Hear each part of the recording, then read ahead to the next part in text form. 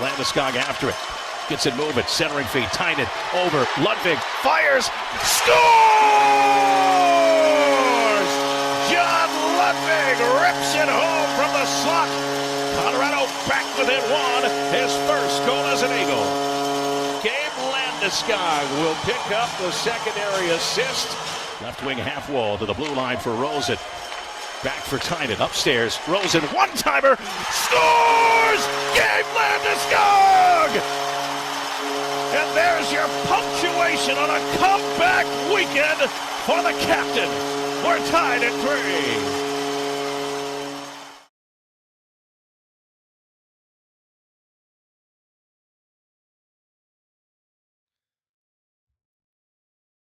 It was pretty cool, wasn't it? Didn't we all enjoy seeing the little clips? Gabe Landeskog coming back, playing, I would say, as well as you could hope, and the little short sort of stints and spurts that he had when he was reintroduced to the lineup, really cool. In between that, and I mean, was that the Avengers music, Nelly? Is that what that was? That was, of course. The captain is back. Well, it looks like the Nuggets might be back too, which is another thing. So there is a ton to discuss this morning, along with a little bit of the Masters we're going to sprinkle in because Rory finally wins his first Masters. And it took, how about this? Rory was amazing except for the times he was awful. You know how on Twitter there's that meme where everybody goes, explain this in NBA terms or NFL terms? Yeah. So somebody did that for Rory. They said, explain this in NFL terms. And the top comment was, imagine if the Falcons blew a 28-3 lead, but then still won the game in overtime. Exactly. Yeah, it was like he choked and then still was able to not choke. So, get to that in a second. I do want to start, though, with the Nuggets for this reason. We all kind of felt like the Nuggets were on their way to death. Like they were going to make the postseason. It's just a matter of where they were going to slot in. But as the season continued to progress, you looked at, especially these last couple of weeks, the play-in was a real possibility. A real possibility.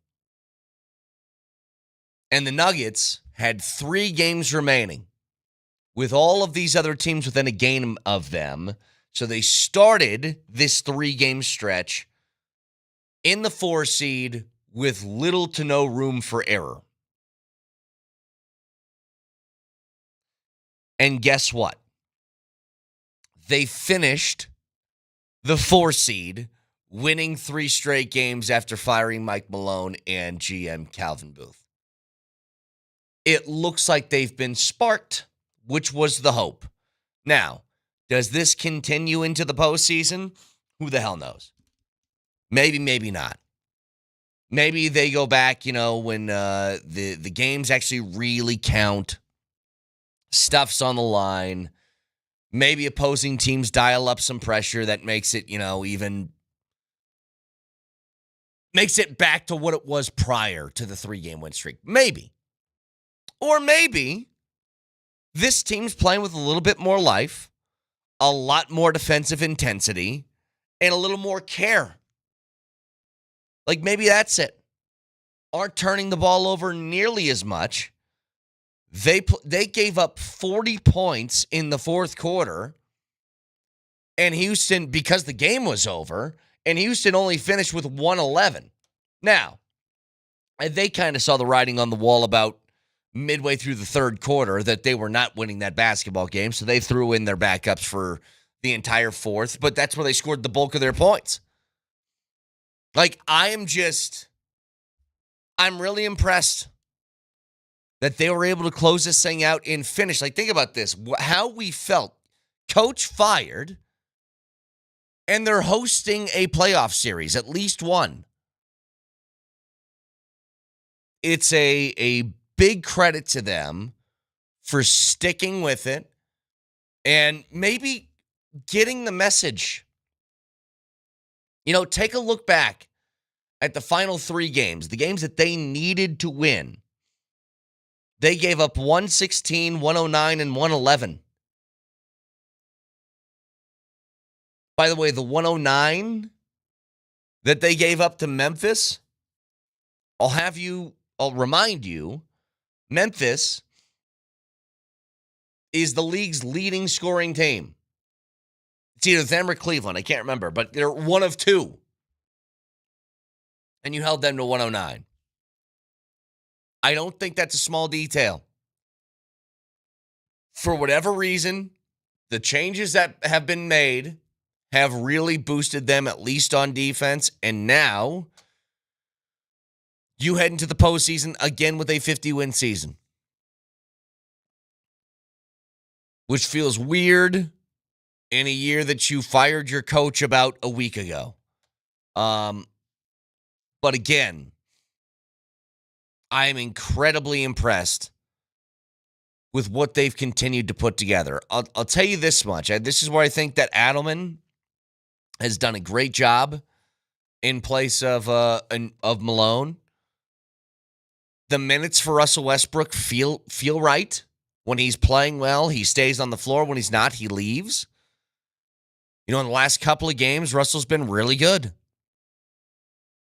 So he's played a total of 50 minutes, only turned the ball over 3 times, 31 combined points, shooting about 50% from the field. That's ideal. But that's where if you get him in smaller minutes like that, I think it's a lot more palatable.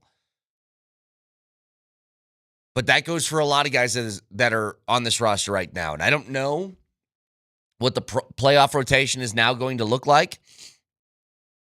But I'll tell you this. You head into this postseason taking on the Clippers, which is a matchup. I know the Clippers have been really hot at the end of the season. But if you're just talking straight matchup perspective, I think we would all kind of take that one, wouldn't we? For the record, the Clippers have been really good lately. Their 2 losses that they've had in the last 12 games have come against the Cavs and the Thunder, 2 of the best teams in the league. But as far as notable wins in that stretch, they beat the Knicks, Rockets, and then the Warriors the final night. So your first round matchup is going to be you and the Clip Show. And I think that's one that you match up well.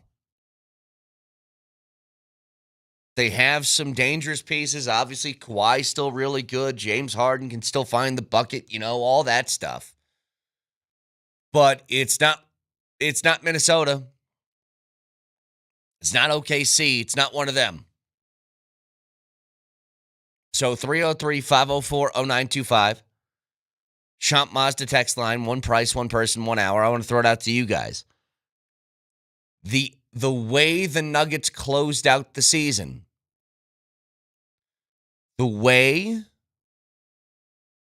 that they've responded, and the matchup, how do we feel now as opposed to a week ago? Because if you made this argument, I would totally understand. If you told me these last 3 games mean nothing, I don't think anything's changed, well, then that's fine. I don't blame you. But it did look different. That's all I'm saying. Can I be media guy who answers your question with a question? Sure. Does it look like they're having fun playing basketball again? Does it look like they're still stuck in quicksand, like Vic Lombardi said? Because I think the answer to yes, they're having fun, and no, they don't look like they're stuck in quicksand. I do too. I mean, they were dunking all over Houston yesterday. Everybody was getting in on the action. It just seems like they're playing loose. That was what Josh Kronke told Vic he wanted to see, right? He wanted them to play hard and have fun. Yeah, and look loose. And I think that's what we've seen them do in this 3-game stretch. And yeah, maybe it's fool's gold. We're in the garbage time of the season. But I mean, they've been playing teams that still had a little bit of skin in the game. Yeah, I'm telling you, I think that I'm on the same page as you. It looks different. And the only thing I don't know is if it's going to continue or not, but whatever. For the short term, you just wanted to see some sort of life within that basketball team. And I think you got it. You got it over the last 3 games. And I do think that will continue. I don't think this series against the Clippers is going to be easy, but I don't think that a series against really any team in the playoffs was easy for the Nuggets. I think they're all going to be difficult. But as far as ideal matchups, I mean, if you went through the list, the Clippers had to be close to the top for you as far as the teams that were going to be available to play you in the first round, because it wasn't going to be like Dallas or anybody like that. So between the Clippers, the T-Wolves, the Warriors, the Lakers, yeah, I think that's the one you're probably choosing. So again, I'm stoked. I think this looks a little bit different. I hope it continues. I don't know if it will or not. But Texture says, I agree. It looks different. I'm going to change my prediction to a first-round exit to winning 1 series. I mean, maybe. Maybe that's the case. But you know what? If you get winning a series, moving on to the second round in which you would take on... Oh, they reseed in the NBA, don't they? Let's assume it would be Oklahoma City. Because that's how it would go, right? 4 beats 5, which means 1 would get the worst seed. That would be probably the 4 left over. Unless Minnesota wins. I don't know. But if you get 1 series win, you start to get some momentum. And maybe, just maybe, Jamal Murray back healthy on this team. Healthy for the postseason. We know what Murray being healthy in the postseason typically means. It means that the Nuggets are a really tough out. The last 2 times he's been fully healthy for a postseason has been a championship and a Western Conference Finals run. The times that he hasn't been healthy, things haven't gone well. So I don't know.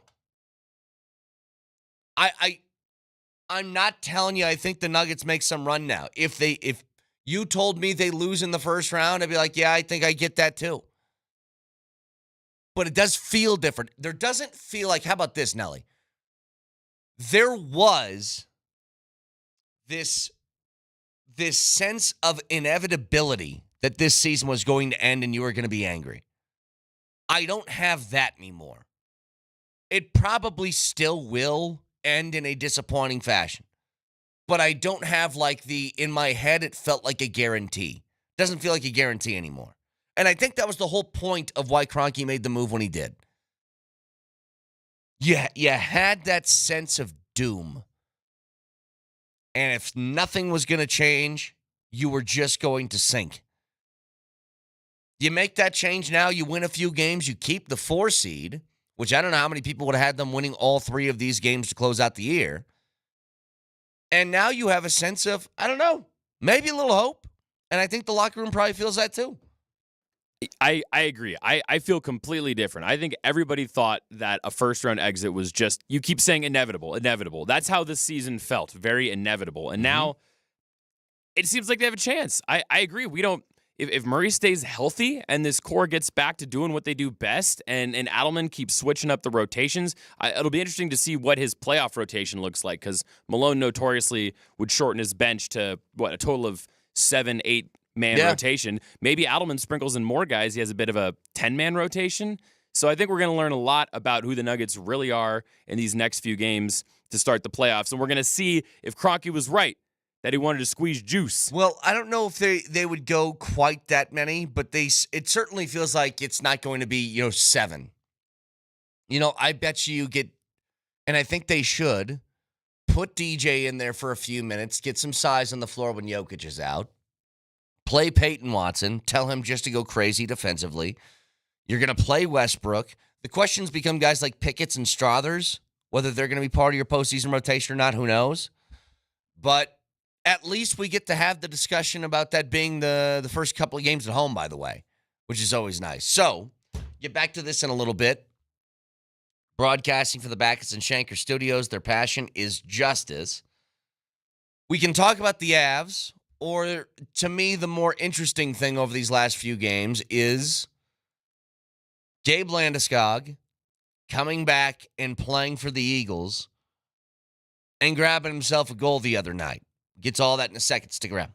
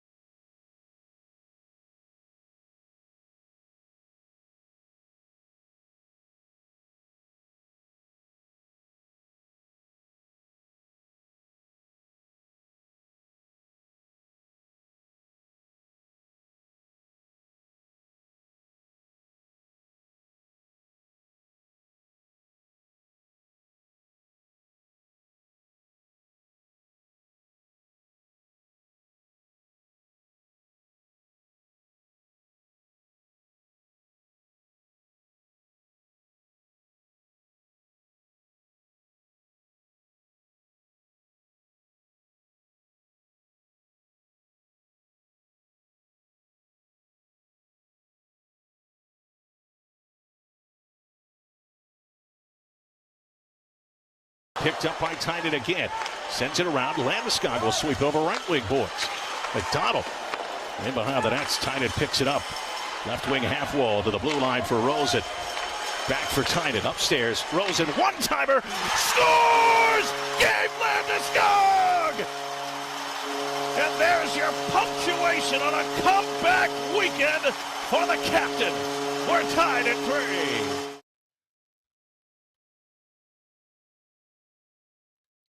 Such a perfect way to get his first goal back, by the way. I'm sure you guys have seen the highlights since this weekend, but it's just parking his butt right in front of the goalie on a power play, getting a deflection, score. It's what Gabe does.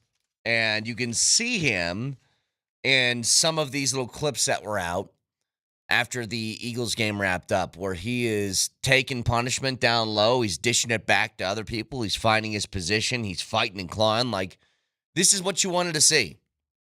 And again, where does this fit now within the Avs rotation and stuff? I don't know.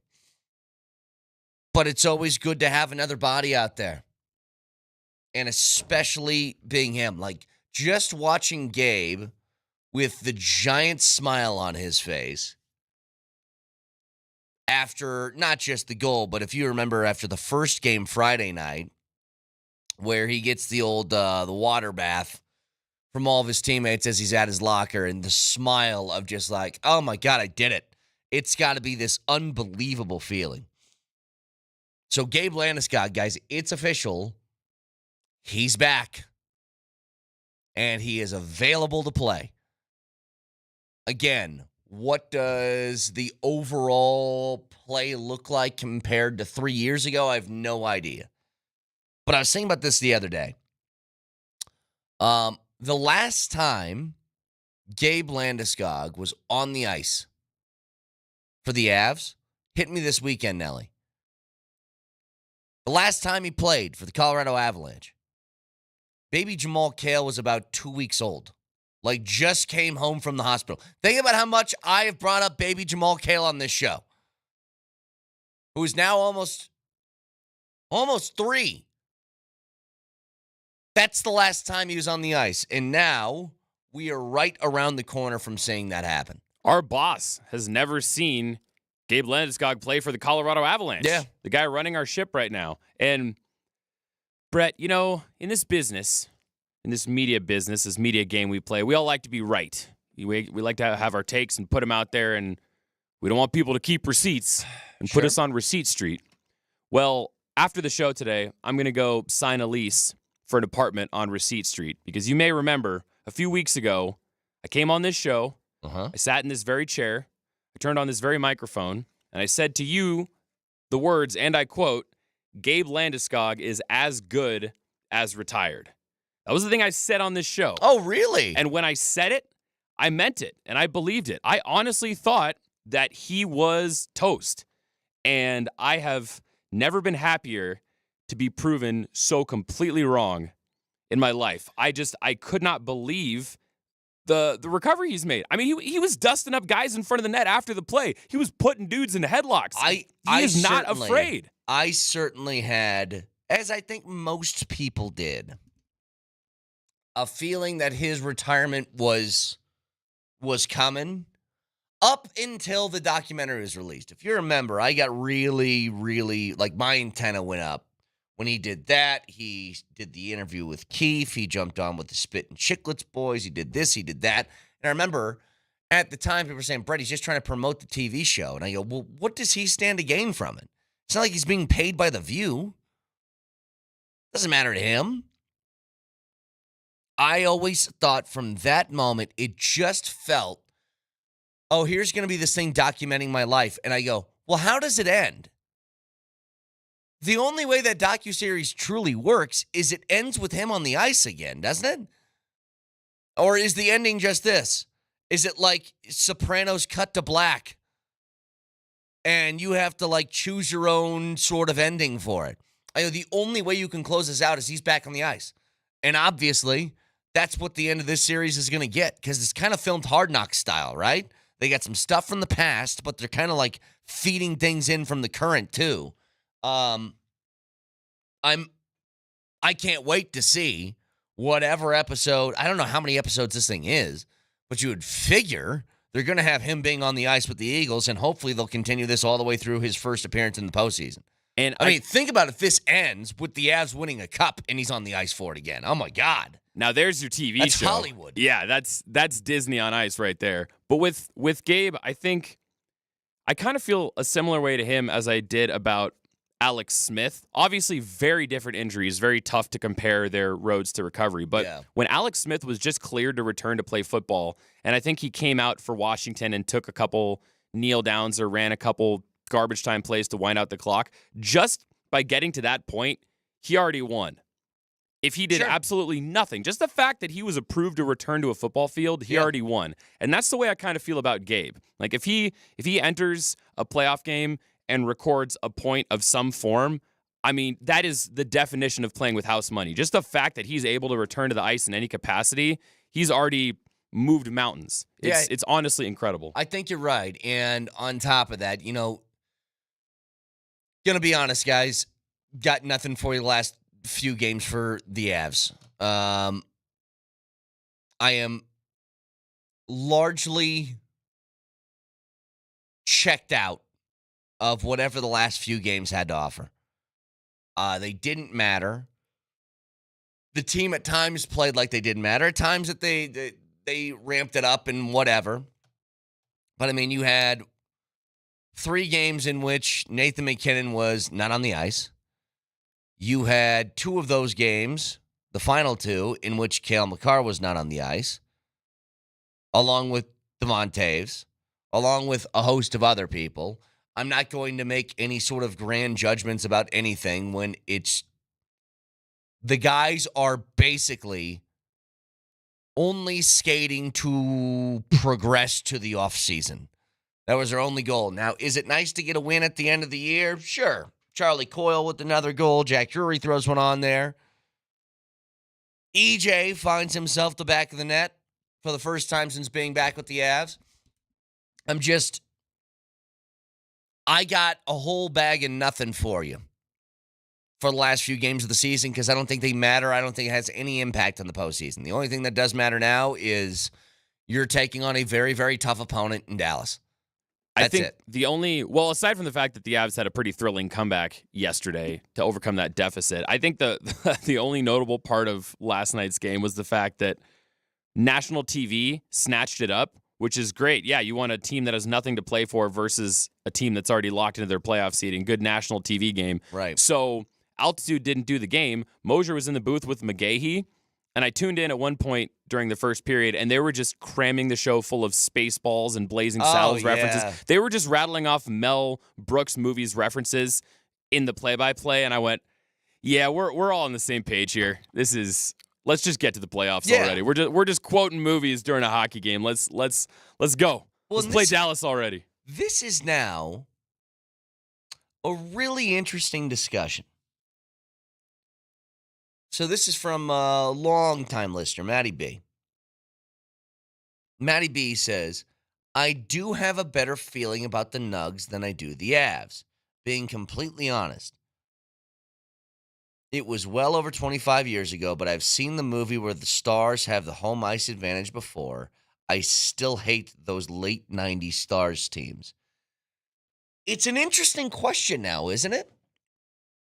The Avs are, I think, in comparison to their respective sports, the Avs are seen as a better and more feared team in the NHL than I think the Nuggets are in the NBA for the moment. But the matchup that the Avs have in the first round is a bear. If they can get through it, I think sky's the limit. But this could be one of those situations. The hardest hurdle the biggest hurdle you have to jump through is the one that stares you in the face immediately. And I do think there is something to it. Now, if I'm like doing the handicapping on this and better odds for team to win a championship between Nuggets and Avs, to me, it's no question it's the Avalanche. But But the Nuggets, if they can play the way they did in the final 3 games, which was, I think those did matter, unlike the Avs' last 3 games. The final 3 games for the Nuggets meant 2 things. It was, 1, how are you responding to your head coach being fired? And 2, you need to win to keep your 4 seed, or else you could be a play-in team. And they took care of business. The Avs are playing out the string. But the way that the Nuggets finished the season, I think, is incredibly encouraging. The style that they played, not a lot of turnovers and tough defense, is a very good combination come the postseason. Now, again, once they actually get there and the pressure ramps up, can they continue that? I don't know. But I am thoroughly encouraged with how they played the last 3 games. Now, I'll tell you this about the Avs. I'll be, you know what? It's 6:32 in the morning on Monday, and we might have like another 6 days until this thing starts. I think the Avs are winning the series. And I'll tell you why. There's a difference here between the team this year and last year.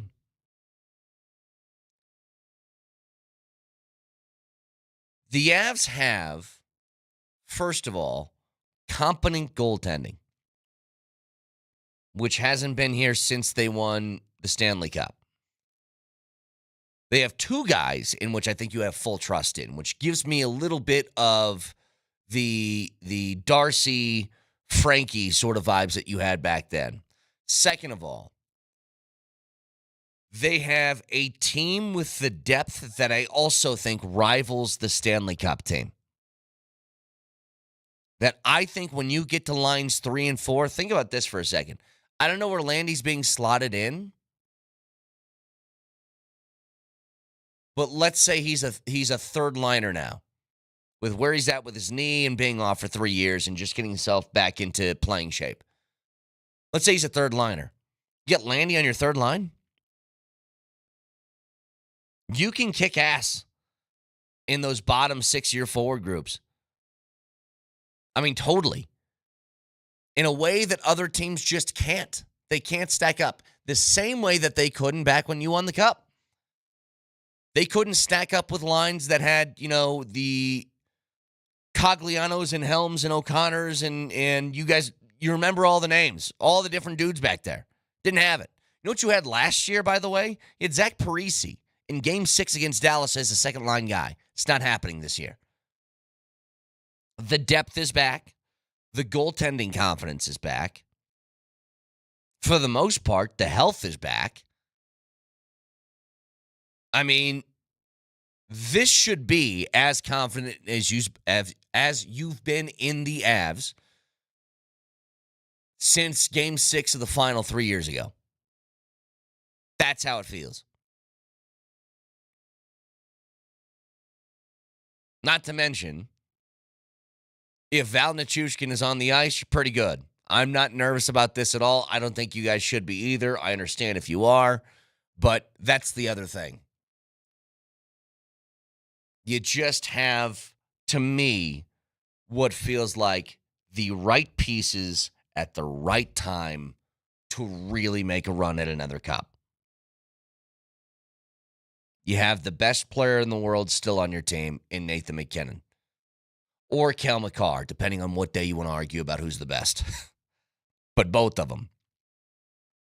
I have the utmost confidence. The Nuggets are a team that feels like they need luck. They need a couple things to go their way. They have the best player in the world too, but they don't have the depth that I think it's going to take and require to make a deep run. But if they play the way they did the last couple of nights, it could feel a lot different when that Clipper series starts. So I want to remind you guys, we've been doing this little contest here over the last couple of weeks where every day we've given a keyword out, and it's for that brand new custom-built sauna from Better Sheds and Saunas. We'll announce the winner today at 9:20, so stay tuned for that. How many entries were there, Nelly? Like $5 billion for this sauna? Yeah, I'll look. It was definitely a couple thousand. A lot of people want this sauna inside, outside. I'm sure they do. All my friends this weekend, they were like, dude, I put in the keyword every day. I want this thing really badly. Well, maybe if you've done all the things you're supposed to do, which is the more times you put in the keyword, the better shot that you got to win. Maybe I'll announce your name at 9:20 this morning, but it'll be 9:20. So stay tuned for that. Again, we're in right now a holding pattern when it comes to our local teams and when they're playing. We know game 1 for the Nuggets, but that's it so far. Yeah, it's just we're waiting because right now in the NHL, there's a few games. Now let's look this up for a second. So, I mean, how many? There's teams that still have like 2 games left. So you got to wait for those to wrap up.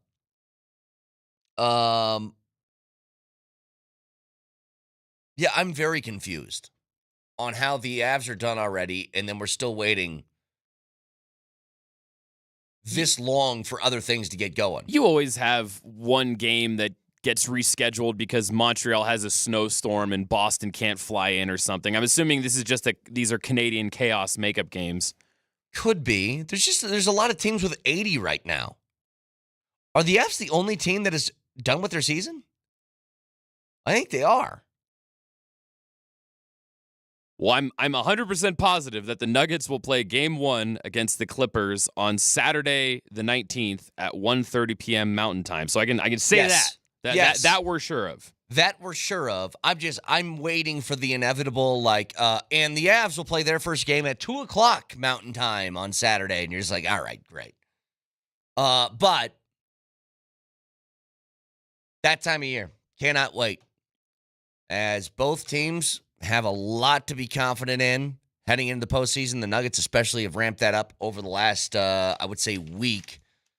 So we'll get to that in just a little bit. 303-504-0925. Back after this.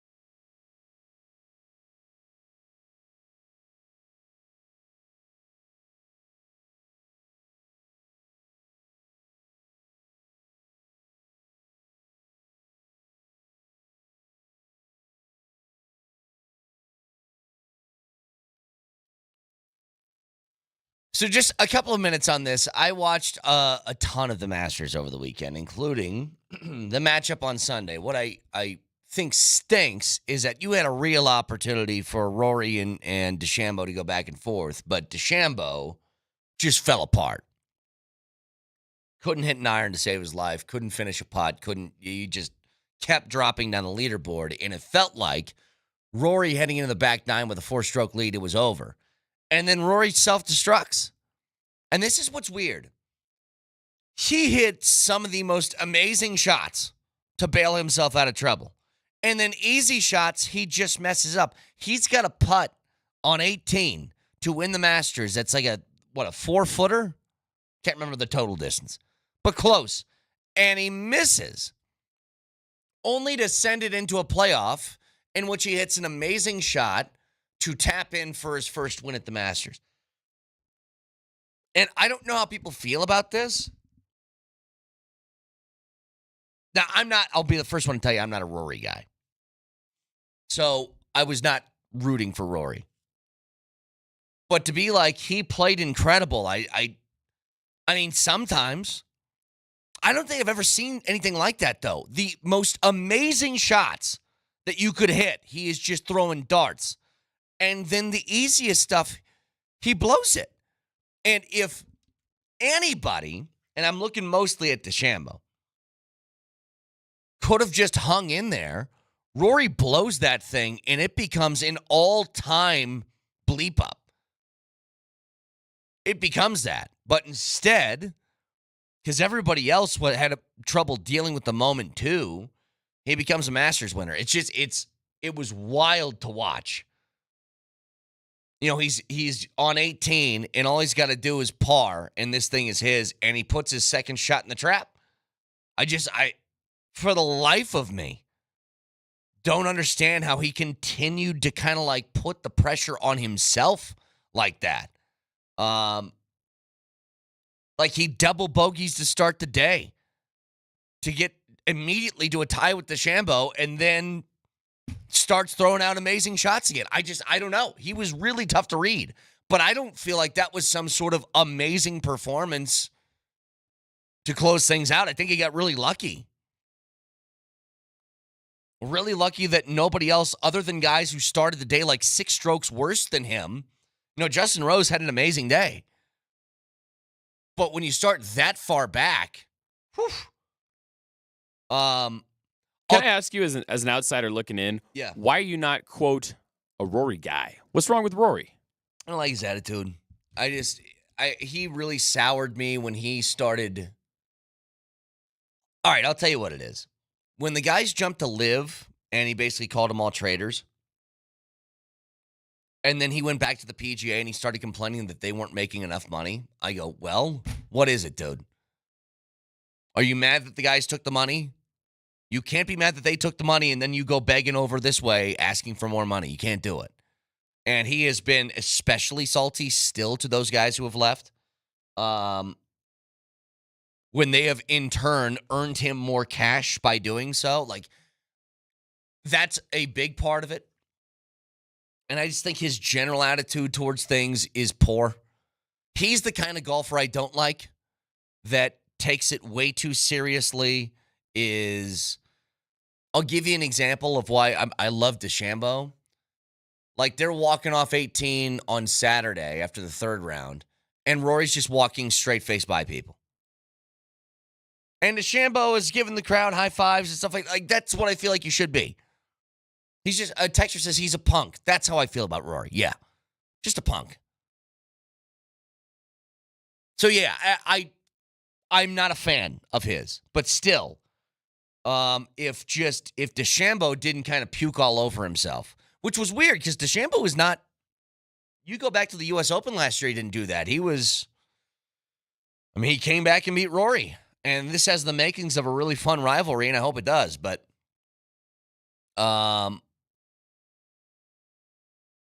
Texture says, Brett, you're so wrong on the Rory take. I don't know. I'm not wrong. It's my opinion of him. You can't tell me I'm wrong. It's how I feel. Didn't say anything factually. Said I don't like the guy. You can't tell me I'm wrong when I say I don't like the guy. You know what? I like Nelly. You're wrong. You can't tell me that. I like him. He's a good guy, in my mind. If Nelly went and slept with your girlfriend behind your back, that's your own thing. You didn't do it to me. Way to out me on air, by the way. Well, I'm just saying. Just you can't tell me I'm wrong. It's my opinion of a person. Like it's, I gotcha. But I've always wondered, like, once again as an outsider looking in, how people choose golfers. How do you pick your guy? Oh, I'll tell you the other thing too. This is really bothersome to me. So there's an obvious vendetta against the live guys, and I'll tell you exactly why. Nelly, Bryson DeChambeau has got to be. He's turned around his image. He used to be hated. But ever since the YouTube stuff has really helped grow his popularity, he's one of the most famous golfers in the world right now, especially with the advent of the YouTube stuff. They didn't show a live shot of DeChambeau for the first 2 days of the Masters is insanity. Insanity. And I'll tell you something else. The way that they continued to talk about Rory was making me sick. Like, this is one of those, trust me, you've all seen it before. Like, and Rory is an amazing player, obviously. He's got the best swing on tour. He's great. The way that they, how do I want to put this? They talk about Rory, in the same way that people did with Tom Brady or, John Madden did with Brett Favre or whatever. I'm like, oh my God, enough. And I know I'm not the only one because players on tour get sick of it too. This is Shane Lowry after his round. No, I'm not going to stand there and talk about Rory for 10 minutes. I'm trying to win the tournament as well. So I know that's what you all want me to talk about, but I've just had a finish. I've got a chance to win the Masters tomorrow. I'm going to hit some balls. I enjoyed every bit of today, and then I hit that putt in 17, and gee, I couldn't believe it. But like, they got Lowry in front of him. They're like, hey, what do you think about Rory's chances? He's like, what are you talking about? I'm playing. It's listen. like the another one you said, Collinsworth with Patrick Mahomes. That level of glazing as well. Yes, but it's how about this? It would be like, it's what the media does in this sense. Michael Malone gets fired with the Nuggets. Let's go to First Take to see what they're talking about with the Nuggets. So Stephen A., the Nuggets have fired their head coach, Michael Malone. How does this affect the Lakers' championship odds? It's the same thing as that. It's you're taking something about this guy and asking, I don't know. Drives me nuts. I don't know what to tell you.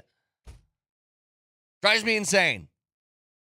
Anyway, 303-504-0925. Just a couple other little details from over the weekend that I think are interesting. I do want to get to this Nico Iamaleava story out of Tennessee. They basically told him to kick rocks when he wanted to raise. Iamaleava. And I wonder how many more college football programs are going to do this to some guys. Now, from my understanding, Nico was okay last year, but not nearly as good as he was being billed to be. So he finishes the season with 19 touchdowns and 5 picks. Nothing especially crazy about any of those numbers. A lot of them coming up against, like, he had 2 4-touchdown games against Vanderbilt in UTEP, which I guess good for you. But then to come back and be like, he was making 2.4, now he wants $4 million. I'm kind of happy that one team was just like, no. How about no? I'm not going to give you a $1.6 million raise for being just okay last year. But the question becomes, is somebody gonna do it? And I would assume yes. Because if there's some quarterbacks out there that are getting NIL deals where you're like, really, that guy? And I think that's the case. This is interesting. I see like a huge rift. It's like a 50-50 on the text line between people who agree with me about Rory and people who think I'm absolutely insane. And I noticed it too. I saw the amount of people that are rooting for him. Again, if you like him, go ahead. I don't. There's nothing you're going to do to change my mind on that, by the way. Just not a fan. Again, I can't be wrong. It's how I feel. Can always watch the show live on Twitch. Twitch.tv, search Altitude SR in the search bar, the Altitude TV simulcast. That's the Safeway Twitch feed. Order online. Safeway does the rest. Get easy delivery or free pickup with the same great deals. Get started at Safeway.com or in the Safeway app. Safeway, fresh foods, local flavors. Can also watch on YouTube.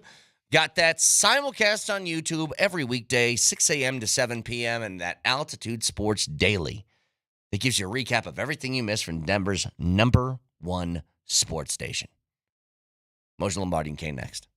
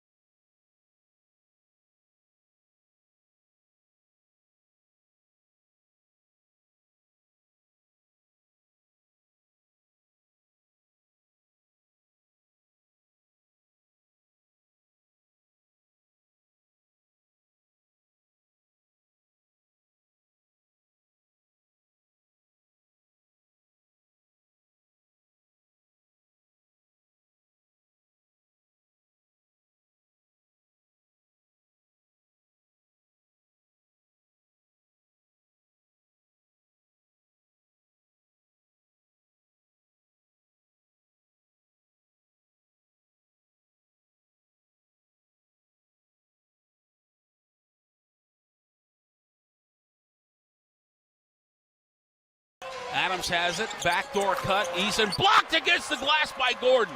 In the front court to Murray. Murray stepped back and the defense recovers. I thought he was going to try and go for the dagger. Murray in the paint. Throws out of it. Porter will. Yes! Van Vliet goes to the right hand. Alley-oop. Off the rim. Loose ball comes down to Jokic. In the front court, Christian. Layup. Good! Foul! Denver's all over Houston. Bob's your uncle against the Rockets. Here comes the end of the bench. Denver looking to crack the century mark. They can do it with the Peyton Watson three. Got it right at the horn. Peyton Watson. Denver leads this bad boy 102-71, Berto. We're through 3 quarters of play, but this thing is over. 3, 2, 1 left, and there is the horn at the Toyota Center. Nuggets blow out the Houston Rockets. Scoreboard won't show a blowout, but it actually was. Denver wins it 126-111. Denver locks up the number 4 seed in the Western Conference.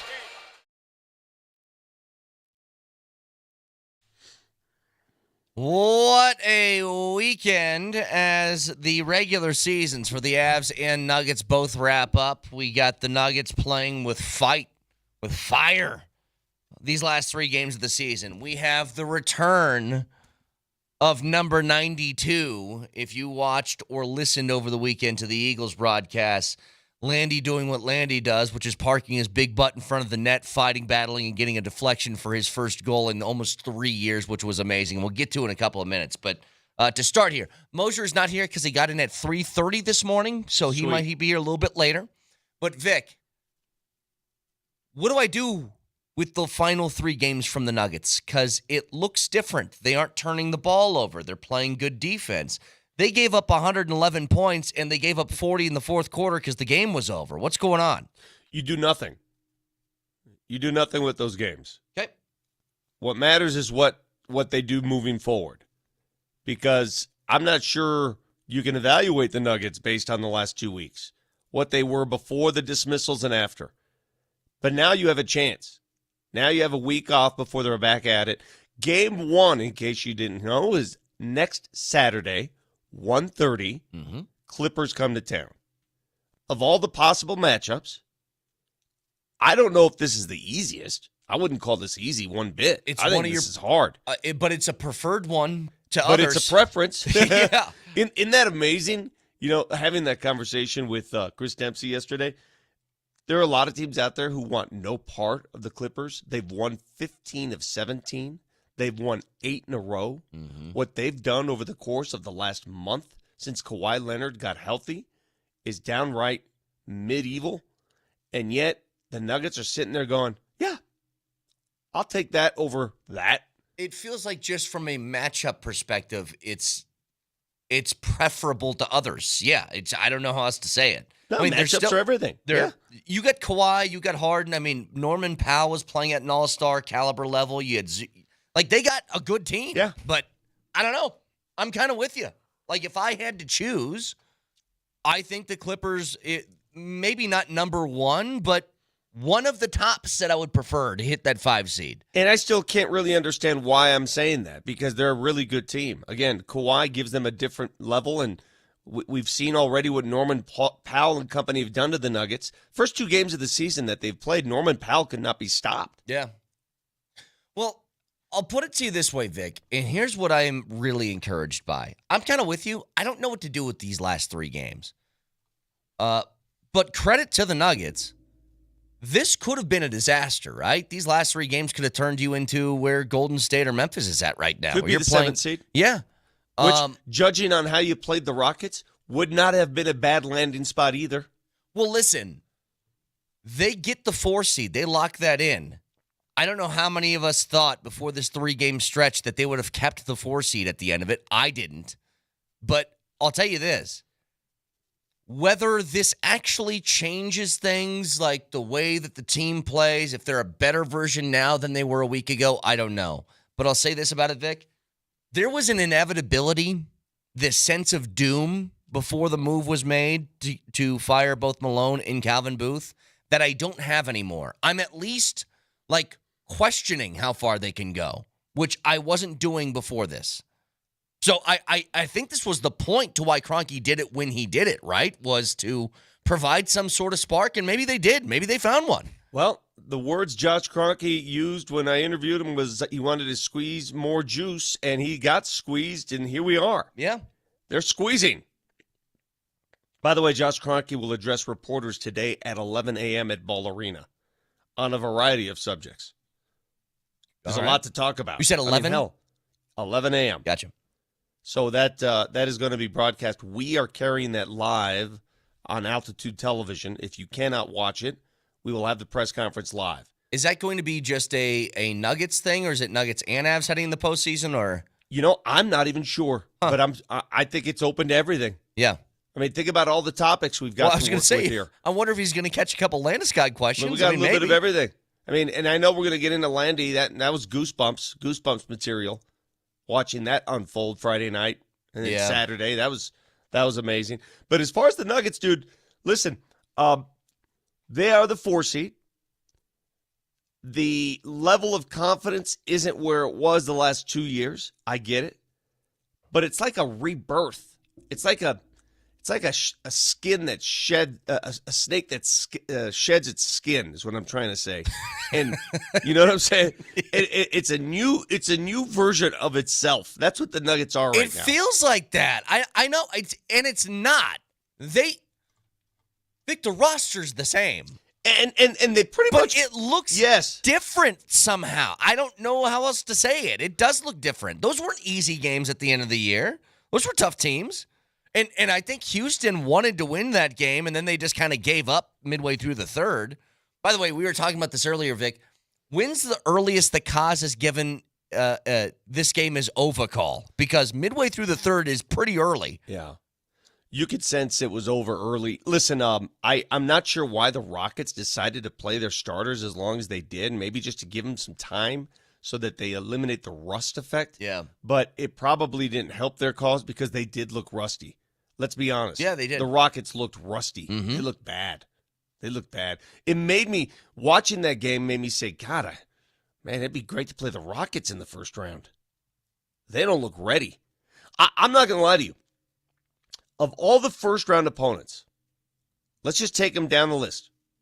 OKC, I don't want to mess with that right now. Rockets, Lakers, Clippers, Minnesota, Golden State. I'd face the Rockets over all of them. Yeah, maybe go Rockets, then Clippers. I mean, what do you think? I think that's fair. Yeah, I think that's fair. It's a team that still doesn't have a whole bunch of experience. Now, they're super talented. We know that, but not a lot of experience in the playoff realm yet, which is always sort of a dash in the negative column for a team. But you're probably right. Here's the thing, though. If the Nuggets played the Rockets, and this is what maybe we're not factoring in, the only way the Nuggets play the Rockets is if they're the 7 seed, which means that they played poorly the last 3 games, which you're probably thinking it doesn't matter because the Nuggets aren't playing good enough anyway. Make sense? Sure. Like if they lost enough games to get to the 7, then you aren't feeling confident in the Nuggets right now. Yeah. You're right. It all stems from the confidence you have in your own team and what they have in themselves. And it was really unreal yesterday. And the Nuggets take care of business. They blow out a team when they needed to. The locker room was closed shut while they're watching the end of that Golden State Clippers game. Wild game. Which would not end, right? So media's waiting outside the Nuggets locker room, and they're in there for 45 minutes watching the end of the game. Sure. Because they want to know. And listen, behind closed doors, I have to ask you, because I know what they'll say publicly. I asked Peyton Watson Friday night on our post-game show, I said, is there a team you don't want to face? He said, nah, we're not afraid of anybody. That's a public comment. But privately, what do you think they're thinking as they're watching those games? I think everybody has their preferences. Now, I always say this, though, Vic, if you want to be a champion, you aren't scared of anyone, but you know matchups that they matter. Are better than others. Yes. They matter. Yes. But I don't think it should be what he has inside his head, too. Sure. Is that I'm not scared of the Thunder. I'm not scared of the T-Wolves. He should think that way. I like the matchup against the Clippers for two reasons. Nikola Jokic, I get it. He's going to be going up against an opposing 7-foot monster in Zubats. But if you look at Nikola's history against Zubats, he owns him, just like he owns every other center out there. And after Zubats, the difference between the Clippers and the T-Wolves, for example, the T-Wolves can throw two centers at him. They can throw several people. The Clippers cannot. Right. They cannot. So if he gets in foul trouble and whatnot, they're toast. Sure. You know, it's going to be interesting to see the way that Adelman handles the rotation, too. If Malone was still in charge, I think you're looking at your starting five. By the way, good to see Jamal back, by the way. Good to see that he's back in the lineup because we didn't know if he was going to play in the postseason. I'm going to tell you right now that the best development for the Denver Nuggets over the last 3 games, the best development, Jamal back. Russell Westbrook is playing like exactly they had hoped Russell Westbrook would play. The exact role for Russell, and I said this, I think he was overplayed because of the injuries to Jamal. And you overplay him, and then you get a lot of those mistakes that we had seen. Right now, the dosage of Russ that you're getting is perfect. I just looked it up. The last 2 games that Russell played, Vic, he played 50 minutes in the last 2 games, so an average of 25 a game. How many turnovers has he had in 2 games? Just take a guess. 50 minutes. 5. 3. Okay. 3 in the last 50 minutes because I think he's playing the proper amount of minutes in the proper role that he's supposed to be in. I do think that helps a ton. But if this was Malone, you get your starting 5, and he would play Westbrook, obviously.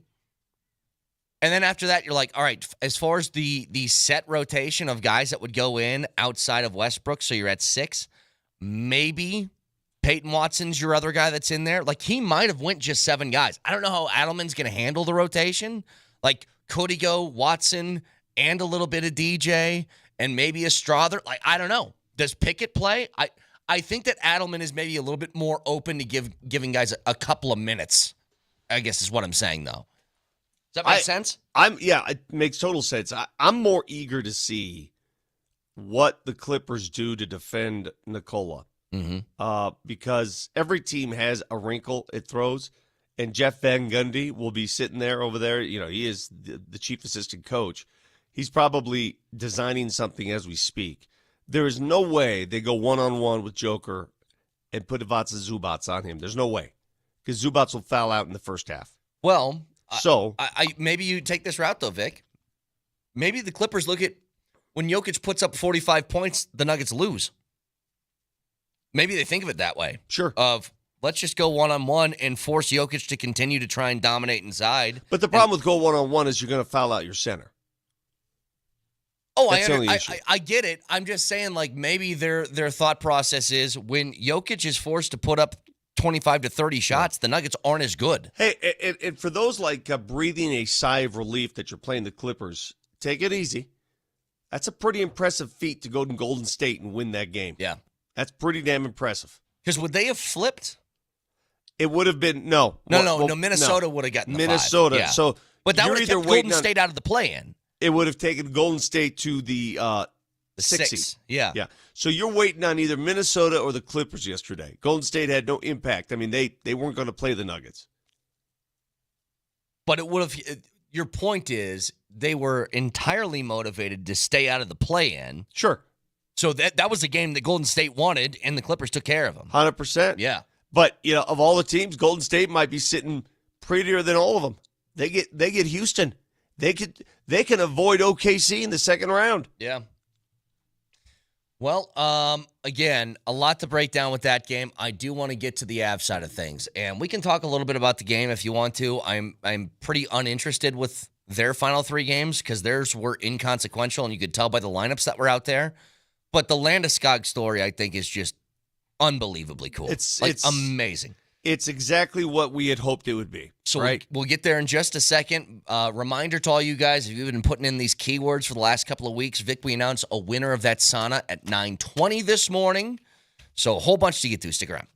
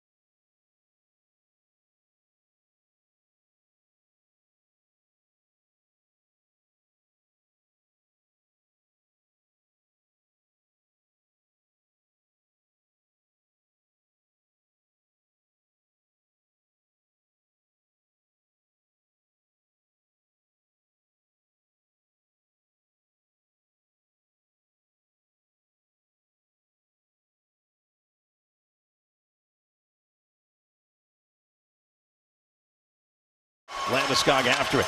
Gets it moving, centering feet, tying it over. Ludwig fires, scores! John Ludwig rips it home from the slot. Colorado back within one, his first goal as an Eagle. Gabe Landeskog will pick up the secondary assist. Left wing half wall to the blue line for Rosen. Back for Tynan, upstairs, Rosen, one-timer, scores! Gabe Landeskog! And there's your punctuation on a comeback weekend for the captain. We're tied at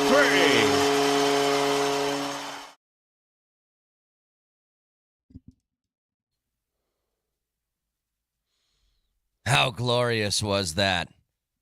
The captain returns to the Eagles to get 2 points in the game on Saturday, including a goal in which it was classic Gabe, right? Park your big keister in the face of the goalie on a power play, get the deflection, and crop dust that goal all across his face in celebration. Look, I don't know what Gabe's going to be. He's obviously getting the call up when the playoffs start for the Avs. We all know it. I don't know where he's going to play. I don't know how many minutes he's going to get. I don't know how many shifts he's going to get. I don't know anything. I can tell you this.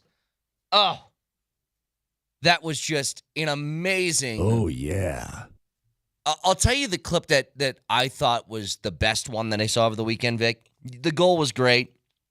But just after the first game, he goes back to his locker. He's putting like his helmet up on the shelf, and then he gets the water bath from everybody on the Eagles. The smile on that guy's face. It finally felt like 3 years of agony just kind of dropped for the first time in forever. Two things going on at the same time with that story. There's the story of Gabe and the story of the Avs. You know, they're mutually exclusive. Yeah. Like, you could be totally happy with this guy's climb back to the mountain. I mean, he had to climb. He had to climb, like bear crawl back to where he is. It took 3 years, and here he is. He's playing hockey again. And that has some impact, but not as much impact on the other story. Can he help the Avs? Right. Right? You know, I don't even know yet. We have no idea yet. We'll see in the playoffs. But, man, he's skating again. He's smiling again. He's doing what he's paid to do again. He's not skating. He's playing hockey. Like, Yes. he's playing a hockey game. That's it. He's been skating. He has not been playing hockey games, and he played 2 of them this weekend. And he scored, and he fought, and he pushed, and he shoved, and he recovered. You know, I said, would he be able to recover to play the next night? He did. It's great. Yeah. It's great, man. This is why we watch. This is sports drama. This is human drama. I mean, he'd be the first player in hockey history to overcome that kind of injury. Yep. And return to the ice. Now, we have no idea what his quality of play is. No idea. But, man, it's so cool. Again, yeah, you're right. When it comes to the actual Avs part of this, and the texter says, where the hell is Moser? Moser got in at like 3:30 in the morning last night, so he's going to – I think he'll be on at some point today. But Moser needs some shut-eye. Let the man live. The Avs part of this is really interesting. And I keep thinking about it like this, Vic. I feel like he has to play for him, like he's going to. I mean, Bednar said as much. When he's ready, he's going to play. Now, where he plays and how much he plays is a different animal entirely. But you go back to the year that the Avs won the Cup, and I was talking about this earlier because we have now a long break, Vic, before we watch the Avs and Nuggets play again. It's going to be, 6 days. Do we have a date on the Avs yet? Not yet, because there's still we have the Nuggets. The Nuggets is 1:30 Saturday, Ball Arena. I think the Avs are the only team whose season is finished in the NHL right now. They're the only team that's played 82 games. Okay. So I think there's still a couple days of the regular season left for a lot of these guys. But when it comes to where he fits in this, I went back just mentally to where the team was in 2021 when they won the Cup, or the 21-22 season. And they had a couple of details that I think set them apart from the teams that we've seen in the years in between, which was they had a solid goaltending group with Darcy and Frankie. Well, I think they got that now, right? They got that with Wedgwood and Blackwood. They had depth in a way that they hadn't throughout the last couple of years.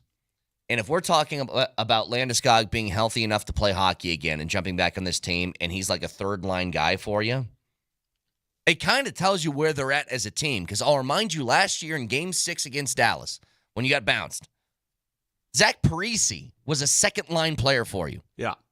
And he was what, like pushing 40 years old, late deadline acquisition? You got him hopefully for depth, and then he became a major cog in your top 6? Like, that is not what we're talking about with the Avs anymore. If we're discussing Landeskog coming back as a third or fourth line guy. And I don't know, maybe he's higher than that. I don't know, but I'm just saying, just for argument's sake. Dude, Friday night was pure drama. You know, the Nuggets had to rally to beat Memphis, which is a key game. Meanwhile, you're watching Landy on live stream, and the folks up in Longmont are getting to watch it firsthand. I mean, it was just so cool. Yeah. Can I say something, by the way, about that Memphis game? I know we're on the Avs, but just quickly because it reminded me of something. It's the same concept. It's what similarities do you share in the team now compared to the team that won a title? And I'll tell you what I noticed is that the Nuggets in that game against Memphis, to close the game out, Vic, did not give up a bucket for the final 6 minutes of that fourth quarter. They gave up 1 point, a free throw. 6 minutes. 6 minutes, yeah. Now, Memphis missed a lot of open shots. Okay. They missed a lot of open shots. They missed some layups. They missed some turnarounds. They missed some jumpers. But there's no denying what you just said. Yeah, clutch defense. So we're learning something. They can play defense. Well, on top of that, I don't think it's a coincidence that you had a really good closeout to a game in which Jamal and Joker are healthy and on the floor together late. You know what I mean? Can play defense. You know, the two stories that are operating right now, and I cannot wait. Next week is going to be insane again. We're going to have those playoff series running hand in hand here, the Nuggets and the Avs. The Nuggets will start on Saturday. Who knows when the Avs have to visit Dallas, but that is set. That's ready to go. Yep. Which pretty much made the last two games meaningless, right? I thought it was cool that the guys who didn't play with the Avs, that those guys, McCarr and McKinnon, made the trip to watch the Eagles game to support their teammate. How cool is that? There's so many elements of that story. I mean, that's the story right now. Mm-hmm. The story, the last three Avs games, I don't care. Inconsequential. Right? I mean, they won last night. They rallied. Great. That's not the story. The story's Landy. Yeah. And it should be. Right now.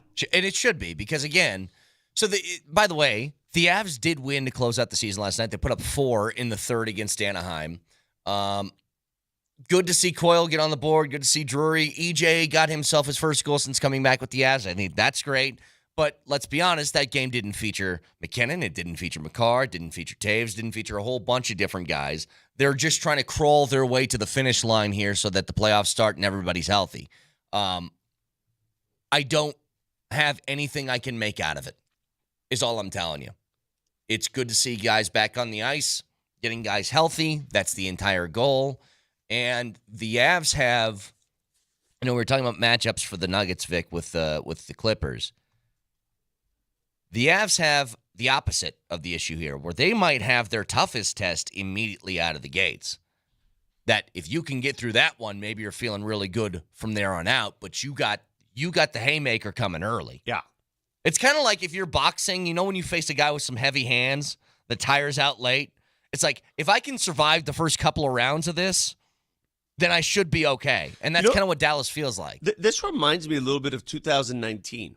When both teams had those deep runs in the playoffs. Remember 2019? And the Avs and Nuggets were both playing every other night at Ball Arena, and it was not easy.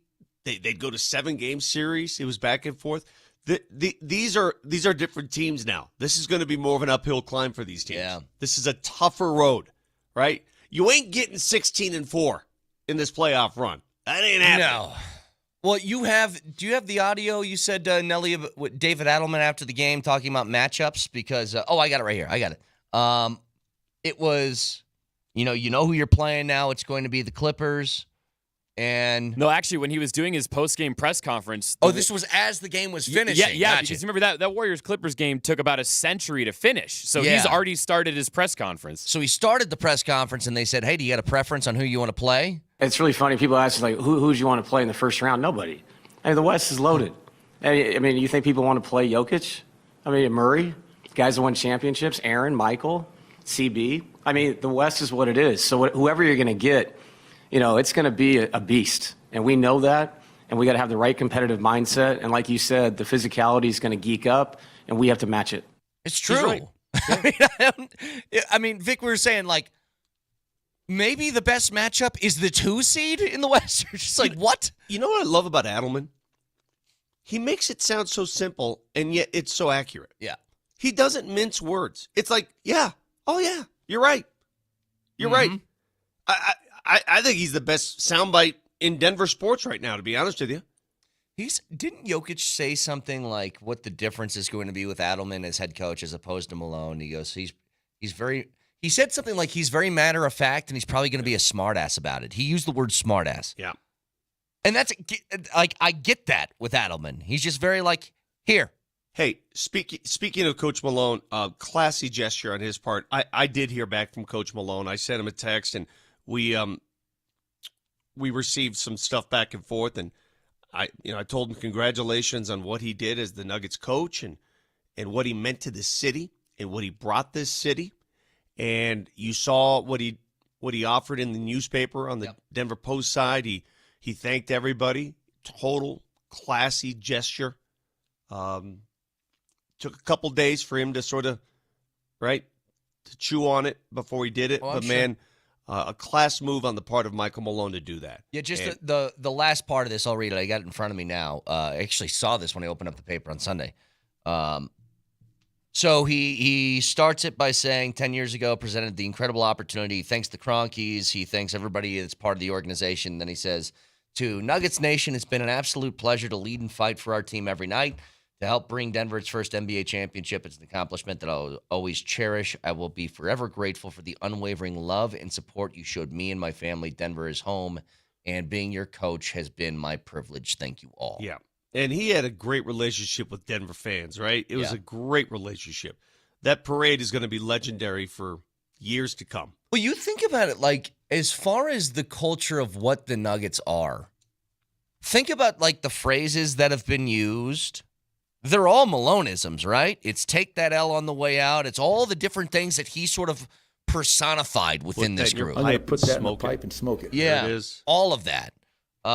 He was. And that's what I think is very interesting about this transition now is that Stupid ass questions. when you have a guy who walks in and is a second-round pick that eventually becomes the best player in the world, but he probably still sees Malone as the figurehead of the organization, right? Jokic always kind of deferred to that it's his team, he's in charge, I have my responsibilities, but that. I wonder what the transition is from here. All right, so those lines that he used and the approach he took and the intensity with which he coached, I mean, you ask yourself, all right, so why did it stop working? I don't know. I don't know the answer to that. Mm-hmm. Nobody will ever know the answer to that. Yeah. But this is life in pro sports. It happens everywhere. Eventually, messages get stale. Sure. Eventually. The thing is, coaches are going to be, clearly, if I'm Michael Malone, I'm upset, right? But they also understand this is exactly what you sign up for. Mm-hmm. Yeah. This is it. And a new voice is what this team, we'll see. They got a playoff run. We'll see what they do now. But over the last 3 games, a new voice for whatever reason, and I can't explain it, it worked. Yeah, and it's going to be interesting if they can. I don't know what the line is, and maybe we're going to have a week's worth of radio shows, Vic, to deal with this without any games being played, where we can ask questions like, where does this team need to reach for Adelman to, like, maybe cross the threshold of interim to permanent coach? Like, we can get to that later in the week, but there's going to be a lot of that kind of happens, because if you think about it this way, if the Nuggets do go on a run now, And who knows? They're certainly capable. They're talented. We know that. You know, any team in the West is capable Yeah. of going on a run. That's what's crazy. Any team. But I think about if Jamal is healthy, which he seems to be, played the last couple of games. Healthy Jamal in the postseason has been a very, very good thing for the Nuggets. Yeah.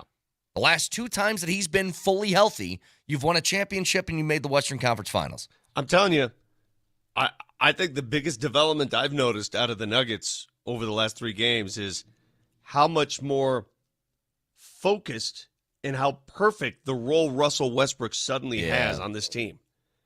Yep. It's not. It shouldn't be bigger than it is. It is perfect for what they need. He provides exactly what they wanted. Now, let's see if that continues. What's riding on that is the health of the other people. Hey, are we going to ignore one of the greatest pieces of television theater I've ever witnessed? I'm watching a Nuggets game yesterday, and on my laptop, my focus, I did the same thing. Yeah, I did the same thing. The Nuggets game is on. I'm hosting the postgame show. I don't know anything I said in the postgame show because I'm watching RORY and whatever the hell that was. Well, I wanted to give it its proper amount of time in a couple of minutes. And that's the good, only reason I because- held it, because we had the Nuggets making this 3-game streak to keep the 4 seed. We had Landy back on the ice. So I want to give it its proper time. So we'll And get there for in a couple those of minutes. you who don't classify golf as a real sport or whatever, because we get a lot of those texts, I encourage you right now, hit the smooth jazz station. Hit it because I got a lot to say about what we witnessed. Well, that is the best of sports. I'll tell you this. I think you're probably going to fall on the opposite side of me, which is fine, but Nelly, you noticed it. I started talking about this the last about 10 minutes of the appetizer, and I was straight 50-50 on the text line of people thinking I was absolutely right and people who thought I was a moron when it comes to RORY. Because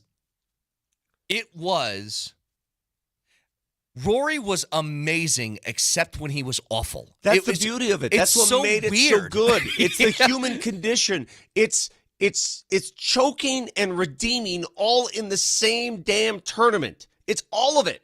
All of it. It's everything we're afraid of and everything we hope for. So I'm going to get there in just a minute. We'll announce the winner of the sauna. The 2-week extravaganza we had with all those keywords, that's going to be at 9:20. We'll announce the winner this morning. You can listen to us anywhere, by the way, on that Altitude Sports Radio app. It is powered by the Will Hite Law Firm. Injury lawyers go to willhitewins.com. That's willhitewins.com. Whether you're here in Denver or you're out in Loveland and you're watching Landy take the ice again in a version of an Avs sweater, can listen to us anywhere in that Altitude Sports Radio app and get in touch with us on the Voice of the People on that app as well. Back after this.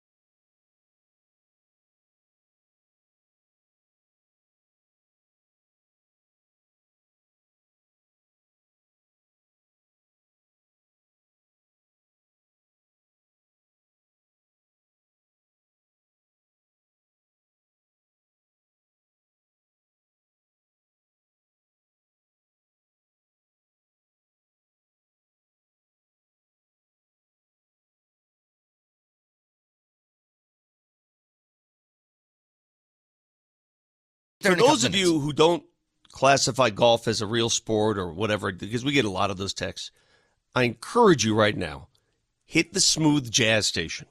Hit it, because I got a lot to say about what we witnessed. Okay, I'm going to be the first to tell you this. Vic, you can go ahead and go crazy in a second. I'm not a Rory guy. I've said that forever. I do think... Why aren't you a Rory guy? I'm just curious. You You just don't like small people? general attitude from him. Never been a fan of it. What's wrong with his attitude? I'm just curious again. That's a secondary question. I- What about his attitude rubs you the wrong way? I think he's incredibly whiny. I think that he's a bad loser, really bad loser. Okay. I think that the way that he treated the live guys and then came back to the PGA asking for more money was really gross. There's just a lot of things that I find unlikable about him. You're misinformed, but it's okay. I understand. I can't be misinformed. It's my opinion on a person. It's like I said, I love my wife, and you say, no, you don't. No, but you're And it's misinformed like, no, I do. about the facts at play. But that's fine. That's okay. You But don't have to like he it. strikes me as an incredibly whiny person. Okay. That's all. I don't disagree. So that's my general feeling. Now, I And yet also everybody was rooting for him yesterday. I don't think it's everybody. A lot of people. I think he's he's polarizing, Vic. No. At Augusta, I think that everybody was rooting for him yesterday. I would agree with that. Yes. Now, I love DeChambeau, and he just melted on Sunday because he had a prime opportunity. Let's be honest, Vic. Yeah. Rory didn't really take hold of that. He opened the door immediately with a double and gave Bryson the chance to kick the door open, and he didn't take it. But go ahead. Number one is hard, dude. If you don't cover that bunker on number one, you're dead. And as soon as it happened, I did like what Rory said afterwards. The double he had number one almost relaxed him, though. He's like, okay, I got that out of the way. Let's go. You overcome it from the get-go. Let's go. And I think, DeChambeau, it's funny you mention him. Like, my son's favorite golfer is DeChambeau. Why? YouTube did him a huge service. Yeah. Yes, it did. He's a YouTube sensation. Yep. He's taken the world by storm via YouTube. If only he didn't carry the Live brand, he'd be a different story. Come back, sweet Bosch. Come back, DeChambeau. Come back to the PGA Tour. Can I tell you something? And maybe this is just, I get a conspiracy antenna every once in a while. The fact that they didn't show him live on any hole for the first 2 days of that tournament's crazy. That's insane to me. You know what else is crazy? He's that one of the that stupid shirt he's wearing with the hat, Okay, and the stupid fine. logos. This isn't a NASCAR race. Nobody cares about your Live team. Nobody cares that you're representing a Live team. Whatever. Just enough with that crap. Vic, he's one of the most popular golfers in the world. He was at the top of the leaderboard, and they didn't show him once live. That had to be intentional. That was intentional. Great. That should be intentional. This is the PGA Tour. This is America. So what? He's on the PGA Tour. No, he's not. Yes, he was that day. No, he was that day. You're so He's not on the PGA Tour. He was that day. No, he's just invited to the tournament. Okay, he's not on the PGA Tour. I understand. I said he was on that day. He was part of the tournament. No. Patrick Reed, all those guys. Screw them. Oh, no. Moser's now jumped in. Don't even start with that today. Yeah, no. I mean, I love the fact that there was a Live guy and a PGA guy going toe-to-toe. You know what I love more than that? The fact that a PGA guy beat his ass. Yeah. Oh, for Christ. Moser's in here on 4 hours, less than 4 hours of sleep, and he's already had enough. So Rory goes double on number one, and that's where your boy DeChambeau ruined his chances because he had a chance to pick up ground on number two. Yeah. He had a birdie op on number two, ruined it. And there goes Rory. He doubles 13 with a lazy little flip shot on 13, and it flips the entire scoreboard. There's Rory. Suddenly, he was 6 shots ahead of Justin Rose, and suddenly he's trailing down the stretch. He had a rally. Yeah. That shot he hit on 15, boys, from behind the tree that he had a hook around the tree, high. Wow. That's going to go down as one of the legendary shots in Augusta history, Masters history. It will go down. But then to see him choke again on 18, all you got is a little gap wedge on 18. That's it, little gap wedge. Here's what's nuts. Rory makes 3 or 4 unbelievable shots from where he's at. Over trees, in between trees, finding it next to the pin, just chucking darts. And then he's got the easy shots that he just blows it. Like, puts it in the trap for no reason. It's just right there in front of him. Nothing. He's got the Nelly, putt. do you have the sound I sent you from DeChambeau talking about Rory and the conversations they were having as they're walking down the course playing together? Because if you have that sound, it'll tell you where the relationship is right now. You know, there was a couple months ago where I thought the LIV and the PGA would join hands and they'd finally get this settled. Ain't the case anymore. They're as far apart right now as they've been in years. And that's a problem. Moj, welcome. How are you? Finds that. Hi, Moj. I was driving in today. I thought to myself, today would be a very, very good day for me to be unhappy about. By the way, Nelly, when I send stuff to the radio group, that means I want to use it on the show. He's got it. Just give him a second. I thought today would be a very good day to be upset about something, angry, something that got on my nerves or whatever it may be. And I couldn't think of a damn thing at all driving in. So then the first thing I hear when I step through the door is his friggin' voice. Whose? Yours. What do you Why? mean whose? You. You. Your Why? voice. What does my voice have to do with this? Jimbo. Rory. And you're all hypersensitive about it. Look, man, I don't like to live any more than you do, but I will say this. I can't think of a dude in sports, maybe in my lifetime, who's absolutely turned around his public persona more than Bryson DeChambeau. Okay, were you rooting for Bryson or Rory yesterday? I was rooting for Rory yesterday. Okay, well then that's all. But I'm not a total enough said. Ik Preasterbay. Why were you hey, Moj, why were you rooting for Rory over Bryson? Why? Because I wanted to see somebody accomplish the career slam. I think it's a very special, important, awesome thing. Okay, that's the only factor?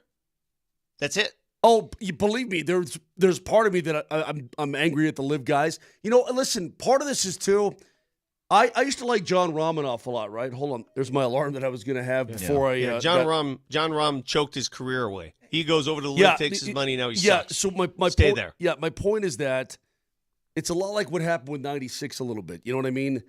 They realize they screwed up, but it's a too bad. No, man. Nah, dude. Rahm took the money and he was hesitant to take the money, but he's like, I can't leave that money out there. And you know what? Part of me doesn't blame him. They're being paid hundreds of millions of dollars to play golf, and people act like these guys are terrorists. It doesn't. That's great. It doesn't mean I have to like them. No. Here's the thing. Like a texter says, Kane is a LIV supporter. I'm not. I like Bryson. And he goes, un-American. I was rooting for the American over the non-American in the final heat. Here's how the relationship, Nelly, this is how it went all day between DeChambeau and Rory. This is how it sounded between them as they walked down the course. Go ahead. Did you speak to him in there? How's he doing? Do you know? No idea. Didn't talk to me once all day. Did you try and initiate conversation with Rory at all? He wouldn't talk to me. That's awesome. Good. Outstanding. And that's totally fine, too. Is that abnormal? Like, these guys don't really talk to each other. No. Yes, it's a little abnormal because... Dude, he was sending a message. Yeah, he was sending a message. He was being... Okay, fine. I mean... He was being a Richard, and that's fine because he wants to win the damn tournament. Here's what I think is interesting, though, is that the razor's edge that Rory was playing with, because everybody's celebrating him. Wow, what an accomplishment. He's got the career Grand Slam, and he's in tears, and he's crying, and all this stuff. It could have been seen very easily as one of the worst chokes you could ever have, ever. Down the stretch to let Justin Rose, who played great on Sunday, come all the way back. If he loses a playoff hole to Justin Rose, think about what we're saying about Rory now. The way that he choked it away at the end. It probably would have ruined him moving forward in terms of majors. Well, especially since the last time he did that was against Bryson, and he choked it then. But that's why you're rooting for Rory in that situation. Nobody wants to see a human being go down like that. I don't. I want to see a redemptive story. I want to see a guy who faces that nerve-wracking situation, who choked on 18 by hitting a gap wedge from, 120 into a bunker, and then gets up and down the very next time. I tell you, that's a great story. That's the story here. The story is life. Yeah, you're going to fall. Yeah, no doubt about it, but hold on a second. So Rose hits a nice drive on the playoff hole in 18. Nice drive. Is there anything better than a playoff at Augusta? Because all they do is just go back and play friggin' 18. Yeah. And boy, we saw Colin Montgomery. Remember that year, Vic, that Colin Montgomery, and he was not popular on tour. and he pushes it right. That's the year Cabrera won, I believe. Montgomery pushes it right into the pine straw. Very easy to do there.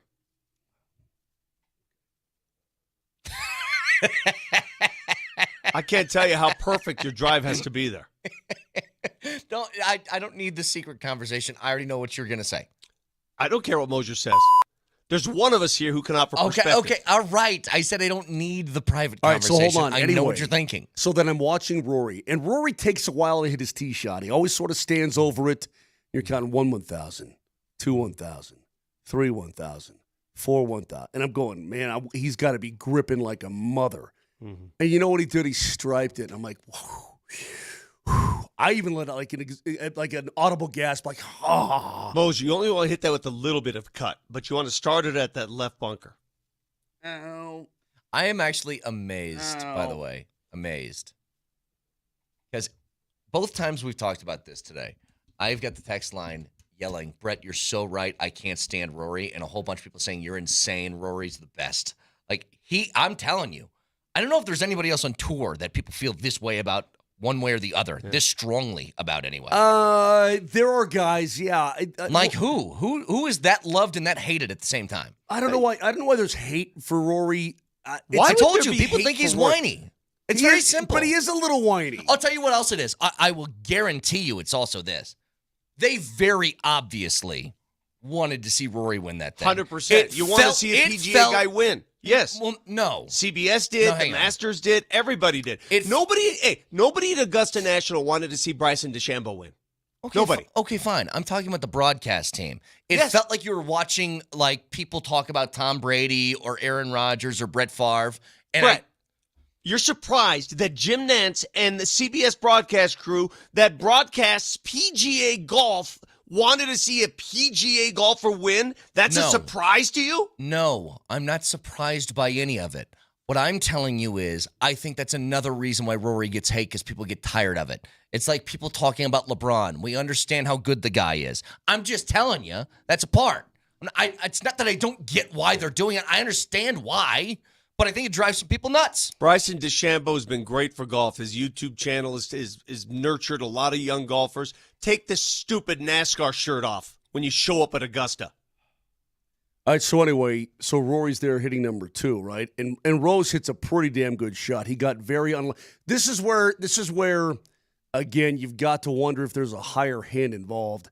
Because what should have happened, and he got caught between the moon and New York City, what should have happened, Vic, and you can vouch for this because you walked that green a month ago and you're a friggin' expert now, is it should have trickled back off the hill and given him just a little bit shorter putt. And it didn't. It just stayed right there in its little valley and stopped. Hit it deeper. Okay. And Rory steps up and he bangs it perfectly off the hill, and it does what it's supposed to do when it comes back, and he's got himself a baby. Yeah. But Moser, you were wondering if he'd make that, right? Because of course I was. Once you miss a couple 4 or 5 footers, But at the same time, I'm thinking to myself, he stood over this last hole 20 minutes ago. Not this same one, but like this. I said he's a tour pro who's about ready to win the career Grand Slam. The odds are he's going to make this. As a tour pro, a tour player, the odds are he got that crap out of his system. Before that, I listened to. Do you like Marty Reed on ESPN? I think Marty Reed's an excellent short guy, red hair with a beard. Marty Smith. What'd I say? Marty Reed. Marty Smith. My bad. He's been on this show. I listened to his interview. Yeah, he has. I've listened to his interview with Rory. Very, very good. And Rory said, you know what? I had to keep resetting all the time. He goes, I tried to live in this bubble. He goes, finally, when I made a 7 on whatever hole it was, because I had to look at the leaderboard to find out where I was. So I was out of my bubble, and it was on like Donkey Kong. Really revealing interview. It was very good. I love Bryson DeChambeau and his YouTube videos. Yesterday, he was Bryson DeChambles, and he choked. You just sound so joyous about it. I'm glad that Rory beat him. Well, sure, I am too. I wanted Rory to win.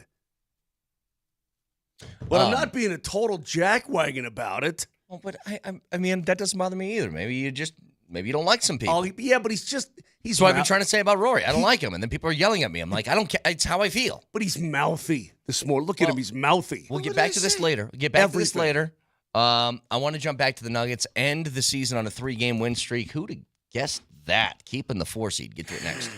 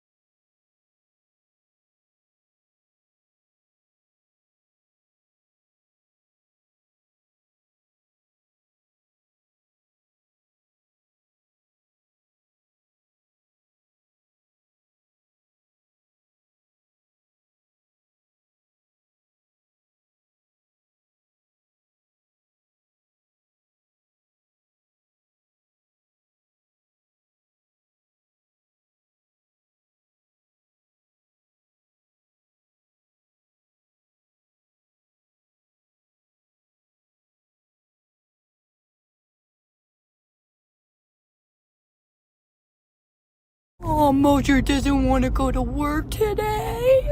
Moji Poo got in at 3:30 in the morning and didn't get all his beauty sleep. Oh, the playoffs too much pressure for you. Don't get your resty poo-poo. Make sure you get your teeth from your bedside and put them back in your mouth so you can sit there with your teeth in your mouth. Oh, Moji Poo. Sanford, I'm going to kill you. It's Sanford and his daughter. Mike. That's so good. Mike, don't show up today. I know you're bigger. I know you're stronger. I know you're dumber. All that will work against you today. Do not darken the doorway in this building today. Moser's on edge. I would just love to poke the bear a little bit. So Moser is on edge. Vic. It's like we turned off the mics and he's just everything is grinding his gears right now. All of it. Moj, did you watch on live stream the Gabe Friday night? Sure did. Ice? I sure did. Was the entire team watching that? What was the scene like? Well, I was out with my group, and everybody had their phone on watching it. Now, I'm sure for some people it was tough to tell. Here's what's so beautiful about doing these games forever. Because they only had the wide shot, Vic. It's called, the wide shot. That's just the one camera. Yep. He doesn't know about wide shots. I know he doesn't. I'm trying to educate him right now. It's called the wide shot, Brett. You don't have multiple cameras. You have a camera. But after all these years, every time 92 So is it just like on a specific part of the ice? So the wide shot is No, right on the net, right? It tracks. Oh, it does. Yeah. It does. Wow. But Had every no time idea. every time 92 jumped on the ice, I could tell by the way he skates. There's only one wide shot in Nebraska. Exactly. I could tell by the way he skates whenever he was on or off the ice. If I didn't see the 92, I could look at the little human being on my screen and go, there he is. Okay, let's watch him. It was great to see. I was very excited about that. I know we'll get to more of that coming up here as the show goes on because he also played Saturday, had a goal and an assist. We'll get to all of that. But, guys, I couldn't help but notice when I was in SoCal over the weekend that the Denver Nuggets had won 3 in a row. And, Brett, you were talking about the Russell Westbrook usage and that you think that's perfect now. Mm-hmm. What he's doing and how he's being used is perfect. Yeah. I'm looking at these box scores. Vic, I'm looking at the 3 box scores for the Denver Nuggets over the weekend. Defense. And I see that, and you know what else I see? I see distribution up and down the lineup in terms of the scoring punch. Yeah. Everybody's getting a taste right now. 2 box scores looked very perfect to me. The one on Friday against Memphis looked pretty good to me. But everybody's getting a taste. This is much more team basketball than it was a week ago. Can we say that? Can we call that fair? Yeah, fair, right?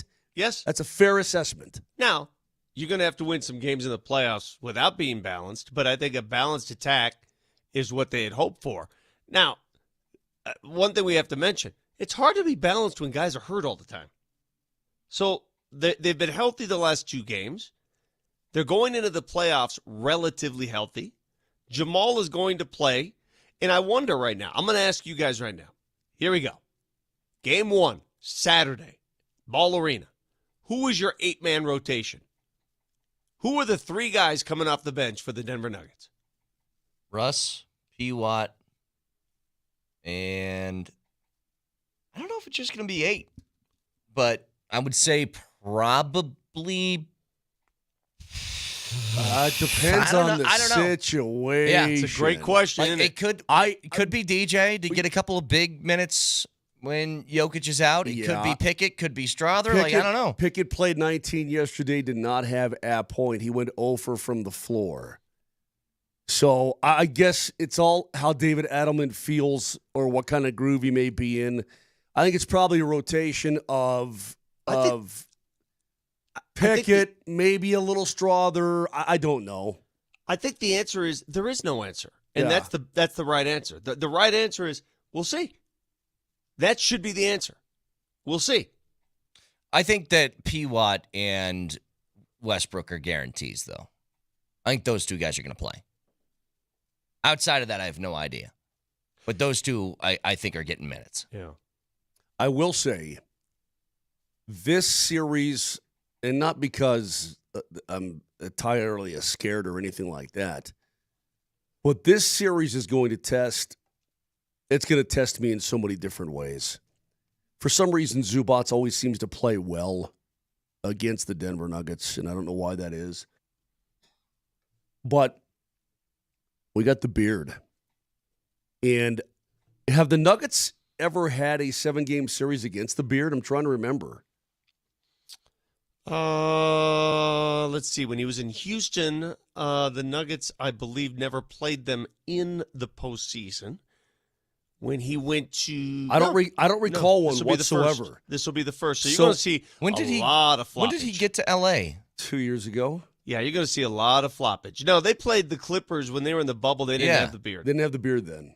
So we are going to see. I'm going to make a vow to the listeners right now. I'm going to attempt a good old college try to not come into this program every morning at 7 a.m. whining and moaning about James Harden falling down a lot.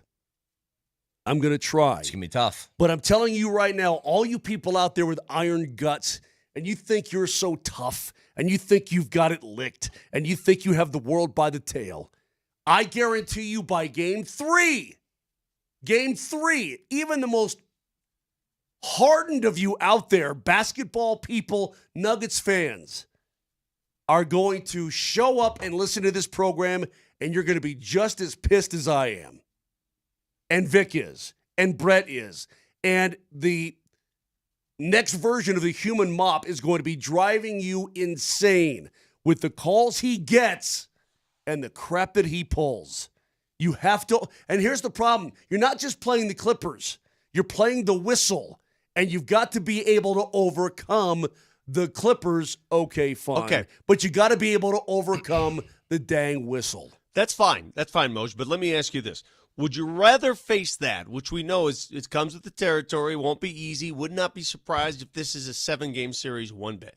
Would you rather face that element or having to deal with Minnesota or the Lakers in the first round? Well, yeah, those would be tougher matchups in my opinion, but I'm going to be sick to my stomach watching this guy fall all over the place and draw fouls and jump into people and whine and complain and scream. I know, but I gave you an either or. Would you rather play Minnesota? Would you rather in the get first eaten round by or a the Clippers? crocodile or a shark? Well, I don't know, Vic. Either one sounds bad. Just answer the question. Who would you rather play? I'd rather play the Clippers. Well, here's the thing. I think you guys are Moj, you're getting hung up on the wrong detail of the series. I know that Harden's annoying. Harden is not very good in the postseason. He hasn't been throughout his career. He's had a lot of moments where he kind of disappears. Kawhi is terrifying. Because Kawhi is he's very silently just putting up, 30 points on 15 mid-range jump shots. Yeah, Norman Powell's pretty good too, dude. Yeah, I know. Okay. Especially against the Nuggets. You realize this team has won 15 of its last 17, including 8 in a row. You said they were against junk. Well, yeah, but they have to win 15 of 17 and 8 in a row. And they had to go to Golden State with a lot riding last night, not an easy game, and win that game. That's impressive. This is a tough team. In fact, some would argue this is probably a top 3 team in the West, the way they're playing, maybe top 2. That's fine. I would still rather play the Clippers because of matchups. Yeah, one thing I'm excited about is I think that Nikola Jokic is going to look at Zubats and he's going to take this. He's going to take, dare I say it, he's going to take it personally. Because this guy at times has been a thorn in the side, and he's a player, man. He's a 7-footer. He is a smart player. He can put the ball in the bucket. I mean, he can defend well. I think that Nikola Jokic is going to be on a personal mission against Zubats in this series, and I think he's going to eat him up. I think. Offensively, he hasn't had trouble against him. Zubats has been able to do some stuff in the post, though, against Joker, too. Oh, absolutely. Yes. So here's how it's going to work. That's my point, is that Zubats, what I'm trying to get at is Zubats seems to have big games against the Denver Nuggets. Like, all of a sudden, Zubats is going for 23, 9, and 2 or whatever it is. Here's how it's going to work. Kawhi, who has played well of late, AG is going to have to shut him down. Aaron Gordon on Kawhi. Yeah.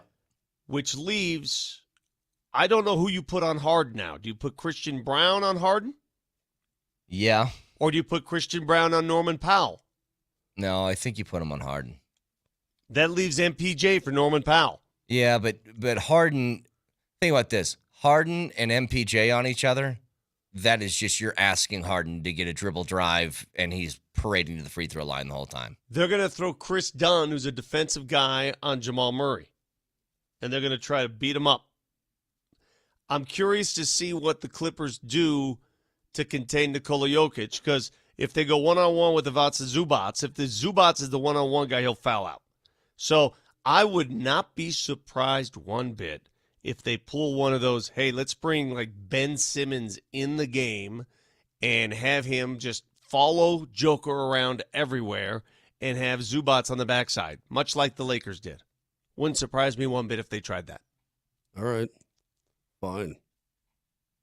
That means if somebody else is doing their job properly, Joker's going to find them and they're going to score.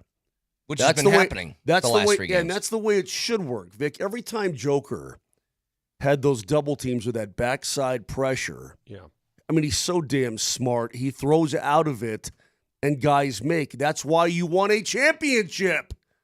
So if you want to employ that, that's fine. But other guys' games better be there. They better step it up. They've been doing that over the last 3. So if they can continue that. Here's what I said earlier, Moj, and we'll get back to this. But what I said earlier was the feeling I had before Malone was let go was a feeling of inevitable doom, that it was just going to end. And now I don't have that. I'm not saying I think that they win or anything like that, but I don't have this this assuredness that this is going to end poorly. Wait, these 3 wins? Vic, help me out here. Yeah. And do I sound gloomy, by the way? I sound gloomy to myself. I don't want to sound gloomy. You sound really dumb, but not gloomy. There's a fine line between dumb and gloomy. Mm-hmm. Have these 3 wins buoyed you? Are you now buoyed? Have they floated your boat at all? Not only the winning, but how they won. Because I tell you what, I thought perhaps they could lose yesterday in Houston. They carried a 31-point lead to the fourth quarter. I tell you what these wins did. It proved to me that this team understood what just happened last week, 1 week ago. They understood. They didn't let that situation tear them apart. Yeah. It woke them up. That's what it proved to me. Like, Moj, I don't think that I'm not in a place where I'm like, the Nuggets are winning this series. But I don't think they're absolutely losing either. Oh, I think they're going to win this series. I guess I've gone a step further than you guys. Yeah, I'm not there. I think they're going to win this series, and I'm going to hate watching this series because Harden drives me absolutely insane. And yes, Kawhi Leonard scares me, and yes, Zubac seems to get off on the Nuggets, and Norman Powell can shoot. All these things factor into it, but I think the Nuggets are going to win. I'm going to tell you right now, Nuggets fans, the guy you're going to hate the most out of this series is Norman Powell and his face. Yeah, probably so. I guarantee it. I want to ask you about the Avs, specifically about Gabe and what you think the role is going to be moving forward. So we'll get to that in a second. Reminder to you guys, we're announcing the winner of that sauna in an hour. Stick around.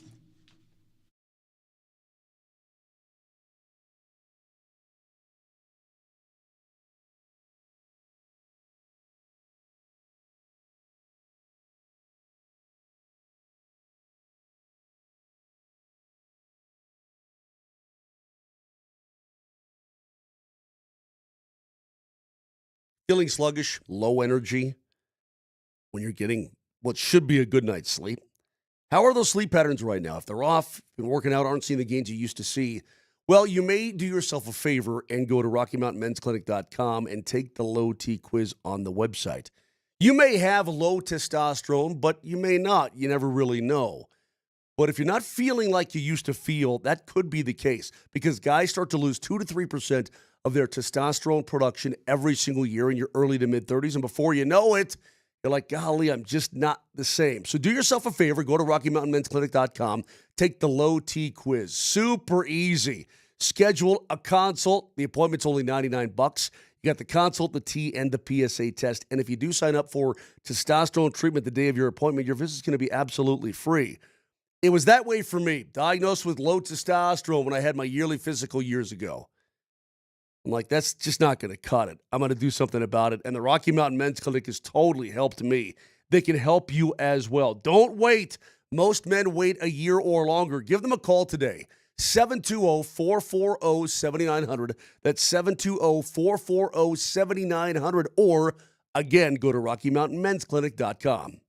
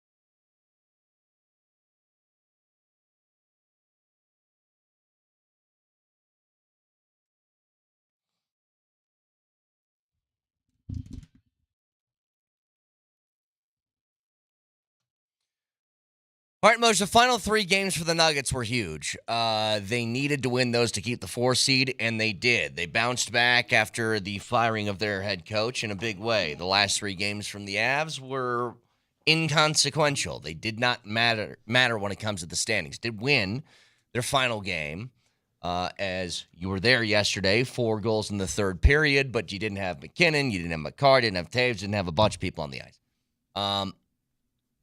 The bigger story is that Gabe Landeskog played hockey games over the weekend. Huge story. Huge. The goal, in fact, Nelly, can you give us the goal again from the Eagles broadcast, please? Because it was kind of quintessential Gabe Landeskog goal, which is I park my big butt in front of the goalie, and I get a deflection and knock that sucker in. Listen. Picked up by Tynan again. Sends it around. Landeskog will sweep over right wing boards. McDonald in behind the nets. Tynan picks it up. Left wing half wall to the blue line for Rosen. Back for Tynan. Upstairs. Rosen. One-timer. Scores! Gabe Landeskog!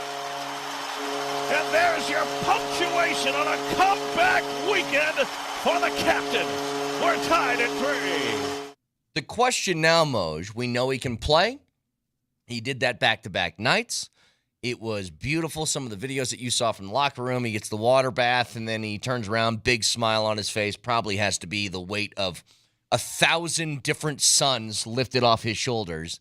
But what can Gabe be now with the Avs is the main question. And what is his role? I still don't know. I mean, I don't think we still know because he said after both games that he felt pretty good. I'm sure he's probably sore in places he hasn't been sore in a long time. What's his stamina? How many minutes can he play? Right? All these kinds of things. What I do know is that he played 2 games. He got wrenched on. He gave hits. He got in scrums. I love that first game when he's got some AHL kid, and they've got a scrumming along the inboards, Vic. And he paws at him, then he grabs him and headlocks him. Yeah. And starts giving him the business. And the referee looks over, hey, let him go. Right, that kind of thing. And it's just like old Gabe. He loved to see it. And he's like, yeah, it's just part of the game. He did bring all the milkshakes to the yard. He did. And the kid flips his head up, and his helmet's pushed down, his visor. He's like, the hell did I do? Well, you know what? Your face was in front of Gabe Landeskog. Yeah. That's what you did. You had a face. Don't put your face here. Don't put your face in front of 92, and maybe it won't get face washed. So anyway, great to see. And how's he going to feel this week? Will he step up practice with the Avalanche? He played professional hockey. It's awesome. You realize the first goal that Gabe ever scored in the NHL, you know how he scored it? I don't. One off his leg. Just like that. Mm-hmm. Front of the net, puck towards the front of the cage. Might have caught a piece of his butt. Hard to say. I have to go back and look. I remember it was for sure leg, though. And that's what he can bring. I mean, he's hard to move. Gabe Landeskog is a thick guy, right? And the fact that the knee held up through 2 professional hockey games is pretty damn good. Seeming like he was moving well, cutting well, starting and stopping well. Everything that you wanted to see happened in a professional hockey game. It's great news. Now, where will he be? I don't know.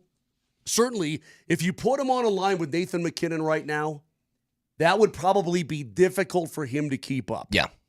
Right? Yeah. But boy, could I see him on a line with a Brock Nelson or a Charlie Coyle? You're damn right I could. Damn right I could. That's the question. Me and Vic were talking about it. It's like, how many minutes, how many shifts, what do you trust with him at this point? And the bottom line is, if he comes in and he becomes a third liner for you, think about how much you're filling out your depth. Like how much more that adds to a punch in your bottom 6. Absolutely. Hey guys, I'm sorry. I can't help but think of this in the poetic terms, just like when we reference RORY and overcoming the human condition. And how many people out there 3-4 months ago, 5 months ago, every time we mentioned Gabriel Landeskog's name, how many people said to themselves, stop, he's never playing hockey again, knock it off? How many of you? Raise your hands. Everybody driving, pull over and get out of your car and raise your hand. Right now. I want everybody collectively. Everybody had doubt. We all did. Do you remember McFarland? Hang on. But this is the beauty. This is the beauty. This is what makes sports more special than anything. It is human redemption in real time. It is. It really is, Vic. I had doubts. I had major, major doubts about his ability to ever play pro hockey again in any sense whatsoever. It's never been done. We had Mike Mathot on the radio station, right? He couldn't do it. Yeah. But when I saw Lonzo Ball return for the Chicago Bulls, I thought to myself, okay, it's a different sport. different pressures on the knee, but pressure big time. I mean, that's a lot of running, leaping, and jumping as opposed to starting and stopping and torquing, right? And there's some cutting. I mean, Torquing, not twerking. Oh, yeah. I heard what you said. I can't forget, and I'm not going to. This is not a knock on those of you who did this because we all had that doubt, but I can't just forget. Are you saying Cardi B's got good knees? All of the texts we got in September, October. Stop it with the Landeskog. He's never going to play again. Yeah. Stop it. Vic, we got those as much as a month ago. Yeah, we kept getting those from people just so resolute in that thought. And, you couldn't help but have that creep into your mindset as well. And the fact that he was out there, I mean, he's already won. That's how I look at it. He's already won. Yeah, it feels like everything from this point, Vic, is, look, I hope he can continue a long National Hockey League career.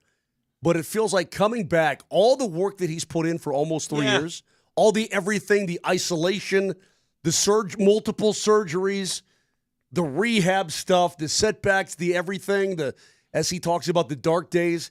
I mean, you're in a hotel room in Philly by yourself. Your family's gone. Your team's somewhere across the globe. You don't know where they are, whatever.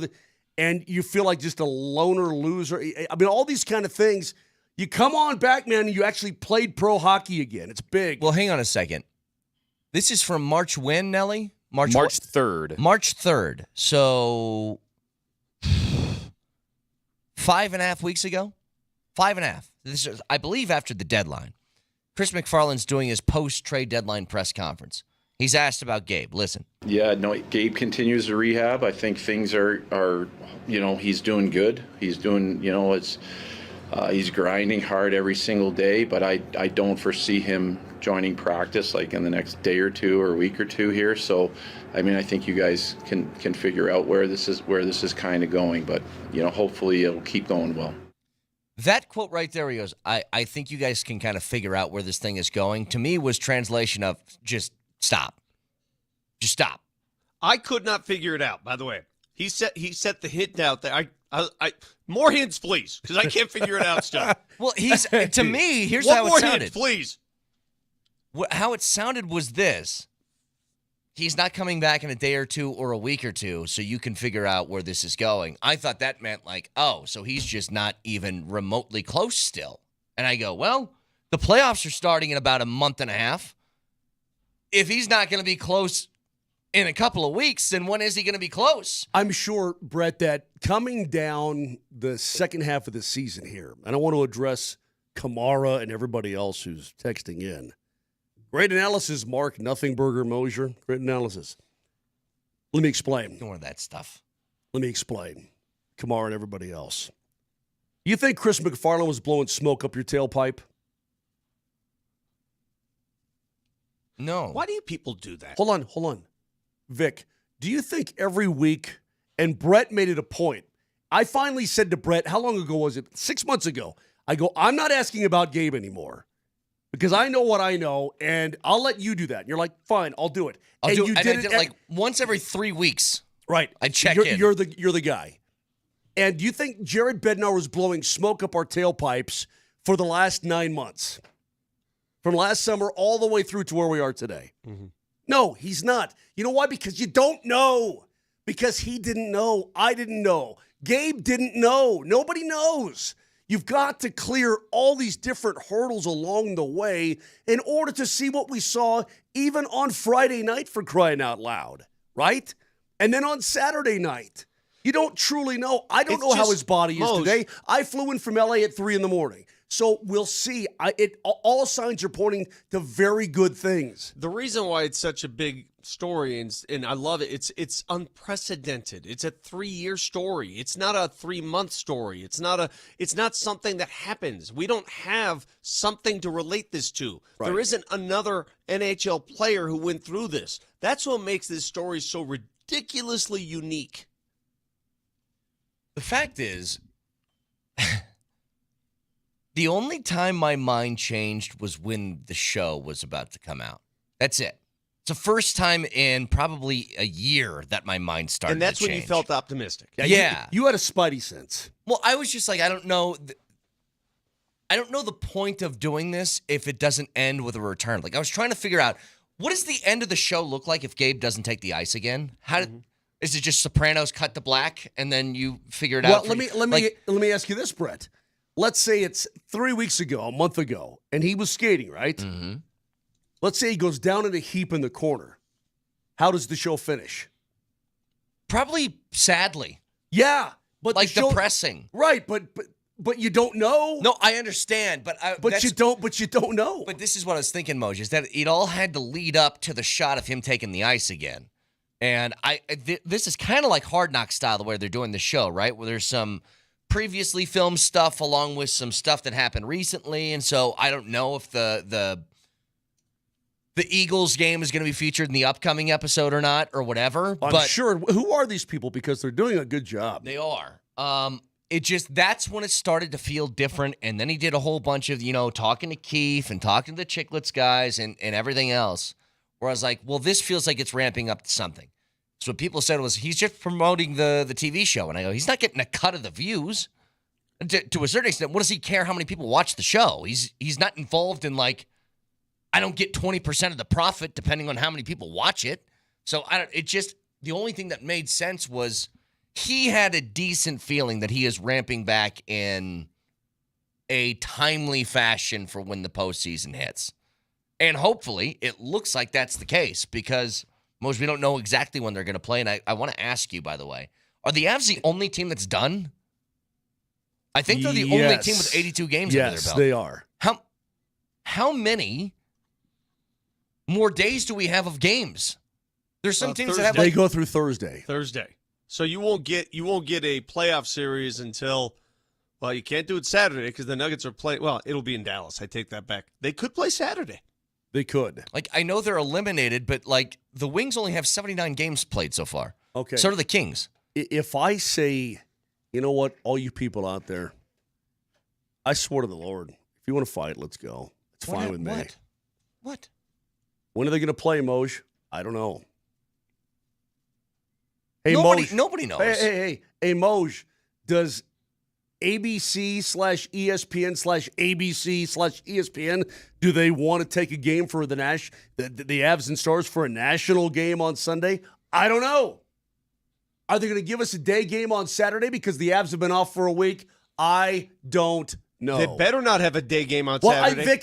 If they go toe-to-toe with the Nuggets, I will scream. Agreed. I will totally scream. I'm just telling you that right now, they're still figuring that stuff out because there are some matchups that need to be set. Did you see the Calgary one last night? If I want to scream, I'll scream. Yeah, thanks, Vic. They better not go head-to-head. If Calgary wins out in Minnesota's got one game left, or St. Louis, excuse me. If they lose, Calgary's in. So you don't even know what the matchups are going to be yet. Yeah. Here's what I do know. Our travel coordinator, Erin, I'm sure she's pulling her hair out right now trying to figure out what night she needs and when she doesn't. And talking to the flight attendant on the way off the plane this morning. And said, see you soon. She goes, yeah, I'll see you next weekend sometime. I don't even, nobody knows when you're going to fly or anything like that, at least right now. Now, perhaps what they can do for teams that the matchups are set, you can start to at least release those to the teams, if not publicly, and let them get their affairs in order on where they're going to have to be and where they're going to have to stay. Give me 1 minute. 1 minute. It is mid-April, and the Colorado Rockies are 9.5 games out of first place. Yeah. It's mid-April, and they just went on a road trip, 3 straight games, in which they scored a total of 0, and 0 runs. They were outscored 16-0 in San Diego. And they're 9.5 games out. I don't know. And we're halfway through April. You'd like that, wouldn't you? It's almost impossible to not score a run in a series. Like, impossible. I don't understand this at all. But 9.5 out in mid-April. Yes. It's not even Easter yet. Oh, I told you guys on Friday, I go, you want to laugh and make fun of me? Go ahead. Now when I say optimistic, I said they win like 72 games. I don't know how optimistic that is, but that seems like even a long shot now because they can't score. They can't score a run. I don't know how.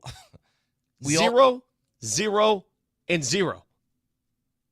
And here's the thing: it's not like they don't have guys. You remember when we looked at the White Sox numbers from last year, and their leading hitter had like a 239 batting average? That was the highest they had on their team. The Rocks have guys like Doyle's hitting 321. Farmer is hitting 349. It's not like they don't get guys who are getting on base. I don't know how this doesn't translate to runs. Like they can't find a way when they get guys on to just scratch a couple of guys across. I don't get it. It's awful.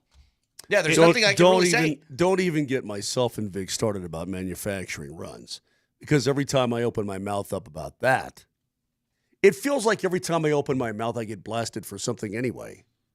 But there was a time when you could manufacture runs in this league. Now it's all about swing angle, launch launch speed, and bombs as far as the day is long. So, I don't listen, Vic, I don't want to tell you. Here's what I do know. Tully and McMahon are striking out at just an incredible. Oh, and then they have 3 straight against the Dodgers in L.A. Yeah. This should be fun. Yeah, welcome. The Dodgers got beat up by the Cubs, so they're going to be PO'd. They're the worst team in baseball. We think of what a joke the Chicago White Sox are.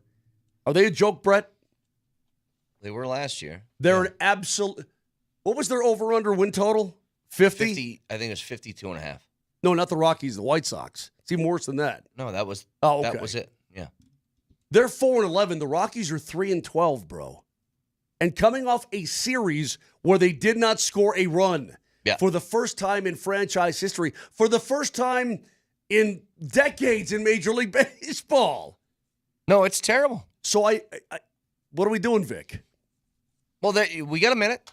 That was the minute. They can't score. And it's really hard to win in sports if you can't score. Like if you put up 0 points, even in soccer, you can only have a tie. You only have a draw. There's no winner. So maybe scratch across a couple runs and you might have a shot. So we're going to announce the winner of the sauna in 40 minutes. Stick around.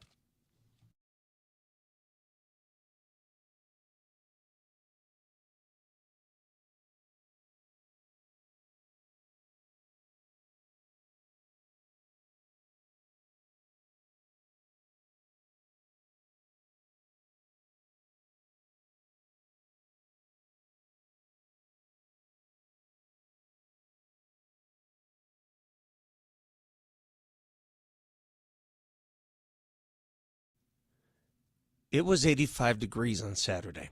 I'm not sure if you're aware of that if you live in the Denver metro area, but 85 degrees Fahrenheit, and I had to turn on the AC.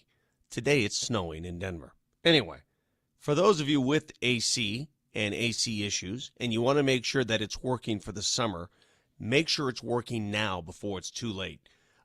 Give them a call at AAA Service right now. AAA Service Plumbing, Heating, and Electric. They've got a $49 AC tune-up special to get the AC working before it's too late.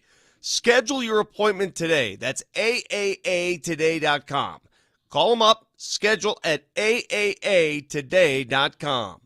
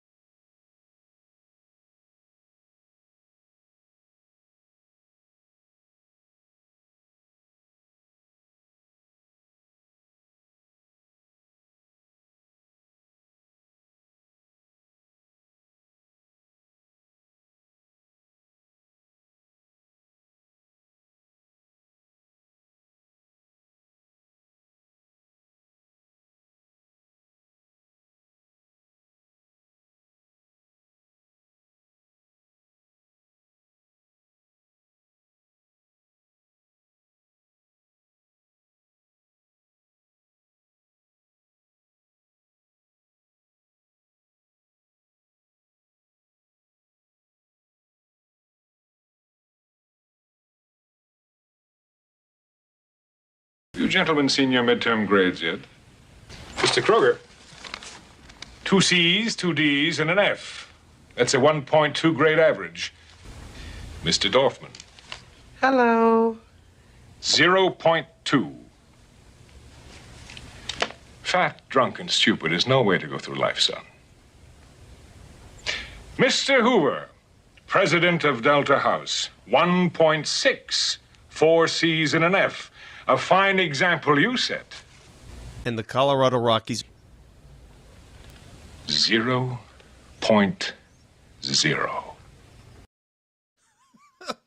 No runs. None whatsoever. I want to get back to the Avs and Nuggets in a second because there is a question from a texter earlier in the show that I would like to address. As we asked the periodic question, but now the playoffs are around the corner. Who do you feel better about in the first round? Because he had the unconventional answer of the Nuggets over the Avs. So I want to get there in a second. Just a couple of things in the meantime from over the weekend. Did you guys see Nico Iamaleava, the quarterback for Tennessee, who was making $2.4 million in NIL deals? Iamaleava. He was holding out from spring practice until he got a $1.6 million raise, to which Tennessee head coach Josh Heupel said, get out. Kick them out. You said, want to go find that somewhere else. Yeah, you want to be pro sports? This is pro sports. Here we are. I'm actually shocked that somebody had the balls to actually do that and just say no. Now, Nico, he came in with a lot of hype last year. If you remember, before the college football season started, he was somewhere in the top 10 as far as Heisman odds. Did not play to that level. He struggled. It was just like he was kind of meh, right? And I just think for those guys to go out who had just an okay season and be like, I need a giant raise is pretty nuts. And I appreciate the fact that Josh Heupel was like, okay, I'm not playing this game with you. Vic, I guess I assume this is where we get to. This whole thing blows my mind. We went from not paying athletes at all, at least legally. Yeah, let's stop before you move on. Athletes were being paid. Sure, fine. Okay. The top-notch athletes, the elite athletes at these schools, everybody, stop with this crap. Millions of dollars, though? Millions? No, but they were getting paid. They've been getting paid for years. He's the first college player to ever, quote, hold out. I'm sure that college players have done this under the table before, or even in this new NIL era, say, I need more money, but then they enter the transfer portal because the team says no. It was just never public, where the guy and his representatives come out and say, we need $4 million a year or we ain't playing. Yeah. And Heupel said, well, then you ain't playing, right? Not here. The thing is, he's probably going to find this somewhere. Sure. He probably will. The market. I ain't paying no 50 cents for no Coke. Yeah? Well, then you ain't getting no Coke. That's so good. I feel like maybe I've just accepted that this is what college football is now, and I'm not surprised by this in the slightest. Because we've seen the stories of guys who said, I was promised this money and you didn't pay me, right? Yeah. And so now I'm going to transfer and blah, blah, blah. Who was the big one? Was it that Vegas? The UNLV kid. Yeah, the Vegas quarterback last year, right? He did that. But it's just, yeah, it's odd that this is very, very professional sportsy. I'm of the opinion that college football and college basketball should remove themselves from college sports altogether. I agree. Forget this amateur crap. Forget this. Oh, well, the student athletes, forget this. Don't even go to school. I don't care about going to class. Remove yourself. Represent that institution if you like, but it's not real. This is not real. The other sports, you could stay in the fray and, swimming and lacrosse and soccer. That's fine. College basketball, college football, get out and start your own leagues. Hey, Brett, what have I been saying now for a couple of years? Well, more than that. As the NIL has begun and started to move along, what did I call it? The Wild, Wild West. This is just the next step. we're going to get to a point where you have guys who, if they play pro football, are going to take a pay cut to play in the National Football League. If you're, if you're a marquee quarterback at an elite school and you know you're only going to be like a 5th, 6th, 7th, 8th round, there's no 8th. If you're going to be a 7th round pick in the NFL, you are taking a pay cut. Yes, and you know what you're going to do? You're going to try to extend your college career as much as possible, man. Multiple medical red shirts and blah, blah, blah, blah, blah, blah. That'd be smart. Not only that, but I'm telling you right now, and I don't want to get into the weeds too much here, but you listeners out there, believe me when I tell you, this holding out stuff by Mami Alabala.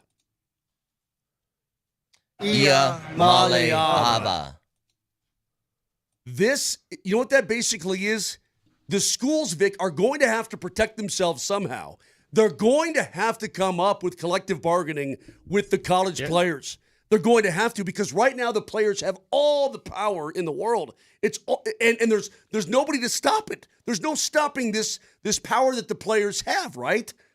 The schools are going to have to negotiate a CBA with some sort of college players union. That's the direction that we're going. And for people who wanted this, look, did I think that the players deserve to get something? Absolutely. But are you sure that you thought this is where you wanted it to go? Because this is crazy. The transfer portal, the holding out, the millions of dollars, it's getting insane. It really is. And you can already see what it's done for college basketball. You had 4 number ones in the Final Four. Period. End of story. Well, I mean, for me, this echoes something that I've preached for many, many years. This whole concept of amateur sports, student athletes, it's such a fraud. It's such a fraud at the highest level. I can't stand it. When ADs, they insist that you refer to the players as student athletes, right? Doesn't that just fire? I mean, yeah, they're going to have to admit that these are just so stupid. You're going to have to admit that they're just pro athletes and go CBA. Yeah, you're going to have to do it. Half these guys don't even go to school. I'll tell you a wrinkle to this story that I think is crazy. I'm back and forth on Oregon coach Dan Lanning.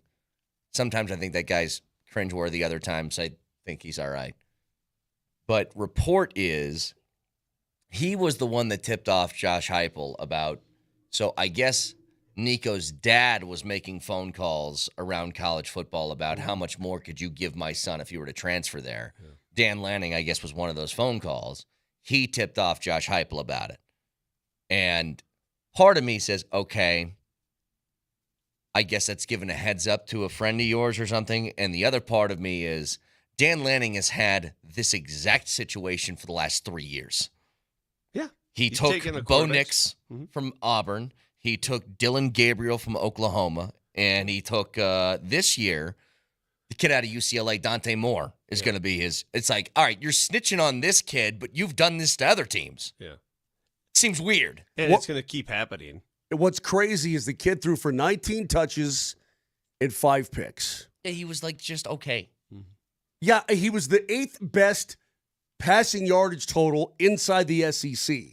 Yeah. And you're like, what are you doing? Really? You're holding out for $4 million per year? He's probably going to get it, man. Well, maybe, I guess. Where? Somewhere. That's crazy. Yeah. I have a great distaste for the craziness that's still to come. This is not even the end result, Vic. We haven't hit to the point where it's just so out of control that they have to come up with something. Woj, these are the stories that are actually out in the open. There are so many stories out there that people don't know about. There are so many players that are getting money that it's not even public. You don't think there's a player right now making a move to another school for a little more quiche that people aren't aware of? It's part of the deal. It's where we live. And I think you separate college football and college basketball right now and make them developmental leagues for the NBA and the NFL. And if you want to represent a school, great. This school represents Notre Dame. Well, they have to. But they're not real students. Yeah, they have to keep the school name, or else that's going to fall apart. All right, so you play in South Bend. You represent the University of Notre Dame, but those kids don't go to they don't go to class. I mean, that's the difficult part, though, for everybody. But what if it? But hang not, on. not every kid's going to be a pro. What if you want to go to class and get a Then degree? it's your right. Well, hang on a Then second. They can't break away from it because the representation and the reason that people are even interested is because of the names. And the alumni base and the people supporting those schools. Exactly. If Notre Dame becomes South Bend Marauders, nobody cares. If you made it the South Bend Irish, I'd be like, I don't care. Yeah. It still has to stay connected to college 100%. because the college is the reason they make the money. And that's why people go to those campuses. That's why people fill the stadiums. Right. Because there's that pride effect that you're supporting your school. So, just interesting. So, I want to get to this question again. We'll announce the winner of the sauna in 25 minutes. But somebody's going to get themselves a brand new whoever sauna. Gets this sauna, I'm coming to your house. Yeah. You're going to get all four of us in there with you. Yeah. Sweating it out. That's part of the deal, right? If you I win, think so. I'm coming over in my Speedo. No, I'm just nude. I'll put the towel on, but I'm going to be naked. Okay, well, fine. That's fine, too, then. Yeah. I'll go. If you want to go full money, I'm let's gonna go be full money. old man in the gym locker room is my look. I'm going to be naked with just a towel. So Michael or Kamara or whoever wins this thing, get ready. Yeah. Here's what we need. I need an ice chest full of coldies. That you provide. I need this because you're getting a free sauna. By the way, basically it's from us too. Go look, by the way, on their website at some of these saunas. Go to getabettershed.com. Yeah. Take a look at the price tag. This is not a small little thing. We're just like, oh, here you go. Here's a little trinket. No. You're gonna earn this one. I'm gonna come over. We're all coming over. And Vic, I know you can sweat. I've seen you sweat. Vic's a good sweater. Vic, you ready to sweat inside that thing? Oh yeah. So that will be given away in 25 minutes. Who do you feel better about? I guess this is a question now, according to a couple of textures earlier in the show, between the Nuggets and the Avs heading into postseason. Get to it next.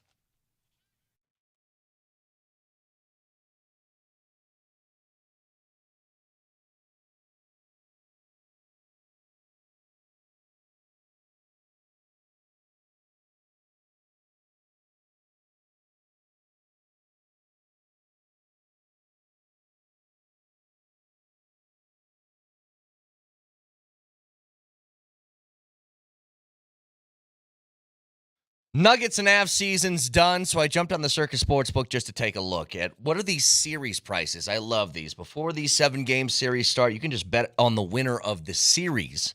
The Nuggets and Clippers. Who's the favorite? Well, according to Circus Sports, the Nuggets minus 130. The favorites to win that series. How about taking a look over at the Avs? Don't have these series totally set up yet, so those not available, but you can bet on the odds to win the West.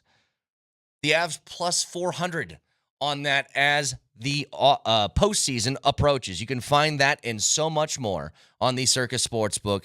Best odds in the game, no doubt about it. Excellent customer service. Download the app right now, Circus Sports, or go to circusports.com. And always remember, any gambling problem, call or text 1-800-GAMBLER.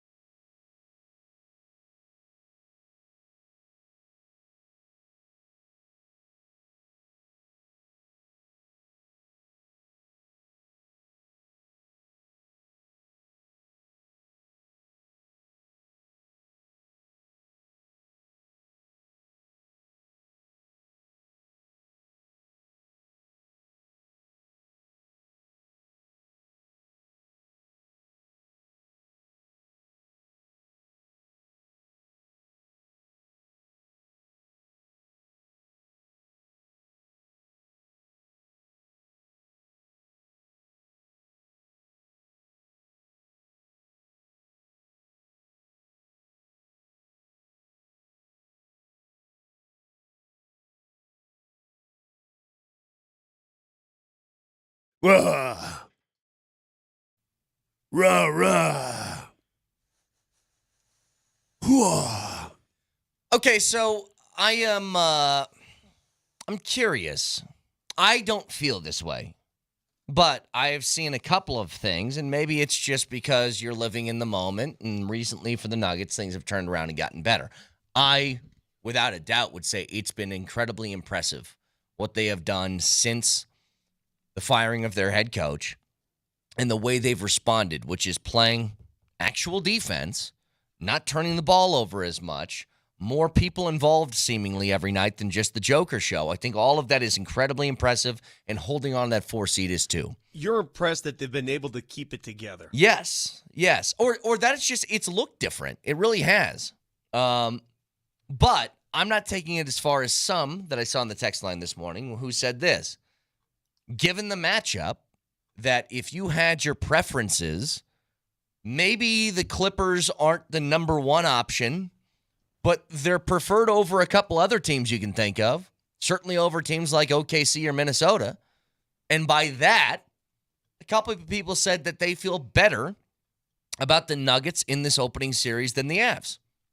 How do you feel? Well, let me answer that question with a question of my own. What's successful for the Nuggets right now? I don't know. It's a great question. When the season ends, when the last game is played and you're walking off the court, what would you deem a success? Is it a first-round series win? Is it a second round? Okay, Is it a conference final? Can I put it to you this way? Yeah. Success, I think, in their case would mean this. They aren't making more major changes at the end of it. And what would it take for them to do that? To not have an offseason where you're wondering, is Porter getting traded? Or not have an offseason where you're wondering what they do with Jamal? Or not, you know what I mean? I think they're making changes regardless. Not if they win a championship. Well, that's what I'm getting at. That's what I'm getting at. Like, what is that line that you would reach where, how about this, Vic, that you keep Adelman as head coach? Would you consider that successful enough?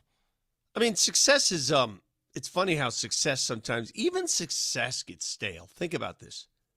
Think about this for a second. Both the Nuggets and the Avs have arrived at the playoffs, both of them, 7 consecutive seasons. 7. Well, for the Avs, this is their 8th. Is it the 8th? Mm-hmm. Is it the 8th for the Nuggets too? How many franchises in sports alone, let alone neighbors, co-tenants of the same arena, can say that? Yeah, that's crazy. Well, and I'll give you this, just as part of this question, by the way, of who you feel better about. I just looked this up on Circus. They have series prices, right? 8 for the Avs. They have series prices on Circa where you can look up just the matchups and the odds of who's going to come out of the series alive. Do you think the Nuggets are favored? Yeah, I think they probably are. Favored for their series against the Clippers? I think they probably are, yeah. I think they're slight favorites, yes. They should be. Minus 130. Okay. They're slight favorites to win it. Yes. Now, they don't have this for the Avs and Stars yet. I'm sure they're waiting until the end of the season to put them all out there. But I would assume, what do you think the Avs looks like before we even get the information? What do you think that looks like? Are they favored? I'm so, I don't even know how to describe what's going on inside my body right now. Dallas, by the way, they ended the season. And they are ending the season poorly. They've lost 5 in a row, and they still have 2 to go. Yeah. I feel pretty damn good. Nathan McKinnon, when he takes the ice, let's say the game is Saturday. Okay? You realize he will have had 11 days off? This guy's going to be shot out of a friggin' cannon. Yeah. Nathan McKinnon is going to be shot, Vic, out of one of those big 16-inch guns on the side of the USS Iowa. Kaboom! Nelly, do me a favor, please. So Vic just Moser, hit me with a pea Moser shooter. went with a kaboom, and Vic went with a pew-pew. Can you give me a naval gun firing, please, versus his little pea shooter that he just threw out there? So a couple of these coming out, by the way. On FanDuel, the Avs are minus 114 to the Stars minus 105. So, I mean, the slightest of favorites. Mm-hmm. On DraftKings, it's a dead heat minus 110. I think people are nervous. I think people are nervous because they know how good the Stars are. Do you know what mine is, my gun for McKinnon? What's that? I pull the trigger and a flag comes out and says bang. Like that. Old Bugs Bunny? Yeah.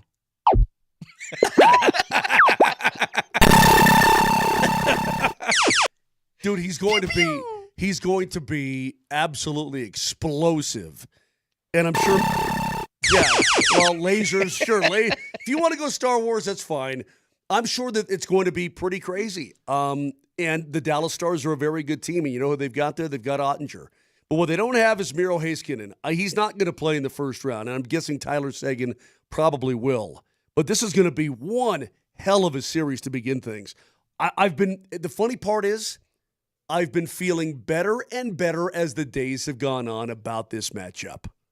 Because all you need to do is split the first two. In Dallas, you got home ice and you're off and running. How much will I hate Jamie Benn in exactly 2 weeks? How much do you hate him right now? Well, I just want to know what level of hatred will I be at? Where in the pyramid of hate? It's going to be significant. Can I kick this off now? What's the hate meter going to be for Mikko? Yeah, what if he does hurtful things? What like if Mikko, score? the first, I don't even want to say, well, I am going to say it, just for hypothetically speaking. It's not going to happen, knock on wood. Mikko scores the first goal of the series. Dallas takes a 1-0 lead in game one because he one-timed one from the dot. How are you going to feel? That would be hurtful. Hurtful or hatred? How am I Hurtful. going to feel when he's cruising down the boards looking to dish off to the middle of the ice and Josh Manson lays him out? Okay, I understand. How am I going to feel about that? Well, Mose, you've in code made your feelings known about how you feel about Mikko. Yeah, you have, Mose. You have not hidden that. Mose wants to see Mikko just blown up about 15 times during the series. I think he's maybe going to have I don't know. Knowing what I know about Mikko, he might have a bit of a difficult series. Only from his own personal standpoint. I'm sure he's very comfortable in Dallas now. Happy just between the ears, you mean? Yeah, he's going to be looking across the way. Vic, I'm telling you, he did not want to leave. He didn't. Yeah. He messed up, okay? Mm-hmm. He's going to look across the way and see some of his best friends in the world trying to kick his ass. And maybe he'll come through with flying colors. Maybe the Stars will be awesome. I don't know, because I like what we've got here in Colorado. And I think this is a crappy first-round matchup for both teams in both cities. It's not fair to it's not fair to hockey fans overall. This should be a West Final perhaps at some point. It is hard to focus when you have googly eyes on your old flame, right? It just is. I mean, it was like watching, the final episodes of Cobra Kai when Tori was in the middle of a very, very pivotal match at the World Championships, and she's still looking at her old flame, and it really distracted her. Yeah, it's just like that. Well, thanks. I was going to watch Cobra Kai. Now you just screwed me. Thanks, Vic. Appreciate it. I think, though, Moj, Mikko's name is going to be announced at Ball in Game 3. And I think it's going to be received poorly. Dude, this is the playoffs. I understand. So, I get it, but it's also the first time he's been back. I don't care if it was Sister Jean wearing 96. Okay, so they aren't there's no tribute video before this thing. What are you talking about? I'm Out of your mind? They already did that anyway. I'm going to slap your face. Wait, does he? Yeah, he played. Yeah, that's right. That's right. Like that's right. It was right afterwards. Or whatever, Yes, it was right afterwards. What, doing a party? My bad. I forgot that he played there already. What, do you want to give him a rub down before the game? No, I don't. That's what I'm saying. I think it's Slap going you to be in the received face. poorly, and it should be. Look, here's the story, man. He's a Dallas Star, and he will be for 8 years. Good for him. It's time for this team to put the big boy pants on and go get it. Had he not played already there, do you think they would do something about it? No, not in the playoffs. Okay, I figured. Hey, do you remember the last time? This is kill or be killed. I fully understand. I was just curious. And I guarantee you that every guy on that team that has an opportunity to give him a lick, they're going to give him a lick. And you know why? It doesn't matter who's wearing that uniform now. It's that uniform that you give a lick to. Yeah. Just like it's going to be the other way around. I mean, it doesn't matter. Just like they'll give any other Dallas Star a lick. Do you remember the last time an old Denver Flame came to town for a playoff series? Do you remember when Carmelo joined the Portland Trailblazers? Oh, God, yeah. Do you remember that? Do you remember the reception for that? Yeah. Boo. And it wasn't national people or even some locals that were like, stop booing him. It's like, why? When the playoffs enemy. are fair game. When the playoffs are around, there ain't no love. All right? Ain't no love for anybody. If he dies, he dies. That's the God's honest truth. Brett, I'm telling you, this is how good of friends, Vic, how good of friends did Rocky and Carl Weathers' character, what's his name? Apollo Creed. Apollo Creed. How good of friends did they become? Oh, they became best of friends. What happens when they get in the ring, though? It's also a movie. It's very much a movie. Guys, people write real Stop life stuff. quoting Rocky like it's a documentary. You know what? It's funny. It's fitting right now. It's very much like the kinship between Daniel San and Johnny Lawrence, who were arch rivals. Arch rivals. Yeah, they were. But they became kindred spirits at the end of the day. Yeah. It's like Homer Simpson and Ned Flanders. You know, it's the same thing. No, Homer hates Ned. He hates his guts. God. You guys know that very famous documentary, South Park? You know how Cartman and Kenny don't get along, or Cartman and Kyle don't get along with each other? Hey, listen, there's a lot more truth in that series than people realize. Anyway, the point is, Vic, it's you go get him, you go get him, you go get him. That's it. I don't care who's wearing that crap green. I don't care. Get him. We're going to give away the sauna. And I guess a byproduct of you getting the sauna, whoever this winner is going to be when we come back, You want to get hot? Here's your chance to get hot. Myself, Moser, Vic, and Nelly are all going to your sauna nude.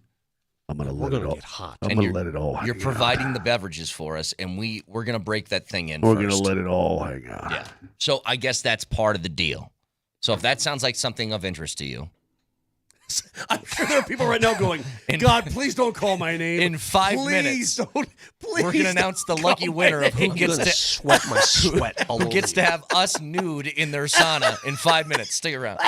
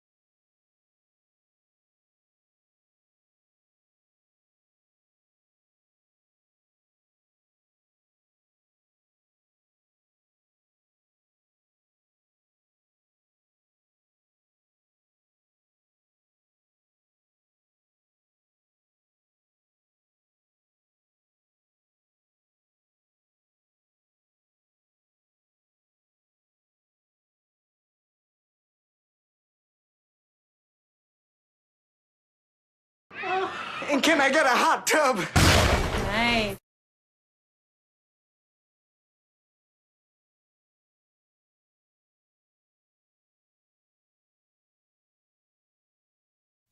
I had a couple things as we roll on here. Number one, thank God Bluebell got a new flavor and they're back. Did you see the text line heat up? Hey, the good old days are being made right now. I just want to let you guys know. Is that our favorite commercial of all time? Yeah, I think so. It's the first day of the first grade. I mean, it's classic. Classic Moser, Lombardi, and Kane. Welcome back, Bluebell. Welcome back. Number to the station. two, we're like, okay, we're going to give away the sauna. And we need a song about heat, right? And so we discussed it. Nelly and I settled on Hot Blooded. I'm supposed to announce this at Hold some on. point. We settled on Hot Blooded by Foreigner. Hot Blooded, Hot Blooded. Yeah, right there. Okay, now that you've got the song, I want to give this away. Let's do it, baby. Remember, 10 different keywords throughout the last 2 weeks. The winner got 7 of the 10. That's it? 7 of the 10. But he got the right one. Hey, Vic. Guy got 70%, he gets to win, or gal. 70%'s a C. Is that a he or a she who won? Hey, C's get degrees, baby. It is 7 out of 10 keywords. It is a he. He is from Lakewood. Oh, okay, right down the That's street. an easy Good. drive. West Yeah, no side. problem. Sweet. We got West Side. West Yep, Side West represent, Side. baby. West Dub. Side represent. Dub. So if you're in your car, have you narrowed it down? It is a man from Lakewood who had 7 of the 10 keywords. The winner is Nick Madrid. Congratulations to Nick, that brand new, beautiful, custom-built sauna. That's going to go either in your house or outside your house, wherever you want. Our friends over at Better Sheds and Sauna is going to hook you up. I don't know that I could take my clothes off with a guy named Nick. Well, guess what, Nick? Coming over, towel in hand, not wrapped around, towel in hand. We're just going to pull. Here's what you're going to do. Just get out of the car with no clothes on. Yeah, you Say, guys. point me to the sauna with towel in hand. Maybe you misunderstood me. When I said I'm going to have a towel wrapped around me, I meant around my neck. Okay. Totally nude with the towel around my neck. Nick, what you don't know is that I'm going to buy this sauna from you. You don't want it. You don't need it. I got it. I'll take it. I love how you're like, let me buy the sauna that you won from you as opposed to just buying He your doesn't own. need it. He doesn't care about his health. I could tell Nick right now doesn't care. I got it. So, Nick, congratulations. If you're listening, call Nelly right now and tell him how excited you are. Yeah, does he have to yourself a round of sausage. Yeah. Does he have to respond? Is that one of those things? Nope. Oh. Nope. Nick is one. So, Nick, if you're driving around, you're stoked about this, or you think he's listening right now? I hope he is. He only got 7 out of 10, man. Oh. 303, Nick, 303-504-0925. I want Give us to a know, call. by the way, I want to know how many people, when I narrowed down all those things, that was a man, is from Lakewood, 7 out of 10. How many people thought it was them just by that description? Where they're like, dude, I think that's me. I think I nailed it. I think this is, and then I just crushed your dreams by saying a name that wasn't yours. Brett, have you ever been to Lakewood? You ever been on my side of town? Yeah. Not often, but I've been there. Here's a trivia question for both of you. What is the most, and don't look at the text line or the crap line and all that other line. What is the most famous Denver institution in the city of Lakewood? Bear Creek. Oh, God. Got amateurs here.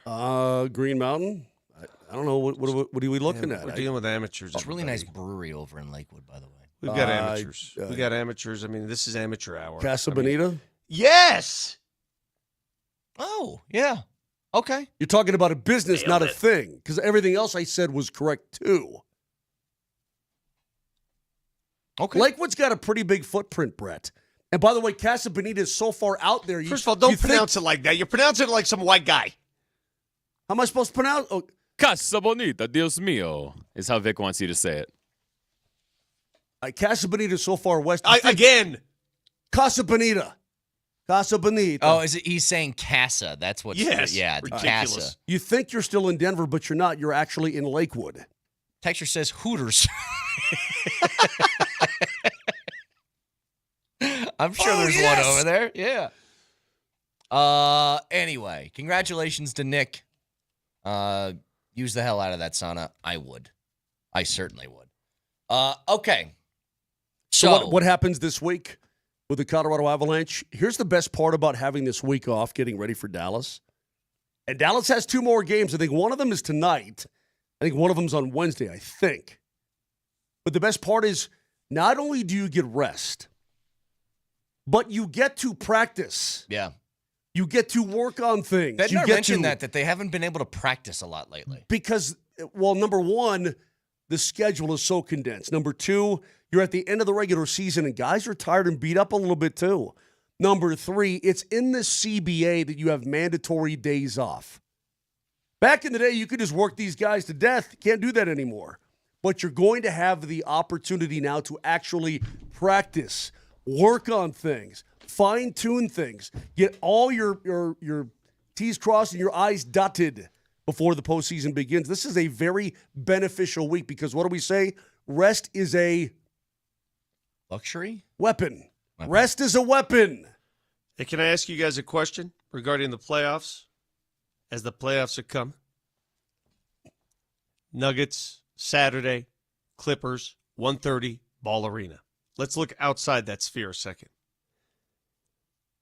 T-Wolves, Lakers. Who do you want to win that series? Lakers. Yeah, Lakers. I mean, from what perspective? Just who are you pulling for? Who do you want to win that series? I hate them both too. I guess L.A. Yeah, not me. I do hate them both. That's just that is so ridiculous. You guys would both say LA. No, but hold on a second. Let's shut this down. Nelly, shut the show down. No. Shut the show down. Let's just stop doing sports radio. I mean, they just took LA in the series. Who do the Nuggets face off against better? Is it LA or Minnesota? Oh, God. I just took LA. The fact that you would not say LA, I think, makes you pretty stupid. Wow. Like, you were thinking so much. I'm not sure the Rockets are going to win their series, Vic. And if they don't, that's going to screw a lot of things up. Yeah, I really am confused as why you think it's dumb. If we're thinking strictly from a Nuggets perspective, the team that has dominated them over the past 2 years do you fear the most? is the team that you want to advance. That seems stupid. How many times do I have to say this? I mean, it's almost like it's a lesson I have to bring to it's an assignment I have to give the class every day. When you live in Denver and you're a Nuggets fan, you never root for the Lakers. Unless in any situation. Unless you think you can beat them. At any time, listen to me, anytime, anywhere, it just, you never do that. Okay, and Vic also says this, playoffs, boys, all about matchups. And what Vic is asking for is the hardest matchup possible. The team that has given you the most fits, who you cannot beat no matter how well you play, seemingly, is the team he's asking for. So Vic is speaking on both sides of his mouth. I've only spoken on one side of my mouth my entire life, and that is I will never, ever, ever, ever. Fine. After being gifted by Luka Doncic. I'm not. You want me to sit here I'm not and saying I want the Lakers to win the championship, Vic. This is about getting them to advance, and so you can play against them, as opposed to Minnesota. You're speaking out of your mouth, and you're speaking out of another body part that has an orifice. Yeah, your whole. And so, Brett's completely correct about this, Vic. I'm trying to think of the path of least resistance for the Denver Nuggets, and I don't want any part of Minnesota. And you know what else?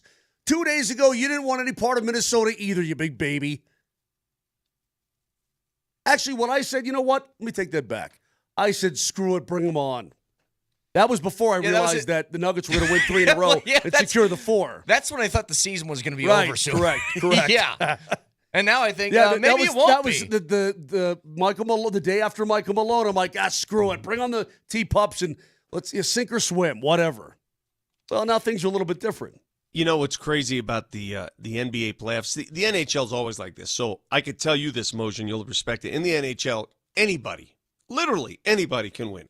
It's just the way it is. It's the way the sport's always been. You get a hot goalie, you get going, anybody. The NBA's never been that way until the last 6 years where we've had 6 consecutive new champions, right? It's no dynasties, no successive championships. It's been a different champion for 6 straight years. And I'm looking at the Western Conference in the NBA, and I can make a case for every team outside of, I don't think Memphis can. It stops at Golden State. I can make a case for the first 7 seeds in the West to win the West. I really can. Yeah. And I don't remember the last time I could say that. Yeah, it certainly is different. It's always felt like there's been a hierarchy within the NBA, which is these are the only teams that are really contenders, and there's more than a couple. Yeah. So is this how it works? Golden State plays Memphis, and then if they win, they'll play Houston. They're locked into the 7. Yeah, and then they'll play Memphis Houston. has to play the winner of Sacramento and Dallas. Is that For correct? the 8 seed. Okay. Exactly. You know what's crazy about all this, too? Is that here we are, we're seemingly ignoring this, and I shouldn't ignore it because it's astounding to me. The Denver Nuggets are in the playoffs. They had the second best record in their division, and yet they finished 18 games out of first place. Yeah. Think about that number for a second. When the Nuggets won the championship, what'd they finish first place in their division? Well, I can't remember what it was. Or in the conference itself. I think they won the conference by like 4 games, 5 games. I don't remember. They held off Memphis. Yeah, well, OKC won by 16, bro. 18 games, the difference between the Nuggets and OKC. And yet, there's still lingering doubt with OKC in the playoffs with an 18-game cushion. That's unreal. They almost won 70 games this year. That's unheard of. They won 68 freaking games. That is wild. Absolutely crazy. I mean, that exceeded any expectation. Vic, the year the Timberwolves finished number 1, and then What year was that? And then got bounced in the first round. That was like 2003. Yeah, it was. You said the T-Wolves? Yeah. Yeah, the KG team? KG, Marbury, all those guys. Do we know how many wins they had when they got bounced in the first round that year? I don't recall. I don't but either. Nothing close to 68 No, wins. nothing like that. No, No, this is historic. I mean, what OKC did this year that's among the greatest regular seasons in NBA history. Not just good. This is elite. This is one of the greatest ever. The T-Wolves won 58 games that year. Pretty good. They were 1 game up. 68 wins. Think about that. The Nuggets got to 50, and it was like pulling teeth. 68. What was the playoff format like back then? The Pacers on the Eastern side that year won 61 games. They were 14 games up on the 2nd seed, but only 7 on the 3rd, which was Detroit. What was that playoff system? If you won your division, you got a bump? spot. Yeah, okay. I think, yeah. By the way, just one other thing quickly here, because I want to talk about Gabe again before we get out, and we'll save that for a few minutes from now. I've always wondered, how would you guys handle this? So, like, you're at the Masters. You don't have a good shot at winning. But let's say you're one of these guys, like you're Scotty Scheffler, who is 8 under, or a Patrick Reed, who is 9, and you're entering like 18, knowing you're 2-3 strokes back. Are you throwing caution to the wind, being like, I'm taking risky shots to try and put myself in the conversation, or are you not going all out that way? You're counting your money because where you finish determines how much money you make. Well, that's what I'm wondering. Are you going for the dub out of I can make a miracle shot and maybe I can get myself in it, or is it conservative with the cash? Do you know how much Ludwig Well, this is what I'm getting at. Hang on. himself? This is what I'm getting at in a second. Because I've wondered, and I don't think that he was going for it. I think he just had a bad hole. Yeah. But he tripled 18 when he was 9 under. Dude, he had a chance to take the lead at 16. That triple on 18 cost him $514,000 from where he would have finished, which was tied for 3rd, I believe. If he with Patrick Reed. Yes. Yeah. And by the way, $514,000 triple bogey. When I was driving in thinking, God, what do I have to be mad about?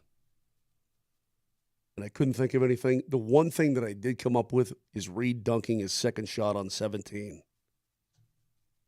That made me mad. Okay. I know you have this hatred of Patrick Reed. Well, a lot of people do. I'm not alone in this. I'm aware. It's not like I'm out here on Moser Island playing with dolphins. I've always wondered that, though. I have a lot of company on my island, bro, and we're having a Mai Tais and a luau. Like if it's if it's 18 and you need an albatross to try and claim a victory, but you got to go 270 over water. Like, are you like, all right, I got to let this thing rip, or are you playing it safe to count your cash? What's incredible to me is that with the chance to secure a green jacket and just no playoff, don't worry about it. All you have to do is hit a gap wedge on 18. Rory McIlroy could not hit a gap wedge, and yet came back, played the hole again, and put 1 to 2 feet. It's just, when he played it in regulation, how do you miss that far right with a gap wedge? I don't know. He put it in the bunker. He put it in the bunker all day, Vic. Brett, I thought you said the smartest thing when I was on my way in. You said he played how would you put it? I said Rory was absolutely amazing, except for the times where he was awful. That's perfect. Because everything he did was incredible, except for the 5 or 6 things that he did that was incredibly stupid. Here he is with a gap wedge, putting it in the bunker to the right of the green. But Vic, on 17 when he hit that shot, and he literally talked it and walked it to the hole on his way up the fairway. How badass was that? How awesome was that? You're not going to want to hear this, and you're going to poo-poo me, and you're going to start cursing under your breath, and you're going to do all that other stuff, and everybody's going to chime in. I had Justin Rose's putt on 18 for birdie. I had it. 7-iron in, skidded through. It was coming back down the hill, and I knew as soon as he looked at it, I said, it's not going to turn left, Justin. It's going to stay right. I knew it. I knew it when I saw it. And he played that left edge. I knew it. I saw it. I felt it. I lived it. I had it. God, I hated everything about Where's that. Dante? I mean, I know. Can we get Dante back on? Dante came in please, Dante. on Friday with I did par the hole, though. I parred it. Perfect. I parred it. I mean, it's one thing for us to No. when his own blood, his own son. But I saw it. But see, Brett, I felt that putt that you saw on TV. I did it.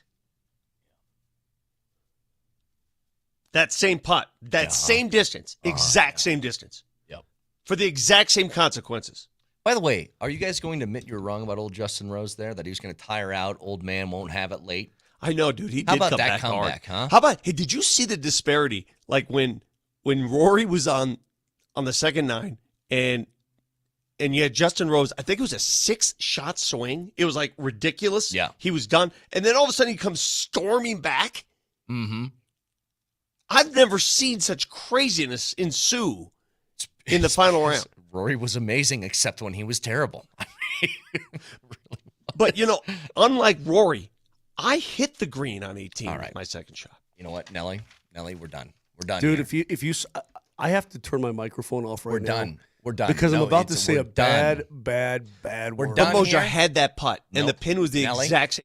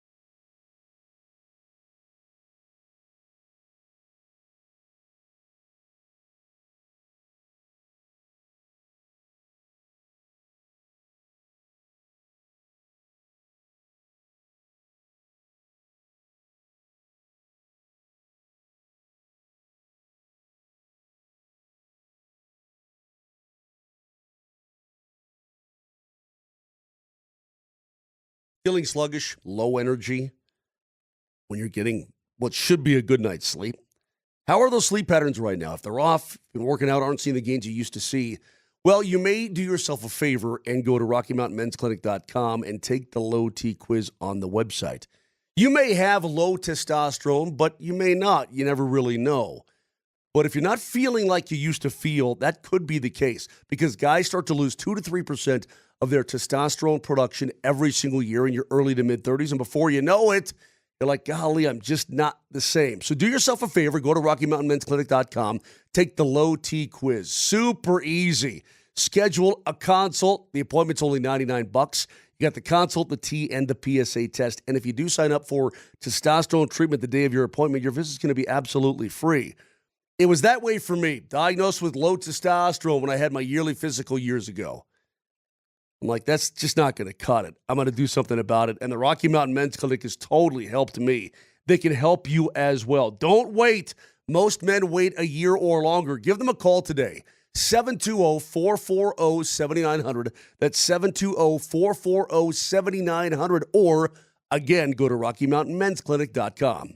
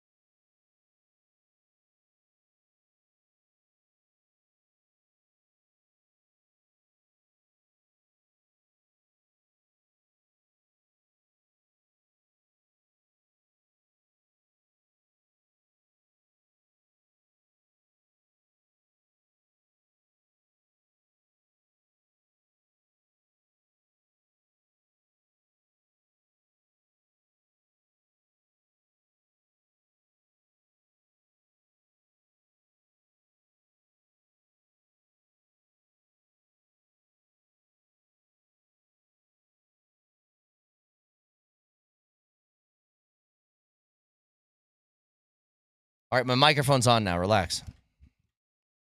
Just relax. Yeah, but it should be such a wholesome, sweet thing, and you turned it into something really bad. Yeah, I told Moser something. Vic, listen to this, please. Nelly, listen to this. Listeners, listen to this. It's not something I'm proud of, but it's true.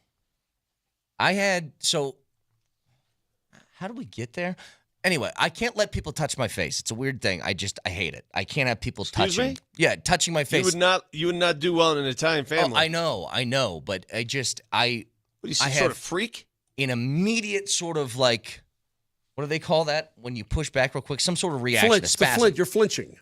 It's because I had a great grandma when I was a kid. She was late 90s, totally blind, and so whenever like great grandkids came along, she would feel your face to see how you've grown, and it just ever since then I can't have it happen. But you don't like to love your great grandmother? I sat there. You're such a horrible person. She did it. I was happy to let her do it, but I just can't. Jesus. I can't. It's her last joy in life is to get a visit from her progeny. I'm sorry that as a 3-year-old, like I didn't have the maturity to handle the situation better. Mark, I could see it now. She's feeling Powder's face, and she's thinking, God, this kid's white. It's like I have braille on my face. And this is pale. Well, it wasn't like she was grabbing other body parts. She just wanted to touch your face, man. I don't even know why you had to say that out loud, but Well, of course. Yes, but I can't. Like, even my wife tried, and no. All right. Well, listen, I have compassion for Trust me, ain't nobody want to be touching your face anyway. So I don't know where you get off on thinking that, hey, don't touch my... Like, you think I walk in saying, I want to touch Kane's face today. My wife... I don't know, Moshe. I'm not kidding. I hate this.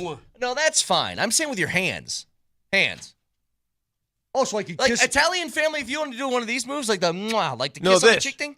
Yeah, that's not going to happen with me. That's not happening. Anyway, the poor I'm old going to do that to you next time I'm in. Well, so I have a really solid-fisted reflex to it. Did you cry when she did it? No, it was... Look, I was just uncomfortable. I didn't do anything. She still did it. I just sat there. So at least she didn't go to her grave thinking that her grandchild was horrified. She would have no idea. She would have no idea. Okay, good. Again, I was, for a 3-year-old, pretty mature. That's all I'm saying. But something about your bare hands touching my face, get that out of here. No, thank you. Here's one. Grandma says, I see ghosts. Kaner says, no, Grandma, it's just me. That was cute. But I can see through you. I know, Grandma. It's just the way I'm built. Somebody said, so, Brett, you couldn't get a facial at a spa. And I remember one time I was in Mexico and we had one of those packages where you get like a massage while you're there. Yeah. And that came with one of those, whatever that is. They put the cucumbers on your eyes. And all I thought, I've told you guys this, all I thought about was they're going to slit my throat. Because I couldn't see what was happening around me. I had this fear that somebody's going to come in with some sort of Ginsu knife and just... I hated it. I hated all of it. Is that the time you almost drowned? It might have been the same year. Yeah, it might have been the same year. That's a hell of a trip right there, baby. But everybody has an irrational fear. Like, I still got the thing. I've told you guys this. When I get off an elevator, I always think the cable's going to snap and then it's going to take a leg off. Do you ever hustle your way through the... I do all the time. Always. Because I'm scared of that cable snapping. Yeah, me too. All right, shut up for a second. Coming up in just over an hour, I'm heading over to Ball Arena. Altitude TV is going to carry this live. We are hosting a press conference featuring KSE Vice Chairman Josh Kronke, who's going to address reporters. Hey, touch Josh's face when you get there. Yeah. Just see how he reacts to that. Grab his cheeks. Yeah. So I need to ask you guys, what would you ask him? Because a lot's been made about answering a lot. What questions would you have? And all the media's invited, so I'm sure he's going to hear a little bit of everything. What questions would you ask him today? And I'm not even sure what the nature of this press conference is. I don't know if it's just a Q&A based on everything that occurred last week, or just sort of a pre-playoff. I don't know. I'm like you guys. All I know is I'm hosting it, saying, "Here's Josh." What would you ask? Well, I think he's already been proven. This is going to be on the radio too, by the way. We're going to air this live on 92.5. I think it's already been proven that his hunch was correct. Where he said, now again, the postseason has yet to start.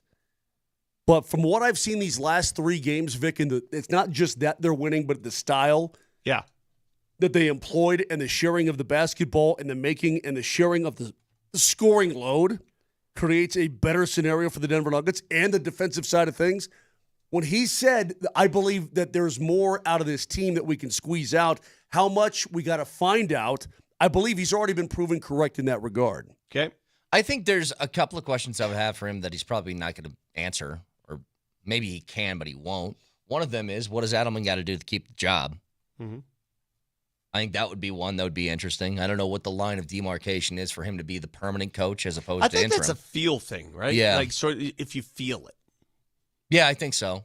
But I asked you this earlier, Vic. I wonder, because I think this is kind of centered maybe around just the Nuggets, but I wonder if he's going to get some Landy questions and some Avs questions heading into the postseason too. I'm sure. I mean, these are 2 franchises that have made the postseason now. We're going on just under a decade. You know, I just read this too. You know what's crazy about the Avs and Nuggets? You know, the Avs have 150 consecutive sellouts. The Nuggets have 111 consecutive sellouts. That's crazy. Pretty awesome. You know what I'd ask him? I'd ask him this. So if you had to read Justin Rose's putt on 18 yesterday in the playoff, who would you go to in your company to give that read? Would you play the right edge or would you play the left edge like Rose did? That's a great question. That's great. Yeah, why don't you do that? Josh, if there's anybody you know in America that ever had that putt on 18, the downhill slider, who would you ask about reading that putt? Dude, you crack me up. Why don't you just bring up another Cobra Kai reference on what Rory overcame on the way to... This is actually pretty good from a texter. He says, when did the disagreement between Booth and Malone start? And maybe it's more like, how would you have handled that differently so it didn't spiral out of control the way that it did? I mean, how would you have stepped in earlier? Is there a different way that you would have tried to mend the Brett, relationship? it certainly seems like along the way that was attempted. That's what it seems like to me along the way, that there was a... I know. Would he handle it differently, though? Because it didn't work, obviously. Yeah. You know what I mean? Boys, we haven't even spoken about this because it's sort of hold on. foregone. Time out, Vic. If he had done it when he really, truly first thought about doing it, would the Nuggets be a higher seed right now? Could they be the two? Yeah.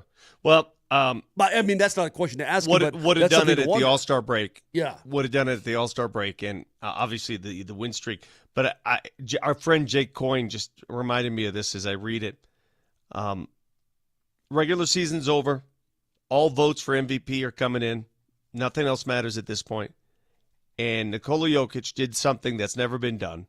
He finishes top 3 in the NBA in points per game, rebounds per game, assists per game, steals per game. The only player in history to finish top 10, let alone top 3 in each of those categories. Wow, that's amazing. It's never been approached. Listen, nobody's ever finished top 10. How could he finish top 3? So how could he not be the MVP? Is it just fatigue, or it's Shea's turn? I mean, because when you lay it out like that, Vic, that certainly seems to me to be like the most valuable player. I don't know what to tell you, bro. I don't know what to tell you. I mean, this is... How do you think he's going to win? Well, I don't think he's going to win. No, I don't. I got another stat from Jake for you. Again, Jake Coyne. This was back on the 10th, so 4 days ago. Nikola Jokic has gone his first 823 games of his career, including the playoffs, without having a teammate who was an all-star, all-NBA, or all-defensive player that season. Of the 5,000 players in NBA history, he's the only one to go his first 700 career games without a teammate. Wow. Of the 5,000-ish players in NBA history, he's the only one. Forget MVPs. Forget, like, all-time players. Like, players, period. Did you see the last one that he just posted? I did not. That's the most amazing stat of all. Of all NBA players in the history of the NBA, of all MVP candidates ever, of all basketball players ever, Nikola Jokic is the first to have a coworker to miss a birdie attempt sliding right, just like Justin Rose at Augusta on 18. We're going to have to get to a fine system here. We're going to have to. It's like, Vic, you can say this, but we need something in return with every reference. With every reference you make, we need like something in return. It's like a trade. It's going to become a currency soon. Vic wants to say something about the Masters or Augusta that he played, then he has to. I'm just mad. Just mad. Last thing for me was reading the story in USA Today. How do you feel, Moj? You awake, by the way? You only got like 3 hours sleep. Yeah, I'm super tired, bro. Yeah. Super tired. Yeah, you look it. I know. I got hit with what? What did I get hit with again, bro? The ugly stick. 10 pounds of meat. 10 pounds of meat. All night, right in the face. All night, right in the face. just taking it. I was reading, apparently the New Orleans Saints now are hot and bothered for Shedeur Sanders, correct? All night. Okay. It's a big stake. You like getting nailed by the king? So Shedeur Sanders is in play. Apparently the Saints, they're hot and bothered about him. Well, according to Tom Pelissero, apparently the Las Vegas Raiders at their position are now, they're at 6, and if he slides, they're getting hot and bothered about him too. I know they just did the deal with Geno. I know they did. But let me tell you something. If Shedeur Sanders goes to the Vegas Raiders, I am going to have kittens. That's just, I'm just telling you, visually, I don't know if you guys Because do I think this. he's going to be damn good. Do you guys I'm afraid. Do you guys ever do this, especially in the NFL? You try and picture, like, if a guy's a free agent, you picture him in a uniform. You're like, does that look right or not? Shedeur in a Raiders uniform just looks right to me. It looks correct, yes. Yeah. I hate that. It just looks. I swear, if they looks the part. Golly, if he goes to the Raiders at 6. Like Shedeur in a Giants uniform, just in my head, it doesn't compute. It just doesn't seem right. No. In a Raiders uniform, it looks exactly the way it should be. Yep. So, with that in mind, Nelly, fact checker. Nelly monitors the mistakes in today's Fact Checker. Today's Fact Checker. Presented by Rock Plumbing, Heating, and Air Conditioning. Your local home comfort specialists. RockHeating.com. Rock, bringing comfort home and simplifying your life. Moser, you asked earlier if the Denver Nuggets have ever faced James Harden in the playoffs. And from what I could tell, they have once. In the 2011 playoffs, the Nuggets and the Thunder met in the first round. The Thunder won that series 4-1. And in those 5 games, James Harden only attempted 24 free throws. Yeah, that was pre-beard. That was pre-fake. Or how about this? A more well-groomed beard. Yeah, well, whatever it was. Yeah, that was pre-gaming the system is what that was. All right, so Thank you, though, obviously, Nelly. a lot to discuss as we are in the holding pattern right now before the postseason starts for the Avs and Nuggets, but a lot to get to. I just want to know when we're going down, man. Want to make some plans. Well, hopefully we can find out soon. Check Go out the where? podcast, iTunes, Spotify. To Dallas, bro. Wherever you find your podcast. Moser, Lombardi, and Kane. Have a wonderful Monday. Talk to you tomorrow. Love you. Bye.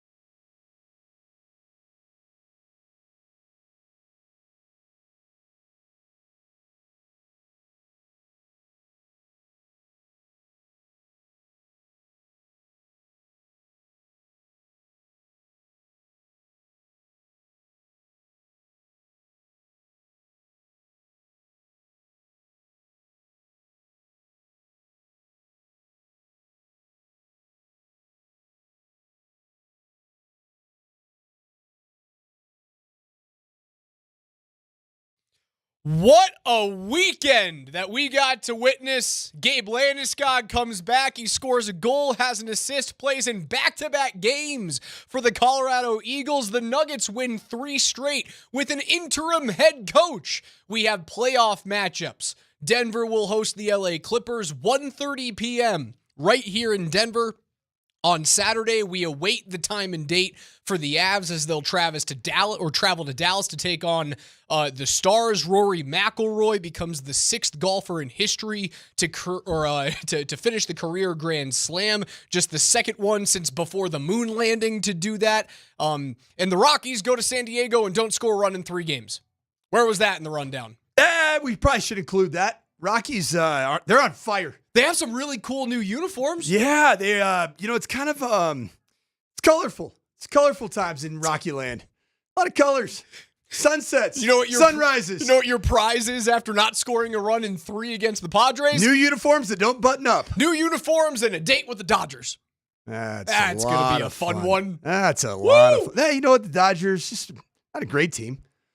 Good team. Solid team. So much to get into today. Josh Kronke will have his presser live here on Altitude 92.5 starting at 11. Do we know what that's about? I would assume it's just publicly addressing the firing of Michael Malone. Okay. That's my expectation. So my brain went to, didn't he kind of already do that with Vic Lombardi, though? He did not have a presser. He was not available to the media. It's different. You know that. Okay. In-house, I guess. You all right? Yeah, something is there's crowd noise in the background. I hear that too. Right now. I don't know what's happening and I don't like it. Is our mind still back at Stadium Swim in Las Vegas, there's Nevada? This ambient crowd in the background the whole time. Do we hear just EDM music? I mean, we can take our shirts off right now if you want. Oh man, we can have a pool stream if you're feeling it. I'll tell you what, man. Yeah. Woke up the next morning with all kinds of regrets, showing off my taco meat on the chest to the world. Yours was worse. I had a great time. Your chest hair, man, it's first ballot. You got first ballot Hall of Fame chest meat. I appreciate that. Chest lettuce. Big fan I like of that. I like chest lettuce. I wonder what KJ would have been like in there. KJ, what's your overall chest hair situation? Man, if we're measuring on a scale of 0 to 10, I'm talking about a 0.1. There we go. So you have none? You've got none? He's well groomed. I'm baby faced everywhere, man. Then that's a 10. I'm baby faced. To many people, that's a 10. It's like in the other guys, completely shaven. Arnie Palmy alert. All right, so much to get into today. I have to start with what was the best thing we saw this weekend, and that was one of the most captivating final rounds of the Masters in my lifetime. I didn't think that anything could hold a candle to what happened in 2019 when Tiger completed his comeback, his return to glory, as Jim Nantz so eloquently put it. This is right up on the mantle. This is a dude who had choked for years and years, his 17th try to win at Augusta, his 11th try to complete the career Grand Slam, and he had near misses in 2008. Near misses in 2011 at Augusta, where he just imploded on the back 9. He misses 2 3-foot putts at Pinehurst last year against the guy, Bryson DeChambeau, who's the largest superstar in global golf right now, if you add in what he's doing on YouTube. And he's turned Bryson from an insufferable bag to one of the most entertaining guys in all of sport. And he goes up head-to-head against him. It was a symphony of sensational shot making, dramatic collapses and blowups, deafening roars, and it finishes with a moment that I think we'll be talking about, or at least golfers will be talking about for half a century. Raj, you're going to hate me right now because your nickname is Alex McElrory because you love Rory McIlraj so stinking much, as we've established, watching the Masters with you in a pool. And ironically, remember we talked about this on Friday in the pool. I said, this is going to be cinema for the next 3 days because Justin Rose is going to continue to hover. And he was hovering. He was just right there. He was hovering. 10 birdies in the final round, just hanging out. But you're going to hate when I say this, Raj, because you are a Rory McIlroy glazer. You might lead the Glaze Club. It's like a fan club, just on a different level. This doesn't hold a candle to 2019 Tiger Woods. No, it's different, right? Like Tiger's everything. And it's the comeback story. It's getting beat upside the head with a golf club by some Swedish former wife situation. I was going to say some Swedish. I was like, he's married. It's the mother of his children. Yeah. This is not the same from a standpoint of like the entire 4-day stretch was so captivating of Tiger Woods. Like, is this going to happen? Right. Like, are you serious? After like his leg snapped or what? I mean, whatever, all the different, his back was fused. I mean, he had so many different injuries. 2019 was so captivating. I think Tiger Woods as a figure in golf is so much more widely captivating. He is singular. Correct. Singular. But I'm going to admit this too, Raj, and this is going to piss you off. I was rooting for Justin Rose in the playoff. Why? Because you love failure. You root against people and good stories. I just don't love Rory. You root against history. I don't love Rory. It's okay. You root for failure. It's all right. It's okay. You can be that guy. I just don't love Rory. What isn't there to love about that story? I just don't love, You hate. So, I think so, he's- 19, you know what I so think he is? 1997, when the Broncos win their first Super Bowl, right? 97, John Elway finally. Let's talk about monkey off the back scenarios, right? Because that's what you saw last night with Rory.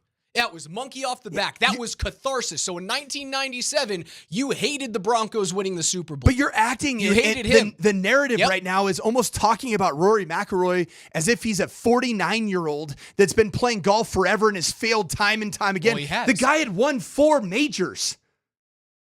And he wins his 5th, correct? He hadn't won in 11 years. He wins his 5th, and he had tried this for 11 years. The reason why it's so big is because it is the career Grand Slam. I understand that And he had tried there's only for been 2 of them in 50 tried- years. he had That's tried incredible. For so long, and failed miserably. Like, gotten to that point and crashed and burned. And he crashed and burned in this one. Not enough, clearly. I know. His approach shot in the playoff was just glorious. It was. It was so good because Justin Rose's shot coming off the club and Great watching, shot. you're like, oh my gosh, Game's over. this is it. Tournament's over. And here comes, and you had it. That was the moment to me that was fierce. He doubles the first. You think and the reason why I thought it was so great is because it was this roller coaster of emotions. And I thought that even if you're not a huge golf person, you know the Masters, right? Like, that is something that even if you're not a football person, you don't watch that. You know what you watch? You know what you're around to watch? You're there on Super Bowl Sunday. That is what the Masters is to the general sporting public. He doubles number 1, loses his lead immediately. Oh God, what's going to happen again? He gets to 3 and 4 and birdies back to retake the lead. He hits an all-time shot on 7 up and over the tree. Ridiculous. That's a superhuman golf shot. He misses the putt. So you go, okay, here it is. Great golf shots, but Rory's going to go ice cold with the putter yet again, like he did at St. Andrews, the Open Championship, when Cam Smith ended up winning it. He gets lucky on 11. He only bogeys it, but doesn't put it into the drink. So you go, well, you have to get a little bit lucky to win a major. You talk about 2019 with Tiger. What did Tiger have to see? He had to see Francesco Molinari put it into the creek at the par 3, and then on the par 5 15th. 2 water balls for him to win that thing. Sounds like Bryson DeChambeau drink. DeChambeau one of the best players on planet Earth, has to fall apart, and DeChambeau imploded. He double drinks. Rory plays one of the worst shots of all time after making the heady play to lay up on 13. Puts a 70-yard shot, a chip, into the water, and double bogeys one of the easiest holes on the course. But he bounces back to hit one of the greatest shots we'll ever see. A shot we'll talk about for 50 to 100 years on 15. That sweeping 7-iron. Mm-hmm. And then he chokes on 18. A 6-foot putt that... Was it even 6, Raj? I don't know, man. But I looked at it, there's no way he makes this because it's Rory, and Rory's going to choke. And somehow he bounces back in the first playoff hole to stick it within 3 feet. And from the same exact distance that he choked away at Pinehurst last year against Bryson, he makes this one. It was catharsis, monkey off your back. And it made me think of John Elway at 97. It made me think of Ray Bork in 2001. Did it make you think of Michael Malone leading the Denver Nuggets to the franchise's first ever and only NBA title? I felt more shocked when they beat LA, when they hammered the Lakers. That's when I thought the monkey came off the back for the Nuggets because they had never gotten there. Right, the Nuggets have never been there. I think that's the difference between what McElroy did yesterday and what the Nuggets did 2 years ago, is that the Nuggets weren't in the finals year in and year out over the course of their history. They were never even talked about in terms of getting there. They were always the second or the third fiddle in that conversation. That's the reason why I think the Broncos, with those historic tushy beatings in the first two Elway Super Bowls, when they finally get there in 97, that is catharsis, monkey off your back. I think of 2004 with the Boston Red Sox. I think of 2016 with the Chicago Cubs. I think it's on the same conversation as those achievements. And I could look to some of the futures, and I'd say that Rory McIlroy before the playoff. So after 18, you bungle it. What ended up was a 5-foot putt. I just looked it up. 5-foot putt, straight 5-foot putt. No big deal. After he bungled that, I'm looking at Buffalo Bills. Yep. Having never won a Super Bowl. But the difference is similar to Rory. They've been there. They've been there multiple times. In fact, how many years in a row? 4 years in a row and not to win one. And I even think that Josh Allen a little bit right now has that monkey on his back, as Super Bowl is the one very significant thing that's lingering for him to achieve. I would say that Lamar Jackson in the postseason. Lamar's a really good one. Josh Allen's a really good one right now. We could get to the point with Patrick Mahomes. We'll see how the future goes, but Patrick Mahomes winning his 4th. There's no monkey on him right now. There's no monkey. Not yet. Maybe he's only 15 months removed from winning a Super Bowl. If he goes like 8 or 9 years, maybe it's, were you flash in the pan early on? Which again, like that's why I thought Rory was always going to be talked about, because he was so successful early on. And then is this hallowed ground ever going to happen for him? By the way, news in the NBA, the Phoenix Suns have fired head coach Mike Budenholzer after missing the NBA's playoffs and the play-in tournament, having 3 guys making damn near $200 million this year. Yeah, you deserve to be fired on that one. You know what? Something to watch out for is Michael Malone going to be the next head coach of the Phoenix Suns. That is something to look out for. It is Black Monday in the NBA. It sure is. Get your Ishbia on. Yeah, so many things to talk about here. You guys let me know. What are the other great monkey off your back moments in sports? What are the other ones that we have yet to see? The monkeys that are still currently backpacking on players and teams right now. The Colorado Rockies scoring a run in a Major League Baseball game. No, you didn't have to. You chose violence. You didn't have to do that. 303-504-0925 is where you can reach us on the Schomp Mazda text line. One price, one person, and 1 hour on the other side. We have playoff matchups. They are set. Nuggets, Clippers, Avs, Stars. Let's start getting into it.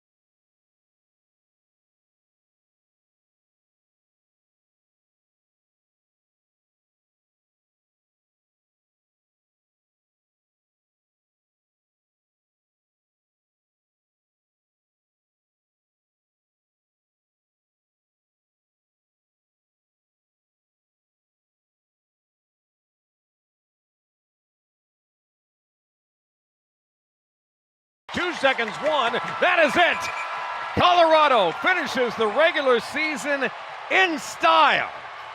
No McKinnon, McCarr, Taves, Nichushkin, Lehkonen, Drouin, Lindgren. The list goes on and on. No problem. Colorado once again are the comeback kids, and they defeat the Ducks for the third time this season, this time by a final of 4-2.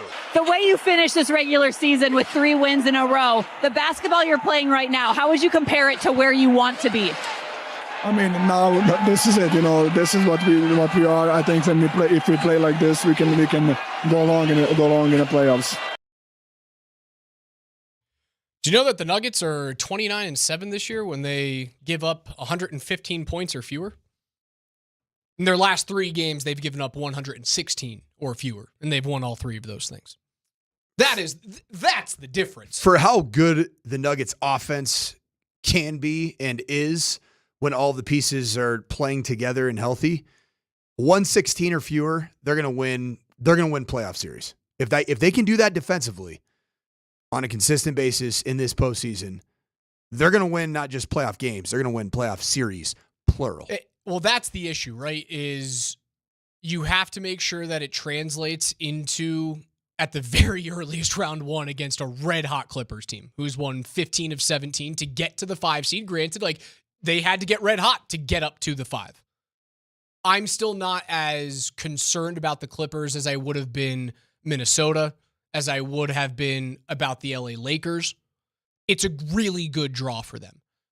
I hope to God that Golden State somehow gets matched up with Oklahoma City in round 1, because I'm never going to bet against Golden State with Steph there. I still think they always have a puncher's chance. It's much like when we were talking about the Nuggets prior to the coaching change. Did I feel confident? No. But was I going to completely rule them out? Well, they've got Nikola Jokic, so the answer to that is also no. You can't rule them out.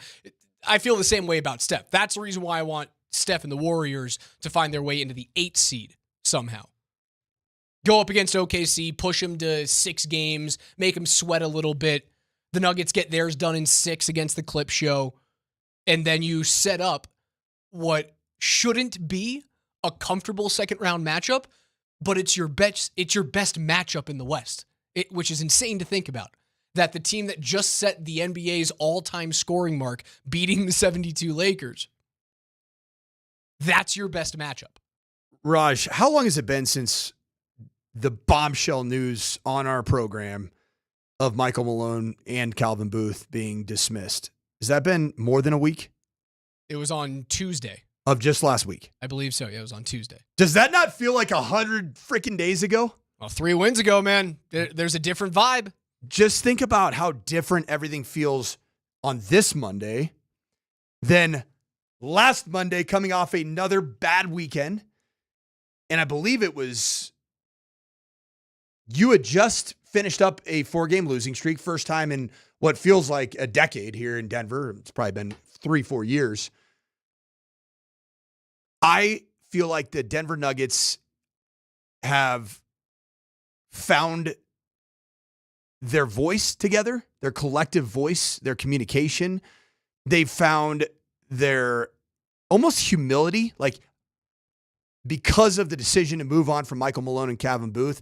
That hits players, professional athletes, square between the eyes. And it's like, oh, wait, we talked about it. We're in the crosshairs now. And I think that you find yourself what could have been the Nuggets could be playing a play-in game right now. Oh, it could have been really easily played. If you lose to Memphis, right? If you lose on Friday night, the play-in is very real. Who would the Nuggets most likely have played in the play-in game? Would it have been the Warriors? I think they were supposed to slide to the 7 had they lost 2 of those final 3. So to answer your question, Coach, it would have been the Warriors. Could you imagine that? Warriors in a 1-game playoff. 1 game to see if you're in the playoffs or not. Do we agree that that's where this all felt like it was heading? 1 week ago today? Do you really think that you would have gone 3-0 if nothing had changed? I don't think so. I really don't think so. And so the fact that you draw a home series against the Los Angeles Clippers Who, by the way, why did they change their logo? And what is that logo? It's a ship. It's dumb. It's a ship. It's stupid. It's from better Los than- Angeles. Hold on. Show me the lakes in LA, coach. They're from Minneapolis. They were the Minneapolis Lakers, and they kept the franchise's historical name. And yeah, there's a lake or two in Minneapolis, and there's a lot in Minneapolis. There's a lake or two in Los Angeles. San Diego team officials did not think the Braves was a proper representative nickname for the club in San Diego where the now Los Angeles Clippers originated. Why'd they change their logo? It was just like The original logo sucked. It was cool, man. No, It's it wasn't. throwback The- vibes, the man. It reminds original me of my LA childhood, Clipper- dude, growing the- up there. The original Playing at the LA Great Western. No, they didn't even play at the Great Western Yeah, Forum. they lost They played wherever they played. They played at the Los Angeles Sports Arena. The Clippers Shared were it the with butt USC. end of every NBA joke for the entirety of their existence until Ballmer bought them. And they're still kind of part of that joke. The original Clippers logo was garbage. Their new logo's the worst. I don't think the new one's great. I understand This it. is sweet. No, that's sweet throwback logos It's garbage. right there.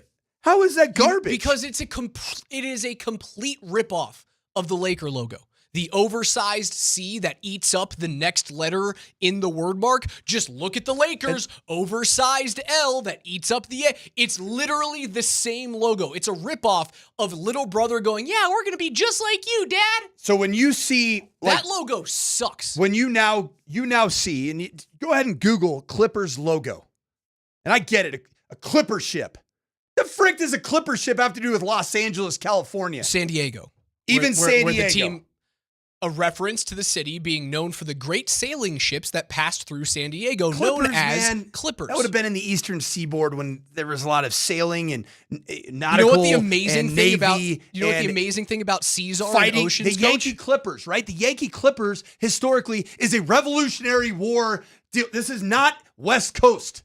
You know what okay? the This is amazing thing dumb. about seafaring is that you can take a ship and you can go to other parts of the world with it. It just doesn't stay on the eastern seaboard. You can navigate the globe and bring that ship to the West Coast. That's the amazing thing about navigation in the water. Just jump in on, just logo search the Clippers and find the one that doesn't say their name on it. All it has is a very nebulous sea and a compass and a ship and a basketball. It looks like a dang Royal Caribbean cruise ship. It's dumb, stupid. Tell me that you immediately affiliate that or associate that with the Clippers organization. When did they change this? You're acting like the Clippers are some hallowed organization in the NBA. I mean, Harold Miner. They're an afterthought. Harold they have Miner was part of my always youth. been an afterthought. You're getting on about the history of the Clippers. Like, what is going on here? Do they have fans? Like actual Mike Sanford feels like one.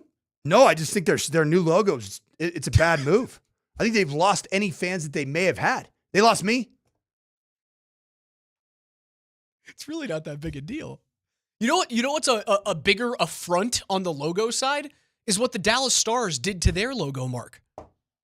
I didn't What see they that. what they did to the green that they used to have. They used to have this awesome deep forest green that was bathed in gold and in black stripes, and they changed it to this neon. Yeah, the neon stars. Offensive Dumb. green. They call it victory green, even though the Stars haven't won anything since 1999. You want to talk about an offensive logo change? That's it. That's the more hateable logo in the two matchups for the Nuggets and the Avs. What's the series those logos are sweet. Both of them. The one on the right. Dallas Stars old and Dallas Stars new is way better than the Clippers. I will agree with you. Both the Clippers logos are terrible compared to that. I look at that D. Yep, I'm looking at that D right now, and I see a star right behind that D, and I think Dallas Stars. I see the stupid Clipper logo, and I don't think any basketball team or pro sports team. I think maybe a USFL team. I mean, granted, that's kind of how I thought about the Clippers with their old logo too. How do you feel about the matchup against the Clippers outside of way more logos notwithstanding? Way more comfortable than I do about the Avs and the Stars.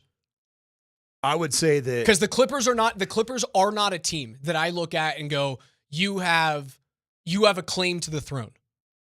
You are not a team that I say you could beat Oklahoma City in round 2 and then make a run to the NBA final.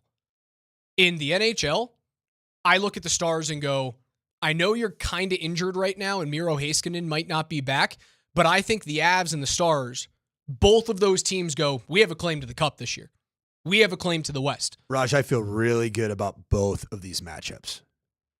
The one that's a little bit scarier, if you just look at recent trends in the season, the Clippers finished the season winning 9 of their last 10, 8 straight, which I think form is important. Now, I will say this too. I think the Nuggets form, I mean, it is rounding into a really, really competitive and scary space for any team that's going to be playing against them.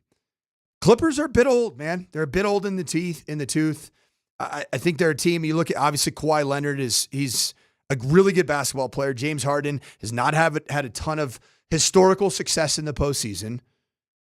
Norman Powell is the guy that has my full attention. And that's the guy I'm going to be circling as a player that can score, and you have got to defend. You have got to defend the three-point line. So the issue is, who are you going to defend Norman Powell with? Because it's likely your worst defensive player. It is likely Michael Porter Jr. And if it's not MPJ, you know who's on James Harden. Is it Michael Porter Jr. if he's not on Norman Powell? Because that's the decision that David Adelman has in front of him right now. Who is going to defend whom? Zubac and Jokic are going to match up. What about Christian Brown on Norman Powell? CB's 2 inches taller. Tremendous length, athleticism will give you everything he has. And then I think you can blitz him off the bench with Peyton Watson. That's why I believe Peyton Watson's going to be important in this postseason. He's a legit part of if you're going to make an 8 or a 9-person rotation, and I think it's going to be a little bit deeper because Adelman is okay with playing other guys. Like I heard the morning show talking about, it's an 8-man rotation. You sure? Because Michael Malone's not coaching this team anymore. You sure it's an 8-man rotation? I'm not. I'm not convinced about that. So who do you have on James Harden? That's the issue. James is going to get. Are you more scared of Norman Powell than you are of James Harden? Yep. Yeah. What do you think? Give it to me, KJ. Dude, I'm with you 1,000%, Coach. Dude, Norman Powell is a bona fide scorer. He was a first-time All-Star this year. Just an absolute James Harden's a menace. Hall of Famer. That's cool. He's at the point in his career, I trust Jamal Murray on him. We're not talking about stopping him. We're talking about slowing him down. Okay. All right, in the matchups of Denver Nuggets versus the Los Angeles Clippers, the leading scorer in that series for the Los Angeles Clippers with just shy of 28 points per game. Is it Powell? Is Norman Powell. 3-point percentage versus Denver, just shy of 50%. He is a key to the series. You shut down Norman Powell, you win this series in 5 or 6. All right, so Jokic and Zubac, you put Aaron Gordon on Kawhi. Love it. And you hope you can clamp him down and keep him to 24 or fewer. Are you okay with that? I would be okay with that. It does mean, though, if they're matched up and those matchups stay on the opposite side of the court, that AG's probably not scoring a lot in this series. He's likely not scoring a lot unless you throw him in the dunker role, and then he can probably find his in the paint. MPJ then matches up against Chris Dunn. Sweet. That's good, but again, on the opposite side, MPJ's got to make his own shots. Like he's got to be a guy that's willing to move off screens and immediately get something up because Chris Dunn is solid on D. Jamal Murray matches up with James Harden, and Christian Brown then switches from the 2 to the 3 to check Norman Powell. And then you put the 2 young guys, Watson and Brown, on Powell whenever he's on the court. I can see that being okay. Well, what I like too is that who knows what the Clippers, defensive strategy is going to be toward the Nuggets. But if they go 1-1, that's what it looks like right now. I like that you could bring in Peyton Watson to give you help off the bench with either James Harden or Norman Powell. And I think Christian Brown's proved that he can play the long game. He can give hard minutes, does not require a ton of rest. And I think that Christian Brown is going to be a key to not just at this series, but a key to this entire postseason. On the defensive end. All right, so now and in transition. So. Now coming off the bench with your 5-man starting unit, Murray, Brown, Porter, Gordon, Jokic. Westbrook is for sure part of your rotation. Yep. And he had a really good finish to the regular season. Watson is for sure part of your rotation. Who's the next man up as number 8? For me, it's Jalen Pickett. Because I think there's going to be critical minutes where you need a point guard that is not going to turn the ball over. And Jalen Pickett is proven to be a dog on the defensive side, too. What about your bigs? What about your 4 or 5? Zeke, Chonchar, Jordan. I like Jordan. That's why I like think DJ. It's a 9-man rotation. I like DJ in this postseason. I do. I think correct me if I'm wrong. I think he can give you some valuable physical presence in the paint that it's not finesse basketball when DJ comes into the game. What do you think? That's your 9-man rotation. I would rather play him than Zeke Naji at this point. He has seen playoff basketball. He can get an opposing big into foul trouble. He certainly helps out on the defensive glass, which has murdered you this season. When the Nuggets have been bad, it's because they cannot come up with defensive rebounds. And it's just second chance opportunity after second chance opportunity. And before you know it, a 12-point lead has shrunk to 3. Before you know it, a 2-point deficit has grown to 9, right? That's where he helps you. And that's why I think it's a 9-man rotation rather than an 8-man rotation. Coming off the bench for LA, Bogdanovic scares the living crap out of me from beyond 3 because you don't defend the 3 well. But my first blush for both of these series, Coach, Denver in 6, Colorado in 6. We'll get back into the NHL a little bit later on the program. Still to come today, Chris Armas of the Colorado Rapids coming off yet another win, jumping up to number 3 in the table, will join us on the other side, as well as Josh Kronke. His 11 a.m. media presser will be live right here on 92.5. Don't go anywhere.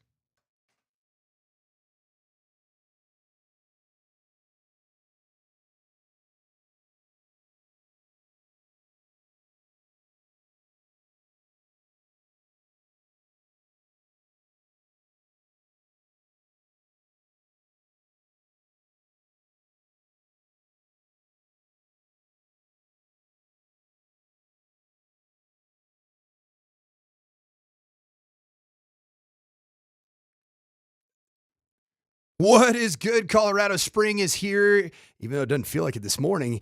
And the temperature, weather's heating up. We'll see it again tomorrow. The sports action's heating up even more at Circa Sports Colorado. And if you're like me, you've kept your eyes out on Circa Sports NBA futures for Nuggets to win the 24-25 NBA championship. That number is at plus 3,000 for a yes. 30-1 odds to bet on the Denver Nuggets to win the championship. Tell me you haven't watched the last 3 games and have different vibes than you did a week ago. And get onto the Circa Sports Colorado app. Whether you're looking for playoff futures for the NBA like that, or props on your favorite players and more, Circa Sports has you covered. Download the Circa Sports Colorado app or visit circasports.com today. Must be 21 or older. Gambling problem? Call 1-800-GAMBLER.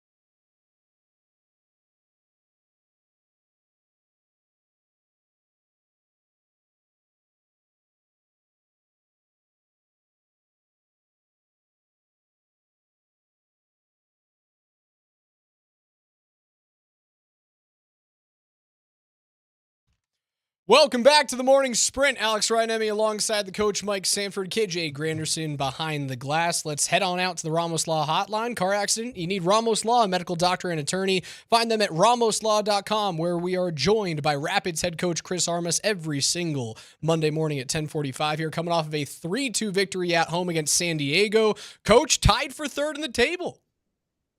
Listen, we're pushing. Each game is a battle, but we're together, and it was a great home win for our fans and for the boys. Yeah, for the fans, for the boys, and one of the fans I hear you had a run in with Coach Sanford after the game there. Yeah, I got to see him and his family. Really cool that one. I knew he'd be at the game, so yeah, we linked up after and caught up a bit. Coach Armas, what an incredible performance! And one thing I talked to you right after the game is just, you look at an expansion team in San Diego FC that brings about some real quality. Luca De La Torre, fairly a mainstay on the U.S. men's national team, and then Chucky Lozano. Those two players, you watch the quality. How rewarding is it to get that result against a team that had players of that caliber that can really score? Yeah, we knew it was going to be a big challenge in so many ways. One, they have really good players. When you're an expansion team these days in MLS, it used to be a disadvantage, but now you get certain amount of monies to spend and build a roster with the vision of the sporting director and the head coach. And you got the expansion draft, you bring in top players, a dynamic fan base. But the challenge would have been, taking care of some really good attackers. Their holding midfielder, a player named Terskov, he leads the league in touches. They're a possession-based team, which we got excited about because we thought, all right, here we go at altitude. Let's bring our high press. Let's go after these guys. And then we hoped they'd give us a chance, which that's where the first goal came. We created a penalty. Yeah, talk to me about creating that penalty. You guys were dangerous early on. You probably could have had 2 or 3 prior to drawing that penalty. Talk to me about that full court press that you guys employed in the first 35 minutes of that game.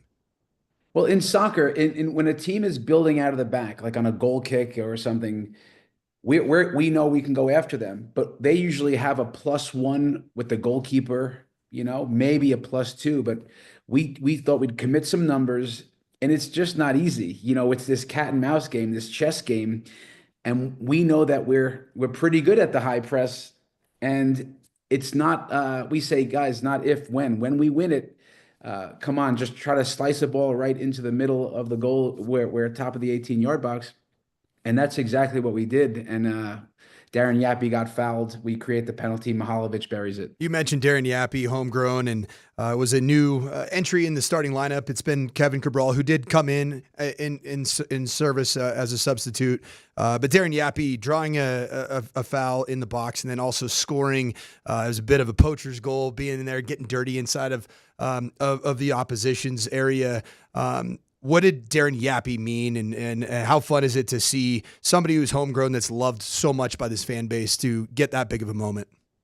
It meant a lot to him. You could see it. I could see his buzzing. The days leading in, he's sensing with the way we were training that he might get a start. We didn't reveal that till Friday, but the day before. We wanted to bring him in. We wanted to mix up our attack. We wanted to get the 2 strikers out there, which helps with attack.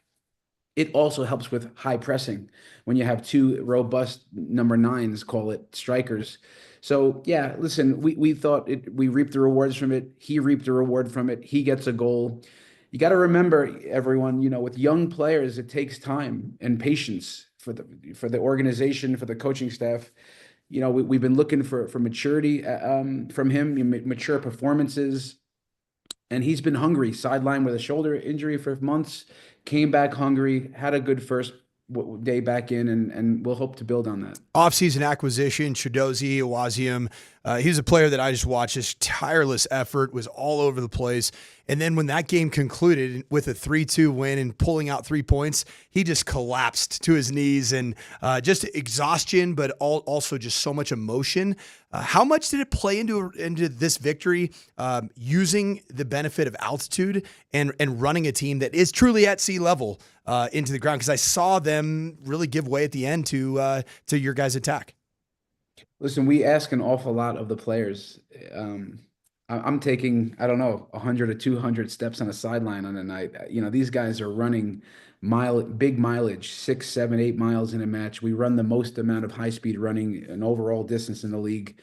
I think, it's for pro athletes, for athletes. There's big emotion and stress that goes into it and the ups and downs of professional football. So we came out of a game where we thought we could have been better all the way around in Vancouver. And it's a big response and reaction from the team. So at the end of 100 minutes, call it 90 minutes, it is a big relief at times that players show. So Chidozie is a passionate, emotional guy, and he showed it at the very end. So I don't know if it was physical or emotional or both exhaustion, but that was a nice picture. I saw that too. Rapids head coach Chris Armas is our guest, courtesy of the Ramos Law Hotline. Get me ready for your next road matchup. This time you're going up against Houston. Just one win in their last 6 games. What type of challenges do they pose, or what type of holes do they have in their game that you can exploit? Listen, it's a dangerous opponent. They're a little bit of a wounded animal at the point, but the desperate. They come out of a game against the LA Galaxy. They were very good in the game. They should have won the game, in my opinion. They're a dangerous team because they always play us well, but they're home. They got some heat. They got some humidity in that building. They still have good players, but listen, we think we can challenge them and with potentially 2 strikers again, but our attack, they're trying to find their way. We're trying to fine tune our way. It'll meet halfway. They're a team again, built for possession. And I think if we're good with our high press, our structured mid block, where we can put them on the clock, we say, take time and space away, we think we can hurt them in transition. Coach, this is a bit of a outside of the box question here. In soccer culture, a goal is scored, you're most likely in the supporter section going to get covered with beer, correct? Right? That's kind of how it goes. So family was in there, right? Well, this can happen. My 8-year-old son, he saw the beer that's being thrown, and he himself took his bottle of Pepsi and used a full bottle of Pepsi and sprayed it everywhere, including on my wife and on me. So I left that. Of course. I left the venue completely sticky. Do you give the thumbs up in approval of 8-year-old with a Pepsi shower, or do you think that's a sporting faux pas? Well, I hate to tell you, Dad. For me, it's 2 thumbs up. I like it. Culture.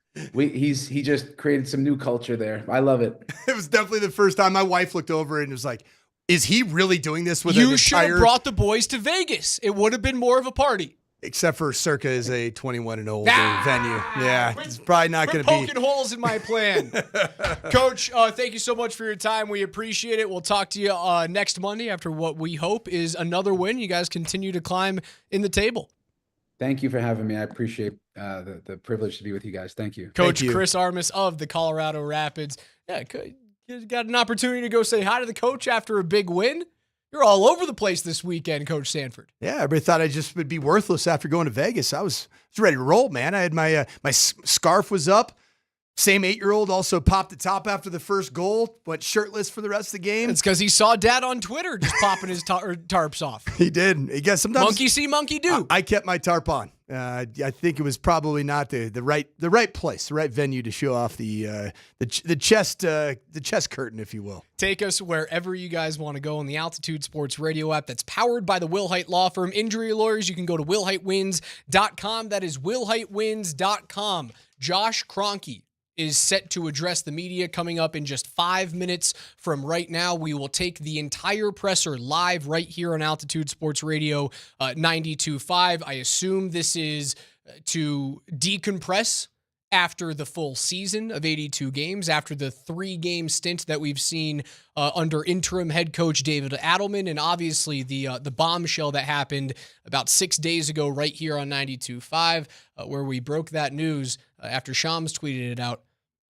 Michael Malone out as head coach for the first time in 10 years. Josh Kronke is next.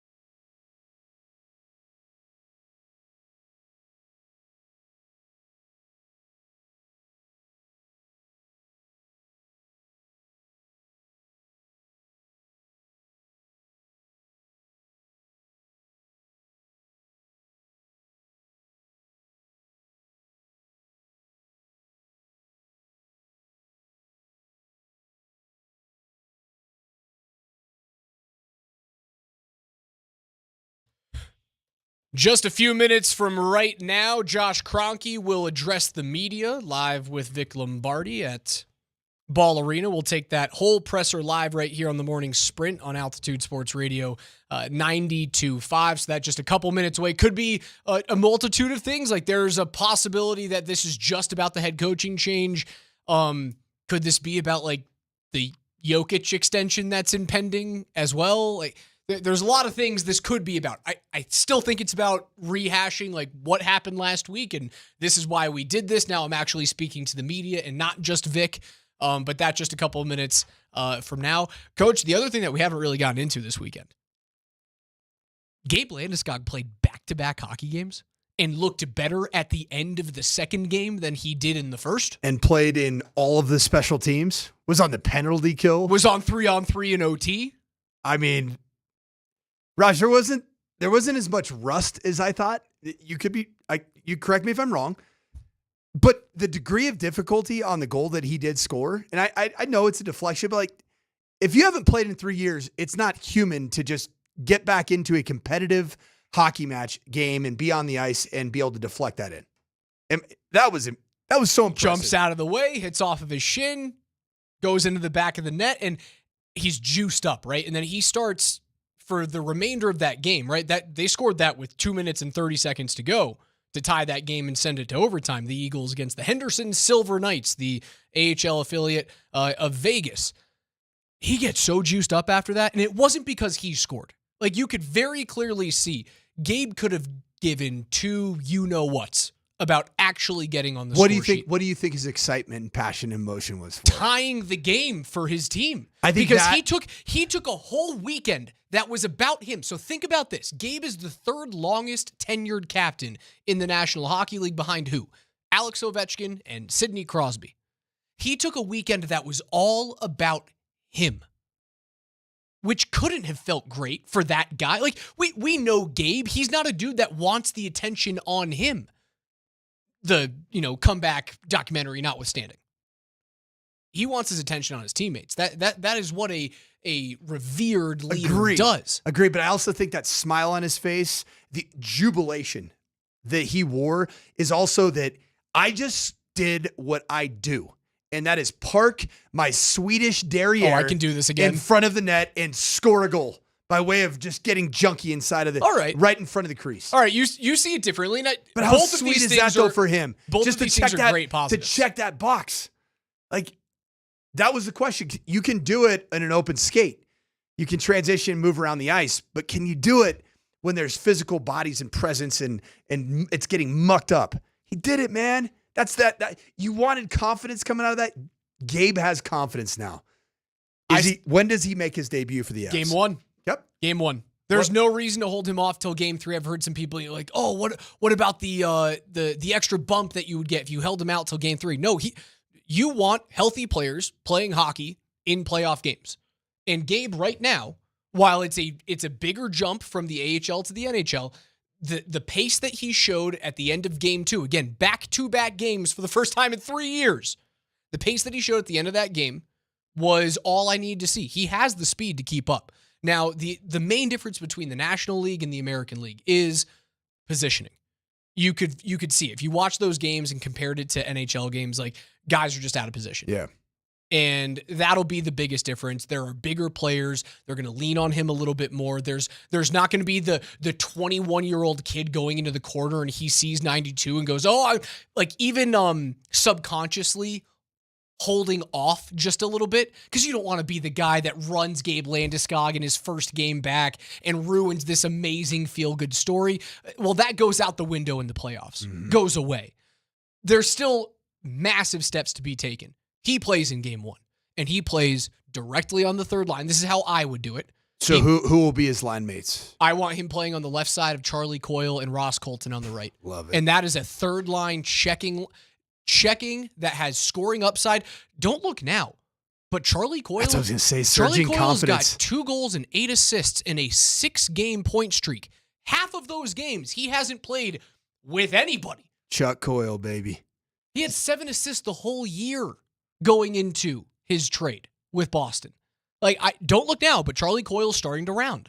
I think that third line is really good. They don't want to mess up that fourth line. O'Connor playing alongside Drury, and I think it's going to be Joel Kiviranta. It could be Parker Kelly. Pick your poison.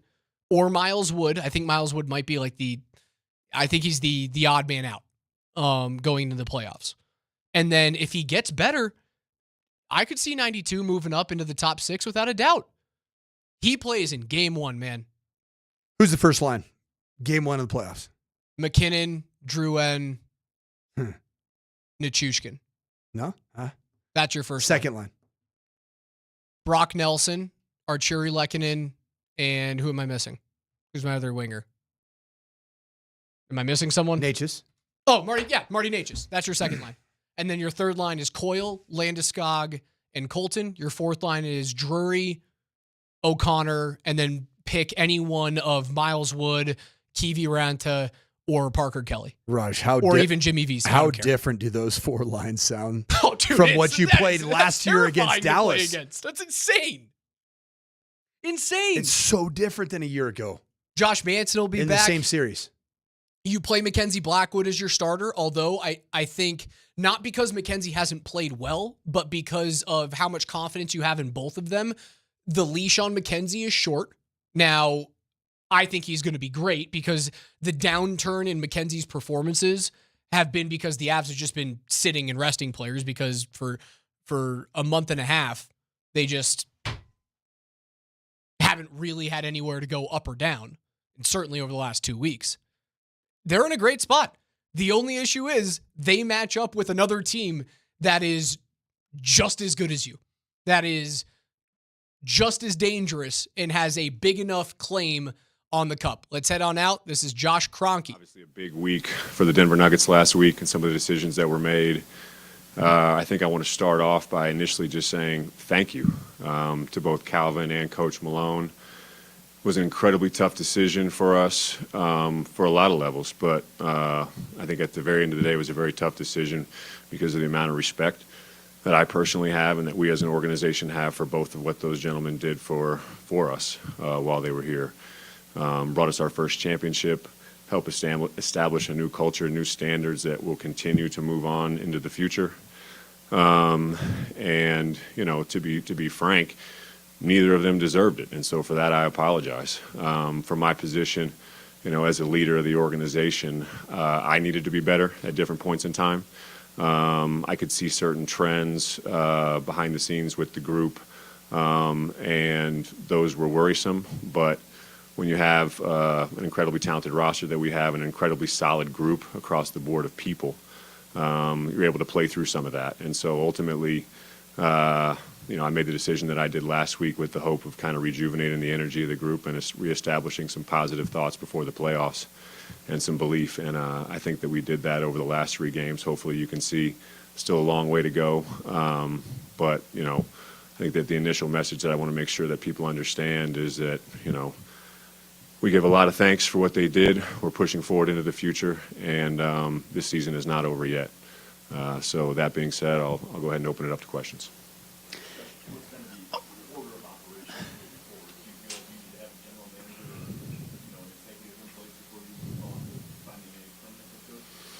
You know, I think that any question like that is going to be answered probably in a very generic way. To simply say that my thoughts aren't there because this season's not over. We just finished the season like a freight train, from what I could tell.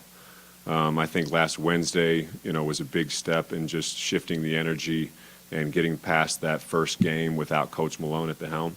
And I thought our group did that brilliantly. Then you came back here Friday night to play a playoff team right next to each other in the standings. And it was one of those nights that, you know, in the NBA season you have to grind through. And so, you know, that first half was a little bit of a slog. I thought our energy was great. We played through it, came through out in the third quarter, started to get back to certain brands of basketball, and then all of a sudden you saw, you know, as Coach Adelman said, you saw the bread and butter start to take over at the end of the game, which was the Jamal and Yoke 2-man game. And then fast forward to yesterday, and, you know, I didn't think that anybody in the group really knew what to expect because, you know, Houston's clinched their spot. They're in a different position than us, not playing for their playoff life. And, were they going to play their players? And so, I was actually pleased to find out that they were going to play their players because I think our guys were ready for a chance to go against a very good team above them in the standings. And I think we came out with the right mindset in the first half that showed a group that still has a lot of resolve and a lot of belief of where they're headed this year. Josh, back here, at what point did you feel the Malone-Booth dynamic was unsustainable, or just their performances individually? And was there an exact moment where you looked at it and thought, okay, this is going one direction? There wasn't an exact moment. I've seen some of the reports that are out there. Some are true, some are completely false. One of the reasons that I'm here to talk to you guys is to make sure that there's not any false narratives out there. When there's an information void around a decision like that, sometimes certain stories or perspectives will try to get filled. And so I'm here to answer anything like that. Was there a specific moment? Obviously, there was a specific moment last week. But over the course of this season, to be completely transparent with the group, there were 2 moments in time that I identified where I hesitated. And it was either out of personal feelings or belief for the group.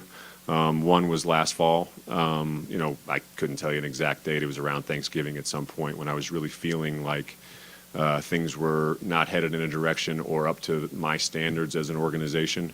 And I saw it was reported that I would sit in with meetings with Calvin and Coach at times, which I did. And we had great conversation in those meetings, but I need more when I'm not around. My role is not to necessarily be there on a daily basis. I need people that are policing the culture and pushing it forward for me on a daily basis. And then, I think that we went on a little run before the All-Star break. That's been reported. I saw out there that I was contemplating something around then. That is true. But, when you have a roster like we do, you have the best player on the planet. It can mask a lot of things. And so, what would be crazier, me doing what I did last week or doing it on an 8-game win streak? And so, there's no real right answer to questions that I have to ask at times. But my feeling and my belief was there was more in that locker room, and that's what I acted on. Here, from the outside, it seems to me that Tim Connelly and Calvin Booth are very different in personality, temperament, strengths, and weaknesses. Is there anything you've learned from going from one to the other that kind of gives you a new perspective of what's important in a front office? I'd say from my personal perspective, that in any period of transition, I need to be really hands-on. Because, a long time ago, and I told the players, I think it's important for us all as people to understand our individual journeys of how we all wound up in the same room together. I mean, the different journeys that those people have been on as players alone to get to that point in that locker room is very impressive and a wide array. But for me, it really was, coming out of the summer of 2013, we made a lot of organizational changes, and we helped to reestablish culture underneath Coach Malone that I'm very proud of, and one that resulted in a championship grown organically over time. And to be frank, I'm very protective of that culture at this point. And that's why I say that I failed both Cal and Mo as a leader, because I let certain things slip to a place that they never should have been. And to be honest, we wound up making a decision last week that, like I said, I hesitated on twice, and I needed to be better for the group. Checking some personal feelings, my respect for both of them, to be a better person for the overall group. And that's why I say what I said earlier. Apologize to both Calvin and Coach. But, when I sat down with them both face-to-face and had very tough conversations, it came from a place of respect, which I think they both understood. And, I think it is important to make sure everybody understands that I had as positive of a bad conversation as I could have with each of them. Coach Malone was wonderful. Calvin was wonderful. I'm sure they had a wide range of emotions afterwards, but in the room with them at the moment, I think they both handled the conversation about as well as you possibly can. Josh, you said that there are things that you observed that made you make this decision. Were any players or team personnel also coming up to you and complaining or asking for a change or further informing what you were seeing? No. I think that my job and my role as, the relative leader of this organization is to have a read on that and understand, through a feeling. I'm not going to sit down and talk directly with some of our players. My job is to understand the feeling of the group over a period of time, and that's why I landed on the decision that I was in last week. I saw Yoke kind of was quoted somewhere, but I did tell him just very briefly beforehand. Told him a decision had been made. and wanted to know if he wanted to discuss it. I think, probably the local people here understand his personality as well as anybody. And so, he just kind of nodded, he understood, and onward we were. I know the players in the locker room have an incredible amount of respect for both Coach Malone and Calvin, and especially our tenured guys that won championship with him. So it was very difficult for everybody, but, they're mature. The locker room and some of our core players, they're not in their early 20s anymore. These are grown men with families now. And so they were ready for a challenge that I dropped on them, and I think they've responded in an amazing way. Josh, how often did you meet with the two of them? And then you mentioned kind of needing for that to kind of be sustained when you're not there. What was kind of the process of understanding that it was not a tenable situation when you were not in the room to kind of intermediate? I mean, I think that's a great question. That plays out over a period of time. Unfortunately, when I'm not there, that's exactly what I am, is I'm not there. I have a wide array of responsibilities across our businesses at this point. Just like I talked to the team, I mean, last Tuesday was the craziest Tuesday that I could have ever imagined. I had the worst morning that I've had in over 10 years with the Nuggets, followed by the most amazing afternoon I could have ever asked for with Arsenal Football Club. We beat Real Madrid 3-0 in their quarterfinals of the Champions League, and we're going into Spain this week, with a chance to advance. They need to stay focused. They got a lot of things that they're dealing with too, but on a human level, that was a rough Tuesday for me. It was all over the place. But I think that, like I just keep saying, as a group, I think that, they understood and the energy was very flat. Maybe one specific that I didn't quite answer earlier was coming into the locker room after our Sunday night loss versus Indiana. I could feel how flat the room was. And, on a 4-game losing streak heading into the playoffs with a flat locker room, that was when I understood and I internalized how much I had let this room slip, and that it was not up to the standards of what Denver Nuggets basketball really is. Josh, on your left, before I ask my question, can you clarify, you said you hesitated twice. Was it a hesitation to make the move on both Michael and Calvin at either time? Yeah. I think that they're both really good people, and that as an organization, we start with good people who work hard. And so I had good enough relationships with them. I mean, Calvin was an assistant GM here for a number of years before he elevated into his role. Coach, helped establish the foundation of who we are to this day. So my respect for them as people probably led a little bit into that hesitation, but there's also a lot of other factors that it's my job to understand. And so, some of those factors coming into the season are, I think, very well-known certain narratives. I think, one, you're trying to integrate, several new players into the rotation, whether that's young players or established veterans. Establishing a new rotation after the departure of, KCP last summer was going to take a little bit of time. I also thought that we had a few players that were playing their way into shape. To be frank, it was a very, very funny summer from a lot of ways, but from my perspective, I have to understand that, what's the human side of what a player went through last summer. A few of ours went, heartbreaking loss in Game 7, probably needed a few weeks off, had to get themselves in shape for the Olympics, and then what's your natural human reaction after the Olympics? You need some time off to recover. And so those guys are always going to come into shape, they're always going to come into camp maybe a little bit behind shape of where the others might be, and that's understandable. And so that all factors into my thinking of maybe an early season decision like I mentioned. Then you fast forward to the All-Star break and you're on an 8-game winning streak, and was it against teams that are playoff caliber? I'd have to go back and look, but I think that those 8 games masked a trend that was going on behind closed doors that ultimately started to really affect the end of our season, and that's why I jumped the way I did. You had 3 straight first-time GMs, so how much of a factor will it be, or consideration, to hire a GM that's had that job before? We're gonna go through a search for sure at the end of the year. I think I need to be as open-minded as possible. We've worked really hard to put ourselves in this position, a position that we've never been in before. I talked about, some of the changes in 2013, but some of the toughest moments that I ever had in my position with the Nuggets would be going through some of those early transitional phases and coming out to talk to our fans and our supporters, and they would be like, Josh, we just want a good team, and we just want to be able to compete. And I just would look at them and I would say, I'm sorry, I believe there's more. And eventually we got there to where everyone believes there's more. And now we're operating at a standard of it that's a championship level. So I need to be aware of what's out there, how to make this team better in all facets. And so, back to my main message, season's not over yet, but once the season is over, I think we're going to be as open-minded as we've ever been about everything. But I think it's important to note that right now, not part of the announcements last week or along the lines of Coach Adelman, but I have named Ben Tenzer interim GM for the time being. And that's just simply done because Ben has been, he started here as an intern way back 2007, 8, 9 maybe. And I know in the moment that Ben knows what I want and we need. And so Ben's going to be at the helm for the playoffs. And I have full confidence in his ability right now. But once the season's over, I'm going to sit down, take a few days break to really think about everything, and then we're going to go attack it like we always do.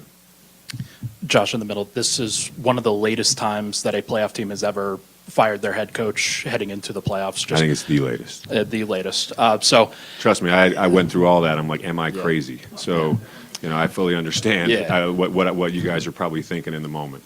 So just given that, just how much pressure is there now applied to the rest of the coaching staff, given the change in roles, and how much pressure do the players now feel in the situation, given the later window? I think that from a pressure standpoint, my whole goal was to rip the Band-Aid off and take away all the pressure for everybody. I think, that my main comments to the group was around belief.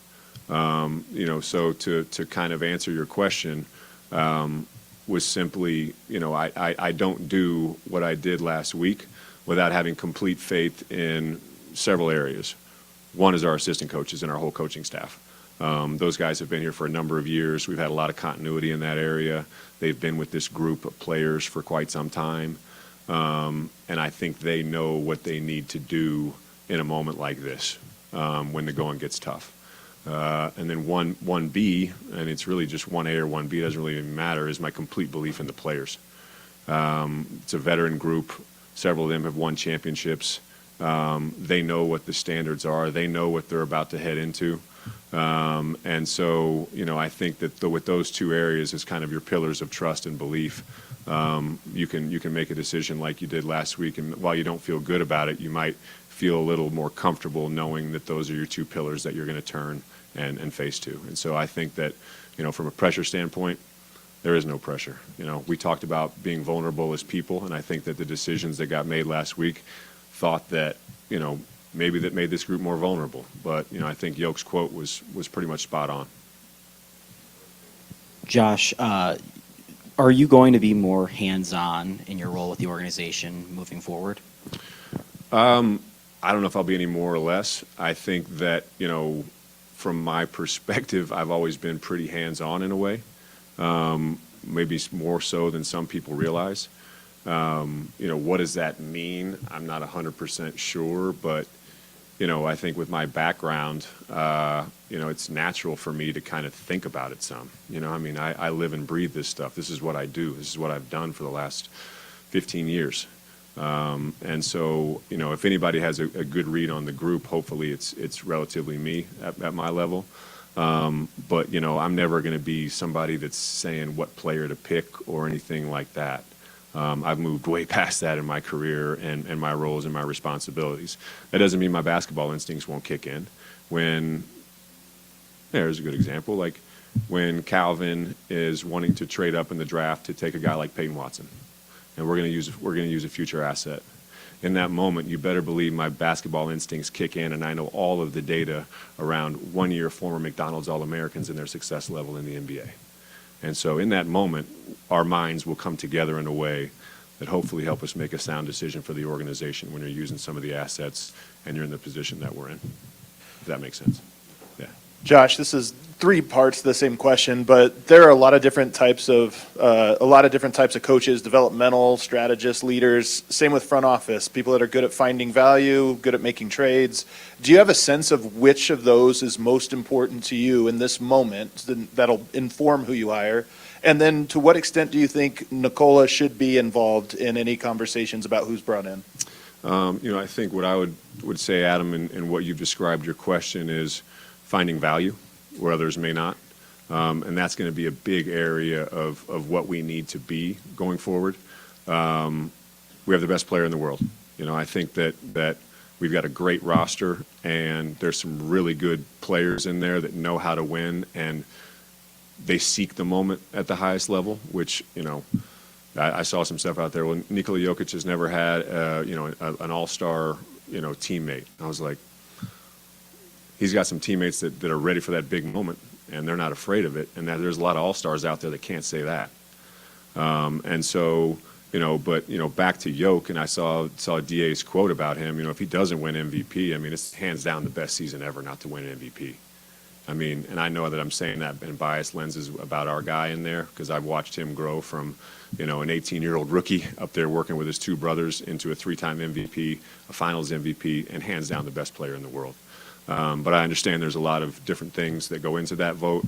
And, if he doesn't win it, I'm sure there's going to be a player, that is very, very deserving. Because, you get into those discussions about MVPs, and it's almost like you can't have an argument for one without trying to tear down the other. And I think we've watched some of the highest level basketball be played across the board this year, all over the place. There's so much skill in the league these days, and to see what Jokic is doing is just amazing. But back to your question about finding value, I think we have to be open-minded towards everything, whether that's player trades, seeing value in the draft where others might not, or perhaps, finding a skill set that fits with our roster in a way that other people might not see. And so we got to be open-minded on all fronts. Josh, speaking of open-mindedness, one of the narratives that went into the vacuum, and how the game goes with that, was someone in the organization may have wanted to move Michael Porter Jr. The Kroenkes didn't want to move him. When it's not a Mizzou Mafia question, it's sort of is there any truth to that, first off, and what do you see Michael's role with this organization going forward? I did see that somewhere, and, if it wasn't such a serious accusation, I would probably laugh a little harder. But, first of all, I'll say I'm incredibly proud of Michael. Let's talk about him on a human level and what he's been through. Several back surgeries, being told that he was never going to play again, slipping in the NBA draft to a place where we were privileged enough to take a player that talented, then working through the setbacks that he's had, not only on the court with his back, but, off the court in his personal life as well. But I think that any kind of report saying that we're not open to trading everybody, possible to improve the team is a complete false. And the other thing that I'll say is, I don't know where that person got their sources from, but I'm surely not going to be greenlighting any trades around here when I don't see complete organizational cohesion and we're not maximizing the group we got. Hey, Josh, I know you've mentioned a few times, I think, that you have the best player on the planet. Mm-hmm. And I'm wondering, what does capitalizing on Joker's prime years, how much did that drive your decision of last week, and how much will it drive the decisions you will make in the offseason as far as a new GM, a new coach, contract extension, that sort of thing? Yeah, you have a responsibility when you have a player like that, especially obviously in his prime. But you have, I feel, an even greater responsibility to the person. I've watched Nikola ascend to the player that he is today. But I think the coolest part about him, and I think that for a lot of people in this room, as you've watched him grow, he's the exact same person that he was, 10 years ago. And just honestly, maybe even a better version, because he understands the impact that he can have on people's lives now through the platform of basketball. I always think it's funny when people say that they think that he doesn't care about the game, or he gives off the impression that he doesn't care about the game. His nickname's the Joker for a reason. And it's not just because it rhymes with his last name. That's his personality. But it's hard to get a read on who he is, and he's very private. I forget how DA worded it the other day, but as impressive as he is from a skill standpoint and what he does physically in the game, but the way he thinks it is, man, it's incredible. And the perseverance and the stoicism that he shows as a player and as a person is the exact same thing on the court as you get off the court. And so I'd be the dumbest guy in basketball if I wasn't asking him for his opinion on certain things, but it's my responsibility to make those decisions for the best of the organization. And I think Jokic He understands that, respects that very much. Josh, some of the reporting out there has indicated that, maybe Russell Westbrook had become a problem in the locker room. Do you get the sense that, or did you get any indication that that was true at all? I mean, I can't say enough good things about my experience with Russ. I can't speak for anywhere where he's been elsewhere, but, when it first became a possibility to have that guy on our team and he and I started talking, I was just like, I just am happy to have you in the locker room because now I just know you won't be breaking our back anymore. Some of the plays that he's made over the years. But to actually answer your question, no, I mean, Russ has been nothing but a positive for this group.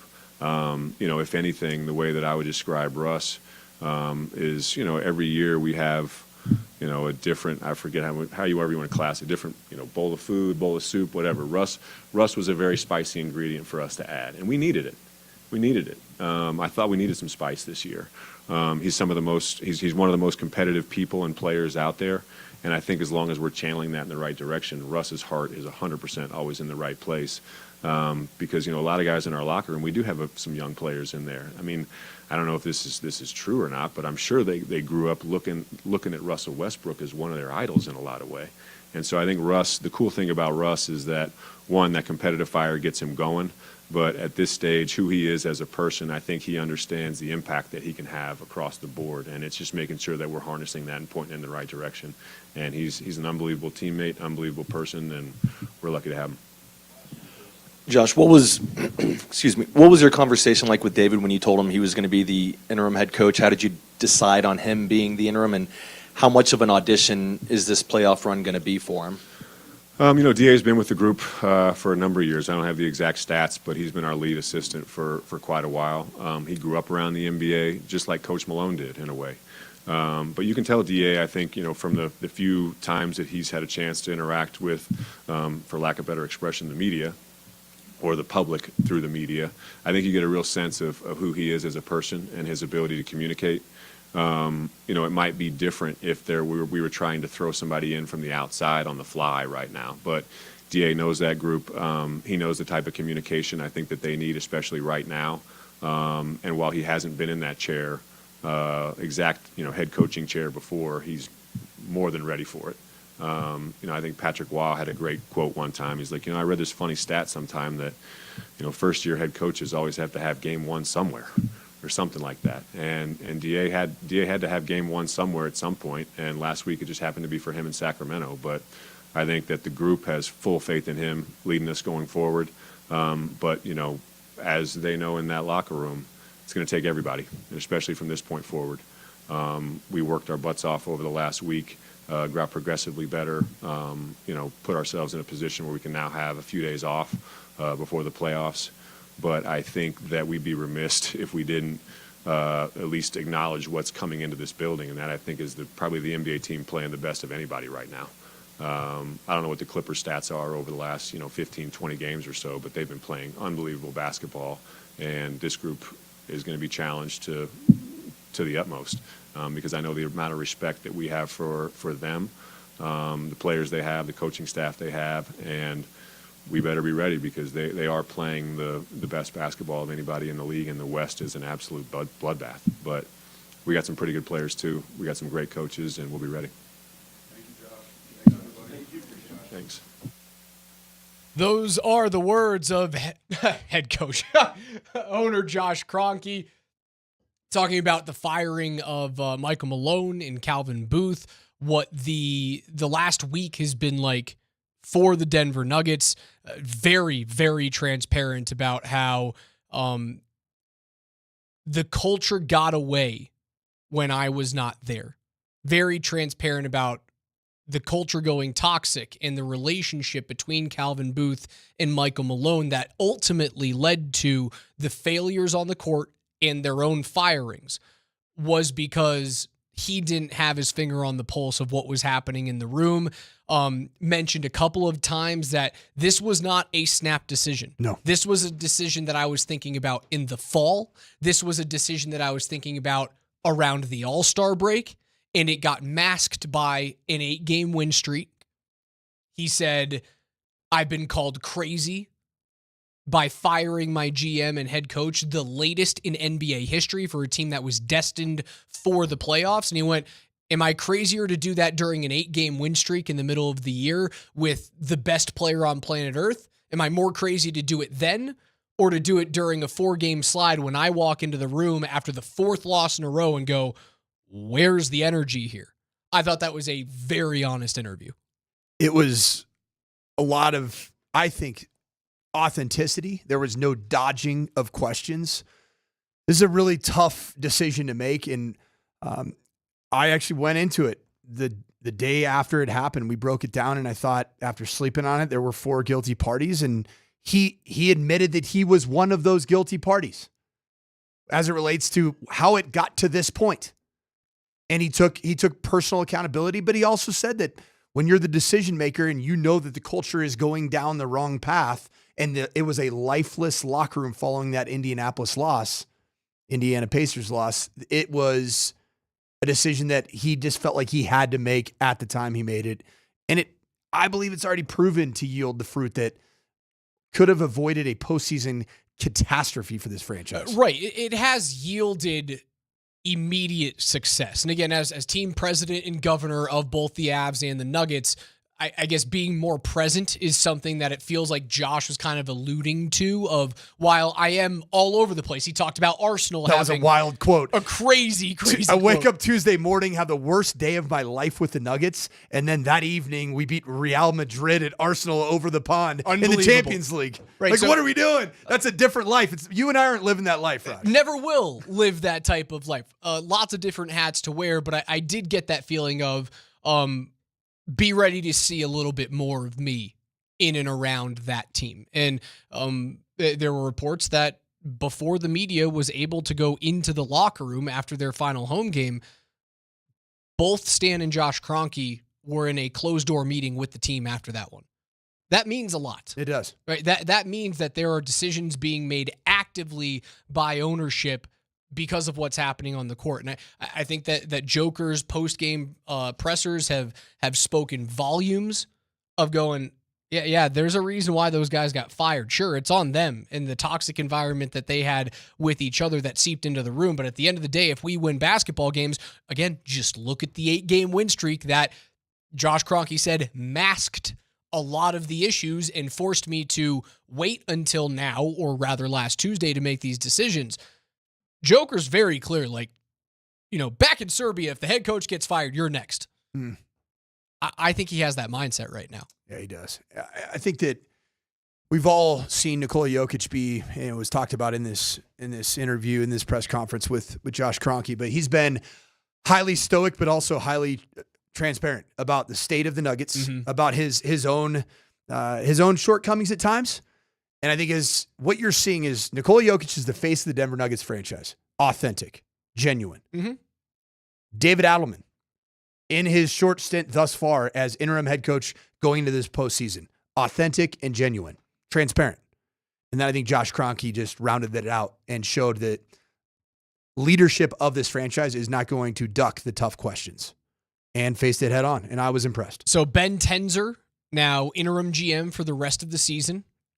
Adelman, obviously interim head coach, winning his first 3 games at the helm. I also thought he was very clear about this. It's a full search in the offseason, regardless of what happens. Regardless of getting this team to the West Final or to the NBA Finals. Regardless of them winning a title, they're going through a full search. Was that talking about general manager or head I think coach? it's about both, man.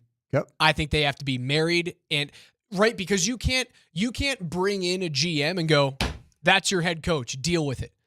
Coming out of the garbage fire that was Booth and Malone kind of hating each other, right? That's what we've learned over the last week, is that those two guys didn't see eye to eye.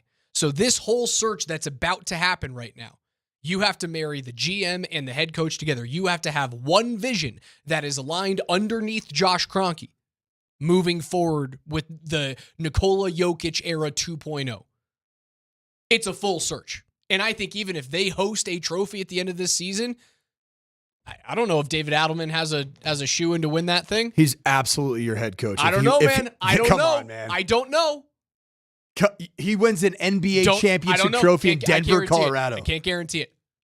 Because it was such an issue that the GM and head coach did not align perfectly that you had to make the latest firing in the history of the NBA for a playoff-bound team. Those two dudes need to see eye to eye. And that means it's a full exhaustive search in the offseason, regardless of what happens starting on Saturday afternoon at 1:30 against the Clippers. This is the Morning Sprint on Altitude 92.5.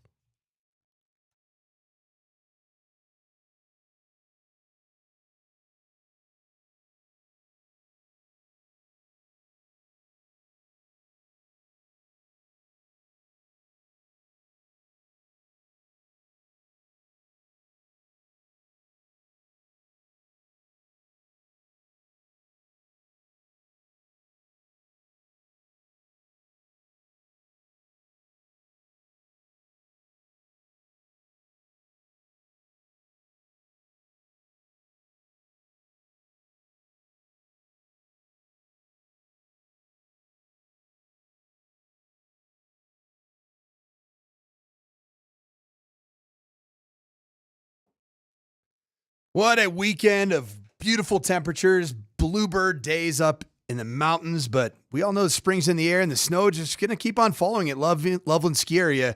In fact, another fresh dusting of snow overnight, another inch going down. And so there's a full month remaining of opportunities to get up to Loveland Ski Area, but you got to get your season passes for next winter. And if you haven't gotten one for this year, get it for next winter and you get the remainder of the month of April into May 11th for free.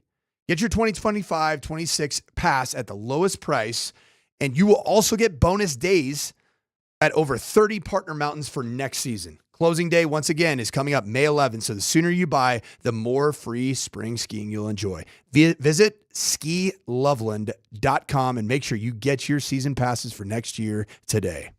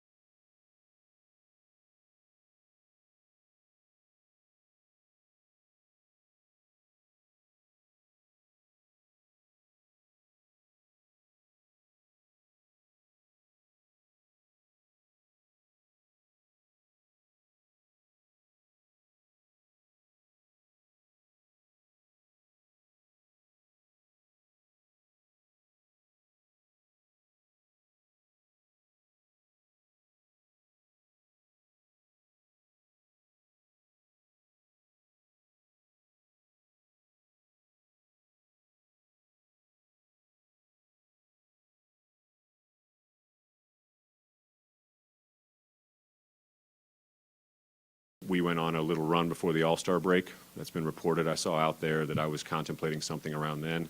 That is true. But, when you have a roster like we do, you have the best player on the planet.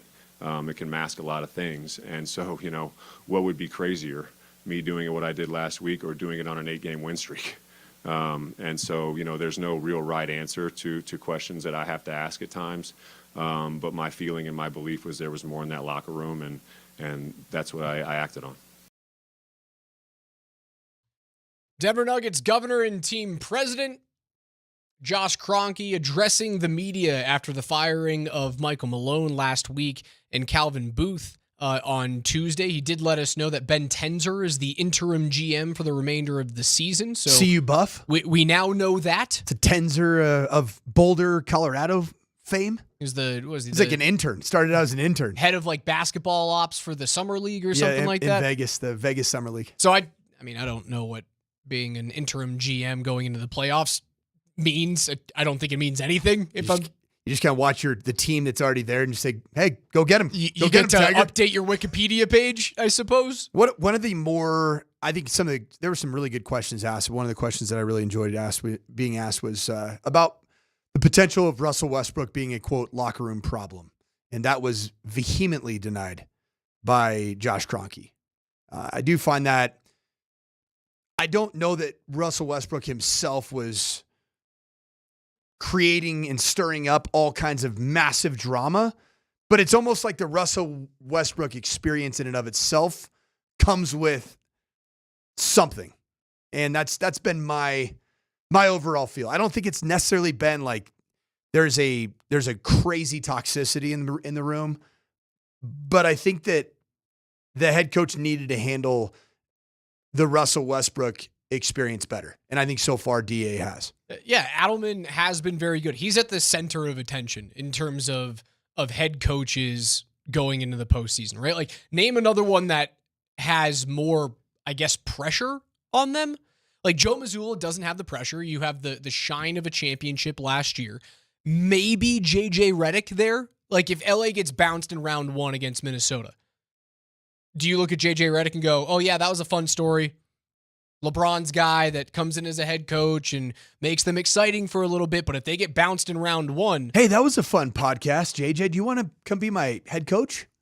Adelman might be the most intriguing head coach in the playoffs right now. He's the most inexperienced head coach in NBA history to go into a postseason run. 3-0 though. But 3-0. He has the best winning percentage in the history of the NBA. I saw the text going messages into a playoff series. They're like, Raj is still drunk from Vegas about, if Adelman wins a championship, there's no way he's not the head coach. Okay, I'll recant a little bit. If they win a title, the guy's the head coach. He could get them to the finals and not win, and I don't think that guarantees him a job. I'd agree with that. Because what has much of this conversation that Josh has been having over the last week, what has it been centered on? A few things. The biggest one is this quote of one vision. One vision from head coach, general manager under the Kronke family ownership group. One vision. And he also has stated multiple times, winning masks a lot of things. And I don't believe that he would allow, even though it's a postseason run, I don't think that Josh at this point would allow a successful postseason run that does not end in a championship to cloud that singular vision.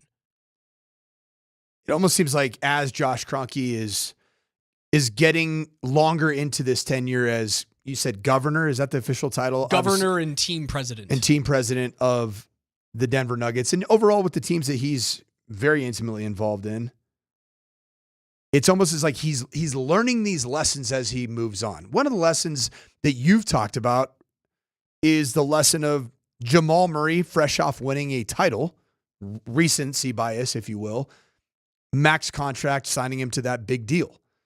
So is that an example of winning, masking what might have been the reality of what Jamal Murray is going to be for this club going forward, which then begs the question, does the winning of this postseason also not get masked because Josh Kronke has learned his lesson? Right. How much winning becomes truth versus winning masking a head coach bump or winning with the best player in the league. It's a really interesting cliff that they're walking up to right now. Is if they get to a West final, is that still masking issues? If they get to an NBA final and then lose in 5 games or something, is that still masking issues, or have they fixed the issue? Have they found the right guy to lead this team? How much of having the best player on planet Earth, having the best offensive season statistically, like in the history of the NBA, and he's going to get walloped in the MVP race somehow? How much does having that guy go on a playoff run and just drag the roster with him? Where do you find the truth? That is an unenviable situation for him to be in right now. That's tough, dude. Because I can't sift through that and find the needle in the haystack. I guarantee I can't. I'm going to try to. My belief on what started as the interim head coach bump, and I think you got that certainly in the first game against Sacramento, it continued on. And it does seem like this basketball team has been reborn, rejuvenated, energized, or it's a roster full of players that realize like, oh, this is serious. The magnitude of this is real, and it hit us square between the eyes at the appropriate time. Yeah, everybody but Nikola Jokic is on the chopping block. It's all up for evaluation. Everyone. And that's... You'd be an idiot as a player in that locker room to think that you're safe and you're not wearing number 15. You would be lost thinking that. The continued conversation with interim bump, which I think is already exhausted. You get the interim bump like within, I'd say in college football or pro football, a game. NBA, 3 games, probably okay. 3 games seems pretty good. I believe that you're going to know. And if you know and it looks and feels and smells and tastes like a team that looks different, plays different, competes different, plays defense differently in this postseason, then you're going to have a clear answer. I think you're going to learn against OKC. If you give Oklahoma City hell, if you make that thing a dogfight, you got to beat them. I think you'll learn. You have to beat them. Yeah. I don't believe that David Adelman is the head coach for the Denver Nuggets if the Nuggets lose to OKC in the postseason. If they get to the West Final and lose in the West Final, is he the head coach next year? Optics are going to matter about what that looks like. Was it a 7-game series? Was it against Minnesota? And did it come? Was it against the Lakers? Did it come down to a missed Russell Westbrook layup with time expiring in Game 7? Yeah, David Adelman's not your head coach. He will not be your head coach. I promise you that. If that happens. If that happens. That's Coach Mike Sanford. I'm Alex Ryan-Emmy. Wild weekend is in the books, but we're off for games until Saturday. Nuggets, Clippers, 1:30, round 1, game 1. Avs, Stars, it's probably going to be on the same day. I hope it's not. What do I do with my hands? I don't know. We have to figure out something to do for 4 or 5 days because we don't have an azalea cocktail. I am going to be grinding on some football, getting ready for the fall, baby, because I got some time. Give me some long hours. Sorry about that, wifey. PhD's coming up next. We'll talk to you tomorrow morning at 10.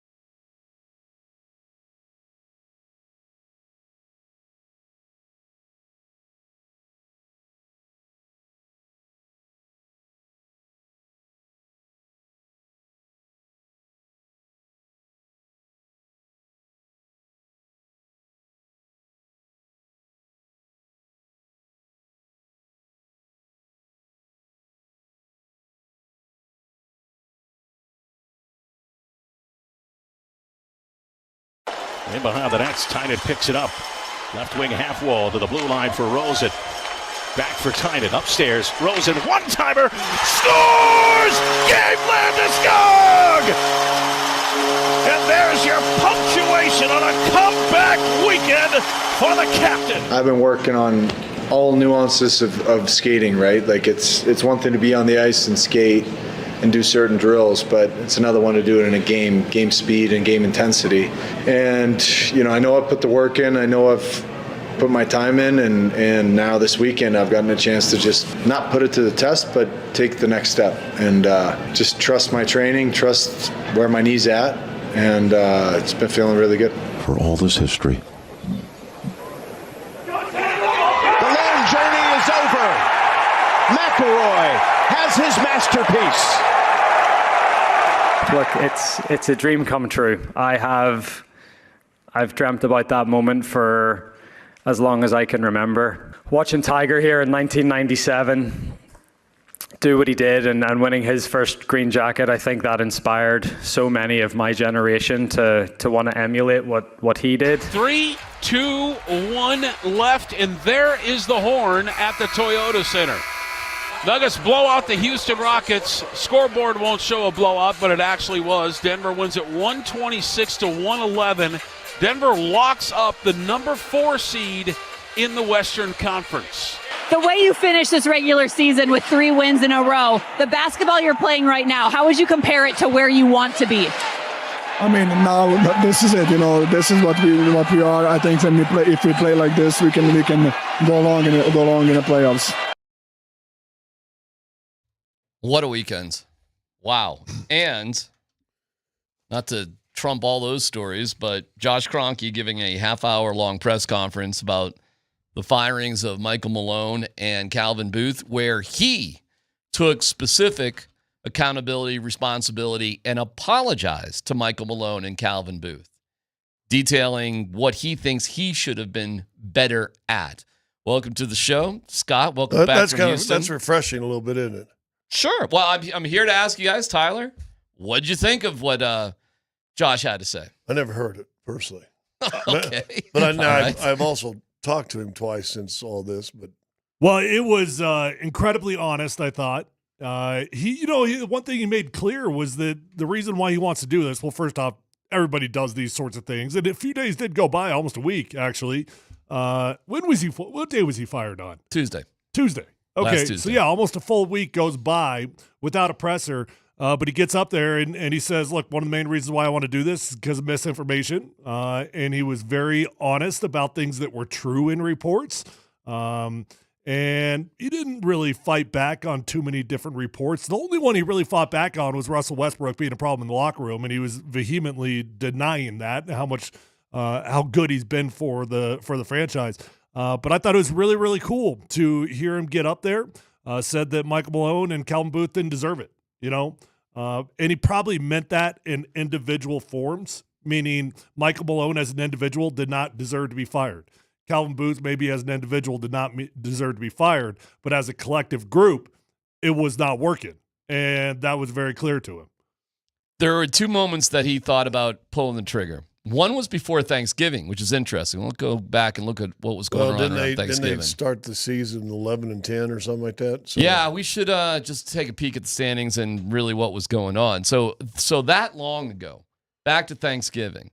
And then, of course, which was accurately reported, was the 8-game winning streak right before the All-Star break. Yeah, and he said, what would make me look more crazy? Firing coaches after an 8-game winning streak, or firing a coach and GM with 3 games left? It's both pretty crazy. But yes, if you go through an 8-game winning streak and you fire your coach and GM, you look insane. Yeah. Yeah. I don't care how soft the schedule is or how weak the opponents are. That would look bananas. And, it didn't look great in terms of 3 games left to go in the season either. Caught everybody by surprise. But as we go through this process together, it makes more and more sense. I mean, it makes way more sense on the heels of winning 3 games in a row, including yesterday, Scott, where, hey, man, I don't even know why Houston trotted out their starters in the first place. I mean, I don't know. They need to get a workout in.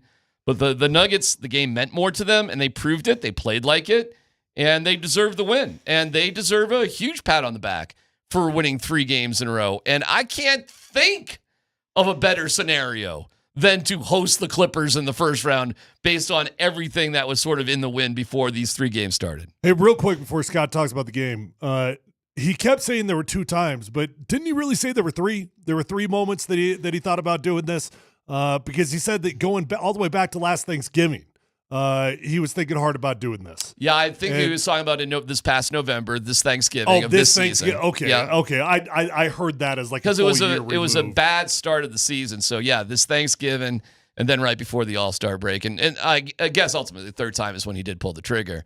Now he also said that in the meetings with Calvin and Michael Malone, things went smoothly and they held themselves professionally. As long as he was there. Correct, but we've heard other reports about Michael Malone having some issues out in the parking lot or yelling and screaming afterwards. And who was he yelling at? I don't know, yelling and screaming and being upset, according to Bleacher Report and some other reports that are out there that Mr. Malone did not take it. Michael didn't take it. He was upset. As a lot of people as would be anybody upset. in the world would be. Sure, yeah, of course. And if he let it rip out there in the parking lot or outside, I mean, I don't know. I can't blame him. I'd be upset too. That being said, on so many different levels, what do you think about the governor of the team, the guy who runs the team, who did specify that on Tuesday he fires Malone and Booth, and then he watches Arsenal beat Real Madrid 3-0 in the Champions League. What a life, man. So that is the world he's in. And he also said at one point, I have done enough in my career where I've elevated to a point where I'm not in charge of just day-to-day operations after 15 years doing this. And I think that is true as well. Listen, man, if you can't get your shizzle together and you're responsible for it, then you're going to be out the door. And when I see this and I think of a lot of things that Calvin Booth did well, somebody needed to be able to manage the relationships. And if the relationships are really that poor, then you're in big trouble. I'm watching more documentaries. I watched a ridiculous amount of documentaries. And there's a Red Sox documentary about their year last year, and it shows their first-year GM with Alex Cora. Listen, guys, if your GM and coach aren't getting along, you're in trouble. You're in trouble. You've got to make a change if your GM and your coach aren't getting along. And yeah, okay, the Red Sox had like a 500 season last year, but I'm watching Breslow and Cora communicate. I'm like, well, that looks all right. And when we're hearing about the Cold War between Malone and Booth, the end, fellas. That's a wrap, man. If your management cannot communicate, likely they both got to go. And that's what happens. And that is exact. So the right thing was done. The only thing I think, Josh, to be fair, and he admitted it today, and we'll hear some sound for it, is kicking himself about, is he should have probably trusted his instincts earlier and made the move earlier. And if that meant around Thanksgiving, fine. If that truly meant after an 8-game win streak, it'd be weird, but fine. And at the end of the day, he, even laughed about, yeah, I know this was the latest, but I don't hear many people giving him grief right now, fellas. I don't see much criticism of why he did it and when he did it. I think everybody kind of gets it. And I thought he did a good job laying it out today. Well, I think people initially, like, what are you doing? What are you doing? Then all of a sudden you see wins 48, 49, and 50 against all 3 playoff teams. And you're like, okay, maybe this was the time. I think you should appreciate an ownership group, and I know this is tough because you build personal relationships because they tell you to build personal relationships with coaches and players. But what would you rather have as a sports fan?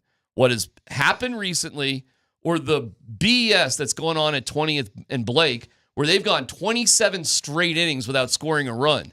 They've gone something like 9 for 90 at the plate. The pathetic nature of how the Colorado Rockies handle themselves juxtaposed to what the standards are with the Avalanche, Nuggets, and even Broncos is disgusting. And I, as a sports fan, would rather take my medicine in tough ways with a team that wants to win rather than a team that has just accepted losing as okay. It's repulsive what the Rockies are doing right now in terms of just saying we're okay losing because there's nothing we can do with young talent. I'm glad we have teams that hold guys accountable, even if it means making very, very difficult decisions. Well, one, I'll say this: I think we've witnessed Josh Kronke grow up in this role of governor from the first time that the NFL, I think, made somebody besides Stan take charge, and that's when Josh kind of came in with the title, to right now. And I'm not sure that Josh 10 years ago probably would have waited. And listen, you may get swept in the playoffs, who knows? But it feels like, and being around the team, and you were around the team the other night for game 81, it feels different. I was there for the Indiana loss, which was, I know what that felt too. I've been there for a lot of the losses this year where it was like, you got to be kidding me. The breaking point that he identified was just walking in the locker room after the game, 4 games back, Indeed, and just seeing how flat that locker room is. And he said, it's on me. It's on me as the guy that's running the ship around here that I allowed that locker room to get as flat as it was. And that was that. It'd been in the back of his mind. He'd been thinking about it. He'd been wanting to do it. And there was just no chance that locker room was going to be able to capture the energy that was required to go compete in the playoffs. He did apologize directly to Calvin Booth and Michael Malone today. He said, I'm sorry, we'll play this for you in just a little bit. And I thought that's a tough one for Calvin Booth and Michael Malone. Josh Kronke said they didn't deserve to be fired. And that's a tough one because he's probably right about that too. But the environment that existed left you no choice, even though individually it probably wasn't Michael Malone's fault, nor was it Calvin Booth's fault. It was the setup they were involved in. That they refused to they couldn't figure out solidify how to and make it better. They couldn't figure out how to mend that fence. Right. And they had, in all honesty, on their heads, you can't go around acting like little children in this scenario. Right. You got to figure it out. And if you can't figure it out, you're going to be gone.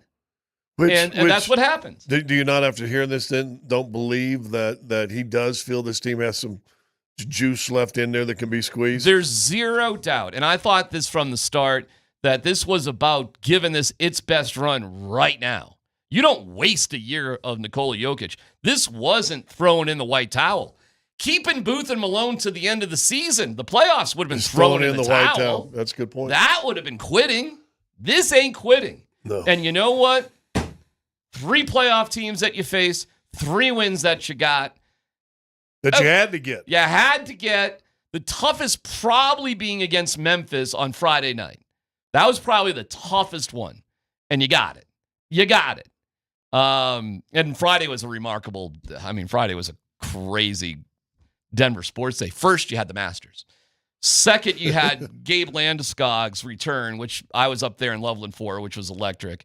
And then you had the incredible performance by the Nuggets when they needed it the most, with the 2-man game clearly being back. And it was just like, okay, that's what it's supposed to look like.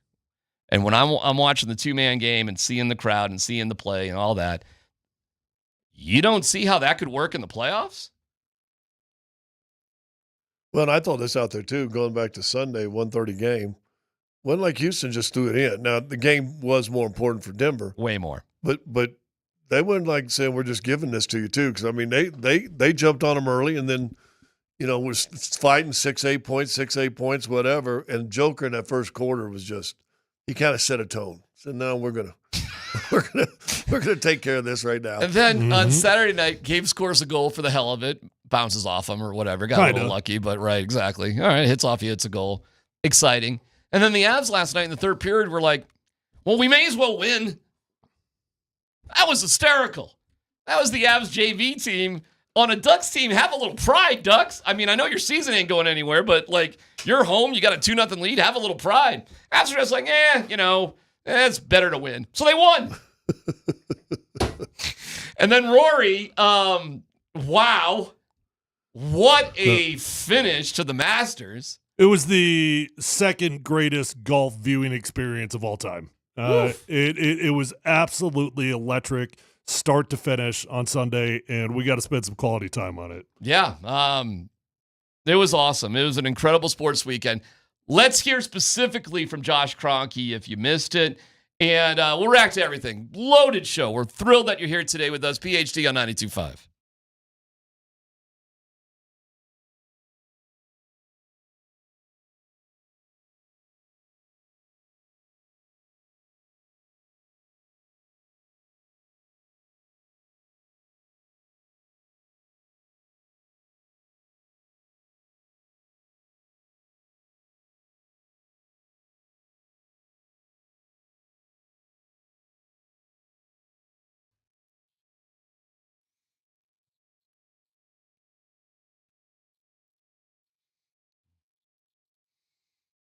Hey, it's DMac for the Rocky Mountain Men's Clinic. When dealing with the issue of erectile dysfunction, you want the right treatment for your specific medical situation.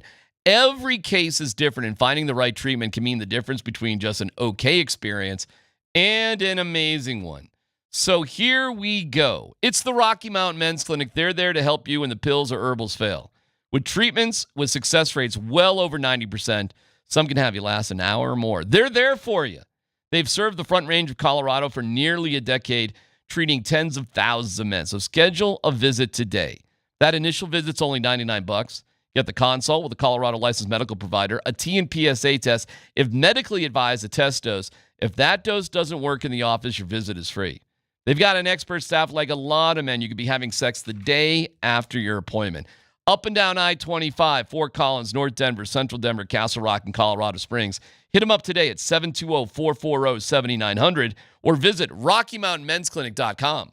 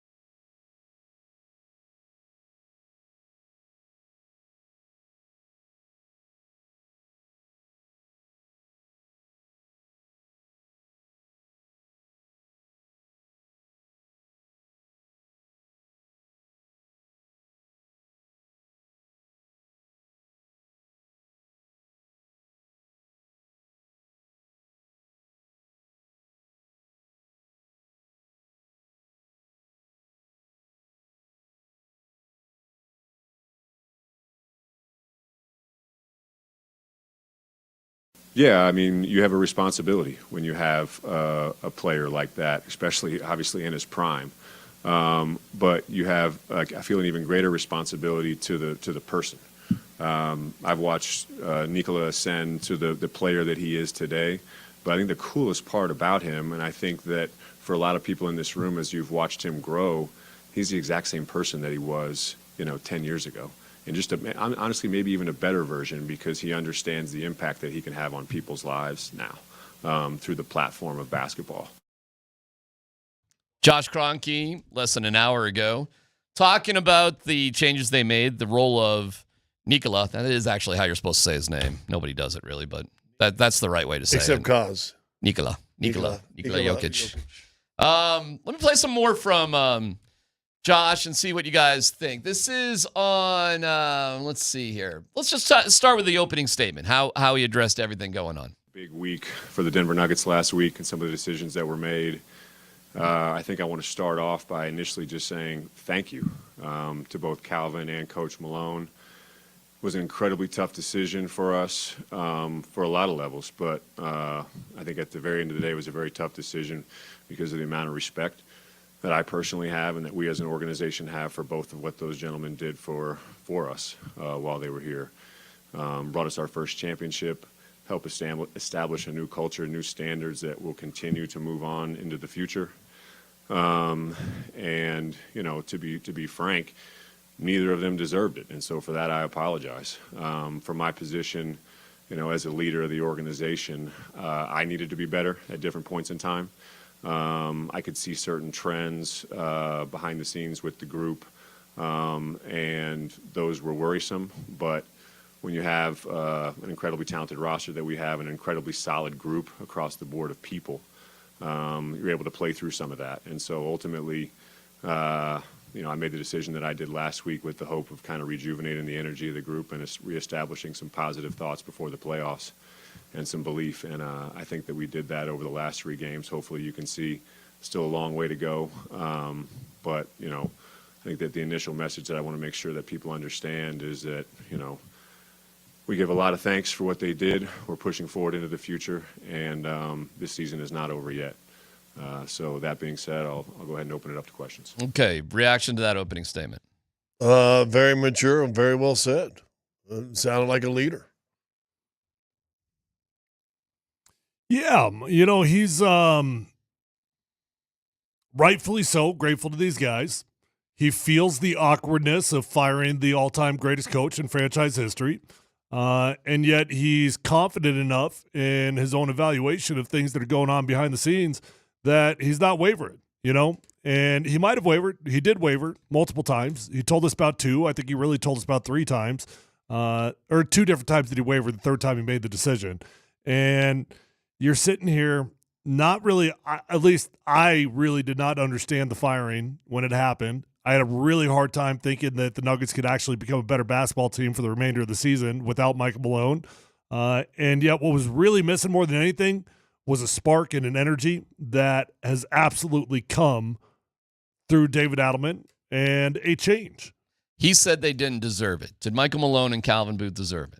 Well, when you look at the record, and Tyler pointed this out when it happened, you're 2 years removed from a world championship, right? An NBA championship. So from that standpoint, most people would say no. Mike Budenholzer got fired today after 1 year in Phoenix. He deserve it? Now, he has no history there. So I he guess probably deserved it. So you could say maybe so because he had no history there. But 10 years, that's a lot of history. And for Calvin, 5 years, right? Mm-hmm. 2 years as an assistant, 3 as a GM. So from that standpoint, probably not. Probably need to be done later. But from a standpoint, if I'm the leader and I need to, and I still have a belief that this group is special and can do something, then you got to do it. You remember back in Band of Brothers? Did you guys ever watch a Band of Brothers? Of course. The one, Easy Company. The one guy, leader at Easy Company, blah, blah, blah. And all of a sudden they said, right before the biggest, I said, no, we're putting you in charge now instead. David Schwimmer, based on a real guy that had lost the trust of his company. So I forget the officer's name, but yeah. And that was at the 11th hour. They were about ready to ship over. That Yeah, said you need to go decision. train people. We're done with you. Yeah, we're going. You're good at that. We're gonna go with the your assistant. Yeah, who you tried to get fired. Yeah, yeah, we're going with him, not you. Yeah, we're gonna let you do something else. And Winters turned out pretty good, didn't he? Frank Winters turned out pretty good. Yeah, I forget David Schwimmer's character's name, but it's based on a true story, and that was happening. They were about to go off to battle, and they had no faith in that dude whatsoever. And they had to make a move because people's lives were on the line. Now, it's not quite so dramatic here, but that being said, your playoff lives, what you have built in for the season is on the line. This is interesting. This is the timeline of when, considerations happen. So here we go. There wasn't an exact moment. I've seen some of the reports that are out there. Some are true. Some are completely false. One of the reasons that I'm here to talk to you guys is to make sure that there's not any false narratives out there. When there's an information void around a decision like that, sometimes certain stories or perspectives will try to get filled. And so I'm here to answer anything like that. Was there a specific moment? Obviously, there was a specific moment last week. But over the course of this season, to be completely transparent with the group, there were 2 moments in time that I identified where I hesitated. And it was either out of personal feelings or belief for the group. One was last fall. I couldn't tell you an exact date. It was around Thanksgiving at some point when I was really feeling like things were not headed in a direction or up to my standards as an organization. And I saw it was reported that I would sit in with meetings with Calvin and Coach at times, which I did. And we had great conversation in those meetings, but I need more when I'm not around. My role is not to necessarily be there on a daily basis. I need people that are policing the culture and pushing it forward for me on a daily basis. And then, I think that we went on a little run before the All-Star break. That's been reported. I saw out there that I was contemplating something around then. That is true. But, when you have a roster like we do, you have the best player on the planet. It can mask a lot of things. And so, what would be crazier, me doing what I did last week or doing it on an 8-game win streak? And so, there's no real right answer to questions that I have to ask at times. But my feeling and my belief was there was more in that locker room, and that's what I acted on. What would have been crazier? 8-game winning streak. I mean, I don't know how you justify it other than you do it before the streak begins. That's the only time that you could have done it. But you don't have a choice to do it after you win 8 straight games. You look absolutely delusional. They were 10-7 before Thanksgiving. And December 7th, I think they were 10-9. Let me see. I can do some math on that. 10-8, 11-8, 11-9, 11-10 on December 7th. 11-10, and they had lost 3 out of 4 games by December 7th. Close, man. Not good. And look at the home games they were losing too. Yeah. Which was like, well, what is going on here? But then again, you started the season 1, 2, 3, 4, 5, 6, 7-3. Well, that's probably a win. So when you go 7-3 to you're okay to 11-10, you go 7-3, and then you lose 3 of your next 4, and then we're spiraling. You listen closely to his words, and what he tells you is, yeah, when I'm in the building, when I'm engaged, when I'm in the meeting room, these guys behaved. they got along pretty well. We had some productive conversations when I was there. But when I'm not there, that's when things spiraled, and that's when they probably just weren't communicating at all, quite frankly. Who knows how, I'm not even saying they were fighting every single day. They just probably stopped communicating when they got to a certain point. And Josh did say that, one thing that he learned throughout this process is throughout periods of transition, he needs to be more involved. He needs to be there. He was asked whether that means he's going to be more involved on a day-to-day basis. And he said, well, I feel like I am pretty involved, but specifically during periods of transition. So during this next period of transition, I would expect Josh Kronke to be involved for months at a time here. Here's why he hesitated. Yeah, I think that they're both really good people, and that as an organization, we start with good people who work hard. And so I had good enough relationships with them. I mean, Calvin was an assistant GM here for a number of years before he elevated into his role. Coach, helped establish the foundation of who we are to this day. So my respect for them as people probably led a little bit into that hesitation, but there's also a lot of other factors that it's my job to understand. And so, some of those factors coming into the season are, I think, very well-known certain narratives. I think, one, you're trying to integrate, several new players into the rotation, whether that's young players or established veterans. Establishing a new rotation after the departure of, KCP last summer was going to take a little bit of time.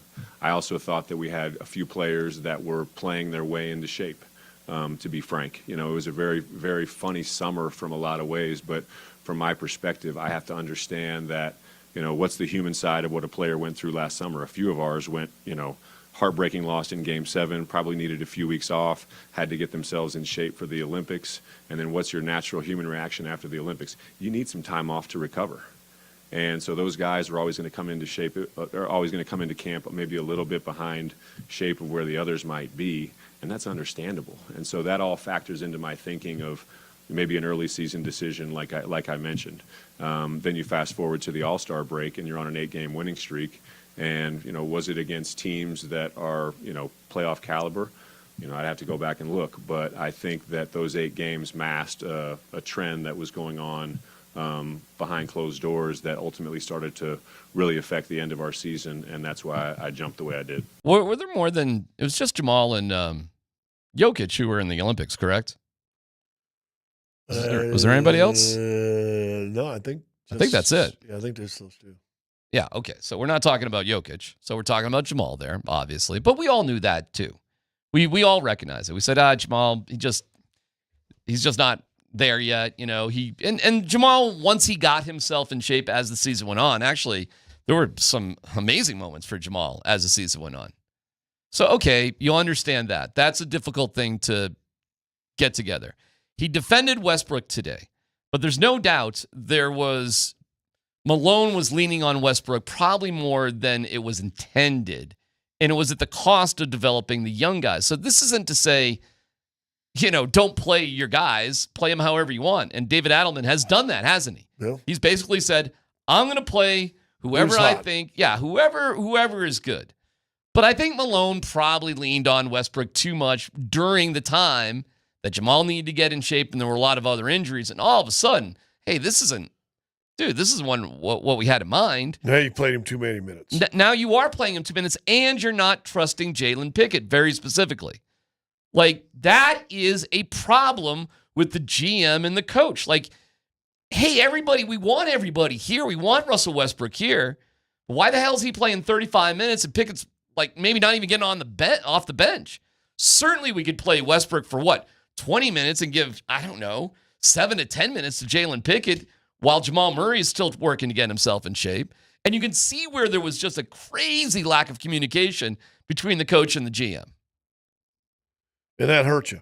That's when, if Josh is being fair and he was critical about himself, and this is unfortunate because you wouldn't think that you would need to do this with highly paid GMs and coaches.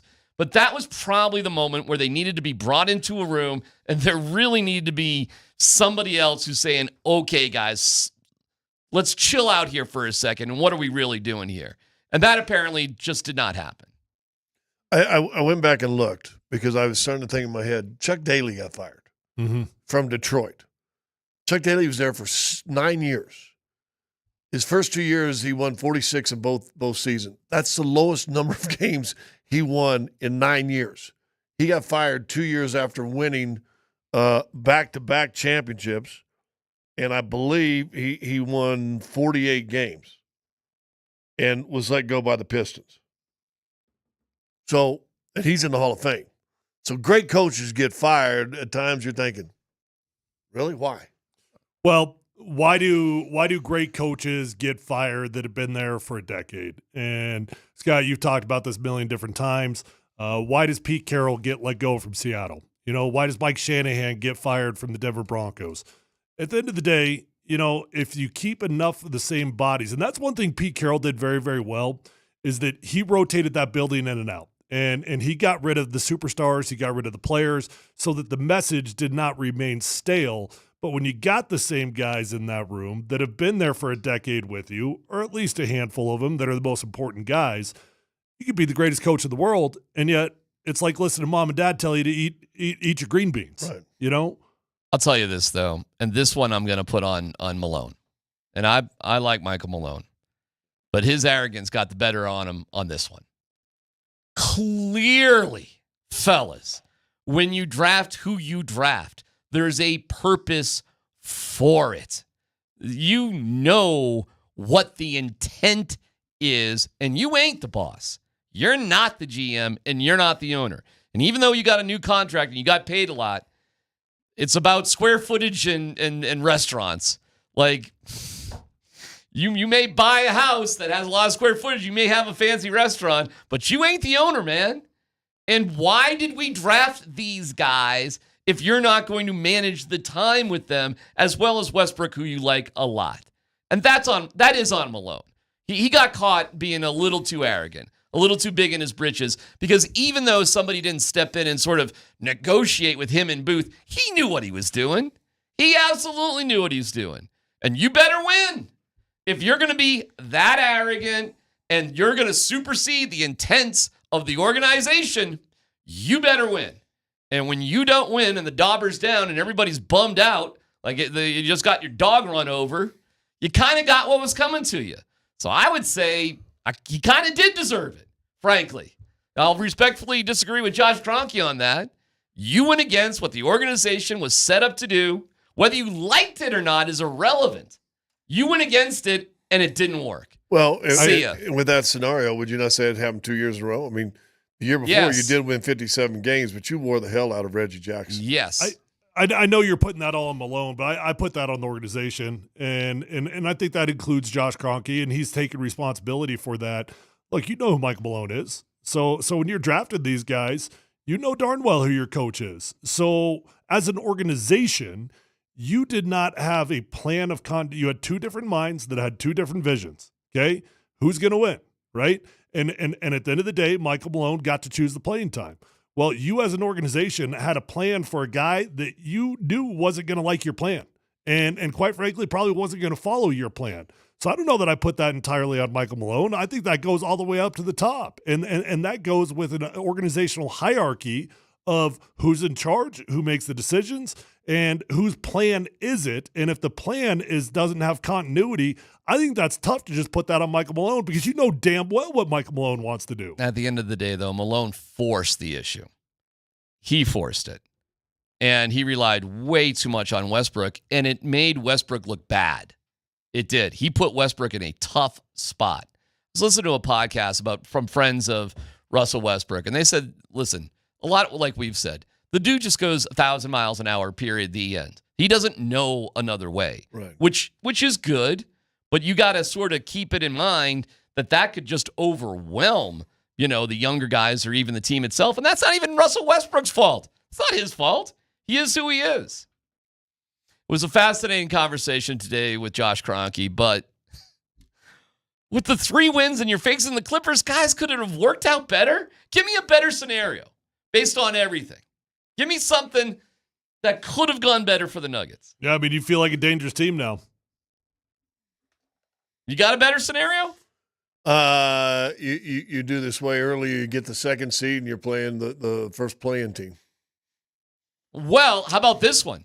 Which How about, have been Memphis hold or on. Golden State. I wonder if you do it way earlier, though, does it maintain the momentum, right? Like what you've got right now is you've got a little spark that started a fire. Does that fire maintain itself for half the season if you did it earlier, or is this simply a result of that spark that just came a week ago? They're hoping it raises a spark that lasts as long as since the playoffs. Another 20-some games. Yeah, they're hoping it lasts that long, aren't they? I understand the Clippers are playing really well. They've won 8 in a row. They've won like 15 out of 7. I get it. I get all that. First of all, I wish we could just play the Rockets. That'd be awesome. But I think the Rockets they could lose to what would be the 7 seed easily. Minnesota against the Lakers? Good luck, Lakers. That's going to be a battle. Have fun with that one. And they reseed in the NBA playoffs, correct? No. They do not. They do not reseed. Okay. So you're going to be stuck playing Oklahoma City in the 2nd round. There's just brackets with the NBA. Yeah, right. Well, that could be better, I suppose. I'm okay with that. You're okay playing Oklahoma City 2nd round? Yeah. Okay. Why? I just think they're too young. Okay. You don't think it's their time? I don't, and it might be, but I just think they're. We'll just see. The Nuggets get a week off. It starts on Saturday at 1:30. Virtual week off, right? I mean, more or less, right? 1:30 on Saturday against, to me, I'm like so fine with it. It's ridiculous. I am so fine with the Avalanche starting on the road against the Stars. And yes, Gabriel Landeskog, I'd be stunned if he's not with them game one against the Stars. Stunned at this point. And we can get into that as well. Plus all of your reaction on Twitch, on YouTube, on text line, whatever you want to reach out to us. PhD on 92.5.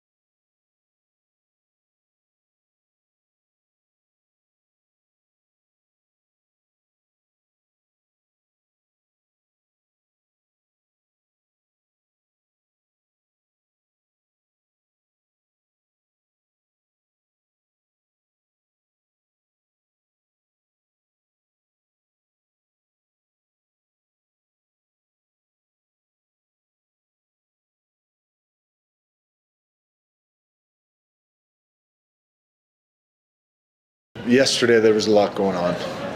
Just a lot of emotions, a lot of excitement, a lot of things around the game itself. A lot of people here and just a lot yesterday. So it was hard to for me to focus on my game, and obviously it was the first in a long time, but I was excited to get back out here today and get another crack at it and make some adjustments to my game, and just a different feeling today of just being able to get into that flow state, I guess, and just stay in the moment and play, focus on what I had to do and not too much on the outside. So tonight was really fun, and I felt a lot better than yesterday in terms of timing and touches and things like that. Not anywhere near where I want it to be, but I think it's a good step in the right direction. I want to thank the Colorado Eagles media people, where they were deluged with requests on Friday and Saturday, and they were really, really cool how they accommodated folks for an amazing moment. And I don't know if you caught some highlights or on TV, but for those lucky enough to be there, fellas, on Friday night, it was... Now, did you go back Saturday? I did not. I did not go back Saturday because I thought this was it. This was the biggest story. Who knew if he was going to play Saturday? They did announce it, and he got lucky, and a goal puck went off him and went in the net. And well, but if you're hanging around the net, good things happen. That's right. Sometimes. That's right. He was doing that in the first game too, by the way. Yeah. So he played on back-to-back nights. He said he felt great. He could do one more rehab start if he wanted to, I suppose, but he'd have to travel with them, and I don't think that's necessary at this point. Go to Ontario. Ontario, California. Yeah. Yes. Apparently, they make fun of the fact that a lot of people think they're in Canada, and they did a T-shirt or something that was all in Canadian about Ontario, California. So they have fun with that. Unnecessary. The atmosphere and the fact that all of his buddies, it was crazy. And execs. Who was there to cheer him on Friday. It was awesome. That had to make you feel one, you're doing something that 3 years ago looked unlikely. Yeah. Right? Especially maybe 2 years ago when you had the cartilage replacement thing. That not only are you there, so that's your biggest moment, just being on that ice in a competitive game, but then you see the guys around you who know what you've gone through. Yeah. It says something about what he's gone through and his work ethic, because if he just been piddling around with it and say, hey, I'm just going to eat up the rest of this 8-year contract and see you later, riding off in the sunset, then guys probably wouldn't have appreciated it. But I think they all knew the work he has put in over the last couple of seasons. It's setting up for one of the all-time greatest documentaries. It's already fascinating. But you talk about a team that is primed to go win a championship, a team that is primed to go win another cup. We'll see if they're able to do it or not. But it's going to be an exhilarating playoffs. It starts out with a banger, by the way. Right out the gates. You get him back on the ice. If it does finish with the cup, awesome. If not, think about just think about the cameras that were probably rolling with his teammates that are up in the box, and what was set up behind the scenes. The guys talking about going to visit him and go and watch him. Just incredible stuff. And seeing him back out on the ice, he got hit. He hit somebody. He got involved in a scrum. Yep. A little bit. He put a guy in a little headlock, and that guy wanted nothing to do with it, by the way. He knew darn well who had him in that headlock, and he's like, yeah, I'm not messing with Gabe right now. It was so great because we got there. I did with Rachel V. Hill. We had some fun. We went for David Adelman's presser at 5:15. Then we said, let's go. And we drove up to Loveland, following most traffic rules. It got there. We had to scramble into the building, and because we got there a little bit late, they were like, just stay here. We're like, stay where? Stay here, like on the glass. I'm like, you're kidding me. I go, no, that's good. Just stay right here. So when he got in that little scrum, it was literally, there's glass, there's Gabe in the headlock. So cool. Such an amazing moment right there. And I saw Rod Mackey was like, oh, we were way up in the whatever. And I go, yeah, I was on the glass. Never stand on the glass. Channel 9 went to that? Every Channel 4 with Rod. Or Channel 4, that's right, I forgot. Channel 4 went with that? Everybody was there. Everybody was there. And then, Rachel and I scrambled back for the end of the Memphis game, which was incredible. And had we just wanted to get to Jokic's presser, we could have stayed for the end of the hockey game, talked to Gabe, and walked back. And we still would have had time to get to Jokic after the game was over. But equally as exciting was what the Nuggets were doing to Memphis that night, because there was the return of Gabe, but then there's the game itself. The return of Gabe was the story, not the final score, which they did win, and they won in a shootout on Saturday. But it was just the fact that he's back and how he feels. And to see him, close like that, is that it? Yeah, this is where we were standing. So there's Gabe. This is my homemade video right there. You can see I'm a little bit close. And then there's a scrum right here. That's pretty close, right? And I try to follow Gabe, and then he's got a guy in a headlock right here. He puts this guy's head down a little bit. Pretty cool, right? And he got a little physical, and he was hunting for that contact. He was looking to be involved in that mix. Do you guys have any hesitation whatsoever of him coming back and playing in the playoffs? The only hesitation, I think it went from this. It went from what a great story, what a great documentary ending, blah, blah, blah, blah, blah, to, okay, where does he play, and does he make the team better if he plays? What do you think? Because that's what it's about. Tyler just said he feels this team's got a chance to win the Stanley Cup, and so do I. But you only play him if you think it makes your team better. Okay, so X's and O's, I'm not going to answer that question, but emotionally I'll answer the question. And I'll go back to 2015 and my experience with Peyton Manning. When we've got Brock Osweiler playing great football for us, 7 games, how many games did he play? He was 5-2 as a starter. 5-2 as a starter, split plus the Chargers game. Yeah. Okay. Down 23-0. Played half the season. And logically, you're like, are we going to mess up a train that's rolling in at full speed right now? But emotionally, when you put Peyton Manning back out there on that field, the spark and the belief that comes with it, Peyton's in the huddle, it's going to work out. Gabe Landeskog's on the ice. It's going to work out. So X's and O's, I don't know necessarily how to answer that, who loses playing time, but I do know the emotional belief is going to go through the roof. Well, the players that would most likely lose playing time would be Miles Wood, Kivy Ranza, Parker Kelly, good all year. Jack Drury. I mean, it's like that. Like, you're not going to be relying. It's different with, the quarterback. You're going to rely on Gabe as being maybe on the power play, perhaps. Maybe third or fourth line. I mean, you might mix and match your lines as it goes. You have the luxury of Gabe just being a spark plug sort of guy. He doesn't have to be the most important guy in the world for you. Not really. You guys remember this a little squirrel, but still touches base with this story? Was it 2 years ago? Everybody was PO'd with Las Vegas about the LTIR and how they used the heck out of that. And oh my gosh, for 3 straight years. This is unfair, and look what they're going to do. And then you're like, now we're sitting here in Colorado going, that LTIR is the greatest invention ever made. Yeah, but we weren't cheating. I wish basketball and everybody else had LTIRs. It's a fun one. It's a fun one. All right, we'll get into what Josh Kronke had to say for the speaking to the massive amount of Muggles for the first time, and where the Nuggets and Avs stand right now, which is in pretty good shape. It's PHC on 92.5.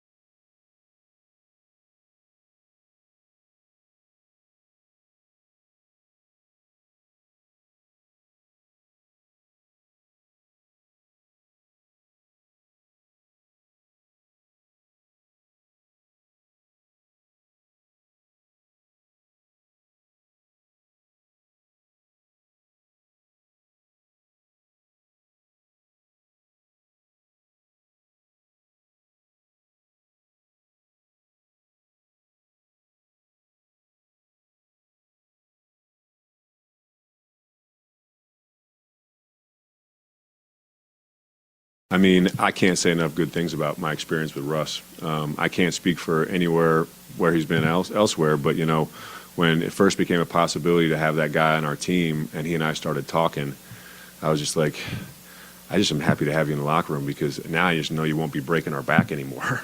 Some of the plays that he's made over the years. But to actually answer your question, like, no, I mean, Russ has been nothing but a positive for this group. You know, if anything, the way that I would describe Russ is, you know, every year we have, you know, a different, I forget however you want to class it, different, you know, bowl of food, bowl of soup, whatever. Russ was a very spicy ingredient for us to add, and we needed it. We needed it. I thought we needed some spice this year. Okay, let's start there. And we have some more comments from Josh Kronke from his presser earlier today. Did they need Russell Westbrook? I'd say yes. Yeah. You know, oh my gosh, what's wrong? Reggie Jackson. Your backup, the plan previously was Reggie Jackson, right? And that didn't work out. You brought in a guy that had some energy that was going to bring a spark, you know, especially if, I don't know how far back Josh Kronke was feeling like the locker room was flat. I don't know if he felt that going back into last season or whatnot. But you bring in Russell Westbrook, you know one thing, he's going to bring energy and he's going to bring passion. The only debate is how to best utilize Russell Westbrook. So say Russ had been utilized in a different fashion for the majority of the season. Would any of us really be debating whether we were glad Russell Westbrook was here? Scott? No, I don't think there's any doubt. I think it's a good thing, and I've been kind of a pro Russ, but I think you fell into the same thing you fell in with Reggie. Injuries, out of conditioning, whatever it might be, that you end up playing him way too many minutes. And it goes back to what you said. Could you have saved some of those minutes had you played Jalen Pickett earlier and more often, even if it's just 8 to 10 minutes a game? Could you have saved Russ a little bit? And I'll go back to the Minnesota game. He missed that layup late. What a great play, good steal, get it going. Mm-hmm. Missed a layup. That was his 41st minute, right? You know, and then a bad decision on the foul. But again, you know, if that was his 31st minute, would if he been fresher, would that layup been above the rim and you make it and win? Because I think if you make that layup, you win the game. Michael Malone might still have a job. Yeah, might everything might be different. That is a fascinating question. That was a question not asked of Josh today. That would have been a good one to get a moment of honesty. Had you won the Minnesota game, would this be happening? Well, the answer is probably no, it would not be happening because he's already admitting. That's a good one. He's admitted many times that winning has masked up whatever feelings he was having. So you win big games, okay, I'm going to start second-guessing myself. I think what would have happened if they beat Minnesota, it would have been one of those moments of like, I guess I can't do it now. I think he would have been resigned to the fact that you just couldn't do it now. You didn't feel like you could do it around Thanksgiving when you were a middling team around 500. You couldn't do it during an 8-game win streak, although you had the feeling that maybe we should. And now you just beat Minnesota in double overtime, by the way. It'd have been difficult. I don't think it happens. And I think the team sort of rallies off that moment. Or hold on, let me back up. Would that win, had they beat Minnesota, would it just have been the same as masking during the 8-game win streak? I know, because you would have beaten them without Jamal Murray too. So I don't know. It could have just been more masking. Because really, what would the difference have been? But the trickle down goes further because if you win that game, then what happens in the next games? You're right, and I think you. Well, what do you think happens? Will they play San Antonio the next night? What do you think happens? I think you just got a lot of confidence. I think you just got a lot of energy. I think you're probably going to play pretty good basketball. You had the that. lead against San Antonio in the fourth quarter in that game. And then you're playing without your starters because you had fully committed to Minnesota. So that wouldn't have changed. So you would have still had the lead. Do you think there would have been an extra gear against the Spurs the next night? You were up. You were winning the fourth quarter. I do. Yeah. Okay. I think winning is contagious. Let's play that out. You do pull that off. And by the way, in that game, San Antonio was playing all their scrubs too. Right. You know, when you really look at that game, each team was playing a bunch of scrubs the same. So say you win that game. Now you're playing Golden State. That's the next game. you probably lose that game. You probably lose that game no matter what. But what's your energy back at home playing against Indiana? Weren't you up in that game late too? You sure were. Well, I think you win all 4 of those if Murray plays. Could he have played? Doesn't seem like it, does it? It does not. Actually, it literally does not. It seemed that he needed the time off. I did see a mini Russ moment last night to validate that Jamal is injured and they're working. I mean, they were laying him down in front of a bulkhead working on him last night, while we're flying 2.5 hours from Houston. So he is injured, and it is a concern. So they were doing treatment on him on the airplane. What was the mood with the team on the way back?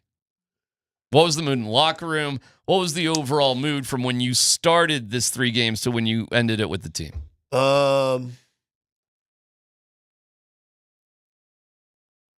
Talked to one of the assistant coaches, and I said, how is it? He goes, you know what? Once we got past the, oh crap, what are we going to do? He said, it's been great. He said, David's awesome.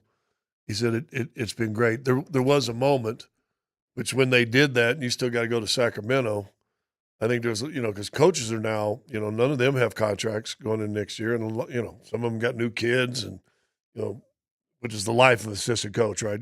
All their contracts are up? Yeah. So they're all going to, the chance you can lose them all, or you could, who knows? David stays, maybe you retain a few. Malone gets a head coaching position somewhere, maybe he brings a couple with him. But he said, at first, I think it was more concerned, I think, which is human nature. What about us? What's going to happen to us now?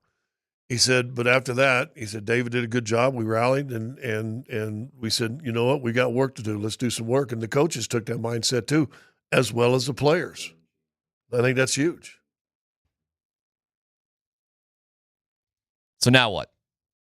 Well, now what? Now you go and you see if you can beat the Clippers in the first round, who, as you said, 8 in a row, 12-13.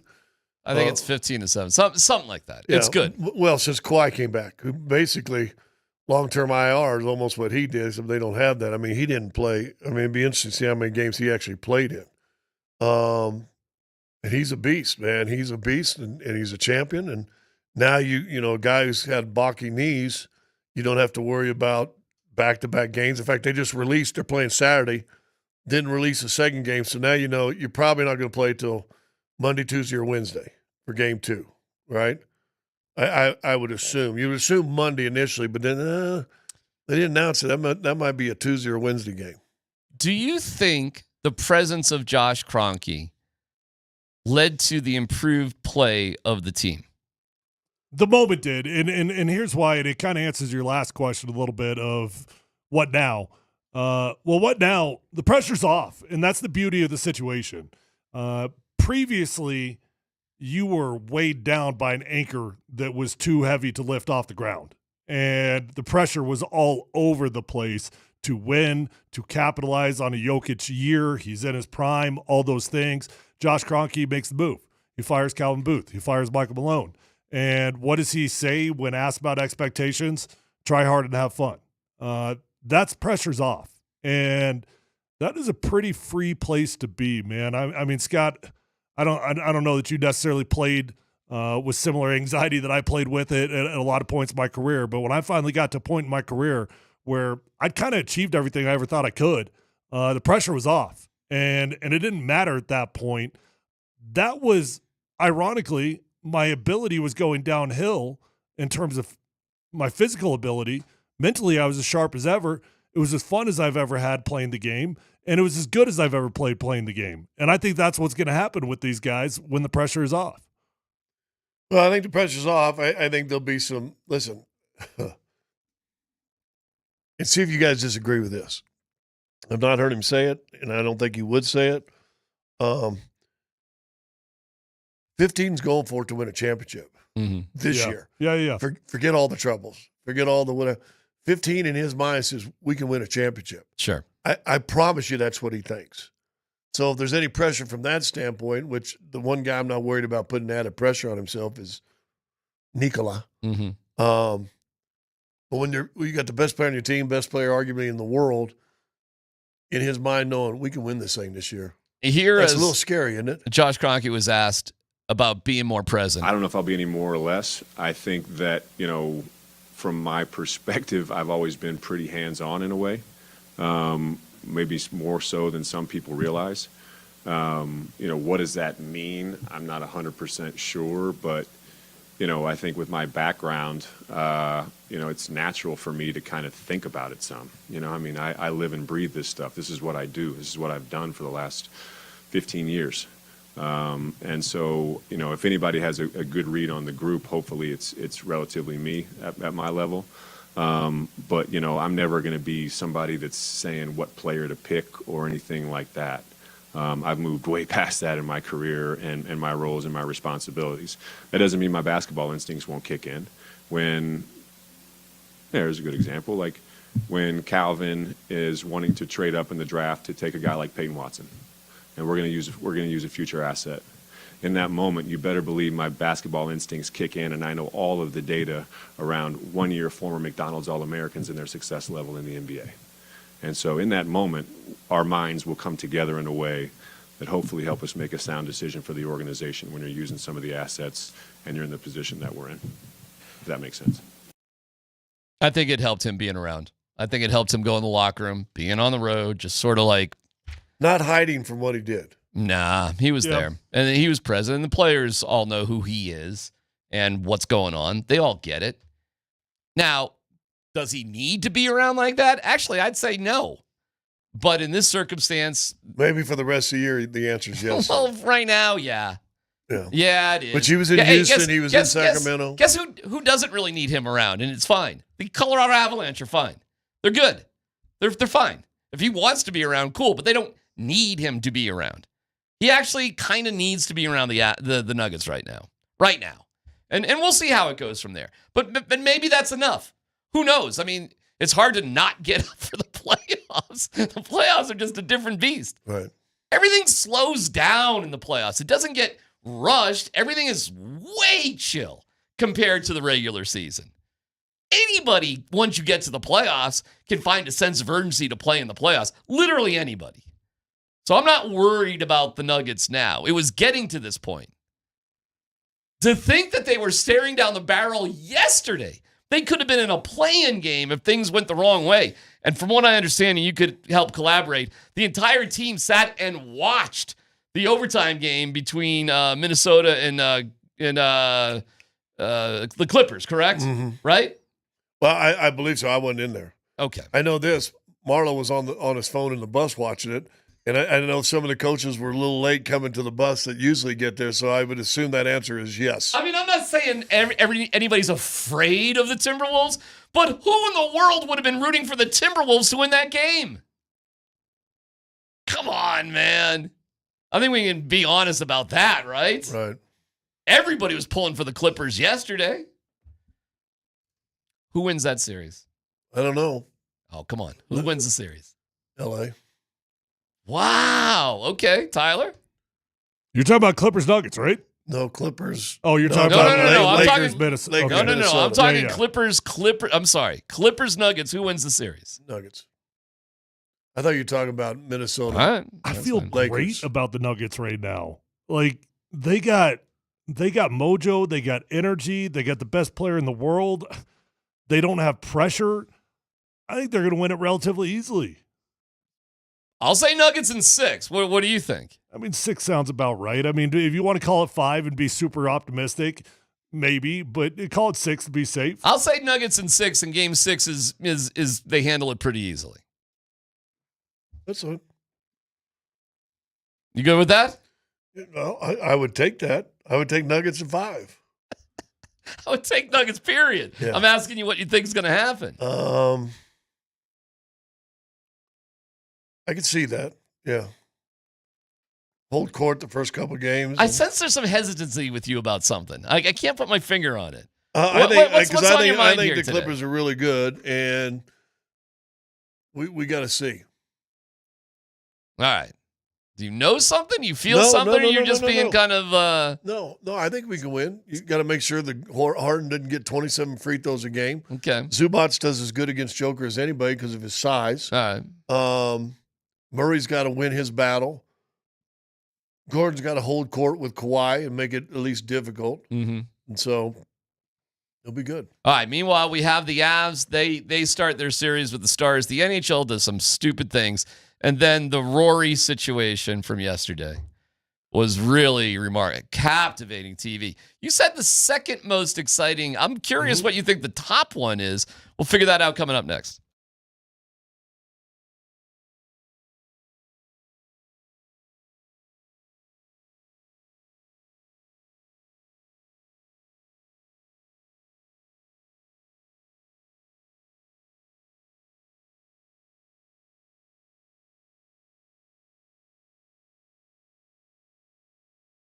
All right, guys, gals. Hey, if you're out there noticing that your hair's starting to get thin, you're losing your hair, call my friends over at Advanced Hair Restoration. They're going to get you fixed up. Just commit to calling Advanced Hair. It could be as simple as that. You're going to get your hair back. If you're anything like me, you might have already tried the lotions, the pills, the creams, the potions, and you're frustrated because nothing's working. At least it's not working the way you want it to. Call Advanced Hair Restoration. Ask about their Advanced FUE. Nobody offers anything like the Advanced FUE found at Advanced Hair. They've changed tens of thousands of lives, and guys, you deserve to be the next one. So call 720-459-HAIR. When you go to Advanced Hair Restoration, you'll be in a calm, relaxed environment with the most experienced professionals. Dr. Tanya Pauls is amazing. The entire staff at Advanced Hair is the best of the best. And what I love about Advanced Hair is they believe in what they do so much. They guarantee your hair is going to grow for life. Lifetime guarantee. Your own natural hair starts regrowing the very next day. Pick up the phone. Call today, 720-459-HAIR. You're going to get 250 free hair grafts and $250 off. Or check them out online at advancedhair.com.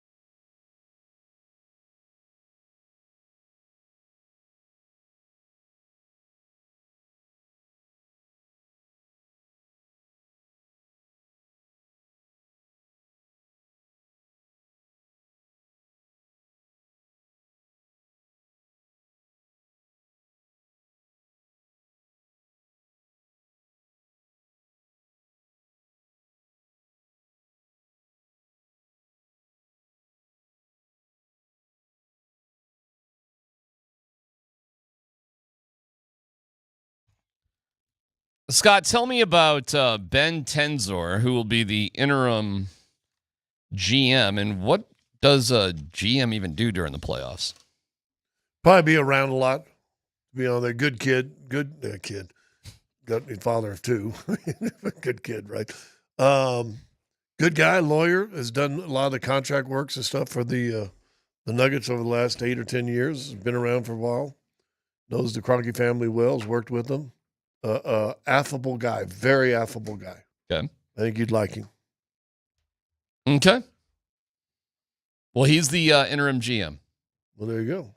Well, and as I told you, he was the guy that they moved up last year to the gold GM just to kind of give him experience in basketball operations. It's been said, hey, you fire Malone, what difference would it make in terms of anything? What has been the difference in the rotations and things that a coach has control of in these 3 games? Russ played well the last couple of games. He finished the game. Well, he didn't finish last night. The second game, right, that Memphis game at home. Wasn't playing great in Sacramento. And guess what? Jalen Pickett finished the game. Played great at 19, career high. Mm-hmm. So it's not so much about Russ finishing or not finishing a game. It's about following the moment of the game, and is the dude hot or not? If a guy's not is struggling, and he needs to come out. Yeah, right. Yeah. And it seems simple. Were there things happening? And I really can only use the first 2 games because you had a 31-point lead on Houston. The game was over going into the fourth quarter. So, I don't think there was anything different from what Michael Malone would have done and David Adelman would have done against Houston. I couldn't see a difference. Well, it got down to 15. You might. What, at the end of the game? Yeah. Well, okay. I Hope mean, not. But, that's scrub on scrub there. Yeah. And we love scrubs. And it was violence. Love a scrub. I got to admit, I tapped out a little bit in the final 7 minutes of that game. I was good watching it, but, I didn't think you were going to lose by 31 in the fourth quarter. No, I didn't either. I focus kind of, and we'll go to the Masters here in a second. I kind of like, all right, let's see what's going on here with Rory. So give me an example. Which is a good time to check in. Give me an example, then we'll move to the Masters here in a second. Give me an example of something that Adelman did that Malone wouldn't have done in these last 3 games. I think he's not afraid to change up defensive assignments. It doesn't seem the corner 3, and although I think Houston made 6 in the fourth quarter, so don't even count the fourth quarter. Let's not even look at the fourth. Let's just assume the game is over when the Nuggets were up 31 going into the fourth. For the most point, they kept Houston in check for the 3-point line. Teams are going to make threes. And I think they've changed up a little bit what they're doing. They're not as concerned with little 12-foot floaters as they are wide open threes. And so I think that's been a big difference. Who's playing well is going to play. Is that different from what Malone was doing? Well, I think as a veteran coach, I think you kind of get in lock with, this is the guys I trust. They've been here enough. This is the longest, they've done this. I got to trust these guys at the end as opposed to an inexperienced Jalen Pickett. Would Malone have won these last 3 games? Oh, man. I don't know. What do you think, Tyler? Would the locker room have won those last 3 games is a better question to me. Would they have found a spark that they have now found? Maybe not. The game that would have lost, in my opinion, they would have beat Memphis. They would have lost the game at Sacramento. Jalen Pickett was 5 of 7 from 3. He would not have had that opportunity with Michael Malone. They would have lost that game. The game against Memphis, I don't know. There was no difference to me with how Adelman managed that game. In fact, Adelman, after he was kind of like a little defensive about Westbrook and the whole thing, and like, see, I told you I was going to play him. He kind of had that attitude a little bit. But he sat Porter down, who was 2 for 10 or 1 for 10 for 3. Everybody sits Porter down. That's not a complicated thing to do. He's been being sat down his entire career when it's mattered. That's why he's not going to be in the Hall of Fame, even though he should be. But he had the body potential, ability potential to be in the Hall of Fame. It's too easy to sit him down. And he's going to be sat down in big moments the rest of his career. And listen, man, just to keep it real about MPJ, can I tell you a moment on the last game? Pretty good game against Memphis, right? Pretty exciting game, guys, right? Yeah. Do you know what it also was? Fan appreciation night. I'm going to keep it real here about MPJ, okay? I'm just going to keep it real here. You won that game. That was an exciting game. The crowd was unbelievable. Right. The crowd, what is it, more than 110 sellouts in a row? Yep. Well, if you're angry about anything, don't be angry at the crowd. The crowd loves you. When it's fan appreciation night and you win a game, don't be the first to run off the court before the clock hits zeros. And every player on the team was given a bag of little basketballs to autograph and throw out. And guess who the last player on the court was? Shaking hands, throwing balls out, autographs, the whole thing. Guess who the last guy on the court was doing that? Nikola. Guess who the first one was to run off the court before the clock hit zero? Michael Porter Jr. So, bro, a little friendly advice here, pal. Understand the moment. Understand the moment, my man, okay? And I don't know what's going on, and I know he's got rough stuff going on behind the scenes, and I don't even know what it is, okay? But he missed games because of family stuff. But don't just understand. I asked Nicola after the game, like, why were you the last one? I appreciate what the fans have done for us because it's different than the coaches and management. These are people who freaking love you. And in a moment where people love you, you're the first to run off the court? Come on, man. Come on. Just chill, man. I don't know what's going on with Michael Porter Jr. I really don't. I feel bad for him because I know it's some heavy stuff with his family, and maybe somebody needs to help him out with stuff. But if you can't just have a moment where you just say thank you to the fans on a huge game that you win, what's going on, man? Well, you don't know. I don't know, but it's concerning. I'm concerned with it. I'm concerned for him. Yep. I guess I'm going to err more on the empathetic side. That dude's got a lot going on. I'll be empathetic. A lot going on. I'll be empathetic to a degree, okay? To a degree. Like, okay, and you could tell me why he's in a bad headspace, and I'd go with it. I understand what he's been going through. I just watched that Red Sox documentary on Netflix. You want to talk about stunning. Jarren Duran talking about putting a shotgun to his head and pulling the trigger, and it didn't go off. What? Are you kidding me? I don't know if you guys have caught that. I saw that on an Instagram report. Holy cow. I put it. He is a starting center fielder for the Boston Red Sox leading off. And in 2 years ago. And having a good year this year. I haven't really kept up with him this year. Had a great year last year. Was an all-star, was the MVP of the All-Star game. But the year before, he was having a down year as a starting center fielder, put a shotgun to his head, pulled the trigger, and it didn't go off. So I am concerned about mental health first and foremost, beyond everything. But it was a weird moment, man. Like, what's going on with you, man? Like, seriously, what is going on with you? Because they need him. They need Michael Porter Jr. Yeah. I think Michael gets in his own head, and honestly, to give him a little grace, knowing him, he's probably like, man, I can't believe I almost let the team down again. And he's going off just and it probably doesn't even register with the Nuggets fan appreciation night. All right, fair enough. I don't mean to be too harsh if he's going through something. Well, I don't know. Listen, no one knows what he's going through. We all got issues, right?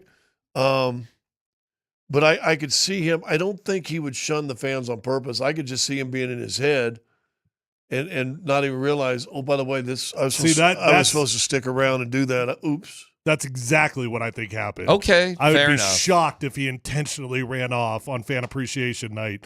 The players But in it their is own a bad world, look. you know. Yeah, and I get that. I'll roll with you guys. I just noticed it. It was just like, come on, man. But you know what? Maybe it is something he didn't even realize what was going on. But you know who always realizes what's going on? Is the best player in the world. Somehow he always realizes what's going on. Somehow he gets it. Dude, can I tell you what I saw in Houston last night? Sure, of course. And I've told you this before. Nikola always goes around and shakes the other team's hands. Yeah. You know, and I told you it bothered me that a year ago or 2 years ago when they beat the Lakers, LeBron just went off the floor. Right? Mhm. Come on now. But he always goes around and does it. The big white kid that played in the fourth quarter for Houston, you know, has been around a little bit, I think, journeyman guy. And Nicola's sitting there hugging on Sengun and Adams. I mean, they're all good friends. And, and this kid just kept staying on the outside of the periphery. Wants to be part of the big guy club? He wanted to shake Nikola Jokic's hand. That's cool. This is an NBA, and I'm watching it. Chris is like talking, and I'm, you know, I can get focused on other stuff. All right. So I'm like watching. I'm like, oh, he's hanging around just so he can dap up Nikola. That's cool. That's cool. And That's I'm like, dude, that's where he's at. That is where he's at. Right? Yes, he is. Deservedly so. And I think he's ready to make another run, and let's go. All right. Energetic transition to the Masters. Let's go. Taking a breath to the Masters. And let's hear from Rory. Look, it's a dream come true. I've dreamt about that moment for as long as I can remember. Watching Tiger here in 1997 do what he did and winning his first green jacket, I think that inspired so many of my generation to want to emulate what he did. And there were points in my career where I didn't know if I would have this nice garment over my shoulders. Good for him, man. Did Bryson choke? Yeah, I mean, Rory choked, but he also showed an insane display of mental fortitude. When did he choke? On 13. That was arguably the worst golf shot in the history. Like given the circumstances of the moment, one of the worst golf shots in the history of professional golf. But also showed an insane display of mental fortitude after double bogeying 13, bogey 14, nuts, one of the most beautiful shots you've ever seen on 15 around that tree, hitting that high draw. Yeah. Arguably one of the better shots in the history of the Masters, right after one of the worst shots in the history of the Masters. Then bogeys on 18 on a 4 or 5 foot putt. I thought the dude was going to fold for sure. Well, that wasn't the choke shot on 18. You're 120-something out with a pitching wedge in your hand. You put it in the bunker. Are you kidding me? I was stunned. The hard shot is the drive on 18, which he crushed.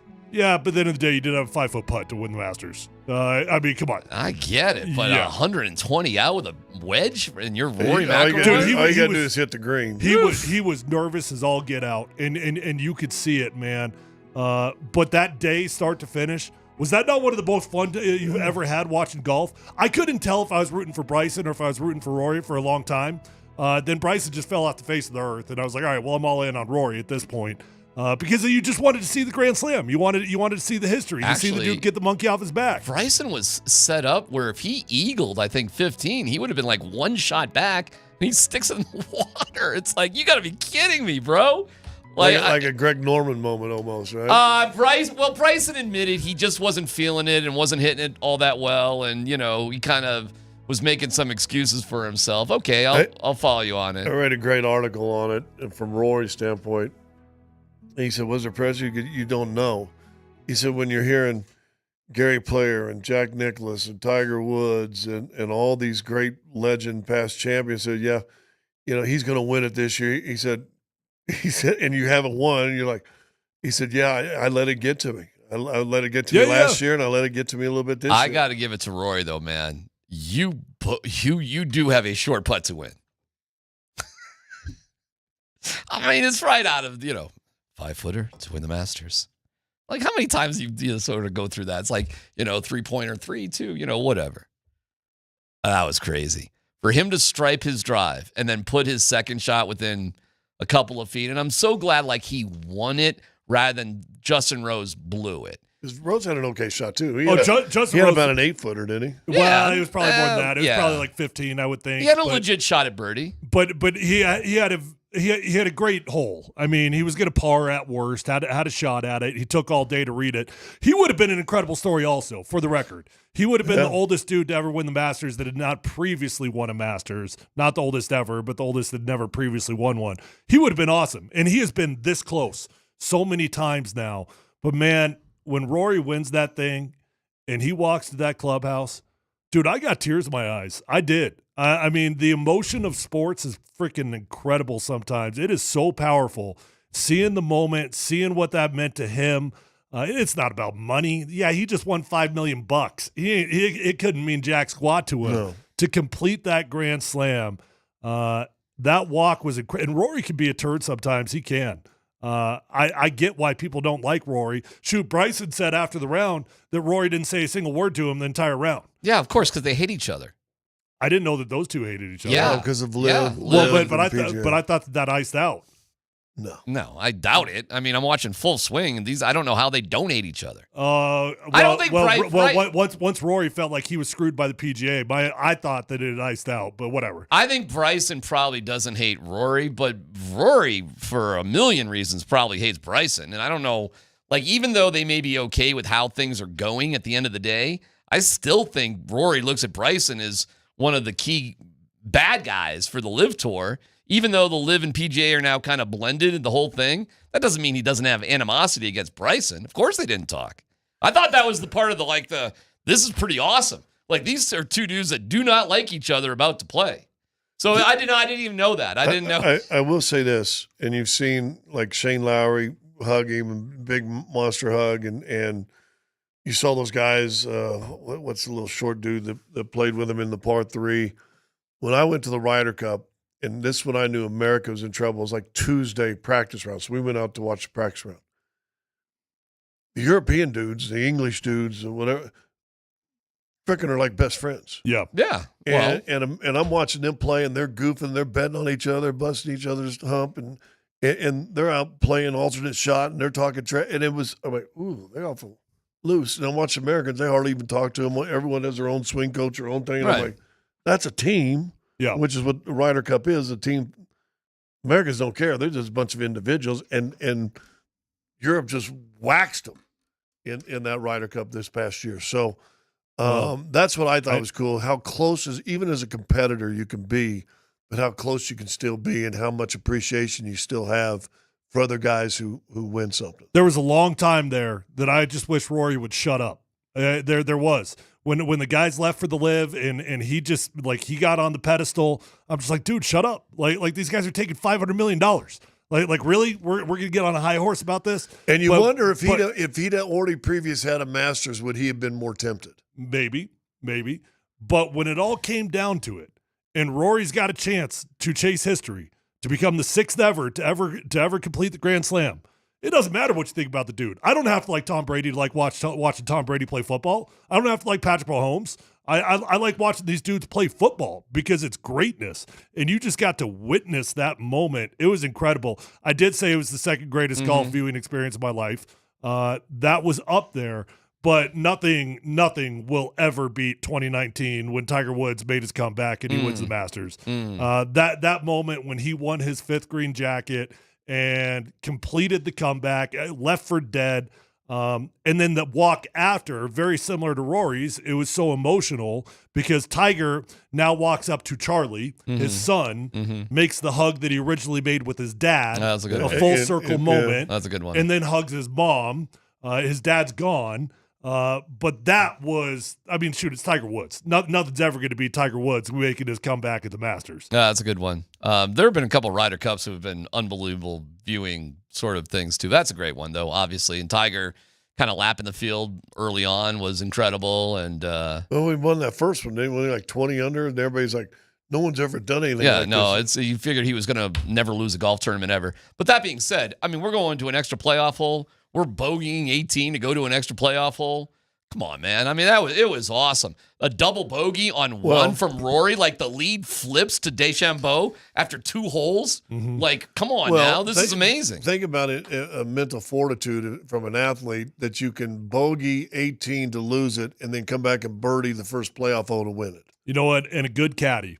I don't know if you guys saw what his caddy said to him when he missed that putt on 18, had a chance to win it. His caddy walks up to him and he says, well, bud, we take this when the week started.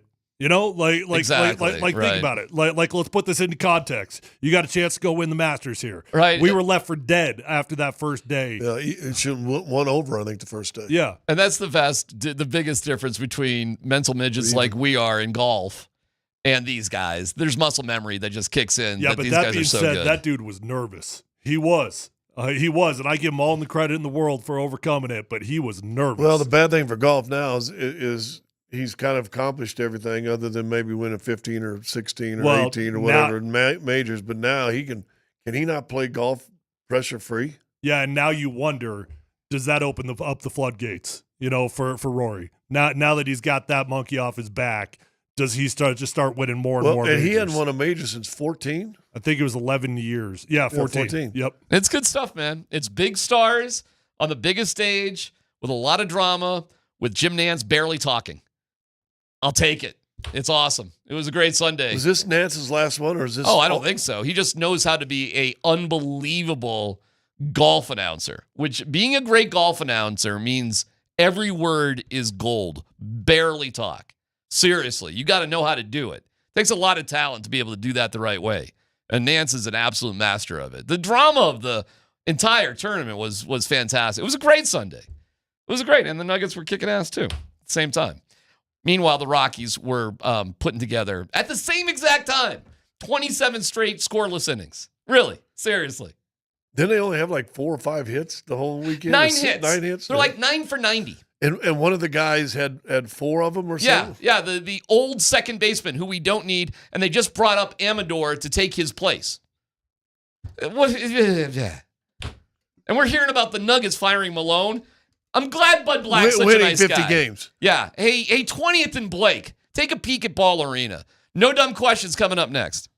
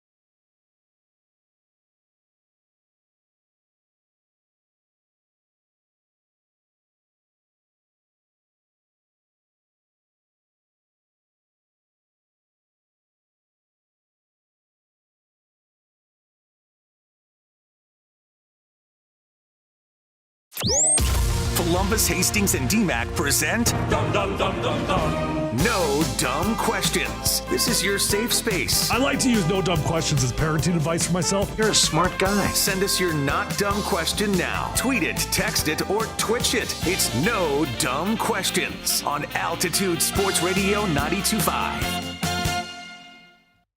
All right, Scott, I'm gonna look at you, man. You've just been finishing up the regular season. You're a man of mystery, of desires, of passion. You must have something stupid rattling in your brain. Well, I'm going to go back a little bit what we're talking about, and you just do that challenge to the Rockies. Doing what, and let's go Memphis too. Memphis fires their coach with 8 games left. You fire your coach with 3 games left. You had the GM on top of it. Mm-hmm. Will this be a wake-up call to more organizations? Maybe. That's a good question. That's not a dumb question. That's actually a pretty good question. Right?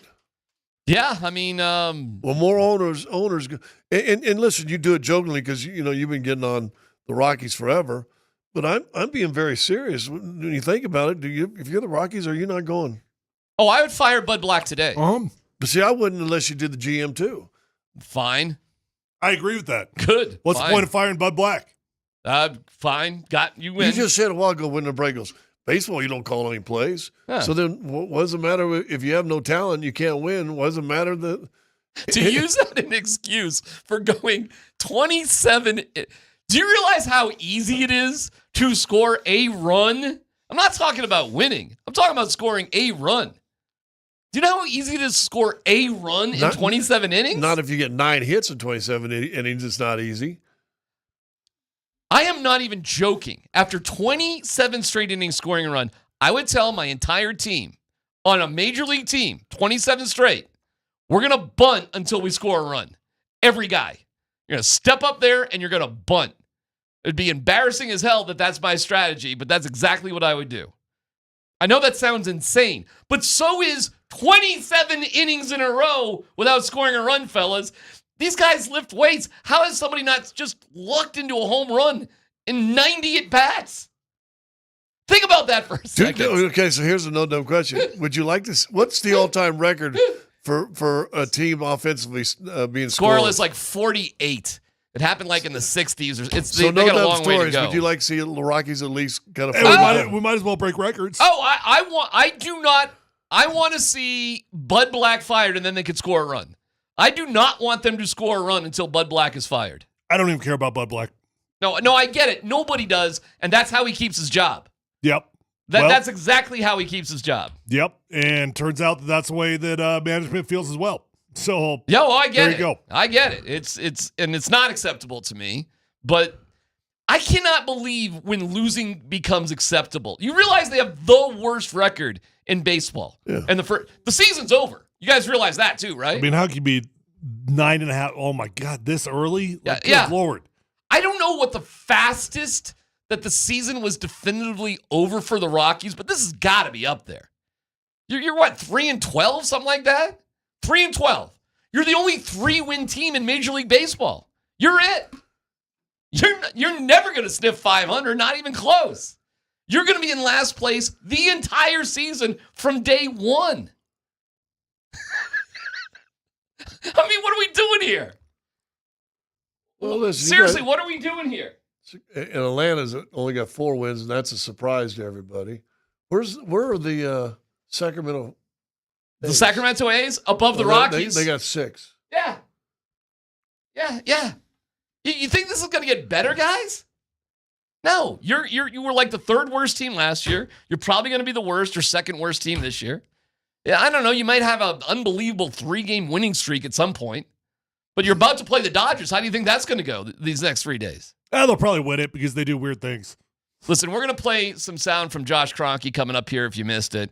The one thing I have felt from fans, and you guys tell me if you felt the same. The fans are happy that you care about winning. I would agree with that. I have not felt an angry fan pushback on these decisions. Have you guys? We're talking about the Rockies. I'm talking about the Nuggets. Oh, have you felt an angry fan pushback? Not since the first 12 hours. Right. Once you won in Sacramento, no. Yeah, you win 3 straight games. People get over it pretty quickly. I got a fan base at fart. Hey, if I'm different, we're on YouTube, Twitch, text, however you want. I see people who like Malone. I like Malone. I do too, very much. Right. So I like Calvin. But I understand why you did what you did. Someone on the text line says they got front row tickets to Friday night versus the Nationals for $19.95 a piece. Front row tickets for $20. Well, enjoy yourself. I would never tell anybody not to have a fun, cheap night at Coors Field because it's a beautiful ballpark and it's fun going to baseball games. Yep. And Frank, my daughter's group singing a national anthem this year, so I will be at that game. I think that's fantastic. Here's who, if the whole, by the way, I laugh at people who say I'm going to boycott the team. Oh, okay. I'm rolling my eyes. How many games were you going to go to? 2? 3? So we'll try to survive without you going to 3 games.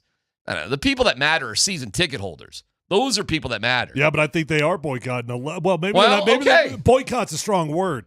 But losing interest, I mean, because they announced 17,000 people, but that's just sales. That's just your season ticket holders. That's everybody that's already bought tickets. And yet you look at the attendance, and it looks like there's 7,000 to 8,000 people there. Let me pivot on this. What are your expectations for Gabe Landeskog right now? Just to bring an emotional spark to the team. He'll be back, and he'll be back for game 1. He will. Yeah. You'd play him in game 1. I would. He'd be on your roster. Was it Mike and Raj? Somebody was talking about maybe waiting until game 3, and I'm like, what's the difference? Why? There is none. That makes no logical sense. You have to build, I believe, unless I got this completely wrong, with the NHL, you have to put forward a playoff roster. Now maybe that's 25 and you can play 23 or 27 something like that. something like that. But you can do it. You can do it series to series. He'll be on that. But if you leave him off the roster, then he ain't playing in the first series. Well, that would be insane because he could clearly be, a and reserve. if you put him on, then if you put him on, why aren't you going to play him? You're correct. You would only put somebody on the active roster to play them. But I mean, the big guy who fought was, a couple years ago, championship run, fell over with the cup. He was active on the roster. He never played. What the hell's his name? Help me out, Dan. McDermott? McDermott. No. Curtis McDermott. That yes. was McDermott that fell down. Yeah. No. It was Abe Kubel. Yes. No, but McDermott fell down in the bar. He topped over. Oh, you're talking about after. Yeah, afterwards. We're talking about on the ice. Abe Kubel fell down. Fell with and the cup. dented the cup. That guy is drunk. They both fell over. Yeah. with the cup. 2 different reasons, though. Yeah. For two different reasons. Yeah, Curtis McDermott was active on the roster, but he never played in the playoffs. I mean, you have enough spaces to do something like that.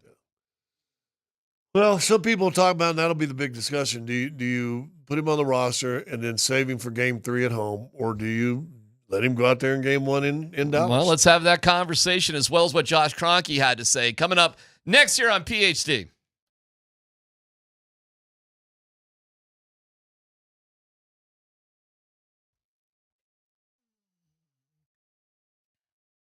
Hey, it's DMac for the Rocky Mountain Men's Clinic. When dealing with the issue of erectile dysfunction, you want the right treatment for your specific medical situation.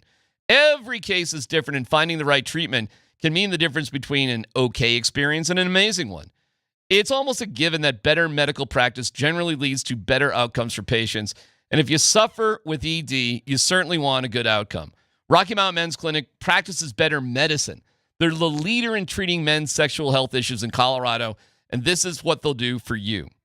They have treatments with success rates well over 90%. They're going to have you last an hour or more. Hey, the Rocky Mountain Men's Clinic has served the Front Range of Colorado for nearly a decade, treating tens of thousands of men. The initial visit is $99.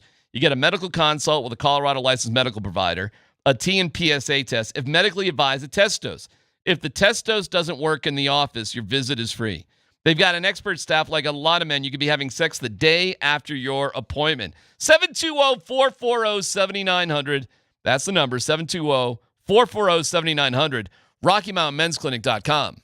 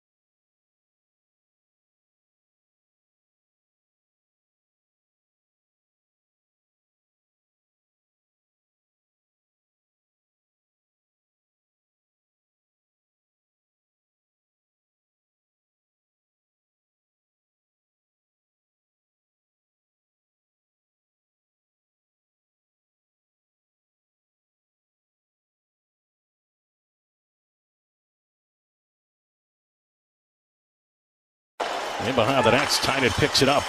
Left wing half wall to the blue line for Rosen. Back for Tynan, upstairs. Rosen, one-timer, scores!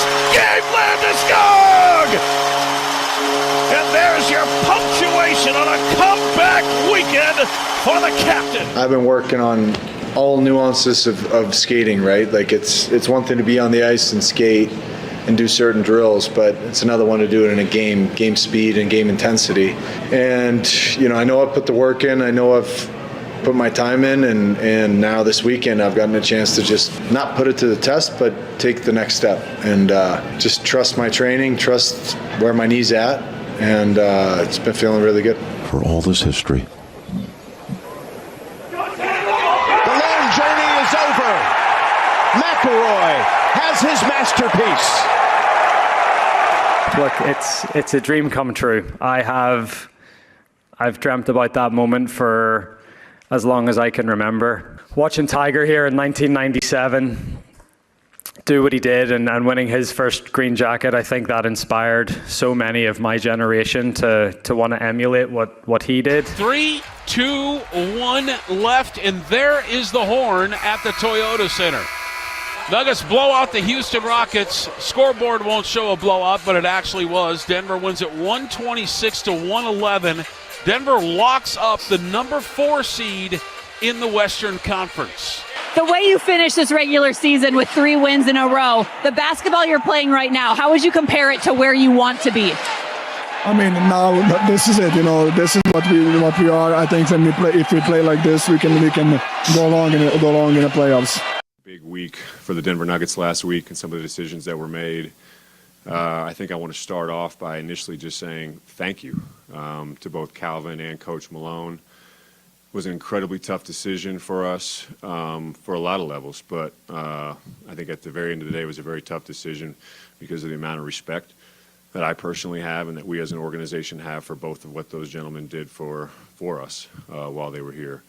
Brought us our first championship, help establish a new culture, new standards that will continue to move on into the future. And, to be frank, neither of them deserved it. And so for that, I apologize for my position. Guys, what was the biggest moment in Denver sports from Friday up until Josh Kronke spoke? Rank them. And just Denver sports, because for me, nothing beats the Masters, man. Nothing beats that, even with Gabe's return and everything that was going on. But I got to say the return of Gabe Landeskog. Nuggets been on a heater here, and that's been fun. And today there was a lot of energy around just the building and the conversations and truth telling and all those sorts of things. But seeing Gabe, I mean, it's not finality, but it kind of feels like it. Like we're through the journey and now we get to begin the return. That was the final step that had to happen. My initial thought was Gabe Landeskog. But to me, you have to put the Nuggets in all 3 games as one instant. If you put all 3 games into one instant, we can put that in a bucket. That's much bigger because I think they were, to Doug Moser's quote, a no-hoper going into the playoff in those 3 games. And you heard Nikola Jokic just now. That's who we can be. So if you put all 3 games and loop it into one, I say the Nugget story is bigger. If you just look at one instance, then it's got to be Gabe after 3 years. I think that. Being in Loveland when he stepped out on the ice, very rarely do you get literal goosebumps about a moment. It was unbelievable. And let me tell you, man, the presentation of a hockey game at Blue Arena by the Colorado Eagles, hey, way to go. Awesome. Like, dude, that is cool, man. They got a couple of pavilions where it's just standing room beer gardens. That is awesome for a sporting event. We're just going to drink beer and stand here and have awesome seats. Or seats, and not seats. We're just stand and drink having a beer, watching live hockey. Stand here and beer garden me. Beer me. Come on, man. It's freaking incredible. And you said it before you went up there. It's an intimate enough kind of event. Like it's not a 20,000 seat arena. There's not a bad seat in the house. 7,000 or 8,000, something like that. Yes. And the way they light it is pretty cool. Like they light it very dark in the stands and like bish. Yeah. So it's very dramatic. Stadium lighting. Oh, it is. It is cool as hell. Never mind, like you find out, like, hey, this Eagles team is like really good. And Gabe, played on Saturday as well, so he played in back-to-back games. He spoke. I didn't see as much from that one. I mean, I did see the goal, but how did he look on Saturday? Fine. He looked fine. Period. It's hockey. I don't know how they look. They all look the same. You know what? You know what he looked like? He looked like a hockey player. How about that? He looked like he looked like one of the guys out there skating around playing hockey. Period. Like, he didn't look less than. He looked like a guy, if you didn't know his story and You'd have no idea where he's come from, you're like, dude, you might want to hang this up. You're a little old to be playing down in the AHL. I don't know, bro. Well, if you can see their faces, because some of the guys, if you're up close, which you can there, it's like, oh, my God, you are like a baby. I mean, But, they're wearing all the gear and stuff. You can't tell. He looked great. The atmosphere was incredible. It was one of the most storybook moments you can imagine. It is like something, and that all of his teammates, or a good chunk of his teammates, were there too because of how that schedule worked out.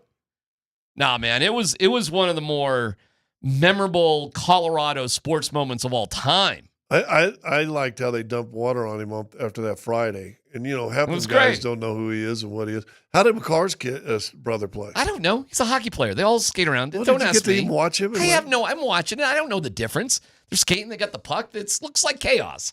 Look, I have no idea. Like, one guy, I always love how people say, oh, yeah, that guy this guy that. You don't know.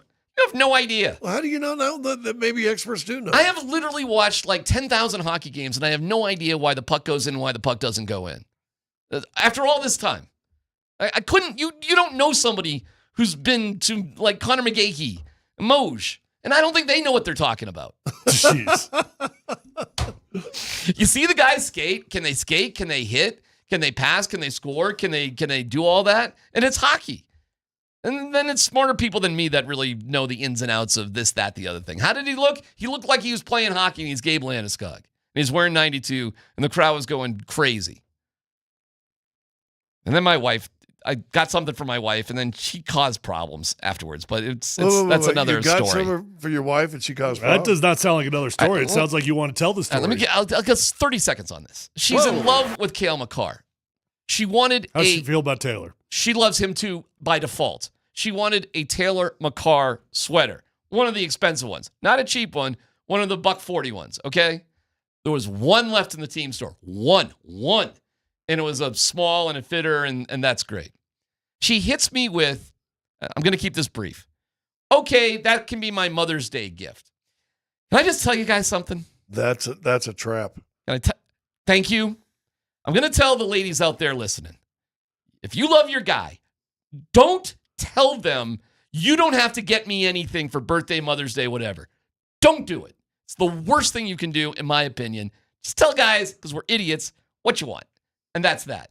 But for her to tell me in April, that's my Mother's Day gift. For May 11th. Sucks. So what am I supposed to do with that, fellas? Well, let me help you out with it, Fest. Okay. Just rewrap it. She ain't your mom. That ain't It's not how it works, and you know it. She's not your mom, man. I think you just wrap it up again on Mother's Day. The whole, I don't need anything is the worst thing you can do. And I'll just leave it there. Get her a vacuum. Seriously. Hey, tune in tomorrow for our first Nuggets Playoff Ticket Tuesday. We'll have a pair of tickets. Each show will have a pair of tickets to give away with keywords all day on the 20s. If you want to purchase tickets now, select tickets available at nuggets.com/tickets. Altitude Sports Radio 92.5 is your home for Nuggets playoffs. And don't miss the first Playoff Ticket Tuesday tomorrow. That is happening tomorrow. That's exciting. Let's talk about and it's the a Nuggets. 1:30 game, so you can go down and you can maybe catch an evening Rockies game after. Sure. What inning will they be on by then without a run? Oh, let's. By Saturday? Yeah. I think you can go for the record. Well, they've got 3 games in a row tonight, tomorrow, and Wednesday. I think they have. There's 27. That's another 27. So we're going 54 scoreless. Yes, we broke the record then. We would have broken the record if we get to that point. Yeah, I think off Thursday and then Friday they'd have another 9. So now we're going 66. 54 plus. And then 130. No, that's nice. So it'd be 60. It'd be a nice smooth 60. 72. Well, no, because 130, the game would be. Your question is by 130. They'd probably play Saturday night. I'm just taking this off the top of my head. So probably a smooth 66 scoreless innings by the time the Nuggets good start. Because, I mean, I think he had bad math there. Do I? 54 plus 9. We broke the record, guys. We broke the record. Oh, 54 plus 9, 63. Yeah. Right. If you are going to break it, though, don't break it by like an inning or two. You know, make sure that you put this thing in the history books. 63. Yeah, that should be the goal.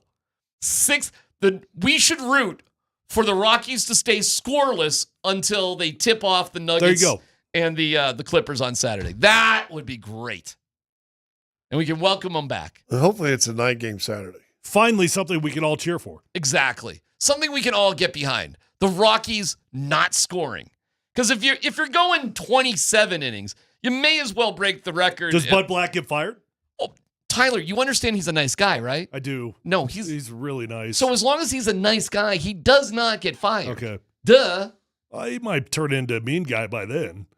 It's impossible for Bud Black to be anything but the nicest human being on earth. Okay. We've established that. Yeah. Well, once a year. It's usually a little later in the summer, but I'll go ahead and throw my offer out right now that hire me as general manager and I'll turn your program around. 3 years, 5 max, but 3 years. I'll turn your program around. Boom. Let's go. You know who else could turn their program around compared to where it is right now? Anybody. Well, that's not giving me a big push up. Right, you realize there's 30 for a little support. There's 30. No, none from me on this because literally anybody could do better than they're doing right now. Anybody could do better than Bill Schmidt and Bud Black right now, and literally anybody. Well, I was going to hire you as a manager, so I promise you I'd do better because I'd tell them to bunt until they scored a run. I mean, I'd embarrass them. It's soft. You want to talk about a soft clubhouse? You want to talk about a soft environment? Comfortable. Way too comfortable. I'd bring from a Quentin Tarantino fire flamer like that he put that girl in the pool with in that in the Hollywood movie there. That would be me in the Rockies. Once upon a time in Hollywood. Yeah. Took that flamethrower right to that psycho Chuck Manson chick. That's what I would do in the Rockies clubhouse right now. I would try my best to have nobody like me. You'd kill them all? I wouldn't kill them all. It'd be a theoretical kill them all. Okay. It'd be a verbal flamethrower. Nobody would be off limits. It's humiliating. Humiliating what they're going through. But it's okay because he's a good guy. Great guy. He's a nice guy. Great guy. So that's good. Clinton Hurdle was a great guy too. You know, when you think about this, not joking, like what Josh Kronke had to go through, the difficult decisions they had to make, and perhaps he did wait a little bit too long. I think he would even admit that, right, for a variety of reasons. You know what? At least you have with the Nuggets and Avs, you have an expectation to win. That's what you have. Yeah, that's true. And you got it with the Broncos too, by the way. Let me go back real fast to Rockies. You know your organization's an issue. When you get a manager, and Jim Tracy that had an extension put in front of him, he said, "No, I'm good. I'm okay." And you had a general manager, and Dan O'Dowd said, "Here's an extension." He goes, "No, I'm good." You know what's crazy about the Jim Tracy one? I thought for sure he was doing that because he had another job lined up. He would rather not work. He hasn't worked since. He would rather be unemployed for life than continue on managing the Rockies. As it turns out. And he was a good guy. He was a good guy. Seriously, flamethrower in the clubhouse. Virtual. I think it's illegal. You can't actually kill him. You're not allowed to do that. Burn somebody up. Third degree burn? Well, I'll tell you this. I'll give you one thing. I wouldn't play Chris Bryant ever, period. The end. He'd be done. He'd just sit on the bench. And everybody can just look at Chris Bryant. If I can't cut him, I just see like, hey, that's what happens. Sit there, Chris. Give him a chair in the middle of the outfield that he has to sit on. Was Chris Bryant ever in his career, no dumb question, a Hall of Fame candidate? Yes. How about now? No. A bigger fall from grace, Chris Bryant or Russell Wilson? Chris Bryant. Russ is just more... Well, he has no shot at the Hall of Fame. Does Russ have a shot at the Hall of Fame or not? I think he's still got a shot. Russ has a shot? I would definitely make the argument that he played himself out of it, but I think he's still in the conversation. If Phillip Rivers is in the conversation, guys like that. He'll be in that group of guys. Well, then it'll be Chris Bryant because he has no shot. Zero. Zippo. I'm sure he's a nice guy, too. I don't know Chris Bryant. I've never really talked to him. Sure, he's a good dude and has a family and kids and the whole thing. Guy can't play baseball anymore. This is a dangerous week for the Rockies. Let me tell you why. We're gonna have a little bit of a pause with the Nuggets and the Avs. We got just a little pause. Just a little pause. How about a 3-game win streak in L.A.? Go for it. Can you win games 0-0? Do they eventually count as wins? When are the Rockies going to score a run? Seriously, I'm not even joking about this. They will score in L.A. You know what? Watch, just hit a home run the first inning tonight. Something stupid like that. I'm sorry to even bring it up. It was probably not even on everybody's radar that they had gone 27 straight innings without scoring a run. Probably nobody was even thinking about it. Here's what we got to look at. Yeah. Who'd they play the game before they just got swept in San Diego?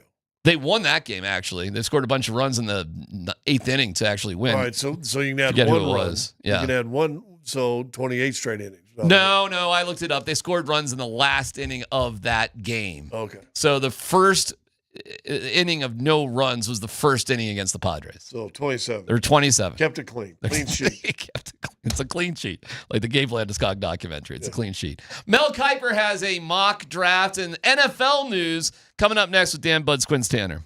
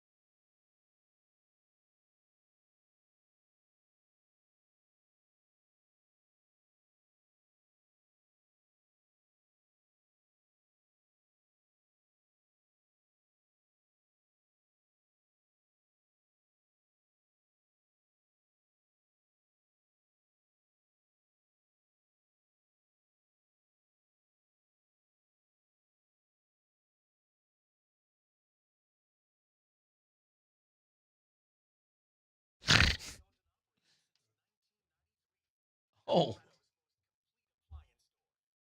Wow. Really? Boldly. That's pretty cool. That's Scott showing me secret photos.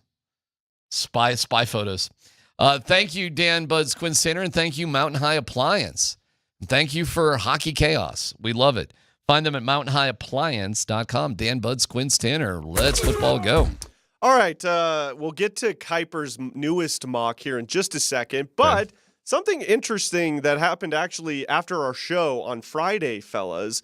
Louis Riddick, former NFL GM, works with ESPN, tweeted out that 9th pick going to be all kinds of interesting with the fingers crossed emoji. Now, that's not the interesting part. The interesting part is Coach Prime, his official Twitter account, quote tweeted that with the eyeballs emoji. What do you think Coach Prime knows about the 9th overall pick, which belongs to the New Orleans Saints? Well, that's all the speculation right now that the Saints desperately want Shedeur Sanders. So Derek Carr's got that shoulder injury that it feels like he came out of nowhere. Like what the hell's been going on all offseason that now all of a sudden you're thinking about surgery that's going to keep you out? I don't know. Well, he missed the last part of the season with it too. I know, but this always blows my mind. Like, I'm actually pro surgery, believe it or not. like if you need surgery, get it done as early as you possibly can, rather than trying to fight this thing out and somebody telling you, we might be able to rehab this thing. Just do the damn thing, right? And now the Saints are they're in a similar spot to the Cleveland Browns, quite frankly, where they had a plan and they don't know. So Saints really, really like Shedeur Sanders. The other one that is popping up, though, that is interesting, allegedly the Raiders are back in. So if the Raiders are back in, now do the Saints get antsy, or are the Raiders just back in, quote unquote, because make they're the Saints antsy? Exactly. I mean, from 9 to 6, yeah. Like, let me ask you this.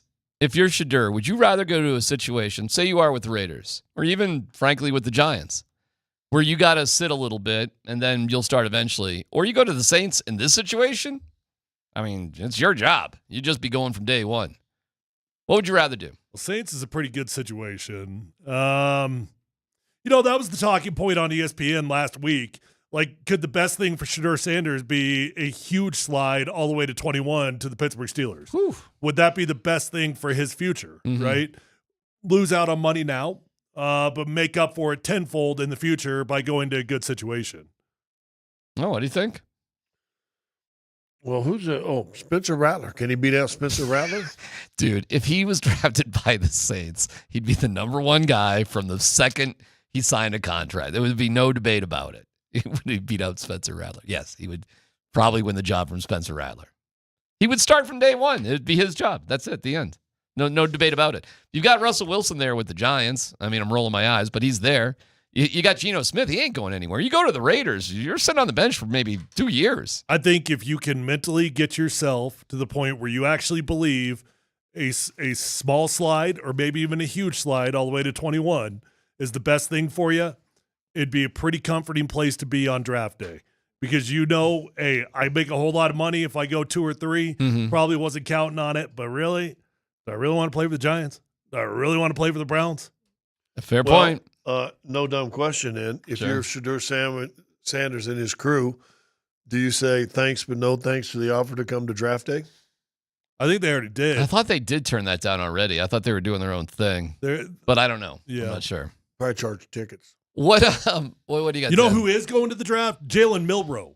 Jalen Milroe is going to the NFL draft, and he might be a second rounder. Yeah. Well, probably a second rounder. Have fun.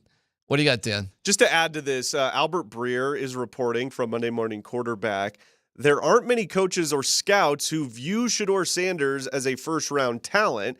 He said, I'm hearing that he isn't a great athlete on tape, doesn't have exceptional arm talent, and too often does things that simply won't translate to NFL games. Is this all part of the lying season, or do you guys think there is any legitimacy to this? I don't know, man. I mean, is he a first-round quarterback talent? Is anybody going to debate that? Because if you want to play the Jeff Legwold rules, where he's not a first-rounder based comparison to everybody else, but he's still a quarterback, so he's going to go in the first round. maybe you can make that argument off true QB talent. I think this whole conversation is dumb as it could possibly be. Total joke. Poppycock, Dan. Total poppycock. I don't mean to get so filthy with my language, but it's poppy. It's poppycock. Next story, Dan. All right, to Mel Kiper's mock draft, Travis Hunter is going second overall to the Browns in his latest mock. Shador is going 9 to the Saints. Okay. Actually, Ashton Genty 6 to the Raiders. Omarion Hampton at 12 to the Cowboys. Okay. And then he has the Broncos at 20, taking the wide receiver out of Arizona, Tet McMillan. What do you guys think? Sure. God, how many freaking huge wide receivers can we get on this team? I got you, but that means Loveland and Tyler Warren are basically gone. And if you're telling me Tet McMillan, who's regarded by a lot as the best receiver in this group, hey, cool. It's an offensive weapon. He's an unusual guy. Like I'm fine with that. He did have one kind of red flag comment that was a little bit concerning. What's that? Tet said that he doesn't watch film. He said, I saw that. He said, I saw that. I watch all the film I need to do in the meeting rooms, but I don't watch film on my own. Okay. I mean, is that something you take serious? Is that just a young player that doesn't know how hard it's going to be? Or is that a sign of work ethic? Tyler, Michael Malone said the Nuggets don't watch film on their own. What's the problem? And they didn't get fired. He did. That was a moment, wasn't it? Mm-hmm.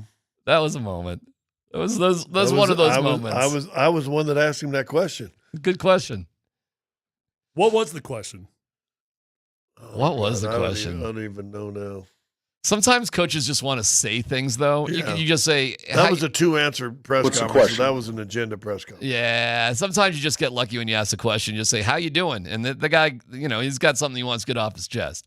You think that was a mistake that Michael Malone said, if we don't make them watch film, they won't watch it on their own? You think that was like...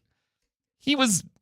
Okay. I mean, he was going to say that no matter what. Not to belittle your question, but he was... The meltdown was on. The meltdown was real when you're saying shizzle like that. Next story, Dan. Lastly, fellas, one more report here from Albert Breer. According to Albert Breer, Aaron Rodgers' pitch to the Minnesota Vikings was to have the idea of making a one-year run at a championship and being a willing mentor to J.J. McCarthy. He says in the end, faced with all that, the Vikings found themselves emboldened to give McCarthy the runway to seize the job, the staff the opportunity to build the offense for him, and see how that looked at the end of the spring. So the Vikings did pass on Aaron Rodgers, pushing their chips all in on the 22-year-old. You surprised that the Vikings didn't bring in Aaron Rodgers to go with that pitch that he made to them? No. You draft a guy in the top 10. You got to go all in with him at some point, sooner than later. A year, and he's coming off injury. It's time to go. Or you're an idiot organization in the first place. No, it doesn't surprise me whatsoever. I think the injury changes things, though. I mean, I tend to agree with you. You draft a dude that high, what's the point? But when he's coming off injury, that's a complexity. It's just a whole nother layer. But that's the difference between bringing Joe Flacco in, who's getting another shot. How about that? Back with the Browns. Unbelievable. But if you just Who want may open the season as a starter. Yeah, and that is the way you would theoretically. That's why when the Broncos drafted, Case Keenum, I was like, oh, that is great because he can be there for a little bit while you get Josh Allen ready, and away we go. What a brilliant move. But you don't bring in Aaron Rodgers for that. You don't bring Aaron Rodgers in to be the 4 or 5 game guy. You bring Joe Flacco in for that. Flacco's perfect for that. You never know with Flacco. He might be all right. You don't bring in. Did I hear it right though? Like my understand was Aaron Rodgers' pitch, hey, I'm going to start one season and then I'll be the backup to mentor him? Oh, I don't know about that. I think he was just saying I'll be a good guy while I start to this dude. Okay. Oh, okay. Thanks, A-Rod. Thanks, Ayahuasca Man. By the way, what is going on with him and the Steelers? Like, seriously. If the draft is next week, like, if I'm the Steelers, if you're the Steelers and you really get this far down the road and you do draft Jackson Dart, like, if you do that, why would you even want Aaron Rodgers at that point? Well, I definitely want him if I get Jackson Dart. Jackson Dart ain't going to be ready. Well, yeah, but what would be the difference between Jackson Dart and any of those? Bo Nix, what's the difference? What would be the difference? Bo Nix is more ready. Oh, okay, I don't know. But theoretically, you draft a guy in the first round, you give him a little competition, but he's going to be your guy or not. You got to see it sooner than later. The Steelers should hope that Aaron Rodgers doesn't make a decision before the draft because that gives them a free out.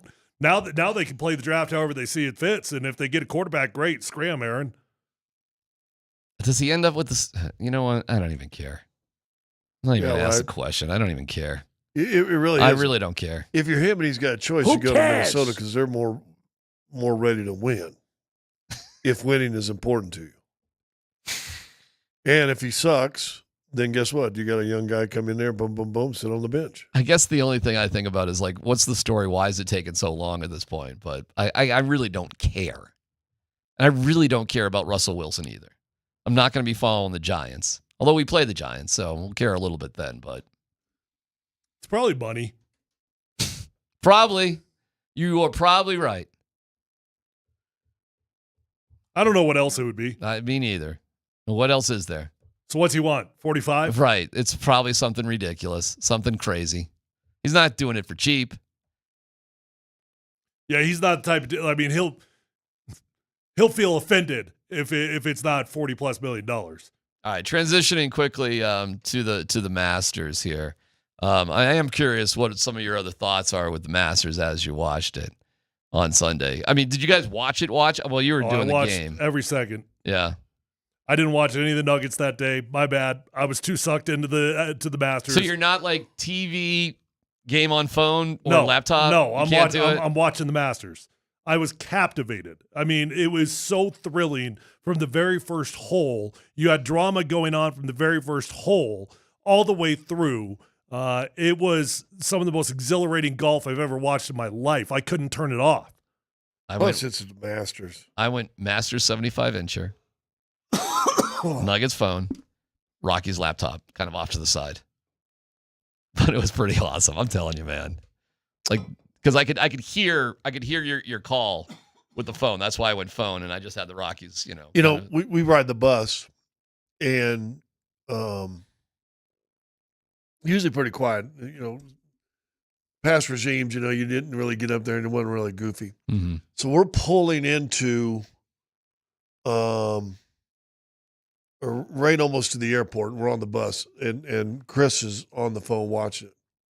Chris Marlowe misses the little 4-foot putt to win the tournament. Bus is semi-quiet. I mean, everybody's in a good mood, but everybody's kind of worn out. It's kind of quiet. And all of a sudden, oh! I mean, wow. You should have seen every head in the bus that I could see turned around. And I had just, because he had a delay, because the warden had just called me and told me that Roy just missed a 4-footer to win the tournament. And it was like, okay, I'll talk to you later. 5, 4, 3, and then all of a sudden, oh!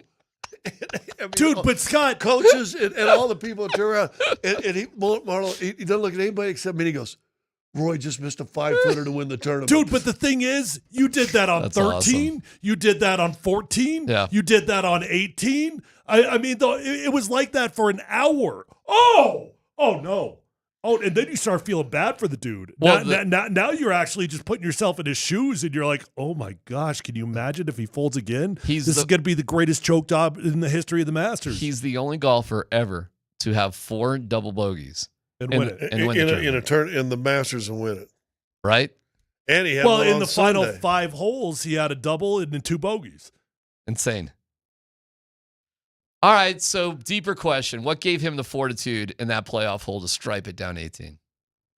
What gave him the confidence to be able to do that? I wonder, and it's pretty amazing. Maybe it's dumb, but I wonder if it was just a very calm and confident caddy.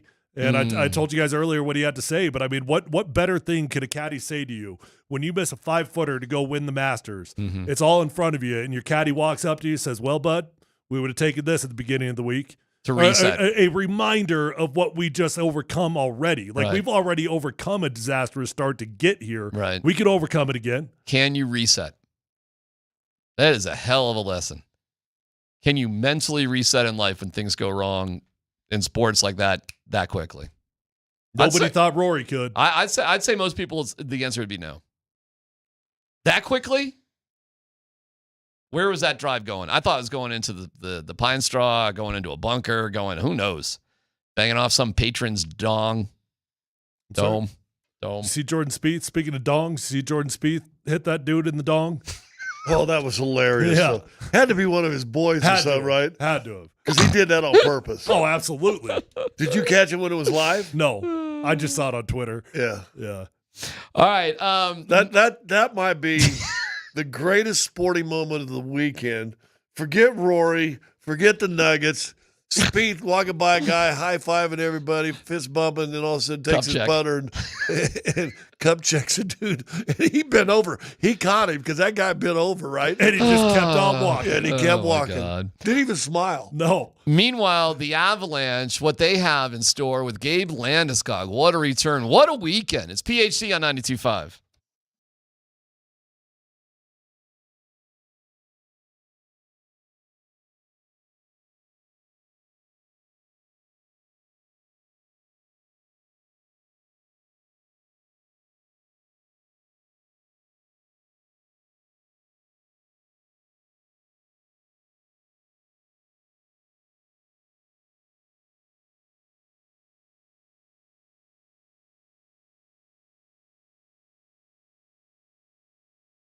Hey guys, unless you've been living in a hole, I know you're well aware of the fact that things are getting expensive in certain categories and vehicles are no different.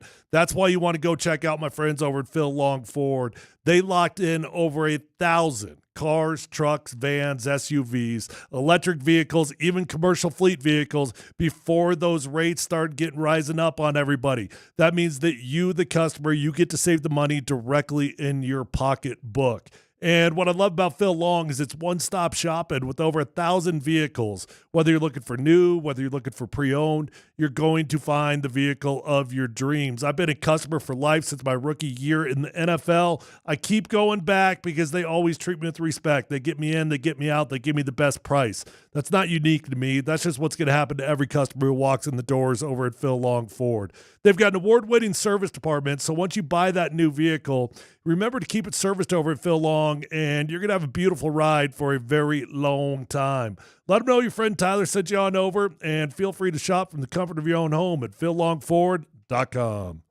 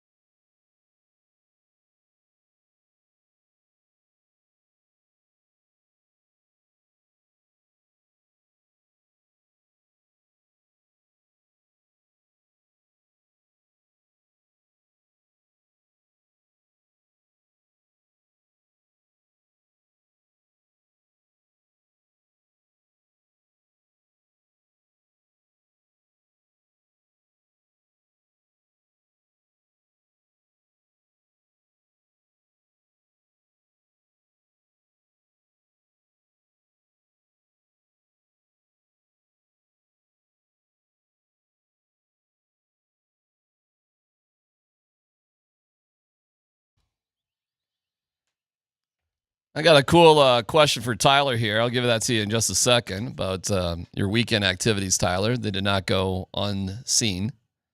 Get to that in a second. Turning our attention just quickly to the Avalanche before we get there. How are you guys feeling about the Avs, just in general? I mean, we have strong feelings that Gabe will come back in some sort of role. We'll see where that goes, right? And I assume that'll be the first question to Jared Bednar when they settle in and start doing some media before the playoffs. I mean, it's the most logical question. Gabe has skated twice, felt good. What role do you see him with the team? Because Bednar's already said when Gabe wants to come back, he's back. Sure feels to me like he's going to be back for game one. I don't know what you're waiting for. He passed the test. Looks like he's good to go. If he can play, he can play. Yeah, I'd be shocked if he plays his third and final game with the Colorado Eagles. I suppose that's an option. They're not going to Canada. They're not going to Canada. Not going to Canada. Makes life a little bit easier to go Ontario, California. When is that game against? Can you look that up when they play Ontario, California? My only concern with the Avs has nothing to do with them, but just mentally, have we all just assumed this is going to be too easy because we're so confident in them? I mean, they got a hell of a test to get through in round one, and we're all so confident in this team right now. Like, this is pretty hard. All right, let me give you. That's a tough sport. All right, good question. Who has the greater likelihood of winning in round one, the Nuggets or the Avs? Ooh. And by the way, if Gabe wanted to, he could play Wednesday on the road. He could play on Wednesday. He could do it. And he'd be back, and he'd have a couple days off before the playoffs even started. Although Wednesday, you got to believe the Avs are going to have a practice, and you got to start fitting in where he's going to go. Yeah, I know, but they don't practice hard at this point. No, but you're going to fit in with guys on the line and stuff like that. What's more likely to be successful? Or what series do you like? Avs or Nuggets? I actually like them both. Like them both? I like them both. I'll tell you where I'm skeptical on both, too. One, Nuggets are playing the hottest team in basketball in the first round. And it's an LA team, and the whole world's going to be for the LA team, ESPN, everybody else, but whatever. So you're playing the hottest team. Avs, you're starting on the road. Playing a cup contender. Playing another cup contender, too. So listen, 4 usually always plays a tough team in 5. You just aren't expecting a team with 100 and some points to have to play the second best team in the West. Stupid to me, but it is what it is. What do you think, Tyler? I almost want to say the Nuggets have an easier route to winning the first round. Okay. Why? It doesn't necessarily mean that I don't think the Avalanche will. I do think the Avalanche will. But Dallas is damn good. And I know the Clippers are hot, but Dallas has been that. They are them, right? And they've been them. It's always been it's going to go through Dallas. And so that just feels like a tougher matchup on paper. Well, it's way more dramatic, too, because you got Mikko and Duchesne. I mean, there ain't nobody to hate over there. I forgot completely about Mikko. Oh, yeah. No. The drama with the Stars series is next level. I think they're both going to win, too. But I think the Nuggets are going to have an easier time. Yeah. What if Landeskog beats the snot out of Mikko in a fight? The tough guy fighting sort of physical role was always part of Gabriel Landeskog's game. It was comical on Friday to be up there seeing him hunt for something. He wanted contact. Well, he needed that. He needed something. Yeah. I mean, when you see the video, you can see he's just kind of casually skating around like looking for something because he wanted to test yourself. He didn't want to fight, but there needed to be some sort of whatever. Yeah. Then Good luck getting Mikko to fight. Then he got to play in overtime. Then he got to take a penalty shot. He got to score a goal.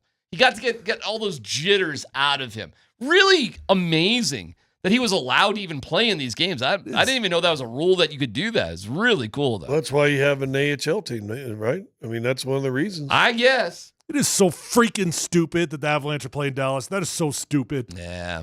That is beyond dumb. If they were just ranking it, I think if it was 1 through 8, they'd be playing like the Kings. They would kill the Kings. They would. You know who feels that way too, by the way, is Dallas. They feel the same way. Oh, I promise you. They feel like we did all this to play the Avs? You got to be kidding me. Right. All right, we have a question for Tyler on the text line. Go ahead, Dan. Turn it up a little bit. Tyler, how was your trip up the Manitou Incline? Oh, it was wonderful. It was just full of joy and love and laughter, and oxygen. It was just it was just peace and tranquility. It was amazing. Any reason why you wanted to do it? You know what? I did obviously do the Manitou Incline this weekend, and I'm so glad I did it. It's been on my list forever. I've never done it. I do the little tiny one in Castle Rock all the time. That's a good one. And I've always wondered, how does that compare? Well, now I know. And it doesn't compare. No. But I didn't know, okay? I had no clue what I was walking into. Yeah. I was out to eat on Friday night with my sisters and a couple friends. Yeah. And I was like, hey, I think I want to do the Manitou Incline this week. Anybody want to do it? Somebody says yes, and before I know it, I'm like signed up for this thing. I haven't done any research. I don't know what I'm walking into. I'm just like waking up at 6 o'clock the next day, heading up to Colorado Springs, going to the Manitou Incline. Oh, so you did it early. Did it early. Working early in the day. Yeah. Got there early because it was supposed to be like 83 degrees that day. Yeah, that's right. Well, not Manitou, it wasn't going to be, but no, it was warm. Really? I'm fried like a lobster. Okay. Look at my arms. Yeah, no, I got fried. It was definitely warm up there. Okay.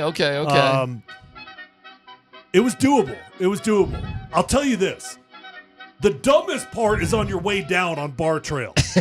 When there are 55 morons, and I mean morons, that are sprinting full speed down this thing on a tiny little trail. Colorado. On your left, here they come. They're doing parkour down this trail. They're 1 inch away from being in a wheelchair the rest of their life. And then I've got two dumbass mountain bikers that can't be allowed. That I don't can't be know allowed. the rules. Yeah. You can't convince me that mountain bikers are allowed on this trail. I agree with you on They that come one. barreling down, ringing their little bell like they're on a road bike like DMac.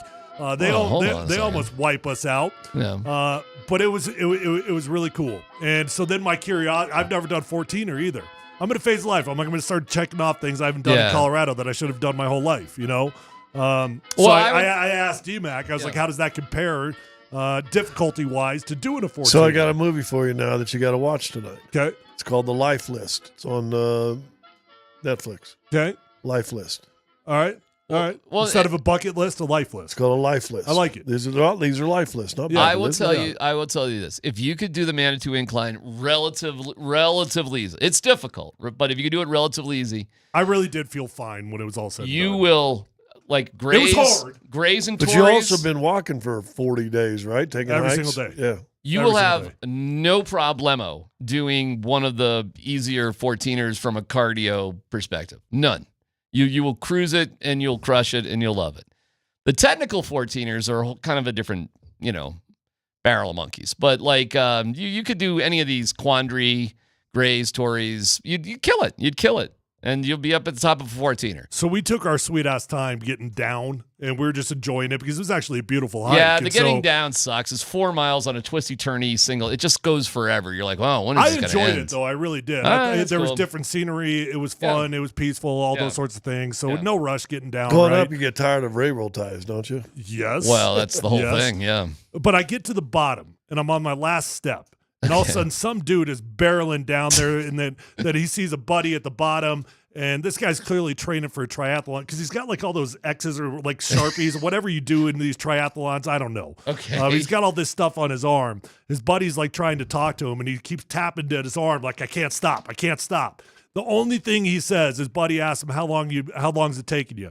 He said, top to bottom, took me 52 minutes. Yeah. I'm like, you got to be freaking kidding me. Right. Like top to bottom, like if you get to the top in 52 minutes, that's pretty damn good. More obnoxious, that Colorado guy or the Colorado guy who's insistent that the IPAs that he makes in his garage are better tasting than a Coors Light. Oh, well, there were definitely people at the top of the incline that had brought IPAs with them. How about the guy that keeps the ski racks on in the summer? Yeah. Midway, at the top, halfway. I said midway already.